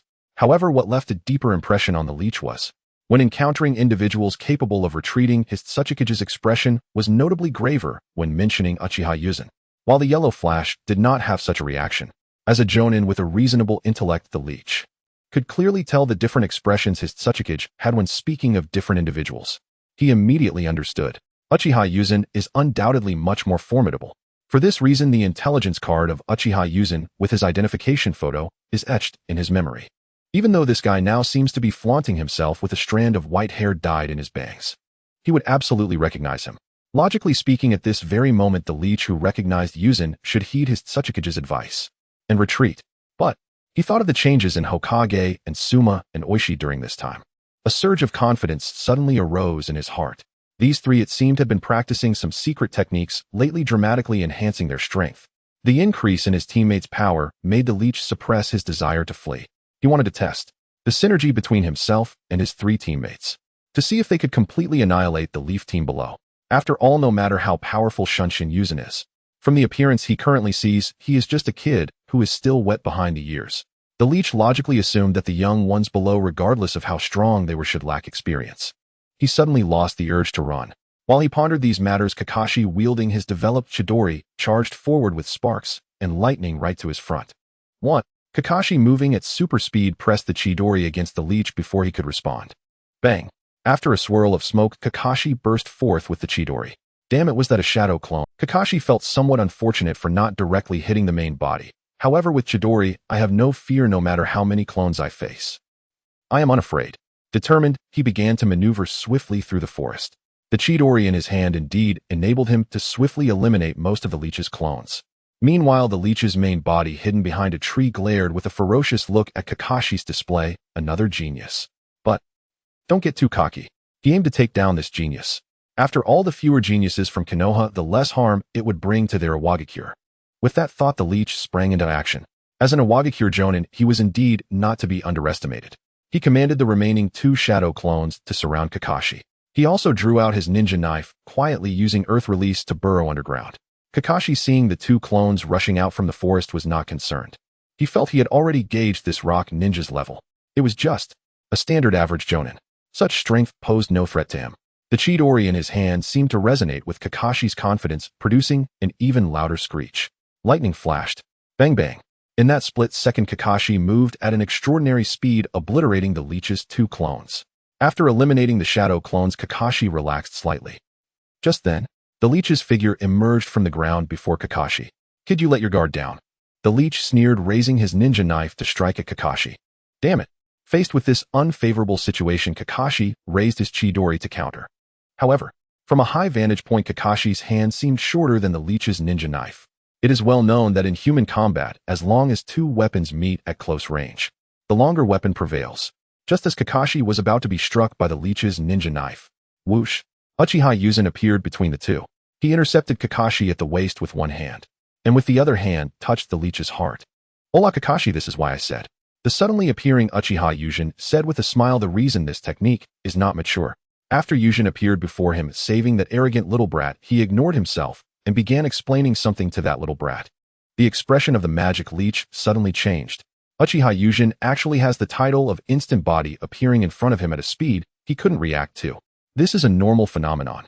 However, the attitude of ignoring him as if treating him like air is somewhat excessive, isn't it? In the understanding of this season Jonin, no matter how strong a ninja, is even one as powerful as his own Tsukuyomi, as long as there is a moment of negligence, even a Jinin could stab them to death with a kunai. Currently seeing Uchiha Yūjin who ignored him and was full of flaws, he felt insulted and did not want to miss such a good opportunity. With a decision in mind, the magic leech growled fiercely, "Instant body Yūjin, how dare you be so arrogant? Then go die." With that, he swung the ninja blade in his hand. The blade, carrying a chilling gleam, slashed toward Yūjin. To this, Uchiha Yūjin sighed. Does a bug struggle always have to call out first? As the words fell, an intense chakra fluctuation erupted from Yūjin. In that instant, Yūjin's hand touched the magic leech. A burst of fiery red light appeared. The red light transformed into a giant arm. With a grip, the magic leech Jonin of the rock-hidden village was instantly turned into a puddle of mush. Swish! A torrential rain of blood suddenly erupted in the scene. As the blood rain fell, it was about to stain the stunned Kakashi and Yūjin.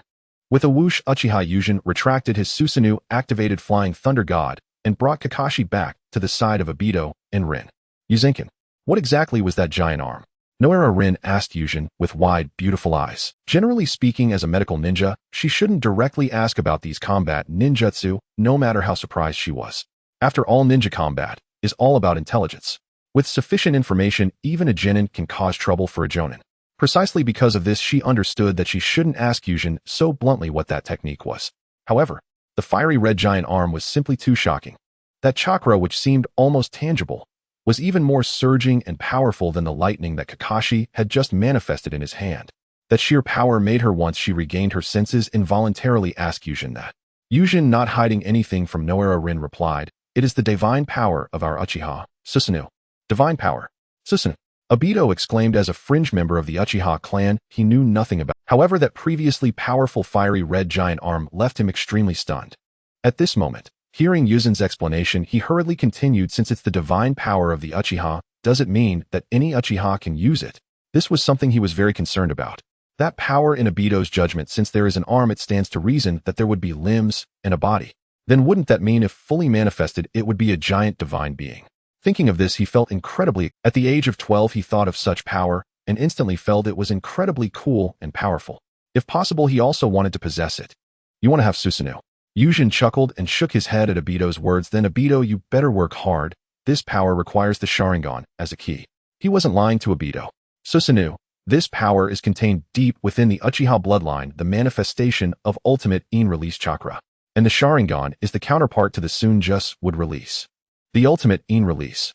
According to Yūjin's own insights, an Uchiha, as long as they activate the Freedomo Sharingan through deep study of the nature changes of in-release, when the nature changes of in-release reach a certain realm, it is also possible to awaken Susanoo. This point, the Uchiha Madara of the original timeline, proving it by activating Susanoo in a blinded state. Moreover, he was able to do so. After activating the Mangekyo Sharingan, he could also use the Freedomo eyes to activate Susanoo. The nature of in-release played an extremely significant role. However, for the Uchiha, activating the Mangekyo is the peak of the nature change of in-release. Naturally, activating Susanoo would be much easier after awakening the Mangekyo Sharingan. And when Uchiha Obito hearing his trusted brother Yūjin say this, his expression immediately became excited. "The Sharingan, huh? I believe I will awaken it soon. At that time, I will definitely learn this technique from brother Yūjin." Uchiha Yūjin was the strongest Uchiha in his perception. Since Susanoo has the reputation of divine power, it means it should be the strongest power of the Uchiha. Therefore, when he has the conditions to use this technique, he should learn from the strongest. When he learns this incredibly cool technique, the strong and cool him will definitely be able to surpass Kakashi, thus winning Rin's heart. While Obito was thinking about his bright future after awakening the Sharingan, Kakashi also calmed his emotions. He lifted his eyelids and thanked Yūjin. "Thank you, Yūjin. If it weren't for you, just now I would have." Thinking of this, Kakashi gritted his teeth. If it weren't for Yūjin's intervention just now, he would have definitely been sliced in half by that guy. "It's fine, Kakashi. After this, you should listen to the advice, right?" Yūjin waved his hand dismissively at Kakashi's unfinished words. Kakashi as a youth was still somewhat stubborn, but as a genius he adjusted himself the fastest. He firmly believed in this. After all, the genius trait he acquired from him has been helping him ever. This trait is incredibly strong in controlling the rhythm of battle. No wonder Kakashi is called 5050. He can participate in the battle against Kagaya Otsutsuki with the strength of a shadow. He is indeed not to be underestimated. Hearing this, Kakashi nodded seriously. Don't worry. I promise this kind of situation won't happen again in future missions. For Yūjin, who now surpasses him in every aspect, he trusts him greatly. Naturally, Kakashi obeys. After all, judging from this incident, as soon as he activated Chidori, Yūjin was able to spot its shortcomings and was able to save him in time. Activating an immature technique, it seems Yūjin has surpassed him not only in strength, decisiveness, and wisdom. Even his vision as a ninja has surpassed his. It should be noted that he became a ninja at the age of 5. His time as a ninja has greatly exceeded Yūjin. Currently, for Yūjin, who has completely surpassed him in every aspect, he is incredibly convinced. Hearing Kakashi's promise, Uchiha Yūjin nodded with satisfaction. Then let's continue heading towards the Kamisato Bridge. Hi, X3. And as Uchiha Yūjin and the others continued toward the Kamisato Bridge after dealing with the magic leech. In a cave, Big Stone looked at the flame beside him. He said to Huoguang, Lord Ban, the rock ninja called Mog seems to patrol the area where the Watergate team will pass by. Hearing this, Huoguang, no, he should be called Uchiha Ban, turned his head. With a glance at the special white Zetsu who had also used a transformation technique, he said expressionlessly, Hey Zetsu. That kind of trash is not worth our attention. He is already dead. How does Lord Ban know this? The special white Zetsu asked with some confusion. Upon hearing this, Uchiha Ban touched his chest. With a hint of nostalgia on his face, he sighed. That's because of Hashirama's power. Hashirama's power. The special white Zetsu scratched his head, suddenly making a fist and knocking it against the palm of his other hand. I remember now, Lord has fused with the power of Senju Hashirama and has long activated the Rinnegan. Precisely, Uchiha Ban said with a joyful expression, merging with Hashirama, utilizing the Senju's Kagura Shinjutsu, is effortless for me. Kagura Shinjutsu, as a sensory ninjutsu of the Senju and the Uzumaki. Uchiha Ban had been Hashirama's nemesis for over 10 years before the founding of Konoha. It was nothing unfamiliar. And for Ban, who had absorbed Hashirama's heart into his body, the kind of sensory ninjutsu that Senju Tobarama could activate was, for him, perfectly merging with Hashirama possessing the same technique, was entirely normal. Just now within my sensing range, the chakra of that trash emoji has already vanished. Conversely, Uchiha Yūjin is someone to truly not underestimate. You can sense him from this far away. How exaggerated. The special white Zetsu clicked his tongue, but why does Uchiha Yūjin evaluate him this way? That guy used Susanoo, and I am very familiar with that technique. Uchiha Ban's expression stiffened. However, as the wielder of the Mangekyo, it's not surprising to use Susanoo. What's surprising is the amount of chakra that guy possesses. It's too abnormal. Abnormal. Indeed, it is abnormal. His chakra amount actually reached the level I had when I founded Konoha. This is illogical. Uchiha Ban was somewhat shocked. How could an ordinary Mangekyo possess a chakra amount similar to his when he activated the eternal Mangekyo? Abnormal. Undoubtedly abnormal. And this abnormality is not as mindless as Obito, who did not choose this path. Must eliminate him. However, my current primary goal is to find an heir. Obito is my target. For this action must not fail. At this moment, Ban made a decision. That is, once the heir is secured, he will definitely unleash the final residual light and fight Uchiha Yūjin to the death. Heizetsu is still monitoring them. I must take action too. Ban waved his hand, signaling White Zetsu to follow him. Let's go, White Zetsu. Obito is still waiting for us. Yes, Lord Ban.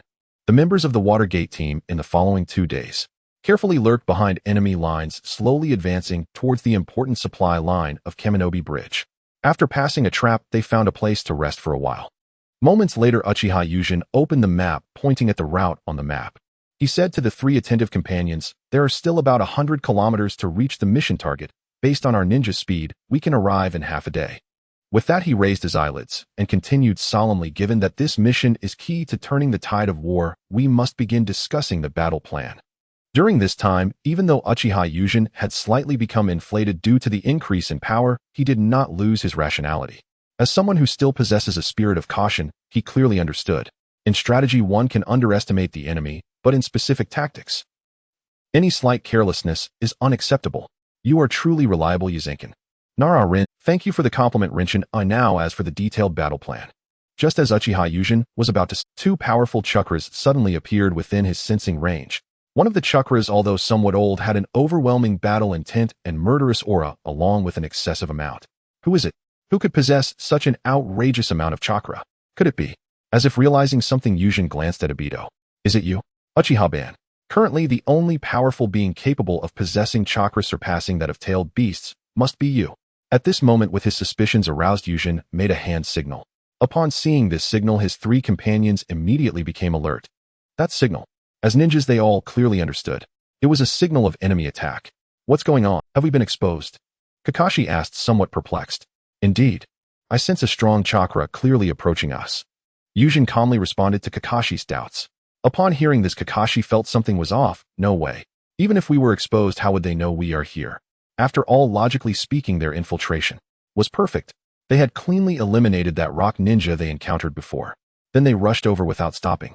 It's unreasonable for a Wagakure to be able to react and hunt them down. And even if exposed, Uchiha Yūjin possesses strong sensory abilities. He would absolutely not miss any nearby surveillance. How did the enemy know their location? As for this, I don't know. Uchiha Yūjin sighed softly. However, the opponent is too fast. They must be flying towards us. We must prepare for battle. This was a lie. Uchiha Yūjin already had some speculations about why the squad was locked onto their position. It must be you. Hey Zetsu. It has to be him. Only this third son of Kagaya can hide himself lurking near the shinobi world without being detected by Otsutsuki Kagaya. Thus, he could manipulate Indra's existence, allowing him to evade Yūjin's sensory abilities. For this, Yūjin felt helpless. After all, he had a general understanding of Indra's deeds from the original work. As the eldest son of Sage of Six Paths, in order to inherit the shinobi world, he would definitely live together with his father before the inheritance rights were secured. And even a powerful being like Otsutsuki Kagaya couldn't detect his own son nearby. With such ulterior motives, it is even more impossible for him to discover. Damn, how could such an unexpected situation arise in this mission? No, this isn't an accident. The moment of enlightenment struck Yūjin, sinking his heart slightly. He remembered the various unnatural occurrences during the battle at Kaminobi Bridge in the original timeline. Why did Obito happen to be saved by Ban? Why was Obito crushed under a rock with no one to collect his body? Given his bond with Kakashi, Kakashi and Rin would absolutely not leave Obito's corpse behind. More importantly, why did Ban directly confirm him as the heir upon meeting Obito for the first time? All of this is too unnatural. If all these things are analyzed according to normal reasoning, it should be Ban who has long set his sights on Obito. The entire Watergate team is the breeding ground for Obito's Mangekyo. They are all part of Ban's plan.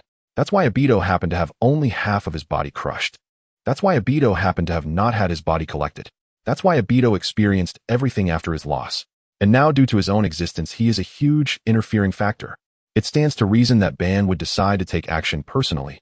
Is it to eliminate this biggest interfering factor? If so, then bring it on. With a grim smile, Yūjin gazed ahead. Uchiha Ban's caliber, he would like to taste it. Regarding the attack from Uchiha Madara, Uchiha Yūjin never considered fleeing. With his current strength dealing with an Uchiha elder who doesn't even possess his own eyes, he felt it would be a piece of cake. Even with 3 burdens to carry, he had a way. With this thought, Uchiha Yūjin picked up a piece of dead wood from the ground. He then swiftly drew his ninja blade. The chilling gleam flashed a few times, and the dead branch instantly transformed into 3 wooden talismans. Yūjin grasped one of the talismans, tightly intense chakra fluctuations emanating from his hand. Amidst the buzzing sounds, the 3 wooden talismans seemed to turn into jade green and translucent. This is a protective talisman. I made you all take one. Yūjin handed the 3 talismans to Kakashi and the others. This talisman was created using his chakra weaving ability, infusing the 3 wooden talismans with the wood clone technique. The Uchiha clan had been the millennium-old nemesis of the Senju clan. Would release a power that appeared once every few decades or centuries was documented in great detail. The Uchiha with Sharingan had already copied the relevant seals over the past millennium. However, without the related bloodline limits, they couldn't activate it. Nevertheless, all these records were now of great use to Yūjin. At present, Uchiha Yūjin felt secure with Kira's presence in the shadows as insurance. He directly provided each of his 3 companions with a talisman for a clone. The 3 received the emerald green talismans, but unlike Lin and Obito, who wore bewildered expressions, Kakashi, with his keen eyesight and experience, sensed the immense chakra within the talisman. After receiving it, his expression immediately turning solemn. He tightly grasped the talisman and asked seriously, "What is this?" "It's a safeguard. Oh, everyone should take one." Uchiha Yūjin's face turned serious. After all, the enemy we are about to face cannot be taken lightly. Is the enemy that strong? After putting away the talisman, Kakashi's expression grew even more grave. Uchiha Yūjin's strength was something he, as a genius Jonin, had the most authority to comment on aside from Yūjin himself. Without hesitation, he thought that Yūjin was already no weaker than Teacher Minato. Or rather, he might even surpass him in power. After all, as the ultimate power of the Uchiha clan, the Mangekyo Sharingan must be extraordinarily strong. Otherwise, the Uchiha wouldn't have remained one of the prominent ninja clans in the world for 1,000 years. Indeed, my perception system indicates that the incoming foe is quite formidable.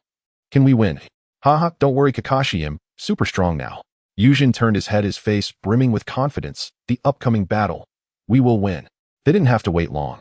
After a short while, a flash of azure light illuminated the sky. Boom. Amidst the deafening roar accompanied by a vast wave of air, the azure light exploded right before Uchiha Yūjin and the others. Boom. The explosive shockwave surged towards Yūjin and his companions like a tidal wave. This can't be real. Is such a level of ninja really from a Wagakure? Yahiko Lin broke out in a cold sweat, her eyes wide open as she stared ahead in shock. Lin-chan, no matter how strong the enemy is, I will protect you. Obito adjusted his goggles, gritting his teeth as he stepped in front of Yahiko Lin. Kakashi remained silent, his expression calm as he formed hand seals to activate a defensive ninjutsu. Earth-style earth flow wall. A rumbling sound echoed as a wall of earth appeared before the group. The few dog heads on the wall displayed calm expressions facing the incoming powerful shockwave. Boom. The earth flow wall perfectly defended against the terrifying shockwave. At that moment, a reassuring voice emerged. Everyone stay calm. I'll deal with this enemy. As the captain and the strongest person present, Yūjin stepped forward without hesitation. He lowered his eyelids, and his eyes instantly shone with a radiant crimson hue. Within those beautiful eyes, intricate and dangerous patterns blossomed. At this moment, Uchiha Yūjin had confirmed the identity of the incoming foe. He did not dare to be careless. He activated his Mangekyo Sharingan, keeping a close watch on the front. Not long after the smoke dissipated, two figures appeared. Ho, that pair of eyes. You must be Uchiha Yūjin. Uchiha Madara, with a face resembling fire, gazed at Yūjin's eyes, somewhat surprised. The color of your eyes seems a bit different now. In Madara's understanding, among the Uchiha clan, regardless of who awakens the Sharingan, it is always blood red in color. Yet this kid before him had eyes that were vibrant and fiery red. Indeed, he was truly extraordinary. Even the color of his eyes was abnormal. That's right. I am Uchiha. After responding to this guy, Yūjin asked in a deep voice. I've already introduced myself. May I ask who you are? Yūjin was already very clear about the identity of the person before him, but he could not state it so bluntly. After all, the source of the information is hard to explain. I want to know who I am. Madara sneered. Then you must use your own abilities to impress me. As the word Uchiha Madara instantly lunged forward. Upon seeing the enemy approaching him at high speed, Yūjin calmly stated, I will handle this guy. You all deal with the remaining enemies. Yūjin's intent, he wanted to use his powerful eye techniques to attempt a surprise attack on Uchiha Madara. Then he would quickly come to support here. Yūjin thought that Kakashi and the others could hold on for that little while. As soon as Yūjin finished speaking, with a tremendous crash, Uchiha Yūjin and the incoming assailant immediately clashed in close combat. Both used taijutsu, striking from the ground to the sky, and then from the sky back to the ground. Meanwhile, Kakashi and the others who remained at the scene observed the stout-faced enemy with a serious expression. Obito, Lin, Kakashi slightly squinted his eyes. Prepare for battle. Yes. X2. In the forest, two rushing figures collided with fists. Suddenly, a faint light emanated from one of the figures. 8 gates released open. Yūjin shouted loudly, raising his fist imbued with boundless power. He struck towards the somewhat astonished enemy before him. Boom. Uchiha Madara was caught off guard by Yūjin's sudden activation of the 8 gates. Before he could react, he was sent flying far away in an instant. Crack, crack, crack. Madara managed to stop himself with great difficulty, watching the seemingly invincible Uchiha Yūjin before him. His heart was filled with admiration. Kid, I admit, in terms of taijutsu, you are indeed above me. However, a ninja cannot rely solely on taijutsu. As the voice fell, Uchiha Madara formed a seal. In that instant, Uchiha Yūjin saw 6 majestic fire dragons soaring through the sky, bringing with them an intense heat clawing towards him. This technique was not unfamiliar to Yūjin. It belonged to the traditional dragon fire series of the Uchiha clan, gathering a massive amount of chakra within the body and compressing it to form a fire dragon. He was well aware of how troublesome this technique could be. Not only was its power immense, but it also allowed for precise control of the fire dragons to attack enemies, focusing more on power and accuracy than on range. Seeing the 6 soaring dragons about to engulf him in their fiery jaws, Uchiha Yūjin raised his right hand, which shimmered with a ghostly blue chakra. A contest of ninjutsu, huh? You've picked the wrong opponent. Yūjin sighed, having already devised a countermeasure for this technique. With a thought, he clenched the chakra in his hand. Fire release red spider lily. A blazing spider of 30 meters in size instantly took shape. The molten spider faced the majestic fire dragons in the sky, its abdomen contracting slightly. Whoosh whoosh whoosh. The fiery web that covered the heavens surged towards the 6 fire dragons. Amidst the roaring flames, the clashing spider and fire dragon engaged in a brutal battle. Moments later, both colossal fiery beasts were extinguished. Not bad, kid. Madara praised Yuzen's fire release skills, knowing well that he had been a formidable figure, yet he was impressed that Uchiha Yojin at such a young age could match him. It was truly remarkable. However, what truly astonished him was this kid's fire release technique. If his Sharingan wasn't blind, must have been conjured directly. Surprised, Madara couldn't help but ask, "How did you do that?" Yojin shook his head and chuckled, "Sorry. I have no interest in explaining my abilities. In this world of ninjas, battles are a contest of information. No matter how powerful a technique is, once information leaks, ninjas can always find a countermeasure among the myriad of techniques." Moreover, he remembered, whether they were villains or heroes, as long as they started explaining their abilities 80% of the time, it ended in defeat. Shaking off the thoughts in his mind, Uchiha Yuzen's expression turned serious.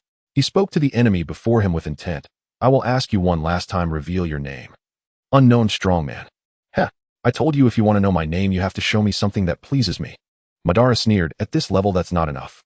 Upon hearing this, Uchiha Yojin drew his ninja blade, stepping forward, bending down, and leveling the blade at his brow.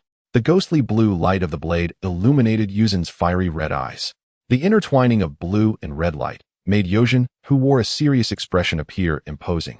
Regarding Madara's condescending attitude, he no longer wished to say much. Such an arrogant demeanor is truly annoying.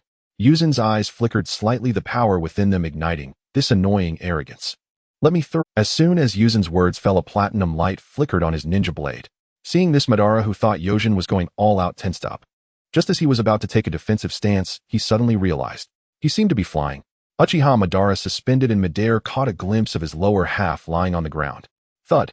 Uchiha Madara's upper half also fell to the ground. At this moment, the transformation of White Zetsu could no longer be maintained. His borrowed appearance from firelight instantly shed away. He reverted to his frail old self. However, at this moment, Madara didn't care about that. Covering his mouth and nose, blood gushed out as he struggled to speak. Cough. Cough. What a sinister kid just now. That was your technique, right? In response to Uchiha Madara's question, Yojin sneered. "I told you, don't think you can pry into my information. We are ninjas, not samurai. Also, the sight of you lying on the ground looking as disheveled as a wild dog truly suits you." Uchiha Madara, actually, regarding how he accomplished this, the reason was quite simple. He activated his Anaji to lower Madara's alertness. Feeling it wasn't secure enough, he pretended to raise his ninja blade, applying 10 from the clouds to the blade's light as a diversion. Then truly, he unleashed a light from his eyes that could sever everything. With all these factors combined, even though Uchiha Madara had been through countless battles, he still fell for his trick. Upon hearing Uchiha Yuzen's mockery, Madara narrowed his eyes slightly. "Kid, you don't think you've already won, do you? No way, the battle has just begun. Do you think you can fool me?" Using his Anaji. Upon hearing this, Uchiha Madara, who lay in 2 halves on the ground, furrowed his brow. Whoosh. After this sound rang out, Madara's remaining body on the ground vanished like a dream. "When did you figure it out?" Uchiha Madara's figure emerged from the other side. "The fact that I used is..." At this moment, Uchiha Madara appeared miraculously unharmed. No, his left eye had turned grayish-white. At this moment, he couldn't help but feel deeply moved by Uchiha Yojin. As the saying goes, seeing is believing. This kid Uchiha Yojin had lived in his intelligence for a long time. He knew this kid was strong, but just how strong? He didn't know. However, after today, he would deeply understand just how strong this kid was. Even if he could only use 50% of his power, now, even if he had been somewhat careless against this kid's eye technique, a loss is a loss. In an unknown battle, being the first to use Izanaji meant defeat. Moreover, this little brat managed to stay calm, even when he had been cut in half. There was no carelessness. Truly rare. However, thinking of the platinum light he had just seen, Madara scoffed inwardly. "Kid, your eye technique has been seen through by me. Next, just obediently accept your fate." In response to Uchiha Madara's inquiry, Yuzen's lips curled into a mocking arc. "When did I figure it out?" "Of course it was when you were still in your mother's womb." Hearing Yuzen's taunt, Madara raised an eyebrow, sneering. "Kid, I hope you stay cocky for what's to come." With that, Uchiha Madara formed hand seals. Intense chakra surged around him, igniting into flames. Seeing this, Yuzen's expression tightened. He knew that the testing phase was over. Next, it was time for everyone to unleash their true abilities. Uchiha Madara, with his hands forming seals, narrowed his eyes slightly. In an instant, the chakra flames burning around him transformed into a blue mass of chakra.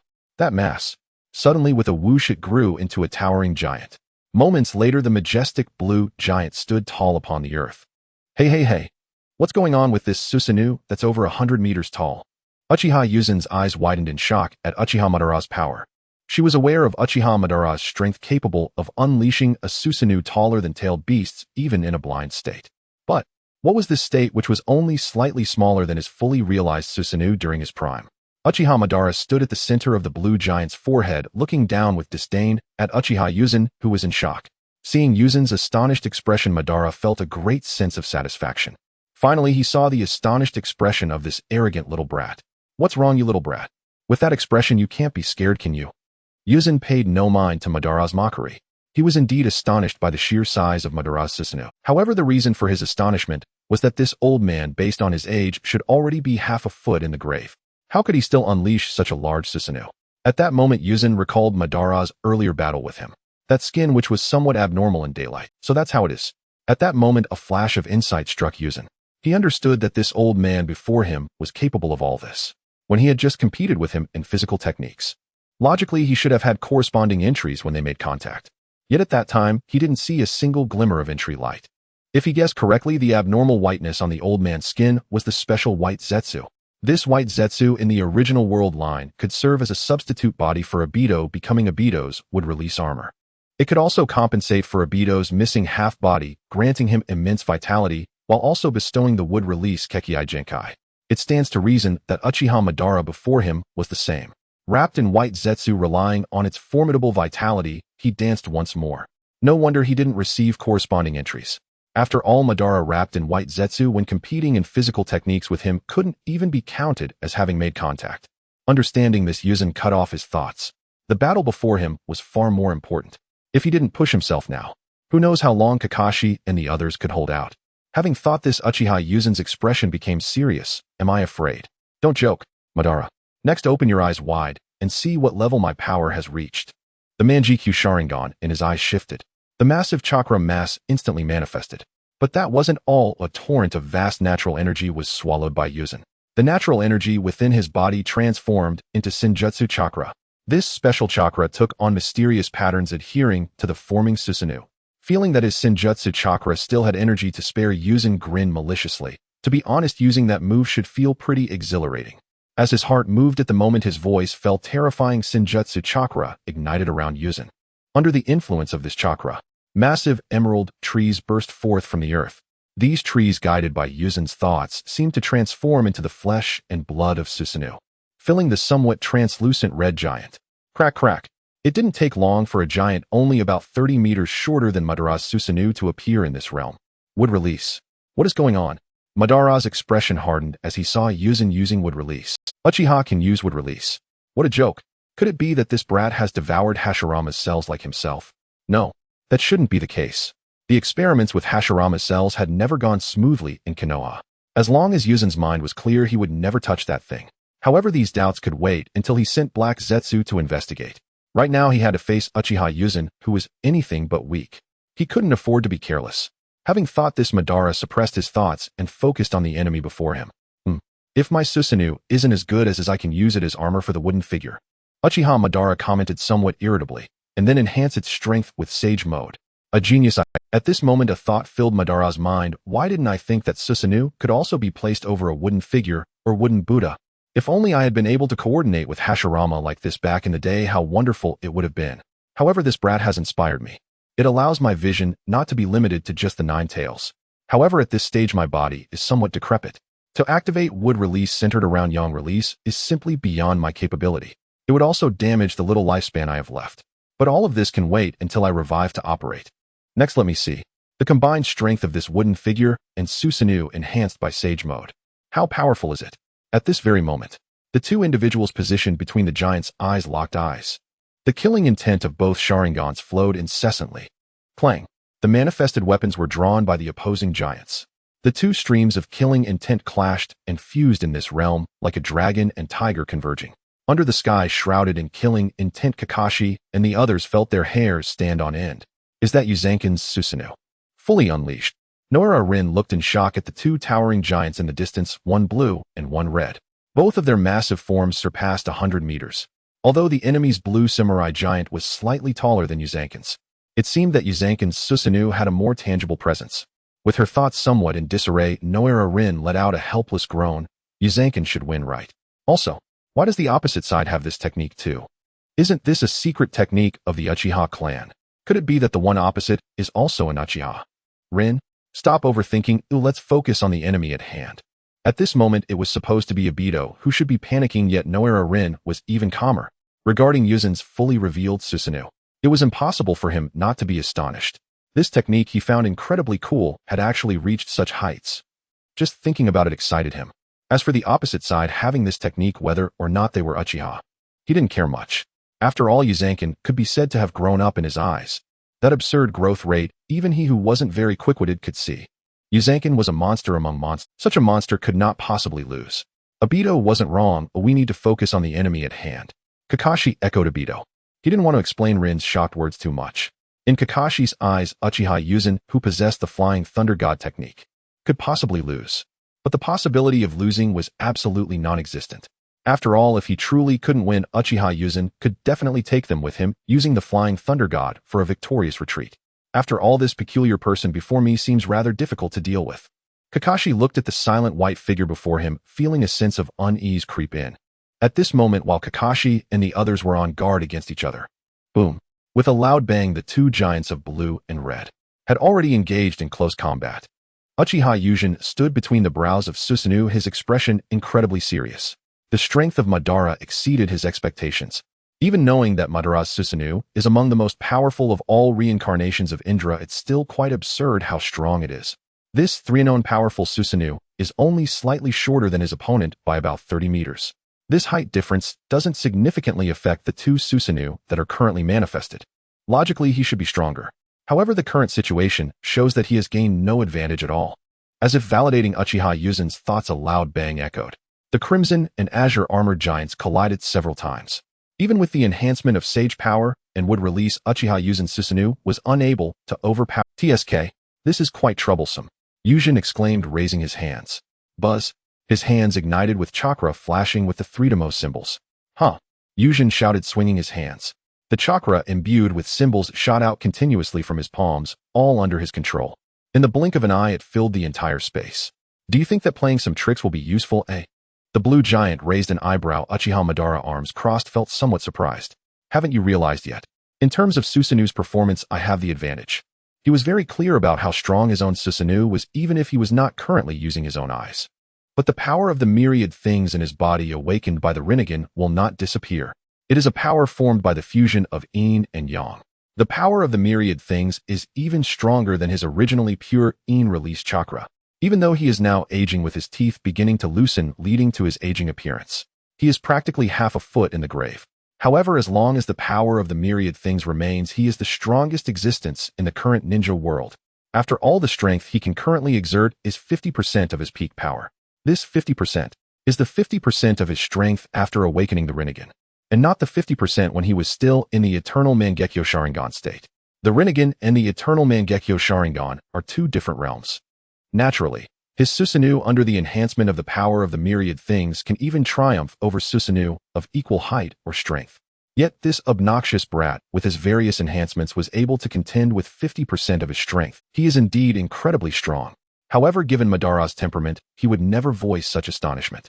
As a quintessential Uchiha, Madara places great importance on his pride, and a man who cares about his pride can only scoff. If I have the advantage in performance, if you don't come up with a plan, your companions will be completely slaughtered by my subordinates. Madara still has great trust in Kurizetsu and that special Shirazetsu. Kurizetsu, as an extension of his will, should control the situation nearly as well as he himself could. Meanwhile, the special Shirazetsu is a biological weapon created based on Hashirama's characteristics. In terms of capability, aside from its absolutely strong reconnaissance ability, its combat power is also quite sharp. Hearing this, Uchiha Yuzen furrowed his brows at the brow of his Susanoo. He paid no mind to Madara's taunts. When fighting, bantering is a common tactic to affect the opponent's mind. However, as Madara mentioned, if he doesn't quickly resolve this situation, Kakashi and the others truly won't be able to hold on much longer. Moreover, he sensed that Kakashi and the others were in a precarious situation, especially Obito. His chakra has unexpectedly turned cold and intense. Along with that persistent worry, he resolved to protect something. As he awakened the Sharingan, thinking of this, Yuzen carefully sensed the situation of Noera Rin. With his heart-stirring, Yūjin immediately shifted his focus to his sensing system. When he captured the somewhat dormant chakra fluctuations of Noera Rin, he realized Kakashi and the others must have encountered a crisis. Just as Yūjin, since the battlefield on Kakashi's side had undergone a dramatic change.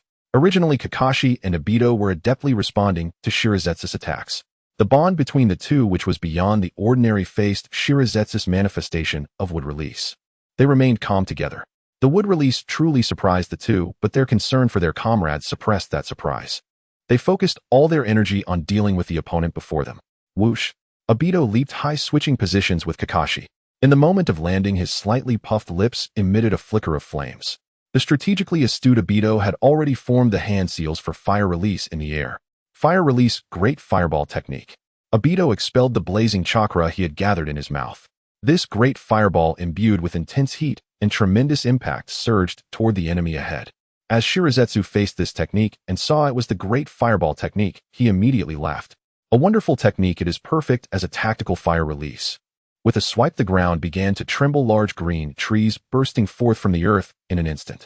Boom! The great fireball collided with the trees. The impact of the great fireball sent shattered wood splinters flying everywhere. At this moment, when all parties were obscured by the flying wood splinters, a handsome ninja silhouette quietly appeared behind Noera Rin. Clap! Obito! Kakashi! Huh! Noera Rin felt a hand on her shoulder and was about to call out to Obito and Kakashi. In an instant, she was restrained by a powerful chakra. If you two want this little girl unharmed.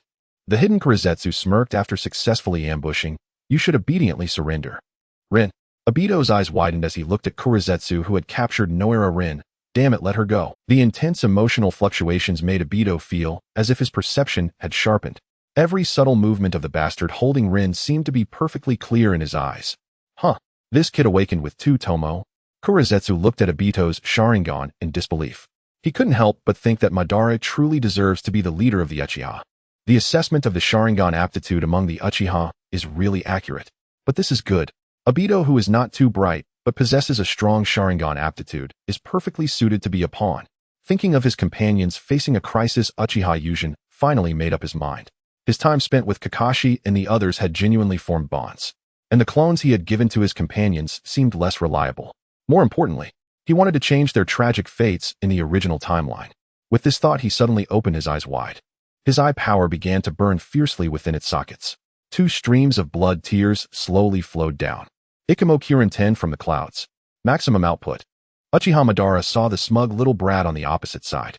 At that moment, he knew this was a fight to the death. The three-tomo Sharingan in Madara's eyes began to spin rapidly.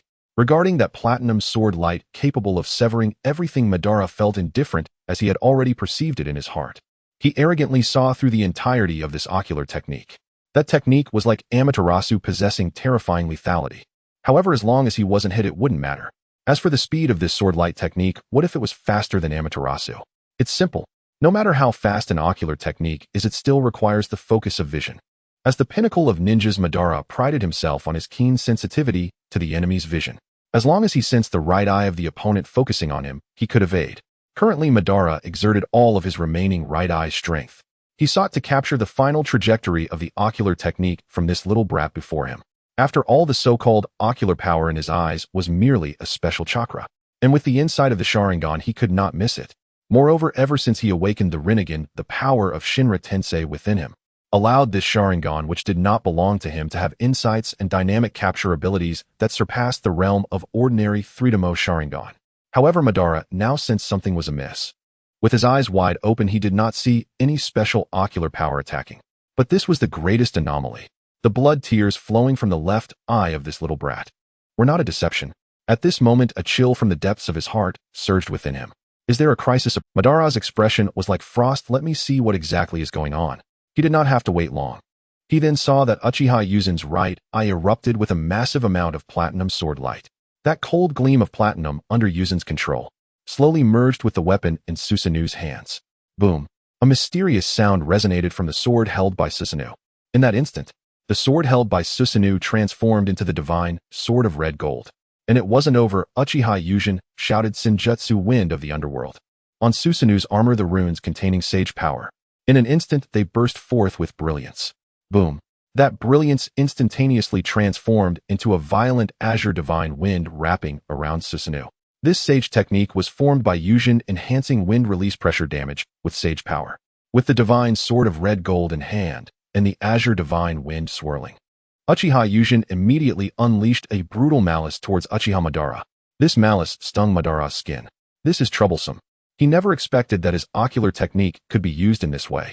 Madara looked at Yūjin's actions, and his expression suddenly became somewhat heavy. The platinum sword light technique actually wrapped around Susanoo. It was something he had not anticipated. However, this little brat. Madara looked at the bloodstains on Uchiha Yūjin's face, and then at the towering Susanoo over 100 meters high. He couldn't help but sneer. After today, you will never pose a threat again. Next, I will see just how far his final performance can go. In Madara's eyes, Yūjin, who was using ocular power after this battle, his vision would definitely not be good. Even if this little brat possessed would release, he still did not hold much hope. After all, in Madara's eyes, there was no special white Zetsu refined from Hashirama's cells through his outer path chakra. Any ordinary wielder of a Mangekyo Sharingan, once they used their ocular power, would eventually become. At that moment, boom, the Susanoo holding the red gold divine sword instantly charged forward. With the assistance of the divine wind, the red giant became exceptionally light. He swung his sword and struck at the azure giant. Meanwhile, knowing Yūjin's Susanoo, the spirit tool in its hand, enhanced that technique capable of severing all things. How could Uchiha Madara foolishly fight Hidan? Rip! Behind the azure giant, a pair of wings appeared. With a flap of its wings, the azure giant immediately flew into the sky, thus evading the strike of the red giant. At this moment, a scene that shocked Madara occurred before his eyes. Whoosh! Next to the azure giant in the sky, the red giant suddenly appeared. What? Seeing this situation, Madara was somewhat surprised. How did you suddenly appear here? Hearing this, Yūjin felt there was no need to respond to the enemy. With a thought, the red giant wielding the red gold divine sword flashed multiple times in the air. After a dozen tracks of red gold cold light passed by. Crash! The azure giant shattered into fragments. The physical chakra that made up Susanoo scattered across the sky like glass shards, filling the sky in this place. Uchiha Madara found it hard to believe who just now he saw. The opponent's huge Susanoo used Flying Thunder God. What is going on? At this moment, the Shinra Tensei within Madara trembled slightly. Crack! The power within him seemed to have broken something, making Madara notice the chakra clump that was flying in the sky. When he saw the 3-Demo rune imprint emerging from that chakra clump, Madara suddenly realized. So that chakra clump thrown out at that time is the same thing as the Kanai of Flying Thunder God. Damn it! Did I fall into an illusion? I had always seemed uninterested in this. Madara's expression turned a bit ugly, suspecting he had fallen into an illusion. However, thinking about the Shinra Tensei in his body, which seemed to have broken something, it made him notice everything he had previously ignored. With this in mind, Madara glanced at Yūjin with his remaining eye. He pondered, is it another ocular technique? Just as Madara had assumed, Uchiha Yūjin activated his Apatsu, causing Madara to directly overlook the chakra clump he had thrown out earlier. Yūjin couldn't help it when he activated his Apatsu. He had once thought about achieving victory directly. However, the reaction of his ocular power told him he lacked strength and could not topple Madara. That is why his ocular technique weakened Madara's alertness, making him pay the price of using his Anaji. Just now he had merely repeated the same trick, and the rune within that clump was his Flying Thunder God imprint. And being able to achieve this was thanks to the special effect in the Otsutsuki's entry, chakra composition. When Madara overlooked the chakra clump with the Flying Thunder God rune, he used the technique that severed all things Amano Murakumo, causing him to retreat into the air.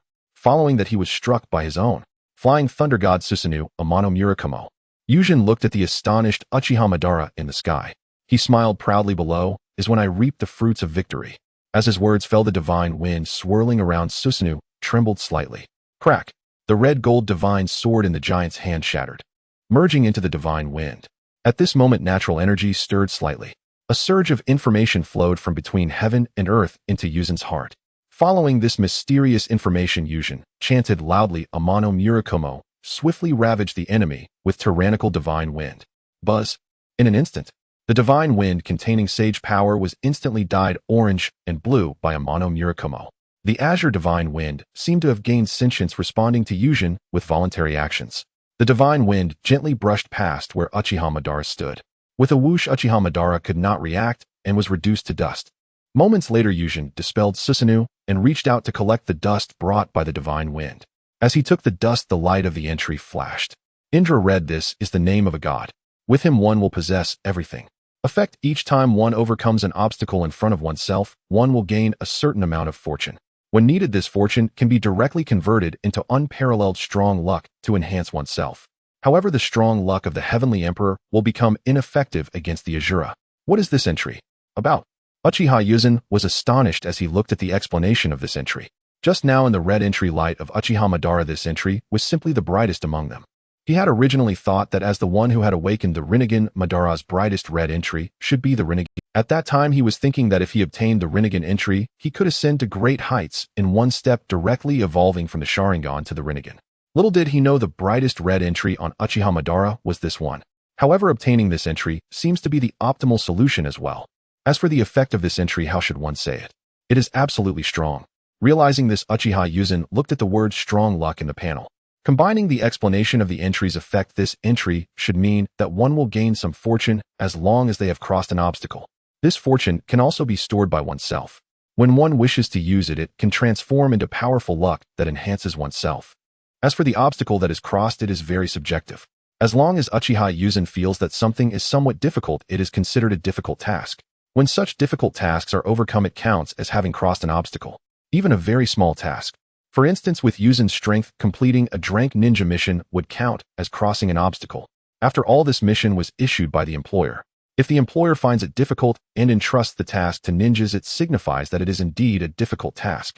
However, the fortune gained from such trivial matters is also very small. For significantly difficult tasks, the fortune gained will be substantial. However, if this fortune can stack, even the smallest fortune will eventually transform into powerful luck. So strong. This is truly powerful. Uchiha Hiruzen was shocked by the effect of this entry. He was well aware of what powerful luck represented. In various entertainment products, powerful luck is a capability that only protagonists possess. This ability often allows protagonists to succeed in every endeavor and turn misfortune into fortune. Thinking of this, Hiruzen immediately realized, Uchiha Sasuke, isn't this reincarnated Indra of the next generation the protagonist? He and Naruto, the reincarnation of Ashura, are undoubtedly the protagonists of the work Naruto. As for Uchiha Madara being the previous reincarnation of Indra, he had smoothly awakened the Rinnegan, which even Indra himself had not awakened. This is what protagonist treatment is. At the very least, before this power had reached Sasuke, all of Madara's actions often aligned with his intentions.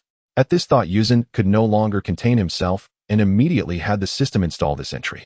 The effect of this entry did not directly strengthen his power, meaning it did not create any significant disturbance. As this entry was quietly installed, a voice came from the side. What is so strong? Hearing this, Uchiha Hiruzen looked at his palm. He saw that the fragments brought by the divine wind had vanished like a fleeting dream. Turning to look at the source of the voice, Uchiha Madara's figure with only his right eye remaining appeared as if he had not suffered any harm. He appeared not far away. TCH. I knew it. Things wouldn't be that simple. Upon seeing this situation, Hiruzen couldn't help but exclaim, Old man Madara, how long can your Izanagi last? He was very clear about the information regarding the Izanagi technique. If he remembered correctly, the duration of this technique is related to the skill of the user. If the user's skill is poor, it would be at the level of Shimura Danzo. 1 life for 1 eye. If the user's skill is strong, it would be like Uchiha Obito. 1 eye can last several minutes. And as for Madara, whose eye realm surpasses Indra, how long could his Izanagi last? Hiruzen dared not think about how long it could last. Hearing Uchiha Hiruzen's question, Madara sneered, it can last until we battle for several days and nights. This is a lie. Madara's current state is very poor. Don't be fooled by the fact that the time spent fighting this little brat is not long. The intensity of the battle is no less. The white Zetsu on his body has already been killed by this little brat. Without the white Zetsus wrapping his body is like decaying wood. Currently, the disguise that looks intact even to the white Zetsu is a transformation made using the power of creation. It is meant to deceive the inside of the Sharingan to a certain extent. Realizing the situation is dire, he prepared to use Izanagi to stall for time before finding an opportunity to retreat. After all, Madara is very clear. At this moment, he can only hold on for a few rounds. The disguise of the power of creation did not allow Uchiha Hiruzen, whose Sharingan is at the level of the Manjikyu, to see any flaws. Just then a figure rose from the ground. This figure was Black Zetsu, who had already restored his dark appearance. He appeared and shook his head at Uchiha Madara, saying, Failed Lord Madara. That guy actually disguised his clone as a talisman. I didn't anticipate this. When that guy's clone appeared, he took Obito and the others and ran away. Hearing this, Madara understood that it was beyond saving. Moreover, in the absence of white Zetsu, he could not deal with the little brat on the other side. Thinking this, he spoke to Black Zetsu in a deep voice in that case. Let's retreat. Understood. As if sensing something, Black Zetsu responded immediately and transformed into a puddle of black water quickly wrapping around Madara. With a tearing sound, he burrowed underground, escaping from Uchiha Yuzen's sight. Yuzen, upon realizing this, understood. Uchiha Madara, this old man, had actually put on an act and initiated a victorious retreat. TCH. Yuzen, who was sensing with closed eyes, clicked his tongue in displeasure. Wanting to pursue, he found that he could not sense Madara, who was enveloped by Black Zetsu despite his enhanced sensing ability from Sage Mode. This old sly guy, no wonder he could deceive the perception of Otsutsuki Kagaya among the ninja clans and inside Indra. Seeing that there was no chance to pursue Uchiha, Yuzen immediately activated the Flying Thunder God. In an instant his figure appeared, next to Kakashi and the others. When Uchiha Yuzen appeared here, what came into his view was Kakashi and his companions joyfully surrounding his would-release clone, engaged in conversation. However, when Kakashi and the others saw Yuzen suddenly appear, they immediately understood that this was the real Yuzen. Yuzen, you're amazing. You saved us with your clone. Dato, excited, raised his hand to greet Yuzen, but upon seeing the blood streaks on Yuzen's face, he abruptly halted his words. This was the first time he had seen Uchiha Yuzen in such a disheveled state. In Uchiha Daido's memory, from the first day he met Yuzen, he had never been in such a predicament. Regardless of the adversary, Uchiha Yuzen could always fight calmly and win. After battles, while his body was not spotless, he had never appeared like this, with blood streaks on his face and an exhausted expression. Seeing Yuzen in such a state and recalling that he had created a clone to ensure their safety before the battle caused Daido's joy from just being reunited with Rin to instantly diminish. Alright Dato, stop showing that expression. You need to know Yuzen has won, Kakashi said, realizing Dato was. He immediately patted Dato on the shoulder, offering an explanation. Kakashi understood Yuzen's current condition very well. Using a jutsu that towers over the earth like a mountain is not something anyone can do lightly. Moreover, the opponent can also use this jutsu. In terms of size, the enemy was even larger than Yuzen.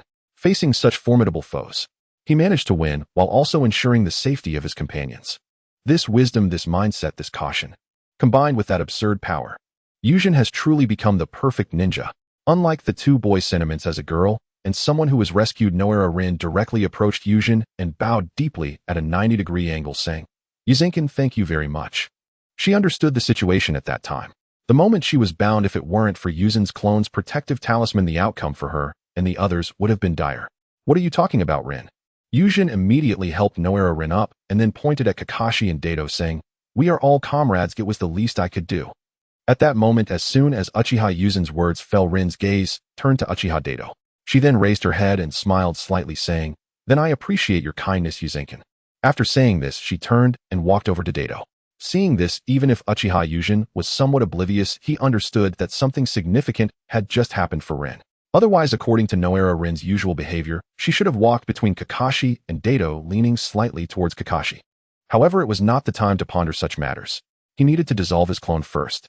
After all, even though he had only used Susanoo this time, and not the power of wood release, he would have a hard time explaining if anyone found out. Thinking of this, Uchiha Yuzen looked at his clone.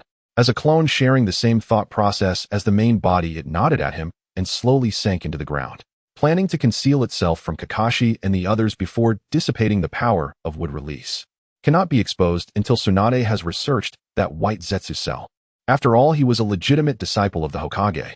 He needed to maintain some underlying principles in his act. Wood release must be endorsed by Tsunade before it can be revealed. After sorting out his thoughts, Uchiha Yuzen, regarding Uchiha Dato, who had awakened the Sharingan, he could only marvel at its uniqueness. Dato, having awakened the Sharingan, had reached the level of a Jonin. After all, in the original timeline, he had dealt a fatal blow to the Rock Village Jonin, who could toy with Kakashi and Dato as soon as he awakened the Sharingan. The subsequent events were simple.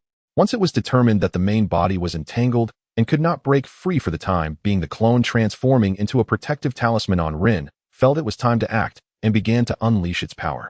His would-release clone was quite formidable. It activated Susanoo upon appearing. Kuro Zetsu and Shiro Zetsu, facing the towering Susanoo, realized their limitations. After all, Kuro Zetsu's combat prowess, hastily created by Otsutsuki Kagaya, was worlds apart from that of his two elder brothers.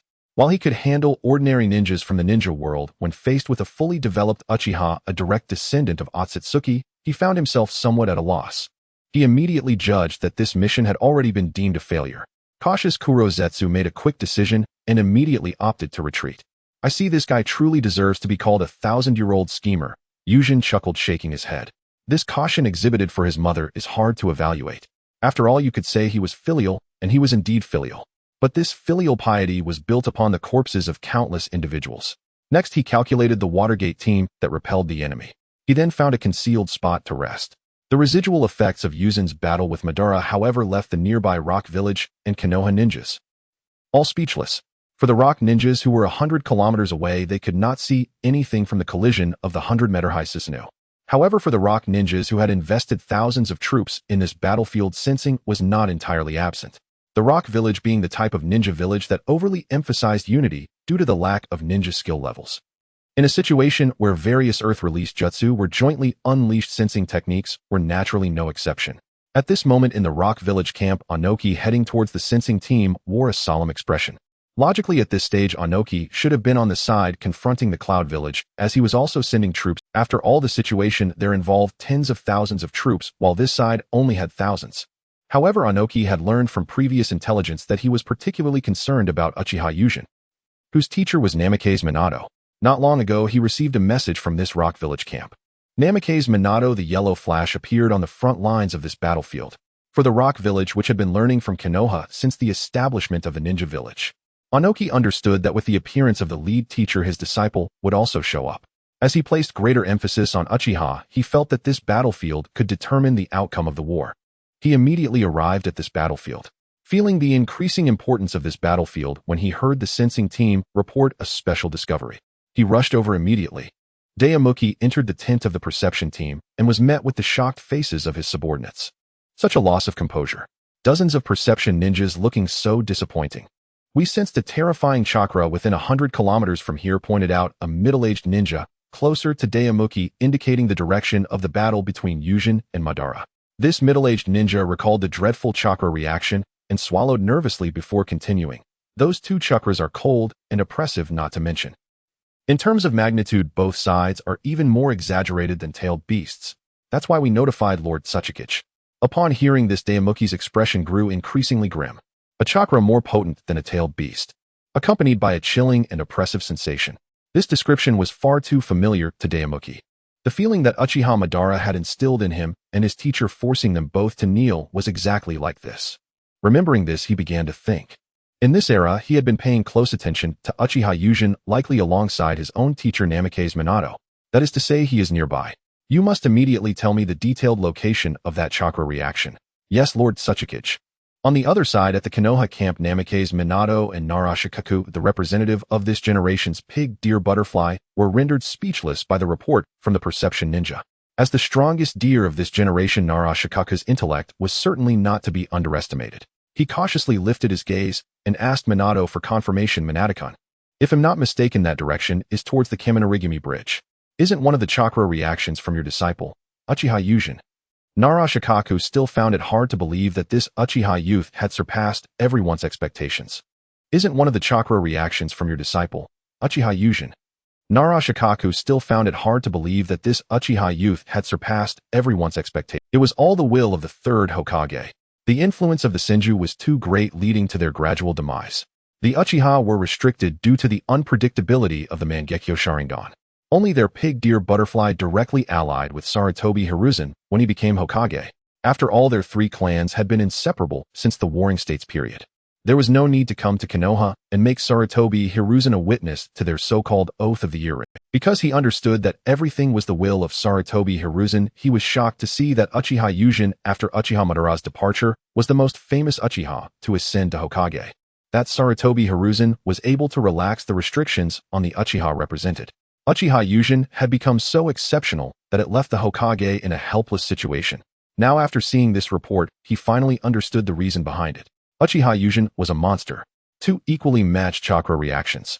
One of them was undoubtedly Uchiha Yuzen. At 13, with chakra stronger than that of tailed beasts and the previously spread Mangekyo Sharingan in Konoha. After sorting through his thoughts, Narashikaku felt an immense shock. The potential for growth and speed was undoubtedly extraordinary. At this moment, while ordinary ninjas at this age were merely hailed as geniuses, Uchiha Yuzen had already fulfilled the so-called potential beyond expectations. At this very moment, what filled Shikaka's heart was the new generation of ninja gods, or rather the Azura of the ninja world, would once again descend upon Konoha.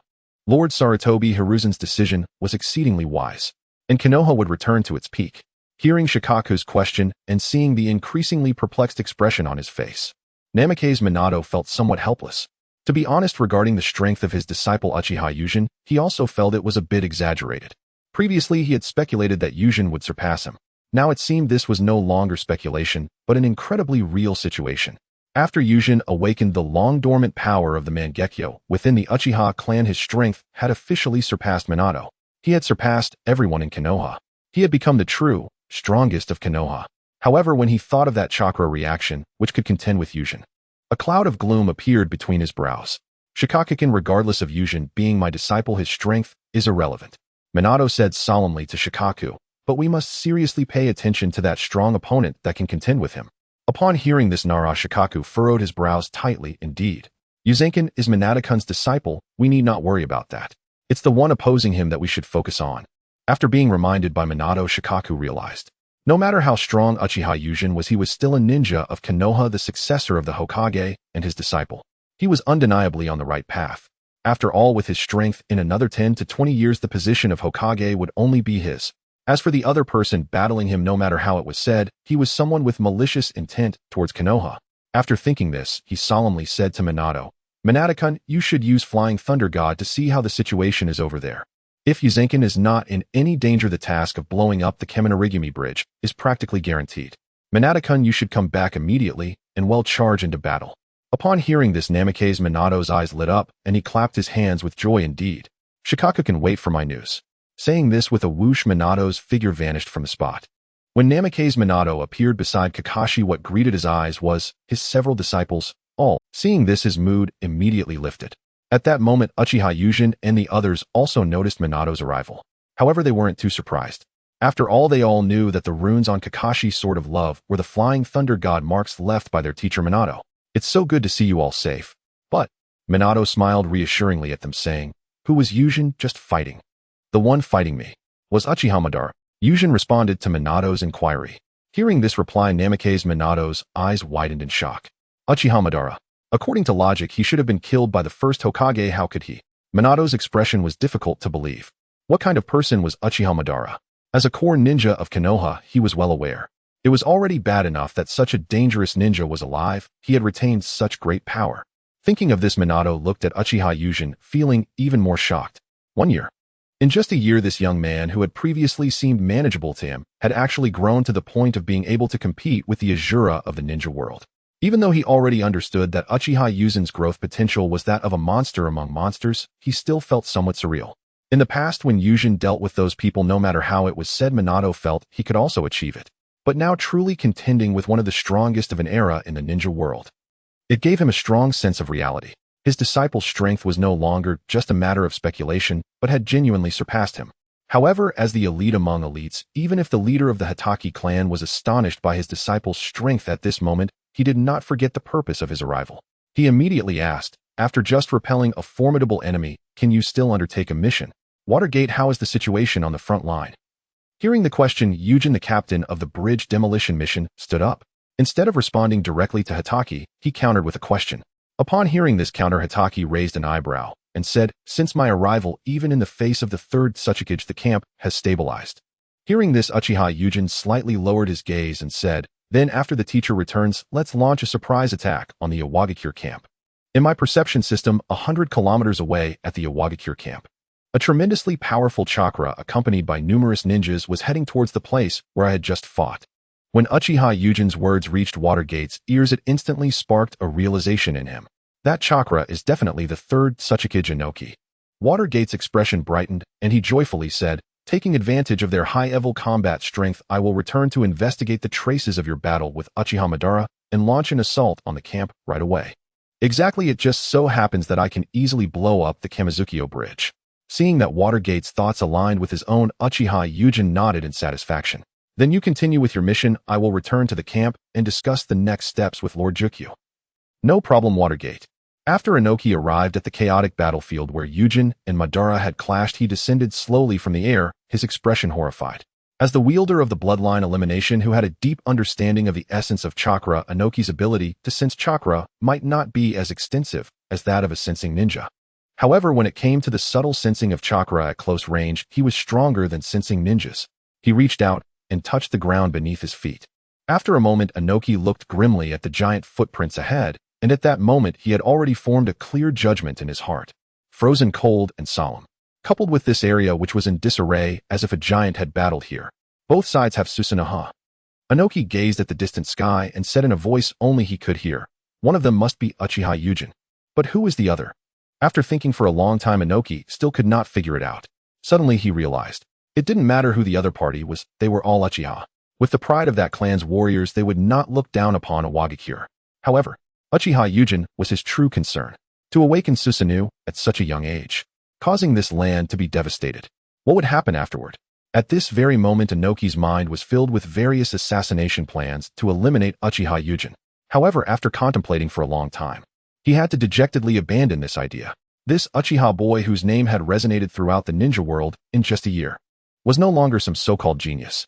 Instead, he was a monster who had fully realized his talents. Thinking of an Uchiha monster from Konoha rising steadily. At this moment, Inoki's heart began to twitch. However, it seemed that fate had not spared his thoughts. A rock ninja rushed over anxiously, calling out to him, "Lord Tsukuyomi, bad news." Hearing this, Inoki fixed a sharp gaze on the incoming ninja. He recognized this ninja was one who specialized in summoning techniques to convey information. The ninja's demeanor was so frantic. It must be extremely unfavorable news for a Wagakure. Thinking this, Inoki coldly said, "What bad news? Speak quickly." "Lord Tsukuyomi, the Kamizukyo bridge has been blown up." The ninja who came to report exclaimed, bowing urgently. "Also, Watergate is leading Konoha ninjas straight to the camp, and the losses are already severe." "What?" Upon hearing the news, Inoki's face was filled with disbelief. After a moment of being stunned, he quickly reacted and shouted, "Quickly retreat and defend. We must not allow Konoha to push the front line into the land of Earth." "Yes, Lord Tsukuyomi." After the Kamizukyo bridge was blown up and the front line of Wagakure camp was breached, Konoha's victory soon followed. When the news of Konoha's victory spread through the ninja world, the other 4 great ninja villages were in an uproar about the possibility of Konoha turning the tide of battle. The forces withdrawn from Konoha would systematically take down the remaining 3 ninja villages. There was no choice. Residing in the wealthiest country in the world, possessing the richest resources of talents in the ninja village, Konoha had this kind of depth that drove other ninja villages crazy. As the key figure in turning the tide, Watergate and his disciple Uchiha Yujin, their names once again resonated throughout the world. However, unlike the shock of other ninja villages at Konoha's turn of events, Konoha itself was astonished by the report from Uchiha Yujin. In the Hokage building, Sarutobi Hiruzen's office, except for Danzo, who was still in seclusion, Tsunade and Mito Gate were looking at Sarutobi Hiruzen with serious expressions. "Hiruzen, the news from Yujin has truly left me shocked." Tsunade's expression was somewhat hesitant. "Why don't we go check the already sealed laboratory of our teacher?" "Exactly. I was thinking the same." Mito Gate added urgently, "Whether Uchiha Madara is dead or not is extremely critical. We must take a look." Upon hearing this, Sarutobi Hiruzen found it somewhat amusing. These two, like Danzo, disliked the Uchiha. However, they were not as extreme as Danzo. Usually, whenever there was good news about Yujin, these two would not even come to his office after learning about it. It was obvious they did not want to hear all the good news about the very powerful Uchiha Yujin breaking into the Hokage system. A classic case of burying their heads in the sand. At this moment, both of them were so eager to verify whether Uchiha Madara was dead. It seemed they did not dislike the Uchiha. Rather, they feared the power of the Uchiha. However, he also valued the intelligence regarding Uchiha Madara. After taking a puff of smoke, Sarutobi Hiruzen immediately responded to his 2 old friends. "All right, let's go have a look." The 3 of them swiftly made their way to a sealed laboratory. Upon opening the box-like container, where did it go? Exactly. When we sealed this laboratory, we clearly checked. Madara's body was indeed here. Sarutobi Hiruzen looked at everything with a fluctuating expression. Hearing the words of his 2 old friends, he couldn't help but sigh helplessly. "I will summon Yujin back to Konoha. I want him to provide us with a detailed account of the information about Uchiha Madara." At this moment, Sarutobi Hiruzen's feelings were extremely complicated. Summoning Uchiha Yujin back was one because he feared Uchiha Madara. After all, he had seen him as a child. He understood that even if Uchiha Madara was now old, as long as he could move according to Yujin's report, Uchiha Madara could still operate Susanoo at over 100 meters. Facing one enemy village was definitely not a difficult task for him. More critically, this guy, despite being the founder of Konoha, had real hatred towards Konoha. Thus, Uchiha Yujin, who could rival him, was absolutely indispensable. Secondly, he wanted to know why Uchiha Madara still possessed such formidable combat power at such an age. At the same time, he also wanted to verify how the inner growth of this young man Yujin was. After all, having strength without a corresponding mindset was far too dangerous for Konoha. And at this moment, Uchiha Yujin, who was about to be summoned back to the village, was sitting cross-legged on a tree in a forest far from the Konoha camp, reflecting on the gains from this experience. In terms of entries, his second red entry, Indra. How should I put it? Upon acquiring this entry and installing it, he experienced the explosion of the Shinobi Bridge. Immediately, he gained a significant fortune.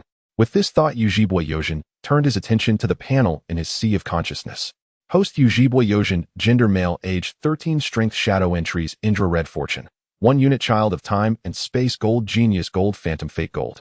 Steel training, purple kaleidoscope Sharingan, purple Uchiha style, purple natural energy affinity, purple flying thunder god technique, purple. Otsutsukerminence, blue medical genius, blue chakra seed, blue. Weapon entries, thunder attachment, blue vampiric immortality, blue chakra, mimicry, blue chakra absorption, and fusion, blue. Battle value 170. Other entries have not changed much, let's not discuss them for now. Currently, the only red entry on the panel possesses a unique function. It allows the panel to reveal related energy, fortune. It manifested. Long before completing the task of the Shinobi Bridge, the entry extraction system had conveyed a message to him. That is the conversion of fortune. It is indeed determined based on his subjective difficulty. But it shouldn't be too absurd. For instance, this bridge explosion. Because Oyama and other rock shinobi focused on the battlefield of Yojin, the protective strength of the Shinobi Bridge decreased. The team led by him easily blew it up as they encountered no obstruction from shinobi during the process. The difficulty was too low. Even if Uchiha Yojin mentally hypnotized himself, the conclusion of this task was challenging. The system determined that this task was too easy for Yojin, granting only 2 units of fortune. Regarding these 2 units of fortune, Uchiha Yojin was quite eager. However, at this moment, he saw on the panel only 100 battle points from defeating the Demon Leech. He suddenly felt something was off. What's wrong with the system? Logically, didn't I defeat Uchiha Ban? How come I only got this little battle value? Feeling something was amiss, Yojin immediately questioned the system in his mind. The entry extraction system promptly responded to Uchiha Yojin. What? Uchiha Ban managed to deceive you and retreated smoothly. Since you didn't achieve a crushing victory, there's no battle value acquired from this fight. Uchiha Yojin felt somewhat helpless.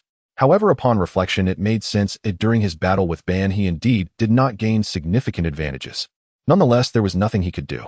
Uchiha Ban, as the reincarnation who awakened the Rinnegan serpent, with Ban possessing the quality of all-embracing power and sacrificing one of his 3 Sharingan to activate Izanagi, it truly lasted too long. And Izanagi is the ultimate illusion technique that transforms all adverse fates into ephemeral dreams. It is the technique to resist fate. His ocular technique. One eye faced with this ninjutsu was exceptionally disadvantageous. It wasn't that he couldn't win by mechanism, it was that his eyes ultimately were merely the kaleidoscope Sharingan. Even if due to the entry he wouldn't go blind, the output of his ocular power did not reach the state of the eternal eye. And Izanagi, this technique that sacrifices one eye to activate, is akin to the rebirth mode activated by Kurama in Boruto, where all was sacrificed. The output surpassed that of the kaleidoscope. He could at this level use one eye to cause him to underestimate. Thus he could gain some advantages. However, there was no guarantee of killing him. It seems that to make my ocular technique truly invincible, I must enhance the output of my ocular power. Uchiha Yojin pondered and made a decision. He looked at the red entry, Indra. System. Help me transform fortune into powerful luck, allowing the opportunity to ascend to the eternal eye to descend upon me. Buzz. A mysterious wave emanated from Yuzen's body, spreading out into the world. He watched the ripples that could only be seen with the system. A realization dawned upon Uchiha Yojin. This ripple would affect the world, thus allowing the opportunity for the kaleidoscope to ascend to the eternal eye. A realization dawned upon Uchiha Yojin. This ripple would affect the world, thus allowing the opportunity. 3 days later, on the main road to Konoha, Uchiha Yojin looked at the person before him. Uchiha, along with the members of the security team he led and the mist shinobi who were about to be escorted to Konoha. He felt quite shocked. These mist shinobi being taken to Konoha were quite coincidentally included the Kagaya clan. And having extracted the Kagaya entry, merging it with the Otsutsuki entry, Yuzen's expression was somewhat inexplicable as he asked Uchiha Hakadai, "Hakadai, why are you escorting these mist shinobi to Konoha now?" Upon hearing this, Uchiha Hakadai's expression also turned somewhat helpless. It seems that Yuzenkin is unaware of our Hokage's policies. Generally speaking, if it's not for very important intelligence needs captured shinobi, are usually imprisoned in the dungeon waiting for the rival village's ransom. Speaking of this, Ujibwa Hakadai patted Yuzen's shoulder. With some sentiment, he continued, after all, our major ninja villages, no matter how fiercely they fight, are ultimately for the commissions brought by the employment quotas. So for such income-generating actions, we as shinobi will not refuse. Upon hearing this, Ujibwa Yojin also came to a realization. Indeed, in his past life, while watching comics and anime, he always thought that shinobi dominated the world. However, when he truly reincarnated into this world, he discovered that it was not the shinobi who dominated the world, but those who could provide task quotas, the interest groups, and the ruling class. Nevertheless, Yojin did not care much about this. At this stage, his goal was to prioritize acquiring power. Changing the world could wait until he became invincible. At this moment, regarding this overly coincidental situation, Yuzen's mood was quite subtle. It was only the third day and the bone of Kagaya had already come into his possession. So, what would that strong luck do with the foundational Byakugan? Without making Yojin wait too long, when he arrived at the gates of Konoha, he saw the welcoming crowd. Quite coincidentally, among the welcoming party, led by the third Hokage, there were 2 members of the Hyuga clan. When he saw those 2 twin youths, Yojin knew that they should be Hinata and Hizashi, the 2 brothers. Is this strong luck? Ujibwa Yuzen's heart was filled with a sense of shock. This strong luck truly was powerful luck. At this moment, he really experienced what it felt like to be the protagonist of the world. What is truly lacking is precisely what comes. At this moment, Uchiha Yujin was feeling dizzy from the powerful effect of the red entry Indra. After all, when you are truly surrounded by the world, who wouldn't be confused? Thus, while Yujin was in a daze from the overwhelming effect of good fortune, he shook hands with the welcoming party led by the third Hokage. Yujin, you've worked hard. Sarutobi Hiruzen said solemnly, patting his shoulder in encouragement after shaking hands with Yujin. Go and rest well today, and come to my office tomorrow to discuss the intelligence regarding that man. As the most powerful Hokage in political matters, each ninja returning from the battlefield receives due recognition. He always organized a scene of welcome at the village gate. Because of this, the place was currently crowded with many eyes. Even though Sarutobi Hiruzen was eager in his heart, he managed to restrain himself. He cautiously reminded Yujin to come to his office tomorrow for an exp. Upon hearing this, Uchiha Yujin snapped back to reality from his daze. Without a hint of emotion, he called upon the system to extract an entry from Sarutobi Hiruzen. His expression became serious as he earnestly responded to Sarutobi Hiruzen. Thank you for your concern, Hokage-sama. I will be prepared with the report tomorrow. Regarding my recall from the battlefield, Yujin clearly understood in his heart. It must be because of the battle with Uchiha Madara. This piece of intelligence was, to be honest, something that couldn't be concealed. Kakashi and the others had seen the 200-meter-tall Susanoo. Anyone with a functioning brain would know that 2 powerful Uchiha were engaged in battle. In Konoha, the only contemporary Uchiha who could match was Uchiha Yujin, and Uchiha Fugaku, who was currently fighting against the Mist Village and had begun to earn the title Demon Eye. As the clan leader of the Uchiha clan and the commander of that front line, he could not possibly appear on the battlefield against the Rock Village. Moreover, there was no intelligence indicating that Uchiha Fugaku possessed the Mangekyo Sharingan.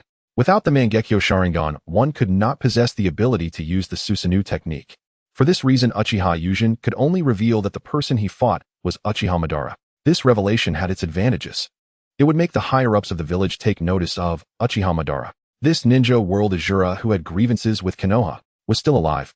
Afterwards, if there were any tailed beasts with 3 Tomo eyes appearing, do not mindlessly place the blame on the Uchiha clan. After all, for Yujin, who had already begun to establish power within the Uchiha clan, this was something that, coincidentally, Uchiha Madara was the best target to divert the attention of the village's higher-ups. All these thoughts in his mind were cast aside as Uchiha Yujin shook hands with Sarutobi Hiruzen, and after greeting the Nizuzu brothers, he put them out of his mind. Given that everyone present was still unfamiliar with each other, Uchiha Yujin approached the Nizuzu brothers with a subtle mood and engaged in polite greetings. The Byakugan entry from the Hyuga clan was successfully obtained. When the light of the entry was captured by Uchiha Yujin through the system, his mind was no longer here. Fortunately, Konoha Village offers decent treatment for the heroes just returning from the battlefield. After performing a political show of welcome, the third Hokage allowed the returning ninja to rest well before proceeding with the relevant statistics and reports tomorrow. Thus, Uchiha Yujin returned home with a subtle mindset. Bang! The moment his front door was shut, Uchiha Yujin immediately jumped onto his bed, sitting cross-legged. With a thought, he said, "System, merge Kagaya's bone and Hyuga's Byakugan into the Otsutsuki entry." Having asked the system about this after obtaining the Kagaya clan's entry, he understood that merging these two would represent the Otsutsuki lineage of Kaguya. The final bloodline entry would only cost 100 points of combat value. Just right. His combat balance happened to be 170 points. The system took action, and soon enough, a new entry appeared before Uchiha Yuzen's eyes. Otsutsuki Pseudo-Purple as a being that can already be considered a semi-information life form. Your control over chakra will be unparalleled. Affect chakra composition. Flesh, blood, bone, root, and other 5 aspects of ability receive significant enhancement. Upon seeing this entry, Uchiha Yuzen wasted no time. He directly installed it. When the effects of the entry began to manifest in his body, Yuzen sensed a tremendous change occurring throughout his entire being. A sudden wave of sourness surged within his eyes. However, before he could react, this wave of sourness was overwhelmed by the extraordinary vitality surging from within his body. This feeling, Yuzen sensed the changes in his body and exclaimed, "The conversion and output rate of my ocular power have undergone tremendous changes." The extraordinary vitality surging within him was tremendously vigorous. This surge caused his eyes to involuntarily transform into the patterns of the Mangekyo. These patterns instantly began to undergo even more complex changes. In an instant, a similar but inverted pattern appeared, overlapping on top. At this moment, Uchiha Yuzen could feel that the speed at which his chakra was converted into ocular power had greatly increased. And this was not the end. Back in the days of the Mangekyo, the pipeline for ocular power output seemed to have transformed from a small water pipe into a large pipe. Sensing this, Yuzen stood up, walked to the washroom, and gazed into the mirror. The drastically changed appearance, he stared at the drastically changed Sharingan in the mirror, murmuring to himself, "Is this what my eternal eye looks like? But it doesn't matter. I can feel that my ocular techniques have truly broken the shackles." Uchiha Yuzen was very clear about his ocular techniques. Due to having the relevant entries, he had long been able to use his ocular techniques without reservation. However, his ocular techniques were derived from a red entry. Because its functionality was overly powerful, the output rate of his previous Mangekyo ocular power could not meet the requirements of the ocular techniques. It was like a car could never produce the power of gasoline using alcohol. However, now that problem on his end had been resolved. The use of the ocular technique Ikimokurin would no longer face excessive restrictions. And what about the changes to my appearance? Can I revert back? He looked at the mirror, at his ethereal appearance with snow-white hair and skin like jade. However, it seemed that he had heard the reason for his headache. With a ripping sound, the chakra began to stir within his body in an instant. Uchiha Yuzen's true appearance transformed back into that of a handsome figure with black hair. Observing this, Yuzen raised his hand and clenched it. While experiencing the changes within his body, he also sorted through the information transmitted by the system.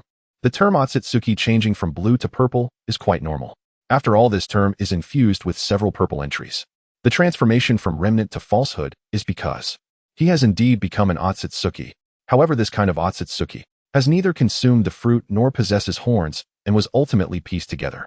It is a state even worse than when Kaguya Otsutsuki first arrived in the ninja world without even having horns. The system informed him that he needs to transition from falsehood to reality.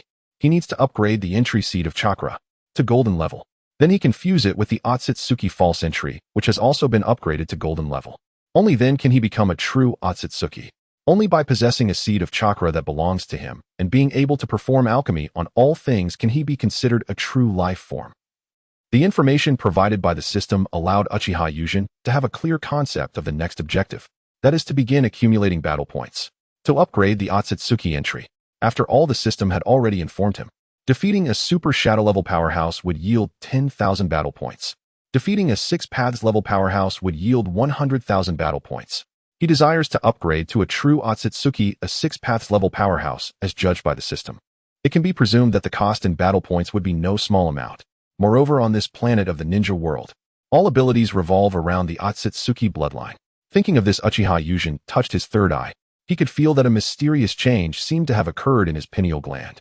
Recalling Kaguya Otsutsuki's third eye on her forehead, Yuzen began to speculate. Is it true that the term Otsutsuki only needs to be upgraded to golden level? Would he also develop an eye on his forehead? At that time, would it be a Byakugan or a Rinnegan? These are things that he can only know after obtaining battle points and upgrading. Now, he needs to tidy up his mood and rest well.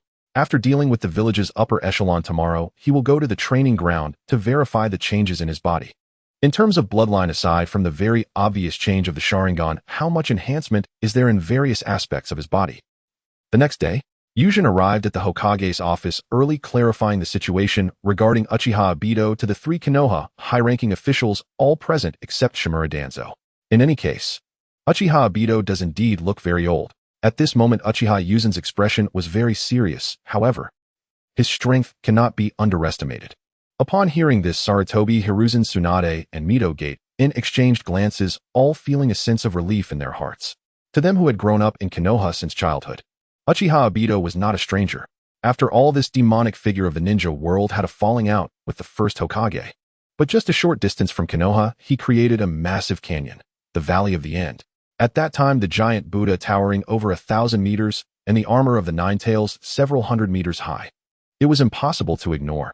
For Uchiha Obito and Shinju Hashirama, that earth-shattering battle which lasted for days was still vivid in their memories. They could hardly deny their fear upon hearing that Obito was still alive. After all, if Obito truly came, as long as he maintained around 50% of his strength, they would be able to determine that without Uchiha Yūjin in current Konoha, they would basically only be able to fight to a draw. Roughly, however, through Uchiha Yūjin's narration, looking at the calm-faced youth before them, they understood Konoha had once again emerged a ninja capable of standing against him. You have worked hard, Yūjin. You should take some time to rest. If anything comes up, we will notify you. The reward for the mission at Kamigawa Bridge will be settled after Kakashi and the others return. Hearing Sarutobi Hiruzen's dismissive tone, Uchiha Yūjin understood it was time for him to take his leave. He immediately responded, "Understood, Hokage-sama, I will take my leave first." Bang! As the office door closed, Tsunade turned her head, her expression complex, as she said to Sarutobi Hiruzen, "I didn't expect your insight, Hiruzen, to be as good as ever." Her mood was complex. Although her view of Uchiha was not as extreme as Danzo's, it was still not favorable. After all, Uchiha's emotions were indeed unstable, and for her, who had become a leader, the most detestable thing is having unstable subordinates. Uchiha just happened to fit that bill. A year ago, when Uchiha Yūjin became Minato's disciple, when the news reached Tsunade, she thought it was merely Hiruzen's means to appease the Uchiha clan. However, after this boy grew at an incomprehensible rate, she began to feel vigilant. However, this vigilance dissipated completely when she heard that he could match Uchiha Obito, even the old Uchiha Obito, evenly. Strength must be respected, especially in a situation where Konoha currently has no opponents. Of course, she also felt relieved that Hiruzen's vision had surpassed hers. Early on, he had incorporated Uchiha Yūjin into the line of Hokage's disciples. If he had been allowed to grow wildly within the Uchiha clan, she could hardly imagine what the consequences would be. Tsunade's sentiments were also acknowledged by Midogate, who nodded in agreement. Indeed, thanks to your extraordinary vision, Hiruzen, Uchiha Yūjin will not become a ticking time bomb for Konoha. Midogate could hardly fathom what a situation it would be if Uchiha Yūjin had not been incorporated. Feeling the recognition from his partners, Sarutobi Hiruzen couldn't help but feel a bit smug. His insight was indeed superior to theirs. After all, among so many disciples of Tobirama Sensei, only he had become Hokage. However, the more pressing issue now is, Uchiha Obito is still alive. Recalling the need to summon Yūjin to counter him, he aimed to prevent being overthrown from his stronghold. With this problem eliminated, the next step is. Thinking of this, Sarutobi Hiruzen spoke up. "I want to reactivate Danzo and have him mobilize the route to track down Uchiha Obito's whereabouts in the ninja world." Upon hearing this, Tsunade and Midogate pondered for a moment. No problem. Regardless of how strong a person is, they need to eat. As long as they need to eat, they will interact with society. Then we can trace the related tracks. Seeing that his companions did not oppose him, Sarutobi Hiruzen nodded in satisfaction. Someone go summon. Not mentioning the decision made by the Konoha high-ranking officials to reactivate Danzo, Uchiha Yūjin arrived at the South Hekawa Shrine. After stepping through the Torii Gate, he sat cross-legged under the eaves. Now he wanted to test the extent of the changes in his physical body. With that thought, Yūjin concentrated, and natural energy quickly gathered around him. At this moment, an unexpected situation arose for Uchiha Yūjin. The natural energy surrounding the Nanhekwan Shrine within a kilometer radius was instantly absorbed into his body. With a hissing sound, intense celestial chakra manifested around him. This powerful force began to swirl around his clothing. When Uchiha Yūjin regained his senses, the traditional Uchiha black robe on his body had transformed into a white robe adorned with a fan-shaped pattern. Is this the chakra mode? Uchiha Yūjin found it hard to believe the changes happening within his body. He sensed the augmentation of his blood, flesh, and bones. The combination of the three resulted in a formidable vitality. It was more than 3 times greater than before. Such robust vitality indicated that his chakra had increased threefold from its previous state. He did not know exactly how vast his chakra was now. However, it seemed unlikely to be weaker than Senju Hashirama's, rather it might exceed it. And with such a significant increase in chakra, it naturally could accommodate 3 times more natural energy than before. And the excess celestial chakra overflow forms this chakra robe. However, Uchiha Yūjin could sense that there were not only these changes in his body. With this thought, he drew a kunai and stabbed it fiercely into his arm. Since the celestial chakra formed the robe, it did not resist the kunai. With a squelching sound, the kunai pierced into the flesh. But before the blood could flow out, Yūjin could sense that the wound was already healing. Realizing this, he immediately withdrew the kunai. At the moment the kunai was pulled out, whoosh, the wound healed in an instant. Such an exaggerated healing power. Seeing this, Uchiha Yūjin's expression turned serious. This exaggerated physical healing power reminded him of Otsutsuki Kagaya's Uchiha Madara. At this moment, Uchiha Yūjin understood his healing ability. It had reached a level comparable to Senju Hashirama, or perhaps even surpassed it. And regarding his own blood, the ability to heal others along with the enhancement of bones. Yūjin looked at the white bones emerging from his palm. Everything has undergone a tremendous transformation. At this moment, Uchiha Yūjin had clarified the changes happening within him. In terms of strength, the eternal Mangekyo Sharingan had manifested. The output rate of his ocular power had undergone a radical transformation. The increase in output allowed him to sense that he could easily manifest the complete form of Susanoo. It was incredibly easy. With the power of the Sharingan alone, he had likely already reached the realm of Super Shadow. With a thought, he wanted to check the system's assessment of his strength. Was it truly so? Host Uchiha Yūjin. Gender male. Age 13. Strength Super Shadow. Attributes Indra Red Luck 1 point. Child of Time and Space Gold Genius Gold Phantom Fate Gold. Mastering Quick Ninjutsu Gold Eternal Kaleidoscope Sharingan Gold. Otsutsuki Pseudo Purple Uchiha Style Purple Natural Energy Affinity Purple Flying Thunder God Technique Purple Steel Training Purple. Medical Genius Blue Seed of Chakra Blue. Weapon Attributes Thunder Attachment Blue Immortal Bloodsucking Blue. Chakra Mimicry Blue Chakra Absorption and Integration Blue. Combat Value 70. However, upon discovering new attributes on the panel, he first looked over them. Mastering Quick Ninjutsu Gold. With this attribute, you will possess an unparalleled learning ability for techniques. Effect. Exceeding enhancement of learning ability within the chakra system. Is this the attribute just acquired from Sarutobi Hiruzen? An enhancement of learning ability within the chakra system. At this moment, Yūjin recalled Sarutobi Hiruzen, the ninjutsu professor's reputation. Those ocular techniques and divine techniques also belong to the chakra system, right? I wonder if this attribute can work. I will try it later. He was also very interested in the effect of this attribute. With its golden rank, it should be strong. If it truly worked as he thought, the breadth of his abilities would see an enhancement. However, his combat system had already matured, so he did not need to think about this for now. What mattered was that in the system's judgment, his strength had already reached the level of Super Shadow. Indeed, I have reached the Super Shadow level in terms of strength. Moreover, my strength within the Super Shadow realm is definitely not weaker than Uchiha Madara, who possessed. That's right, at this moment Uchiha Yūjin had such tremendous confidence. The realm of Super Shadow. To be honest, the gap is quite astonishing. Just entering the Super Shadow realm is comparable to Nagato's level, who alone swept through the Leaf Village with thousands of ninjas. In a high-ranking state, it is akin to Uchiha Madara, who possesses the eternal Mangekyo Sharingan. And Senju Hashirama, with his wood-style sage art. In peak state, it is Madara with the Rinnegan activated. With the Rinnegan activated, his strength certainly surpasses that of Senju Hashirama. However, based on the performance in the original world line, his life level is merely Super Shadow. He has not reached the realm of 6 paths. The characteristics of the 6 paths realm are quite clear. Either you possess the genuine truth-seeking ball, not borrowed like Naruto's, but your own. Or you exhibit traits like Obito and Madara, who accommodate the 10 tails and undergo Otsutsuki transformation. Because of this, even Madara with the Rinnegan is only within the realm of Super Shadow. But why is it that I, having just activated the eternal Mangekyo Sharingan, have the confidence to compare myself with them? It's simple. The attribute Otsutsuki has completely surpassed Madara's physical functions. Moreover, the enhancement from Sage Mode will absolutely not make me weaker than Madara, who possesses the Rinnegan. Not to mention, Madara's cunning ocular technique Limbo Border Jail can be sensed by Sage Mode. Once he clarified that his true strength was at the Super Shadow level, Uchiha Yūjin walked towards the security department with a joyful stride. Meanwhile, as Uchiha Yūjin reveled in his gains, the higher-ups of Konoha remained on alert for Madara's appearance. Black Zetsu, however, felt somewhat troubled. Uchiha Madara had not found an heir. Instead, he had consumed a portion of his lifespan in the battle against Uchiha Yūjin. This was a significant blow to the infinite Tsukuyomi plan for peace. Thinking this, he looked at the old man sitting beneath the outer path statue. Indeed, in Black Zetsu's eyes at this moment, Uchiha Madara, panting under the outer path statue, had truly become an old man. What should we do next, Lord Madara? It seems impossible for Obito to be swayed now. Upon hearing this, Uchiha Madara halted his unstable breathing. Taking a deep breath, stabilizing his state, Uchiha Madara lowered his eyelids.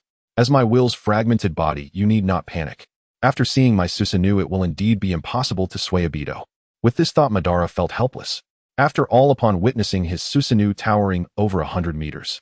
Unless one is brainless, upon seeing him, they would recall the day he wished to end their lives. It was he. However, we have also considered what to do in case of failure. Saying this, Madara pulled out a crystal ball from his pocket. Using his newly activated Crimson Sharingan, he looked at Black Zetsu with an enigmatic expression.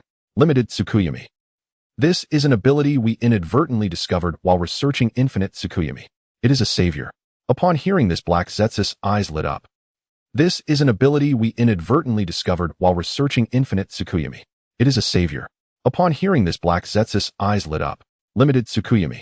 As a byproduct of his research on Infinite Tsukuyomi, it can use the original chakra of the outer path statue to create a crystal ball that communicates with the space-time, making this crystal ball resemble a mirror, reflecting a parallel world that is opposite to this one.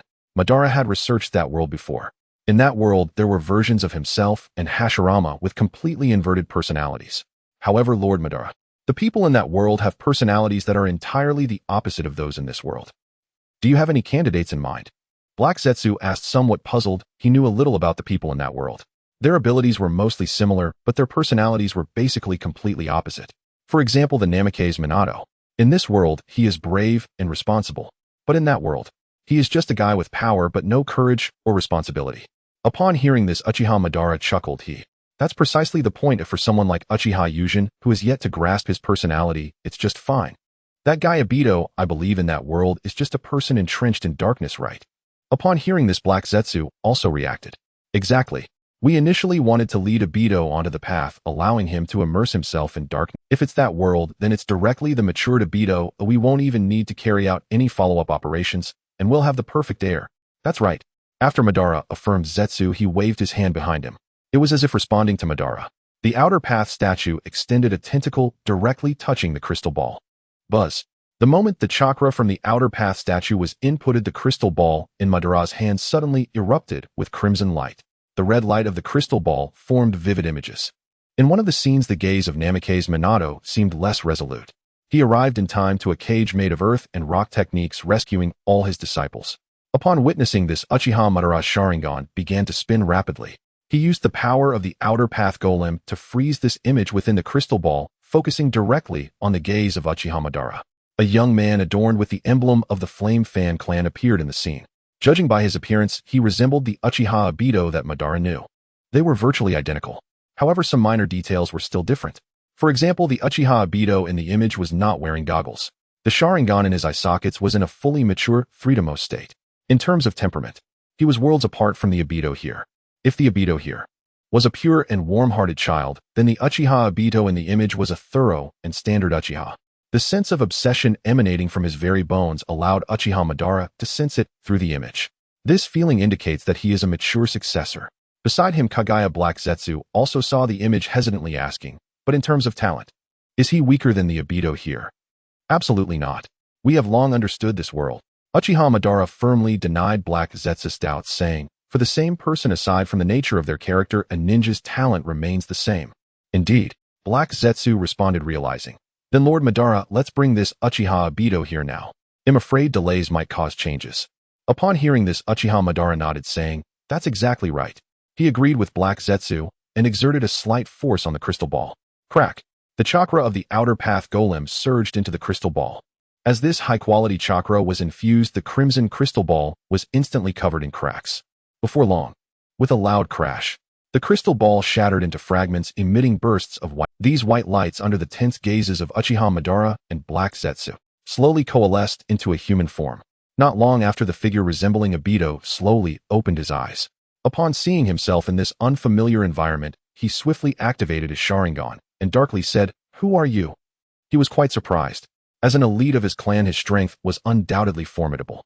Yet these two could make him appear here in an instant, indicating he was truly in danger. I am Uchiha Madara, and I am. Madara slowly opened his mouth, wanting to say something to the Uchiha Obito before being interrupted by Obito's astonished voice. What? The peace ambassador Uchiha Madara. Isn't he already dead? Who are you? How could you joke about the deceased Uchiha hero? Huh, the peace ambassador. Uchiha Madara, with a peculiar expression, pointed to himself. From the mouth of this Uchiha Obito. No, he should say Uchiha Obito. Upon hearing this nickname, Madara felt a bit unsettled. He truly did not expect that in a world where everyone's character was the opposite of his own, he would actually be a person who favored peace.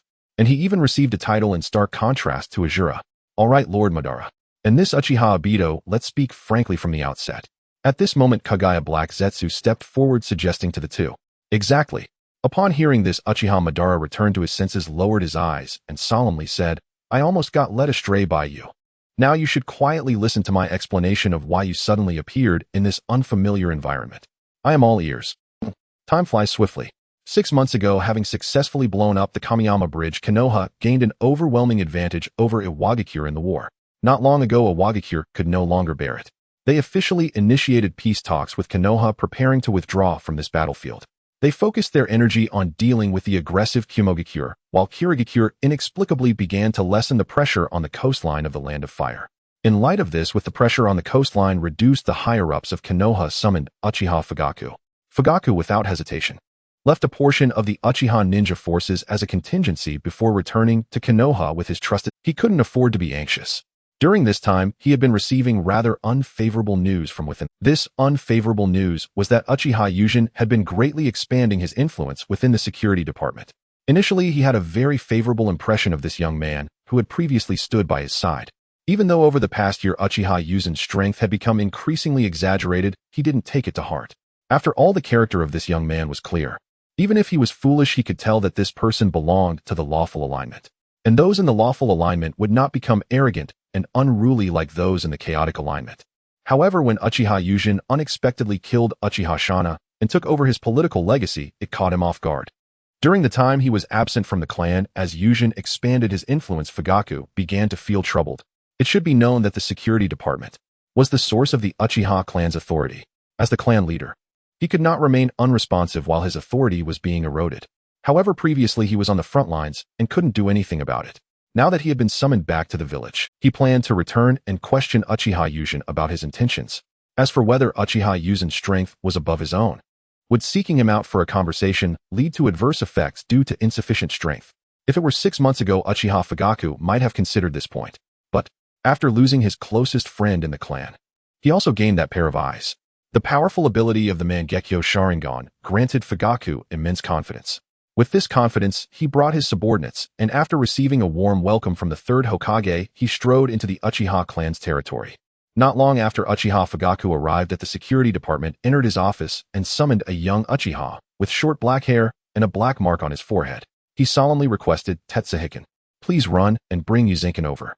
Just say I have matters to do. After Uchiha Tiahua responded to Fugaku, he departed as commanded. Once Tiahua vanished, the office was left with only Fugaku. He sat down, rubbing his temples with a hint of helplessness. He exhaled softly, feeling a heavy burden regarding the current situation within the clan. What direction should the clan take in the future? At this moment, back in Konohagakure, witnessing the peaceful atmosphere of the village, Fugaku's indecisive and anxious nature resurfaced. He truly hoped that he could have a smooth conversation with Uchiha Yujin later. As a figure that had been on Fugaku's mind during this time, Uchiha Yujin was currently in the back mountains of the Nange River Shrine, practicing alongside Obito and Shursui. This was after the Team Minato had completed the Shrank mission at the Kamui Bridge. Not to mention the exorbitant mission fee, the team enjoyed a break of over half a year.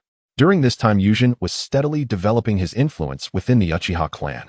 He could never abandon Obito and Shursui, who had already displayed their strength in the original storyline. Logically speaking, Shursui as a descendant of Uchiha Kagami and Obito being related to Shursui. Considering this relationship, both of them should be members of the pro-clan faction. Yet in this world there exists a bond that transcends clan and village. That is the bond of camaraderie. As a comrade of Obito who fought alongside him through thick and thin, Yujin already has a bond with him. He directly sought to win these two over. Although, with Obito's intellect, he might not grasp Yuzin's. As long as they spent every day together, the Uchihas would naturally make their own judgments. Teaching these two was relatively simple. For someone like Obito, who could become a chunin at the age of 12 without being particularly aware, The proficiency in a ninja's various skills does not require much guidance from him. He only needed to instruct Obito on the usage techniques of the Sharingan. Meanwhile, the small figure Uchiha Shursui was also quite simple. Born in the 43rd year of Konoha, he was now in the 49th year. At 6 years old, he was already considered very strong. In the original timeline, he was the one who made the Uchiha name resonate in Konoha decades later. He was a person capable of influencing a clan's coup with just his reputation. Shizui's talent was not inferior to Kakashi at all. At 6 years old, Kakashi already possessed Chunin level strength. As a genius of the same caliber, Shursui had also reached Chunin level without unlocking his Sharingan. This was why it was easy for Yūjin to possess such strength at this age. As for Uchiha Shizui's intellect, aside from his naivete, he was quite impressive in other aspects. And with such intellect, Yūjin only needed to offer a few pointers, and that was more than enough. At this moment, the sounds coming from afar caught Yūjin's attention. Is someone coming this way from Fugaku's office? Yūjin's increasingly exaggerated perception had already sensed Uchiha Fugaku's return to the village. Naturally, during this time he had made quite a few subtle moves. He was also curious about how Fugaku would react after discovering that his authority had been encroached upon. To be honest, according to Uchiha Yūjin's consistently cautious nature, it was impossible for him to adopt a mindset akin to a jester. However, people do change. When Yūjin realized his power, as long as the Sage of Six Paths did not rise from the dead and the Otsutsuki clan did not make an appearance, he was at present the most powerful person on the surface in the ninja world. Upon recognizing this situation, Uchiha Yūjin's mindset had shifted. Speaking of the Otsutsuki clan, this guy basically wouldn't waste his vitality seeking trouble with others unless he dealt with the issue of mortality. As for the Sage of Six Paths, as long as you did not disrupt the order he established in the ninja world, he would likely not bother you. When he truly realized that he was the strongest in the ninja world with no threats to his life, Uchiha Yūjin naturally wanted to change his style. After all, he was human. Being human means having desires. He had not completely transcended the mundane, and during this time, he truly experienced the power of wielding an extraordinary organization. How wonderful it was. At this stage, he genuinely wished to have complete control over the power of the Uchiha. Noticing that Fugaku had already sent someone towards him, Uchiha Yūjin immediately stood up and clapped his hands at Obito and Shursui. Obito, Shursui, let's wrap up our training and tidy up. What's up, brother Yūjin? Nothing. Just sense that someone is coming to find me. Upon hearing this, Obito, who was walking alongside Shursui, clicked his tongue slightly. The Nange River Shrine is so far from the village, and brother Yūjin can still precisely sense that someone is coming to find him. It's becoming increasingly exaggerated. He was still consistently amazed by Uchiha Yūjin's perception abilities. During his time back in the village, aside from his dates with Rin, he would always come to train with Uchiha Yūjin during his. Because of this, over the course of nearly half a year, he discovered that Uchiha Yūjin's perception abilities seemed to have become even more refined. Not only that, he also discovered some truly shocking things. As is well known, the Sharingan can see the flow of chakra through a person's meridians. As someone who trains alongside Yūjin, Obito's Sharingan had long since noticed that whenever Uchiha Yūjin refined chakra, a massive amount would instantly materialize from that body. It felt like an overwhelming quantity of chakra. Upon seeing that chakra, Obito couldn't help but wonder just how strong his brother Yūjin truly was. Thinking of this, the straightforward Obito, after putting away his kunai, immediately asked Uchiha Yūjin, "Brother Yūjin, just how strong are you now?" At this time, Uchiha Shursui, who had been walking obediently beside him, also perked up. He too was curious about this question. When he saw Dato and Shursui both gazing intently at him, he wanted to understand just how strong his ability. Yūjin felt somewhat helpless. His strength was incomprehensible to the two who had not even stepped into the realm of the shadow. However, considering the expectant gazes of Dato and Shursui, Yūjin did not want to dampen their spirits. He stroked his chin and mused for a moment. It's hard to say how strong exactly, but you all are familiar with the Valley of the End, right? Familiar. Shizui's expression brightened as he took a step forward and responded loudly to Yūjin. Those two massive statues are of the first Hokage Hashirama Senju. As he spoke, Shursui scratched his head, hesitating slightly. But after pondering, he continued firmly. And of our clan's former clan leader, the rogue ninja of Konoha, Uchiha Madara. At this point, Shizui's tone was notably different from when he introduced Hashirama Senju. After all, this matter was not particularly glorious for the Uchiha. However, the high-ranking officials of Konoha had never concealed anything regarding Uchiha Madara. The colossal statue at the Valley of the End was financed by the village. Yūjin did not pay much attention to Shizui's differing tone when introducing Uchiha Madara. He patiently listened to Shizui's explanation. Following that, he smiled and elaborated the origin of the two statues. Indeed, but more importantly, the Great Chasm was formed by the aftermath of the battle between the first Hokage and Uchiha Madara. And as for me now, I can alter the terrain solely with the power of my Sharingan, without using Earth Release. What? Upon hearing this, Dato exclaimed in surprise, Brother Yuzhin can change such a vast terrain just with the power of his Sharingan. Unlike Shisui, who had not left the village due to clan training, Dato, who frequently went out on missions, had a clear concept of the size and length of the Valley of the End. That great chasm extended from the statue's base all the way to the coastline. This change in terrain spanned several hundred kilometers. Thus, this valley is named the Valley of the End, after all the power to alter the terrain. In the eyes of the ninja at that time, it was nothing short of a divine battle. Now, hearing from Yuzhin, Uchiha Dato found that he could easily achieve a similar level of terrain alteration using just his Sharingan. Uchiha Dato was suddenly filled with disbelief. Can it really be done using just the power of the Sharingan? Doesn't that mean, Brother Yuzhin, your power has already surpassed that of the first Hokage? Shocked, Dato hurriedly expressed his doubts. As a teammate in the same class, Dato was well aware that Uchiha Yuzhin's strength was not solely derived from the Sharingan. The mode known as Sage Mode could amplify one's strength by over 3 times. He had witnessed its power himself. Dato reacted upon hearing this. If he could achieve such a large-scale change in terrain using just the Sharingan's power, imagine what would happen when combined with Sage Mode. He simply couldn't imagine just how powerful his brother Yuzhin had become. Dato for now could only listen to Yuzhin's explanation. In recalling the Susanoo he had seen on the battlefield towering over 100 meters, he felt that Yuzhin's strength had already surpassed that of the first Hokage, the god of ninja. Upon hearing this, Yuzhin did not continue to elaborate in detail. He turned to look at the figures emerging at the edge of the forest. With a warm smile, he said, I can't claim to have surpassed the first Hokage, but I can certainly say I am not weak. Also, the person looking for me has arrived, so I will explain any questions later. This is a lie. Yuzhin was quite aware of how strong his current powers were. Without discussing the capabilities of his powerful ocular jutsu, just the power of the eternal Mangekyo Sharingan alone could easily inflate the Susanoo to heights of 200 to 300 meters, coupled with the might of sage techniques, and would release. Altering the terrain was indeed very simple. Furthermore, during the past 6 months, he had never neglected his training and physical skills. The entry steel training had been continuously in effect. His physique, with the help of his extraordinary system entry, had begun to tap into the potential of the Otsutsuki, the potential to traverse the stars. The Otsutsuki's physique in Yuzhin's eyes was incredibly fascinating. Kagaya, Momoshiki, and Urashiki. These 3 were not formidable fighters by any means. Their performance in battle was surprisingly strong. This guy had been able to crush a Susanoo of the Rinnegan level with nothing but his fists. Because of this, during this past 6 months back in Konoha, Yuzhin had carefully experienced the changes in his body while training. Indeed, he discovered the remarkable strength of the Otsutsuki's physique. The Otsutsuki were not natives of the ninja world, they were beings of interstellar civilization. Therefore, their bodies were not limited like those of the native inhabitants of the ninja world. As long as one could endure hardships and train continuously, they could keep growing. Yuzhin's body now no longer required breathing. And through the enhanced perception of Sage Mode, he was also aware that his body was no longer affected by the typical radiation within the atmosphere. This meant that he could survive in the cosmos. More importantly, his continuously growing physique had become incredibly strong. Currently, he could destroy a small hill with just his fists unenhanced. He was quite satisfied with this. It couldn't be better. The growth curve of his physique, in his view, meant that after a few years of training, he could reach a level comparable to that of the strongest in the pirate world. And this was not the end. His 6 months of not leaving the village allowed Yuzhin to perfectly digest the golden entry he had obtained from Shisui, Illusion of Destiny. He truly shared the same lineage as Madara and Sasuke due to the direct Uchiha lineage.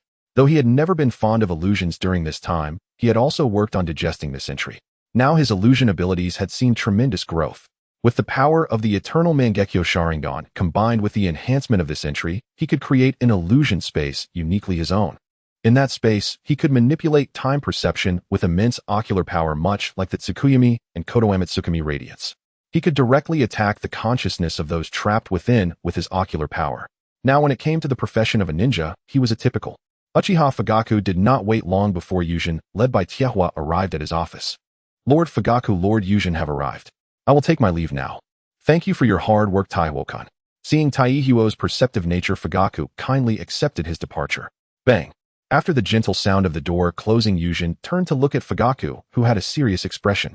Lord Fugaku, it's been a long time. You called me here. Is there something urgent? Fugaku looked at Yuzhin's beaming smile and the harsh words he intended to say were suddenly stopped in his throat, noticing Fugaku's hesitant expression. Yūjin shook his head helplessly in his heart. Fugaku's personality had already been known to him from the original story. In the original timeline, this guy is easily manipulated by the village, indicating that his foundation is too weak. The clan meetings are held daily, yet they cannot produce a single regulation representing indecisiveness. As the leader of a clan, he clearly does not want a coup. Yet he is coerced by the Hawks, becoming a leader of rebellion. This guy, aside from his strength, his overall qualities are quite a mess. Even now, deep down, he is quite displeased with the expansion of his power within the clan. However, every time he opens his mouth, it's just pleasantries, and he still wears a cheerful smile. He begins to waver again. Thinking of this, Yūjin shook his head helplessly. He didn't want to engage in any confrontation with this guy. With a serious expression, he spoke straightforwardly. Hey, Lord Fugaku, I am here, yet you can't say a word. Since that's the case, let's speak frankly. Are you worried about my increasingly expanding influence in the security? Upon hearing this, Uchiha Fugaku's brows relaxed. At this moment, his feelings were extremely complicated.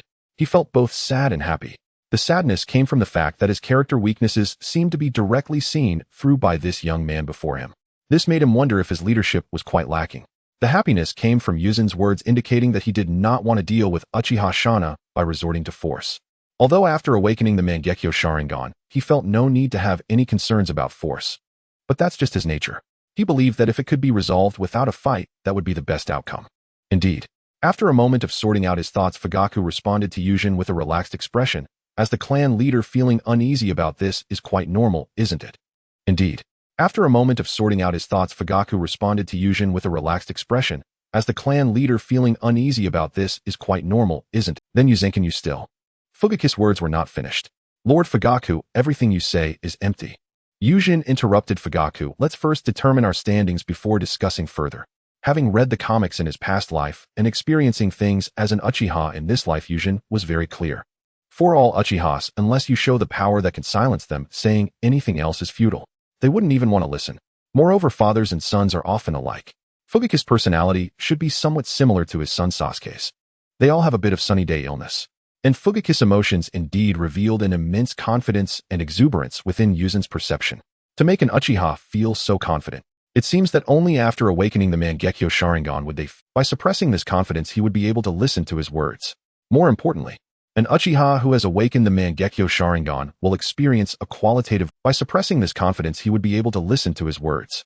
More importantly, an Uchiha who has awakened the Mangekyo Sharingan will experience a qualitative leap in strength. The reason is simple. The ultimate in-release chakra of the Mangekyo will interact with the Uchiha's body, which is to say the yang-release chakra. It will stimulate the Uchiha's chakra, causing a significant increase. At the same time, the upgrade of the Sharingan, its insight, dynamic capture ability, and illusion techniques will all be greatly enhanced. More importantly, it will awaken special ocular techniques. When these elements come together, they represent an Uchiha. After awakening these eyes, it is only natural to step into the realm of shadows. With the entry extraction system at his disposal. After sparring with shadow-level powerhouses, he would also gain 1,000 battle points. Fugaku looked at the handsome young man before him, completely unaware. Yūjin's mind had long been calculating 2 birds with 1 stone. Hearing the suggestion to spar first and then discuss matters later, Uchiha Fugaku suddenly felt enlightened. He was immensely satisfied with this proposal. He had awakened the Mangekyo Sharingan for quite some time. He believed that with this power, no matter the situation, he would never lose. Then it's settled. Where does Yuzenkan intend to hold the duel? How about the back mountain of the south, He River Shrine? That sounds perfect as a location to hold the clan meeting. Upon hearing Yūjin's suggestion, Fugaku nodded in understanding. Within a 5-kilometer radius of the shrine, there exists a barrier that belongs solely to us Uchihas. No matter how much noise we make, the village won't sense it. Exactly. Uchiha Yūjin was thinking just that. It is well known that Konoha was jointly founded by Senju Hashirama and Uchiha. No. Uchiha Yūjin understood it even clearer through the comics of his past life. More accurately, Konoha was established by Senju Hashirama and Uchiha Madara. The location of Konoha was developed around the Uchiha clan's territory. The reason for this is simple. This location was agreed upon by the 2 reincarnated brothers after they had finished their water-floating negotiations on the future Hokage rock, which had no Hokage statue yet. Uchiha Madara at that time did not care about his clan's territory. After chatting about dreams and feeling happy as the young lord, he waved his hand. He turned the Uchiha's territory into the foundation stone of Konoha. Because of this, the Uchiha Shrine, which had been around for 1,000 years, South He River Shrine, was built not far from the village. Before the Ninetales incident, the Uchiha's territory was the center of Konoha. It should be noted that as the victor, the Sonjus territory was not even at the center of the village. At the same time, for this reason, after Konoha was established, when the Uchiha set up an independent barrier around their shrine, Senju Tobirama did not say anything. Are you kidding? The territory of Konoha was all contributed by us Uchihas. Am I not allowed to set up a barrier around my family's shrine?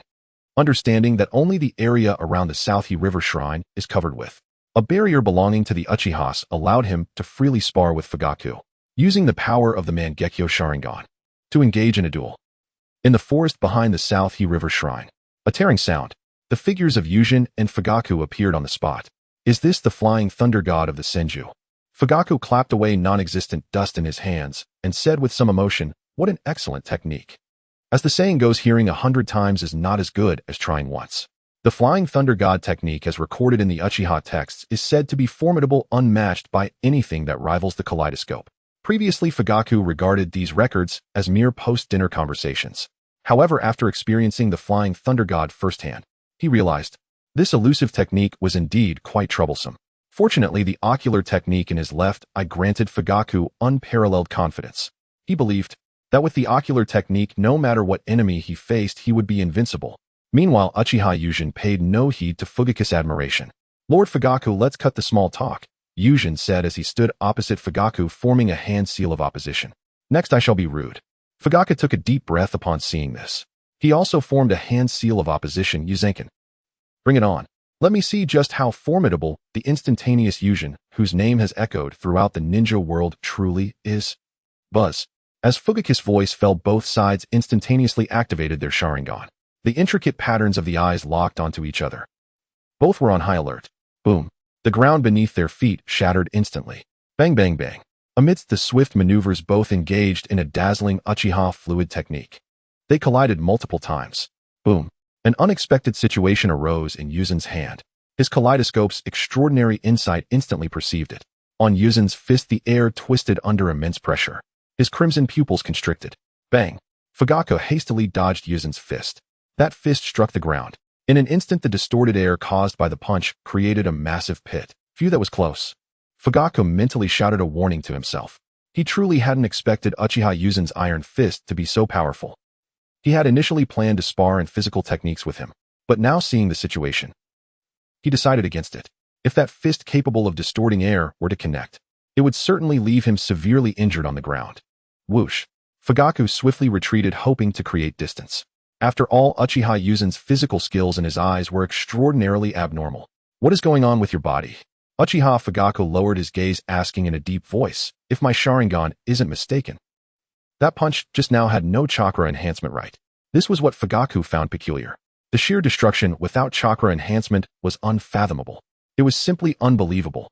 In Fugaku's understanding, no matter how powerful a ninja might be, their body is ultimately frail. Even the strongest under carelessness could be sent to the afterlife with a kunai. And that punch without chakra enhancement truly left Fugaku somewhat shaken.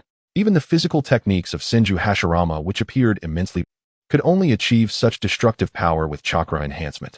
"Chakra or not, I have no obligation to explain myself to you," Yūjin replied helplessly to Fugaku. "After all, even a genin knows that ninja battles are battles of information. Don't expect me to explain my abilities in the middle of a fight. That's impossible." He was genuinely frustrated. Why did so many people think he would explain his abilities during combat, especially in this ninja world where deception was prevalent? However, upon seeing Uchiha Fugaku jump to a distance, his expression filled with vigilance. The eternal patterns in his eyes subtly shifted. A mocking arc appeared at the corner of his mouth. "Why are you trying to create distance from me? What a boring move. Maintaining distance only holds significance when there is a balance and strength, right?" With that, his voice fell. Yuzen's ocular power began to rotate and bloom with the patterns. Buzz. In this critical moment, Uchiha Fugaku, for some reason, looked momentarily stunned. In an instant, Yuzen's figure appeared right before Fugaku. "See, I can easily touch your heart."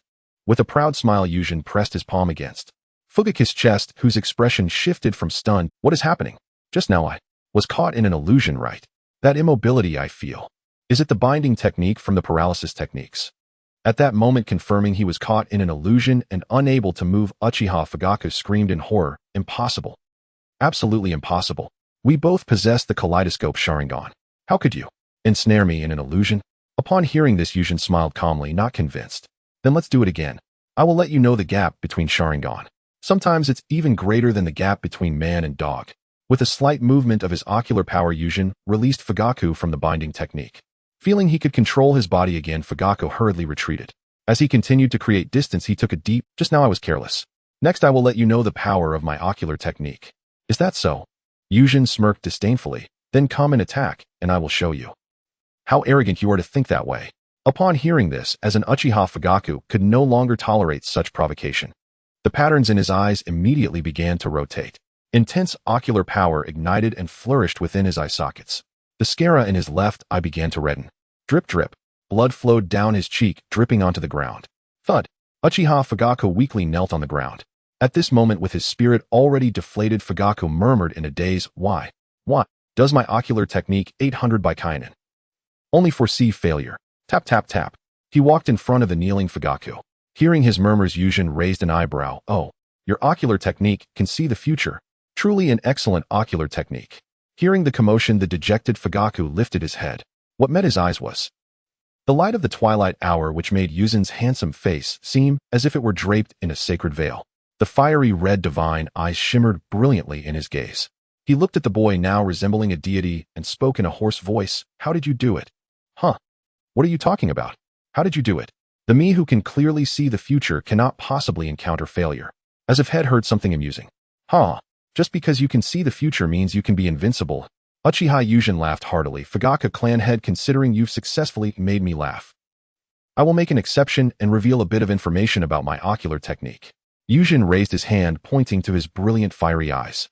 In a soft voice he said, in comparison to your eyes that can foresee the future, my eyes that can decide the future seem to be even more exceptional. Decide the future? The moment Fugaku heard this, his eyes widened. Impossible. To decide the future, how could there be such a ridiculous ability? The incredulous words escaped Fugaku's lips. His own eye technique that could foresee the future. Fugaku Uchiha could understand that. After all, this land has long circulated such tales. The Toad Sage of Maiboku Mountain and the Priestess of the Land of Ghosts all possess the ability to foresee. Such abilities exist in the world, though they are rare. But can the kaleidoscope eye technique determine the future? Such a thing is indeed hard for him to believe.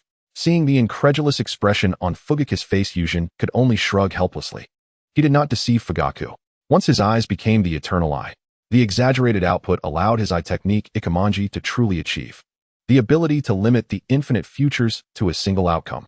No longer was it as it seemed before. However, due to insufficient output against life forms stronger than himself, it could only serve a distracting role. Currently under the immense power of the eternal kaleidoscope, Yūjin mused that even a being at the level of 6 paths would struggle under his eye technique. He closed his Sharingan and calmed the chakra within his body. Extending his hand towards the still kneeling Fugaku, he said, Lord Fugaku, this is the reality that you don't want to acknowledge, so let's have a proper discussion from here on out. Upon hearing this, Fugaku Uchiha pondered for a moment. This match is a victory for Lord Yūjin. If you have anything to say, please go ahead, I am all ears. Faced with defeat, Fugaku Uchiha was still able to accept it calmly. At that moment, when Yūjin heard Fugaku's words, his heart lifted. Lord Fugaku, I am aware of your small actions within the security department, which you are not pleased with. Yūjin considered his words and continued, however, all of my actions are for the Uchiha clan. Huh? For the Uchiha? Fugaku looked at Yūjin with some surprise. Honestly, it doesn't seem like it. Fugaku was shocked by Yūjin's brazen demeanor. To speak so nobly about power struggles. Seeing the astonished expression on Fugaku's face, Uchiha Yūjin immediately knew it was time to lay out some grand plans. Lord Fugaku, I am part of the Hokage disciple lineage in the village, right? That is correct, but what does that have to do with your small actions in the security department? You are already aware of my power. At my age, there is a great hope for me to become Hokage. Upon hearing this, Fugaku, who had initially wanted to retort, suddenly felt a weight in his breath. Hokage. This position has become an obsession for the Uchiha clan. Thinking of this, Fugaku temporarily suppressed his impatience. Indeed, your strength is already among the top in the ninja world. Hearing Fugaku's response, Yūjin nodded and continued. I am too young. It is practically impossible for me to become the 4th Hokage. However, the 5th and 6th Hokages are still very hopeful. To become Hokage, you know that certain wing, just like the 3rd Hokage had the Sarutobi clan and the 1st and 2nd had the Senju clan. I also need the strength of a clan to stabilize my position when I become Hokage. After hearing these words, Fugaku Uchiha felt it made sense. After all, no matter how strong one is, even as strong as Hashirama Senju and Madara Uchiha, they needed their clans as support. Then what are you suggesting, Lord Yuzhin? Fugaku nodded in response. I am still young, so I want to start cultivating wings from now on. At this point, Yuzhin turned to look Fugaku in the eye and solemnly continued. I remember that Lord Fugaku, Itachi should be about 2.5 years old now. What do you intend, Lord Yuzhin? Since I plan to join forces with you both as a show of sincerity, let Itachi become my disciple. These words did not deceive Fugaku, since he intended to incorporate Uchiha's power as his wings. It was essential to give his ally some reassurance. Not only that, in fact, not long ago Yuzhin had noticed that his mindset had changed. After obtaining great power, one always begins to think of various things. Uchiha Yuzhin is one such person. He admits he is not a good person, but the education from his past life has left him somewhat dissatisfied with this distorted society of the ninja world. Uchiha Yuzhin is one such person. He admits he is not a good person, but the education from his past life has left him somewhat dissatisfied. He is very disgusted by such a society. When he lacked the power to stand against the world, he kept silent about it. After all the poor focus on self-preservation. And now with his immense power, he wants to change this world after witnessing things he detests. Therefore, the growth of strength is necessary. Support from others is also crucial. At this moment, after hearing what Yuzhin had said, Fugaku nodded in understanding. Then I understand, in the future if you have any orders, I will definitely comply. Fugaku, convinced, felt that this was quite good, at the very least within the Uchiha clan. Under the alliance between him and Yuzhin, there would only be one voice. Upon hearing this, Uchiha Yuzhin's spirit soared. Rest assured, Lord Fugaku, I will not let you down. After some time I will send you a gift which I believe you will like. What kind of gift? You will know when the time comes, Lord Fugaku. After reaching an agreement with Fugaku, Uchiha upon returning home, Yuzhin began to reflect on the gains from his battle with Fugaku. As he activated the kaleidoscope, his overall strength was deemed to be at the level of a shadow by the system. This battle yielded him 1,000 combat points. Yuzhin did not hesitate. He had long decided which attribute he wanted to upgrade, directing his thoughts towards the panel system. Upgrade the attribute of Chakra Seed. After consuming the newly acquired 1,000 combat points, the new level attribute appeared on the panel. Chakra Seed Purple, a source of chakra unique to oneself. This is the powerful secret of the Otsutsuki. Effect simulates yin-yang and the 5 elements, allowing for fusion and transformation. Transformation would release, dissolution release. Can intricately change with the chakra of the Otsutsuki. The explanations above invigorated Yuzhin. Can intricately change with chakra. The system also informed him how to use this ability. Once an Otsutsuki possesses a unique source of chakra, he can refine chakra into pills and even transform chakra into weapons. Refining pills and weaponization.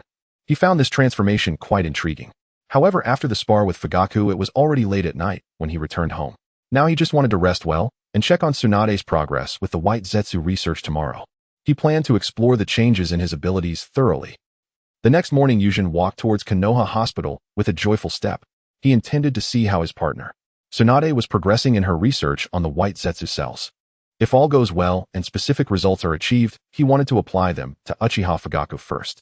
After all, he knew that after painting a grand vision for someone, the realization of that vision might take a while. He must also offer some benefits.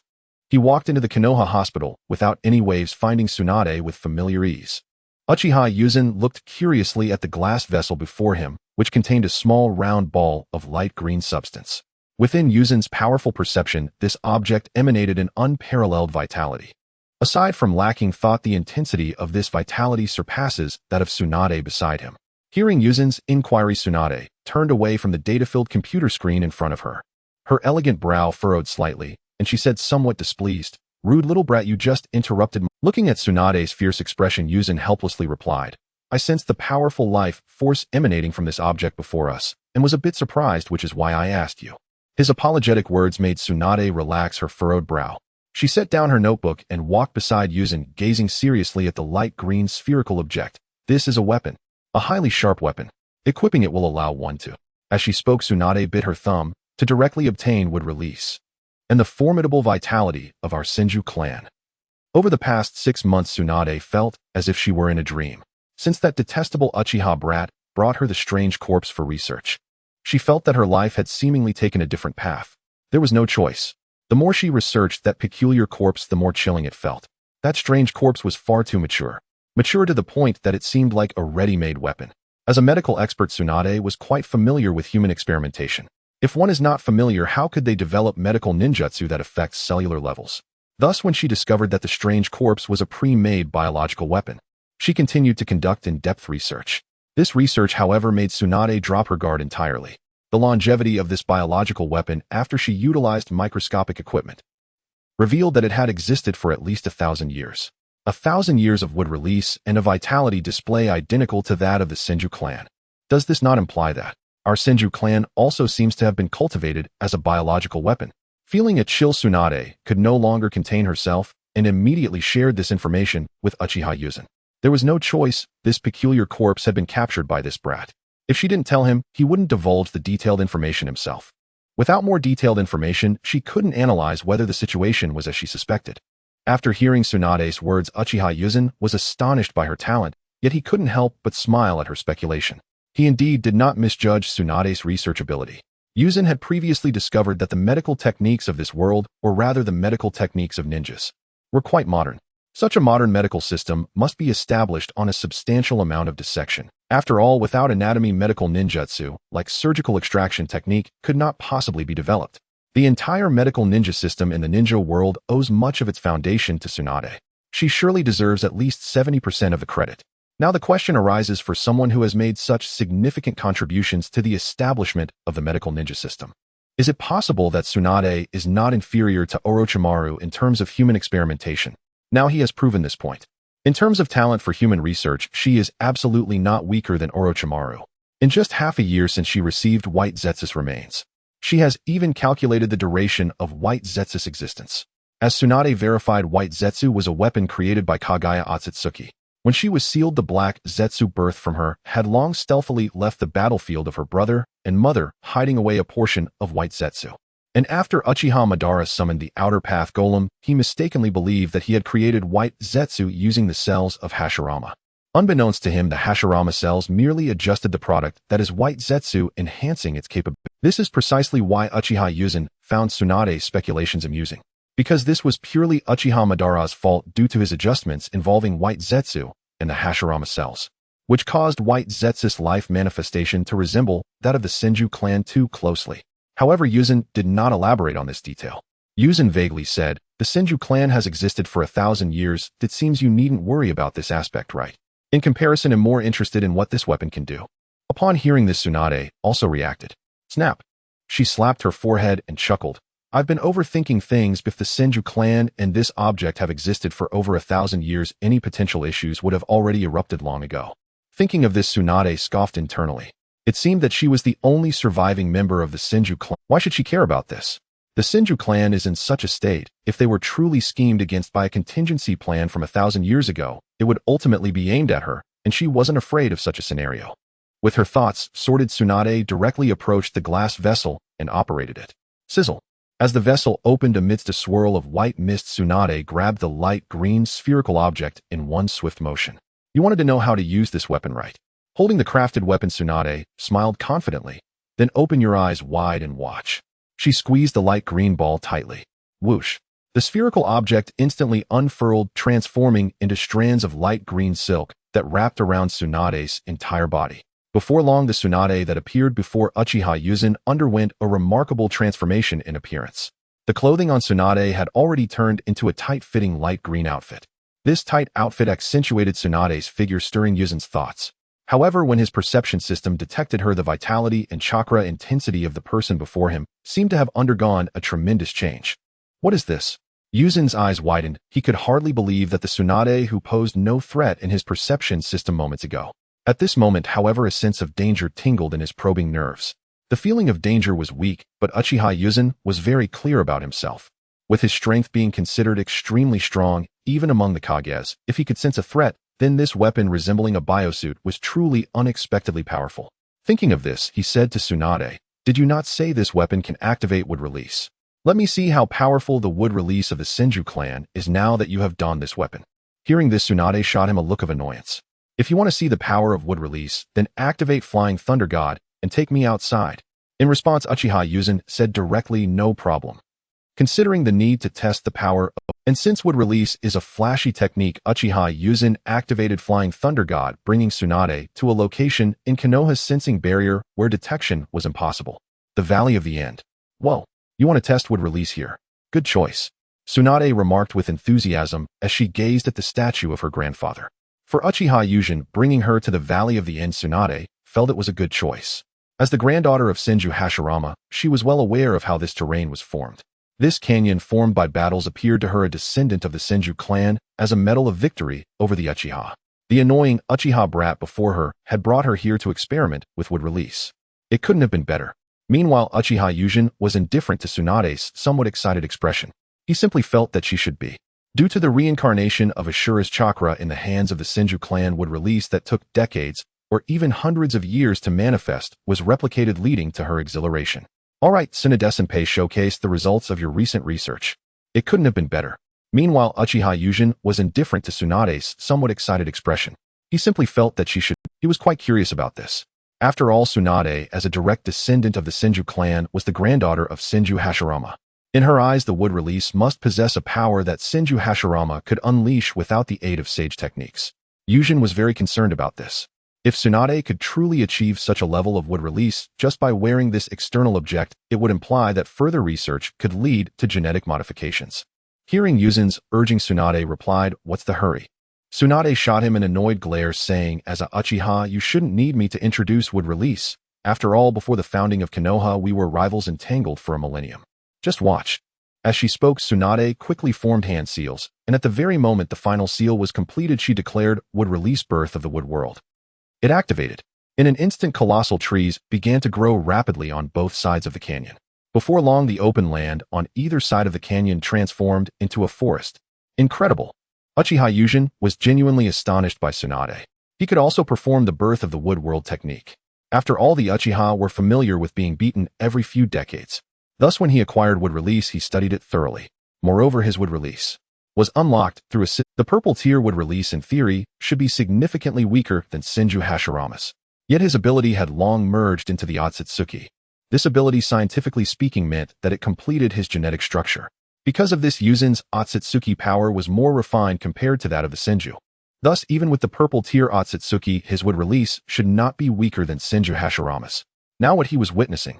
The power of Tsunade's birth of the wood world was roughly around 70% of. It's important to note that the source of Tsunade's current wood release is an external object. Because of this, Yūjin was shocked. Such an exaggerated effect was displayed through a single piece of equipment. So, if Tsunade could develop a product that could fully integrate into the body and enhance the genetic structure, what would that look like? What do you think? Pretty strong, right? Tsunade retracted her chakra and looked at Yūjin with a condescending expression. Upon seeing the astonishment on his face, she couldn't help but feel a sense of satisfaction. After all, since interacting with this brat, he had always maintained a composed demeanor. Indeed, it's very powerful. At that moment, Uchiha Yūjin had fully activated his perception abilities, however, besides wood release. It should have other functions, right? He realized that this piece of equipment not only granted Tsunade the ability to use wood release. A surge of shocking vitality, which was the yang release chakra, was also boiling and circulating within Tsunade. Thinking of the healing abilities of yang release chakra, he immediately asked Tsunade about this. In response, Tsunade frowned slightly, saying, "There are indeed other capabilities, but that ability, you should experiment with it yourself." Seeing Tsunade's displeased frown, Uchiha Yūjin immediately realized Tsunade still suffered from hemophobia, so asking her to experiment with yang release chakra would be a bit challenging for her. With a slap, Yūjin smacked his forehead and slightly bowed to Tsunade, speaking with a tone full of apology. Sorry, disregard my earlier suggestion. I'll experiment with its other functions myself after returning." You figure it out." Tsunade had already removed the equipment, returning it to its spherical form, which she held in her hand and handed to Uchiha Yūjin. Taking the product Tsunade had developed, Uchiha Yūjin pondered for a moment, lifting his gaze to Tsunade and seriously saying, "Tsunade-senpai, this product is indeed perfect, but can the subsequent development of the equipment ensure that the special cells can directly integrate into a person's body?" "Brat, do you know what you're talking about? Integrating into the body, but normal people can't withstand the erosion of that vitality." "Then Tsunade-senpai, can it be done?" "Don't think too much, this product is already sufficient, right? If you have more requests, I cannot fulfill them. I can hire Tsunade-senpai." "Huh, you think a little money can buy me 300 million ryo a year?" As soon as Yūjin's words fell, smack, Tsunade tightly grasped Yūjin's hand, smiling broadly as she promised, "Kid, it's settled. Oh, I will definitely develop this product for you. Then I'll trouble you, Tsunade-senpai." Uchiha Yūjin was not surprised by this outcome. The reason was simple. Oh, she was a big fat sheep, and also a big fat sheep with status and face. Unlike ordinary ninjas, as the granddaughter of Senju Hashirama, she had the noble status of a princess. As a princess and a big fat sheep, Tsunade was in dire need of money. The fact that she used transformation techniques to avoid creditors in the alternate timeline proved this. Because of this, Uchiha Yujin knew that the best way to deal with Tsunade was to give her money. And it had to be an amount she couldn't refuse, and 300 million was just that. It's important to note that before Tsunade developed hemophobia, she had only completed 95 rank missions, 418 rank missions, 467 rank missions, 236 crank missions, and 40 drank missions. It is well known that the rewards for drank missions are 5,000 Rio crank, 30,000 Rio brank, 80,000 Rio, a rank 150,000 Rio, and shrank missions are 1 million Rio. And these rewards, even without dividing them among the team members who participated in the missions, all the calculations for Tsunade amounted to just over 200 million Rio. Therefore, faced with a reward of 300 million Rio a year, Uchiha Yujin believed Tsunade couldn't refuse. Sure enough, everything went as Yujin had anticipated. Tsunade accepted the offer. After discussing the subsequent collaboration plan with Tsunade, Uchiha Yujin brought her back to Konoha. Considering it was still early in the day, Uchiha Yujin took the finished product, would release Equipment 1.0, and headed towards Fugaku's residence. After all, he had already promised to give Fugaku a gift, and he couldn't go back on his word. In his perception system, he had calculated that when a wielder of the kaleidoscope had exhausted their ocular power to the point of affecting their vision, restoring normal sight would require replenishing that ocular energy.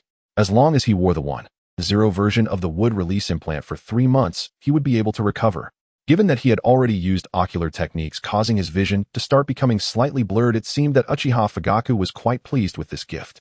More importantly, he needed this device to persuade Uchiha Fugaku to agree to his upcoming reforms within the security department. The reason he wanted to do all this was twofold. Firstly, the reformed Uchiha would become stronger than ever before. Consequently, he being able to wield that power would see his own influence grow. Secondly, he wanted to make money. Without a knack for business, he realized that if he wanted to profit, he could only target the security department. Why target the security department? It's simple. The security department holds immense power. As long as he activated the functions that already belonged to the security department, he could amass a significant fortune from it. After all, he had promised to give Tsunade 300 million Rio in research compensation each year, and he had to keep that promise. Moreover, scientific research genuinely requires a lot of funding. Tsunade had already risked her own stake, so he couldn't continue like this. Of course, to gain Fugaku's support, he took out a scroll on the way, sketching and writing for quite some time. Not long after finishing the project on the scroll, he stepped into the core area of Konoha and returned to the Uchiha clan's territory. Next, he smoothly arrived at Fugaku's residence. After entering the courtyard with Uchiha Mikoto before the sound of the water for the startled deer had even reached 10, Uchiha Fugaku appeared before him. Why has Lord Yujin come to visit so early? I had no choice since I promised yesterday to give a gift to clan leader Fugaku. I cannot go back on my word. Take a look at this. Uchiha Yujin handed over the 1.0 would release implant in his hand. Seeing this, Fugaku took it, his face filled with confusion as he examined the strange light green spherical object. Lord Yujin, what is this? All this. Uchiha Yujin picked up a teacup and took a sip leisurely, stating, "It is something that can restore sight for the kaleidoscope." What a... Upon hearing this response, Uchiha Fugaku immediately stood up in shock. Lord Yujin, do you really understand what you are saying? Of course. As the clan leader, you and I, who have inherited Uchiha Shizui's legacy, both know the detailed information about the kaleidoscope. As two high-ranking members of the clan, we both know. It is a cursed eye that brings darkness the more it is used. Hence, do you think I wouldn't find a way to solve this, Fugaku-san? After hearing Uchiha Yujin's explanation, Uchiha Fugaku was even more astonished. This kind of information was something he as clan leader was acutely aware of. After all, the power-worshipping Uchiha could never overlook the kaleidoscope, which they regarded as an invincible force. Not to mention that after activating these eyes, he had used them considerably against the Mist Village, compounded by yesterday's spar with Yujin. As a result of this irreversible consumption of ocular power, his vision had indeed begun to blur, just as recorded. However, what astonished him was not this widely known fact. What shocked him was this young man before him was so far-sighted, having preemptively prepared for such a situation. That aside, he had actually produced results. This was what left Fugaku in disbelief. It should be noted that as clan leader he had not even considered this point after activating his eyes. After all, the clan's records stated that only the eyes of blood brothers could restore the sealed light. Naturally, Fugaku, who did not have a blood brother, would not think of such things. Yet if he remembered correctly, this young man before him also seemed to lack a blood brother. Fugakusen, what are you thinking about? Hurry and input chakra to try the effect. Just as Fugaku's thoughts wandered, Yujin's voice pulled him back. Coming back to his senses, Fugaku immediately replied to the young man before him, "Sorry, I will try it right now." He input chakra into the light green spherical object in his hand, following Yujin's earlier instructions. Rip. The implant was malleable, and as Fugaku's chakra flowed into it, the activated implant adjusted its form, instantly enveloping Uchiha Fugaku. What is this? At that moment, Uchiha Fugaku's face was filled with a look of utter shock. Lord Yujin, what on earth is this?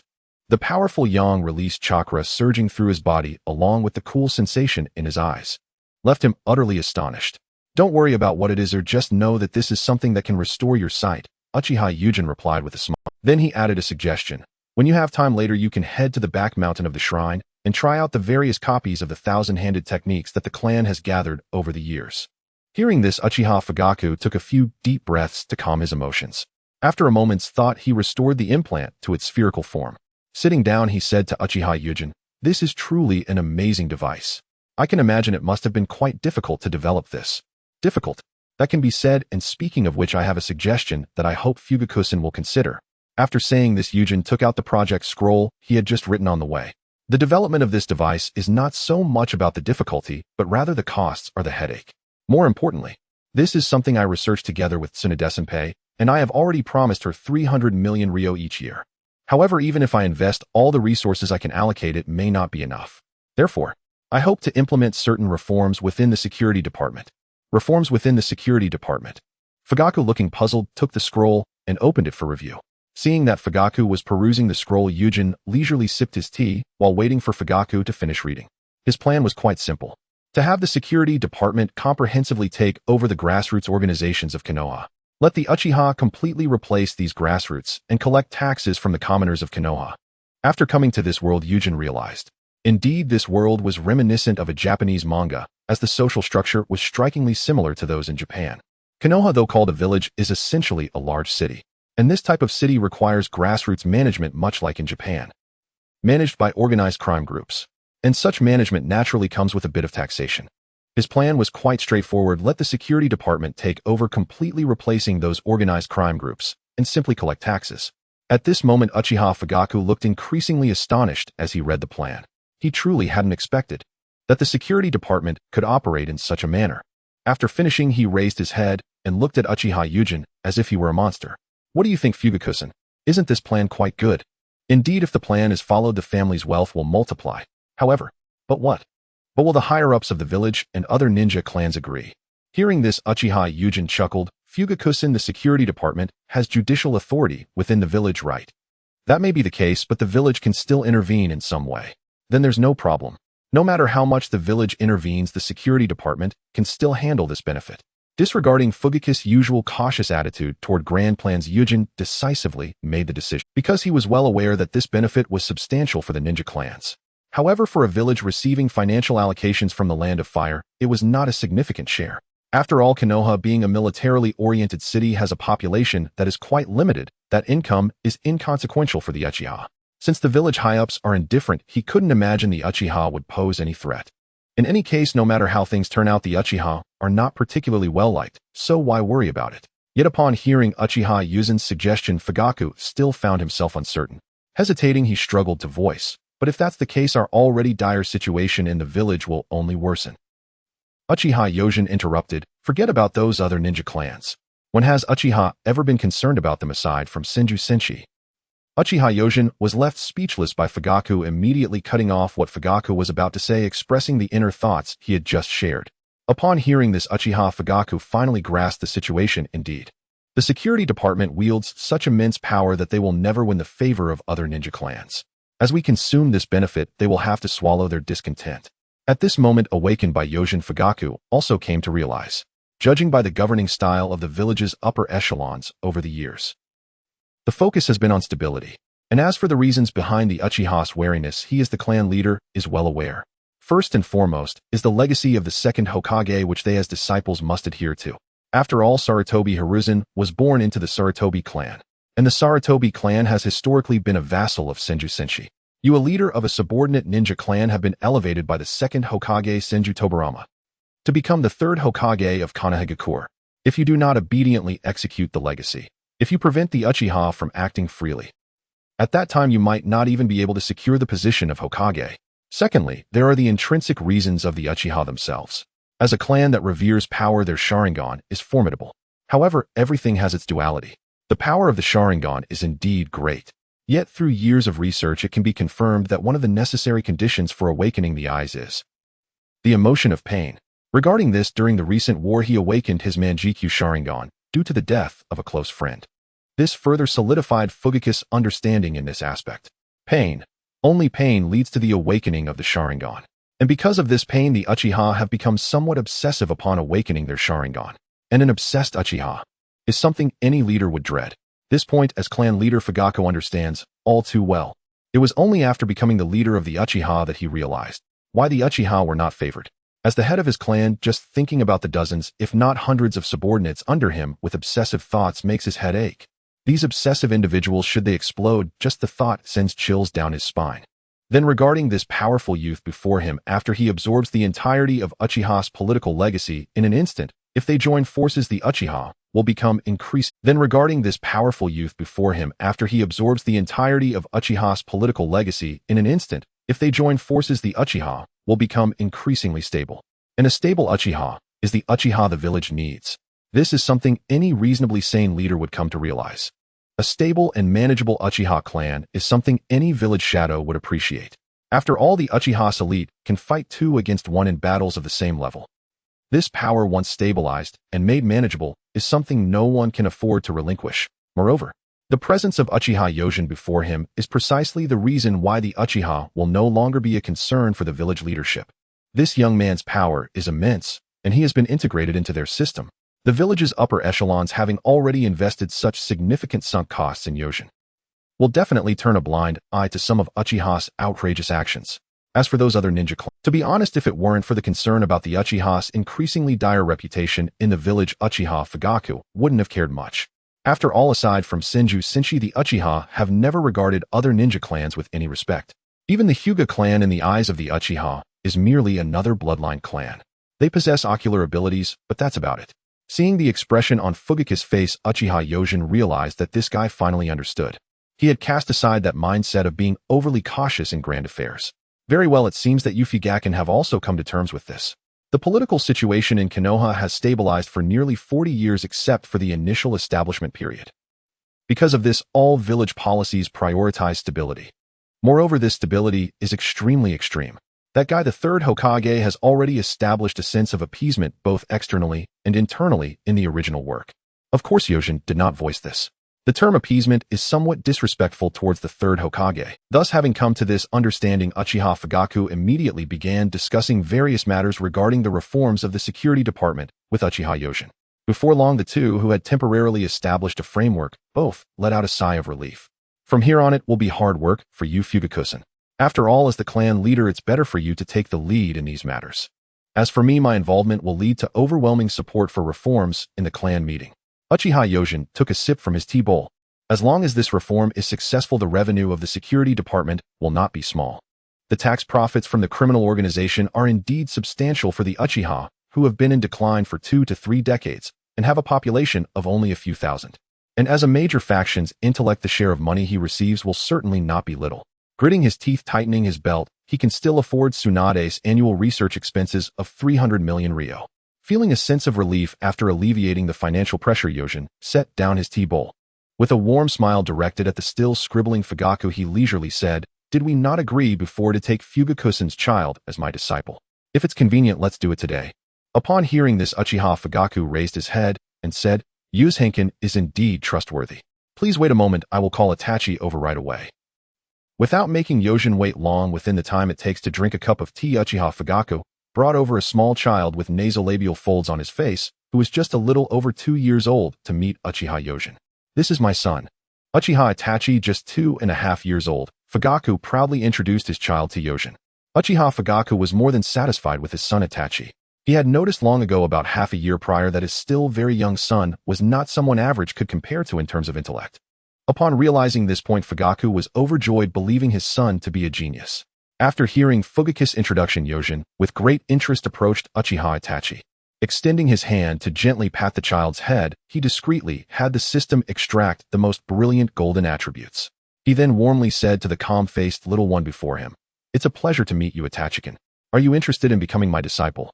Upon hearing this, Itachi's small face darkened as he respectfully bowed and said, "I am deeply honored to become Lord Yuzen's disciple." This statement was heartfelt. Since he was a year and a half old, Itachi had been able to think deeply about Uchiha Yuzen. He realized that this person's name resonated in his ears continuously. His father praised him, his mother praised him, and even most of his peers wanted to become like him.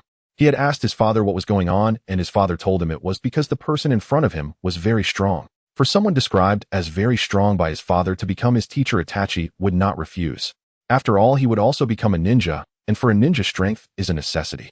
Because of this, he had no reason to decline having such a blatantly powerful figure as his teacher.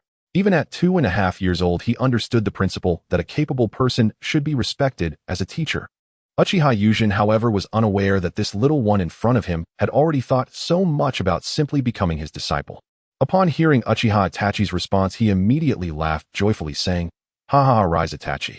Though I have become your teacher, let's not adhere to the ancient customs. There's no need for too many rules." Itachi promptly stood up in compliance, exclaiming, "Yes, Teacher Yuzen." After returning to his seat, Yuzen felt a complex mix of emotions. The thought of accepting this little guy as his disciple was overwhelming. The child in front of him had a rather complicated reputation in the past world. There were people who liked him as well as those who disliked him. The reason for admiration was simple. He was very handsome and powerful. The reasons for dislike were also straightforward. It was because this very person could unilaterally decide the fate of his loved ones due to his own self-righteousness. If one were to say he was wrong, his actions were for the sake of a so-called greater good, preventing war. If one were to argue that he was right, his actions were so ruthless that they couldn't even be justified as serving the greater good. At the moment he targeted even women and children, he couldn't be said to uphold righteousness at all. Such a style was somewhat inhumane and overly arrogant. The arrogance lay in the fact that he hadn't read many books and lacked a complete understanding of societal norms. This led to situations where the loved ones suffered while enemies rejoiced.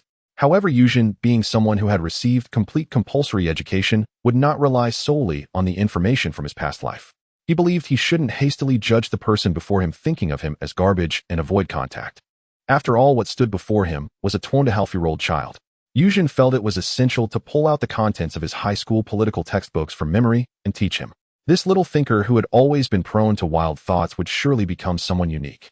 Thus, after acknowledging Uchiha Itachi as his disciple, Yuzen enjoyed a delightful lunch with the Fugaku family before leaving the clan leader's residence. Shortly after, he arrived at a small alley. Next, he wanted to experiment with the changes in his body. After upgrading the chakra seed entry, he began to feel a mysterious sensation within him over time. This sensation was identified by Yuzen's system as the weaponization of chakra, a technique of the Otsutsuki. As someone who could already be considered part of the Otsutsuki clan, once he possessed his own chakra seed and elevated its level, he would be able to unlock his own chakra weapons. Yuzen was very interested in how powerful these chakra weapons were. After all, his current ninja blade was already struggling to keep up with him. That weapon was no longer very helpful for the battles to come. His sixth sense told him that there would be significant movements ahead. Therefore, he needed to find a convenient place. He already had an idea for such a place for experimentation. With a whoosh, he activated the Flying Thunder God technique and arrived at a secret base of the Uchiha located in the Land of Fire. The Uchiha, as a 1,000-year noble clan in the ninja world, had established many secret bases throughout. The location where Sasuke and Itachi faced off in the original work was one of the Uchiha bases. This place is truly convenient for experimenting with powerful ninjutsu. Uchiha Yuzen looked at this barren land where even the soil resembled deathly gray and felt a sense of nostalgia. After discovering this base, he had marked it with a Flying Thunder God seal. He chose this place for its environment, barren land and dead gray soil, indicating that he could do whatever he wanted here. Following his instincts, Uchiha Yuzen arrived at an open area. He raised his hand and gathered a ball of chakra in his palm. Following his instincts, he infused a large amount of chakra into it. Buzz. As a massive amount of chakra gathered in Yuzen's hand, his hair and skin began to take on a strange white hue. With a crack, the mass of chakra on Yuzen's hand, now transformed by the Otsutsuki, began to writhe. Before long, the chakra ball in Yuzen's hand started to materialize, forming a massive serpent with 8 heads and 8 tails as it writhed. Is this the second half of the 8-headed serpent technique? Yuzen raised an eyebrow, surprised that this mysterious fluctuation responding to his bloodline would result in the second half of the 8-headed serpent technique. After forming an obsession, it began to take the form of a serpent with a physical body. However, this technique is one of the reasons for merging into the Otsutsuki's entries, and after upgrading my chakra seed, it is normal for such a change to occur. When the eight-headed, eight-tailed serpent appeared, a surge of information flowed from his bloodline. He transformed this eight-headed serpent into a weapon of chakra flesh. To this, Uchiha Yūjin expressed some disdain. I don't particularly like blood-based weapons. If it weren't for the entry extraction system, I might have just accepted it, as is. But just now I extracted a very interesting entry from that little brat Uchiha Itachi. Thinking of this, he glanced at the panel in which the entry extracted from Uchiha Itachi was displayed. Spirit Weapon Gold. With this entry, you will possess unique weapons. Effect 10 Grasp, Sword, Yata Mirror reflects physical attacks. The spirit weapons of this entry require attachment to materialize chakra to be used. No wonder that guy Uchiha Itachi's Susanoo has weapon characteristics that differ from other Uchihas. It's important to note that even Sasuke and Madara's Susanoo weapons possess no special abilities. Upon seeing this entry, Yūjin recalled Uchiha Itachi's uniqueness.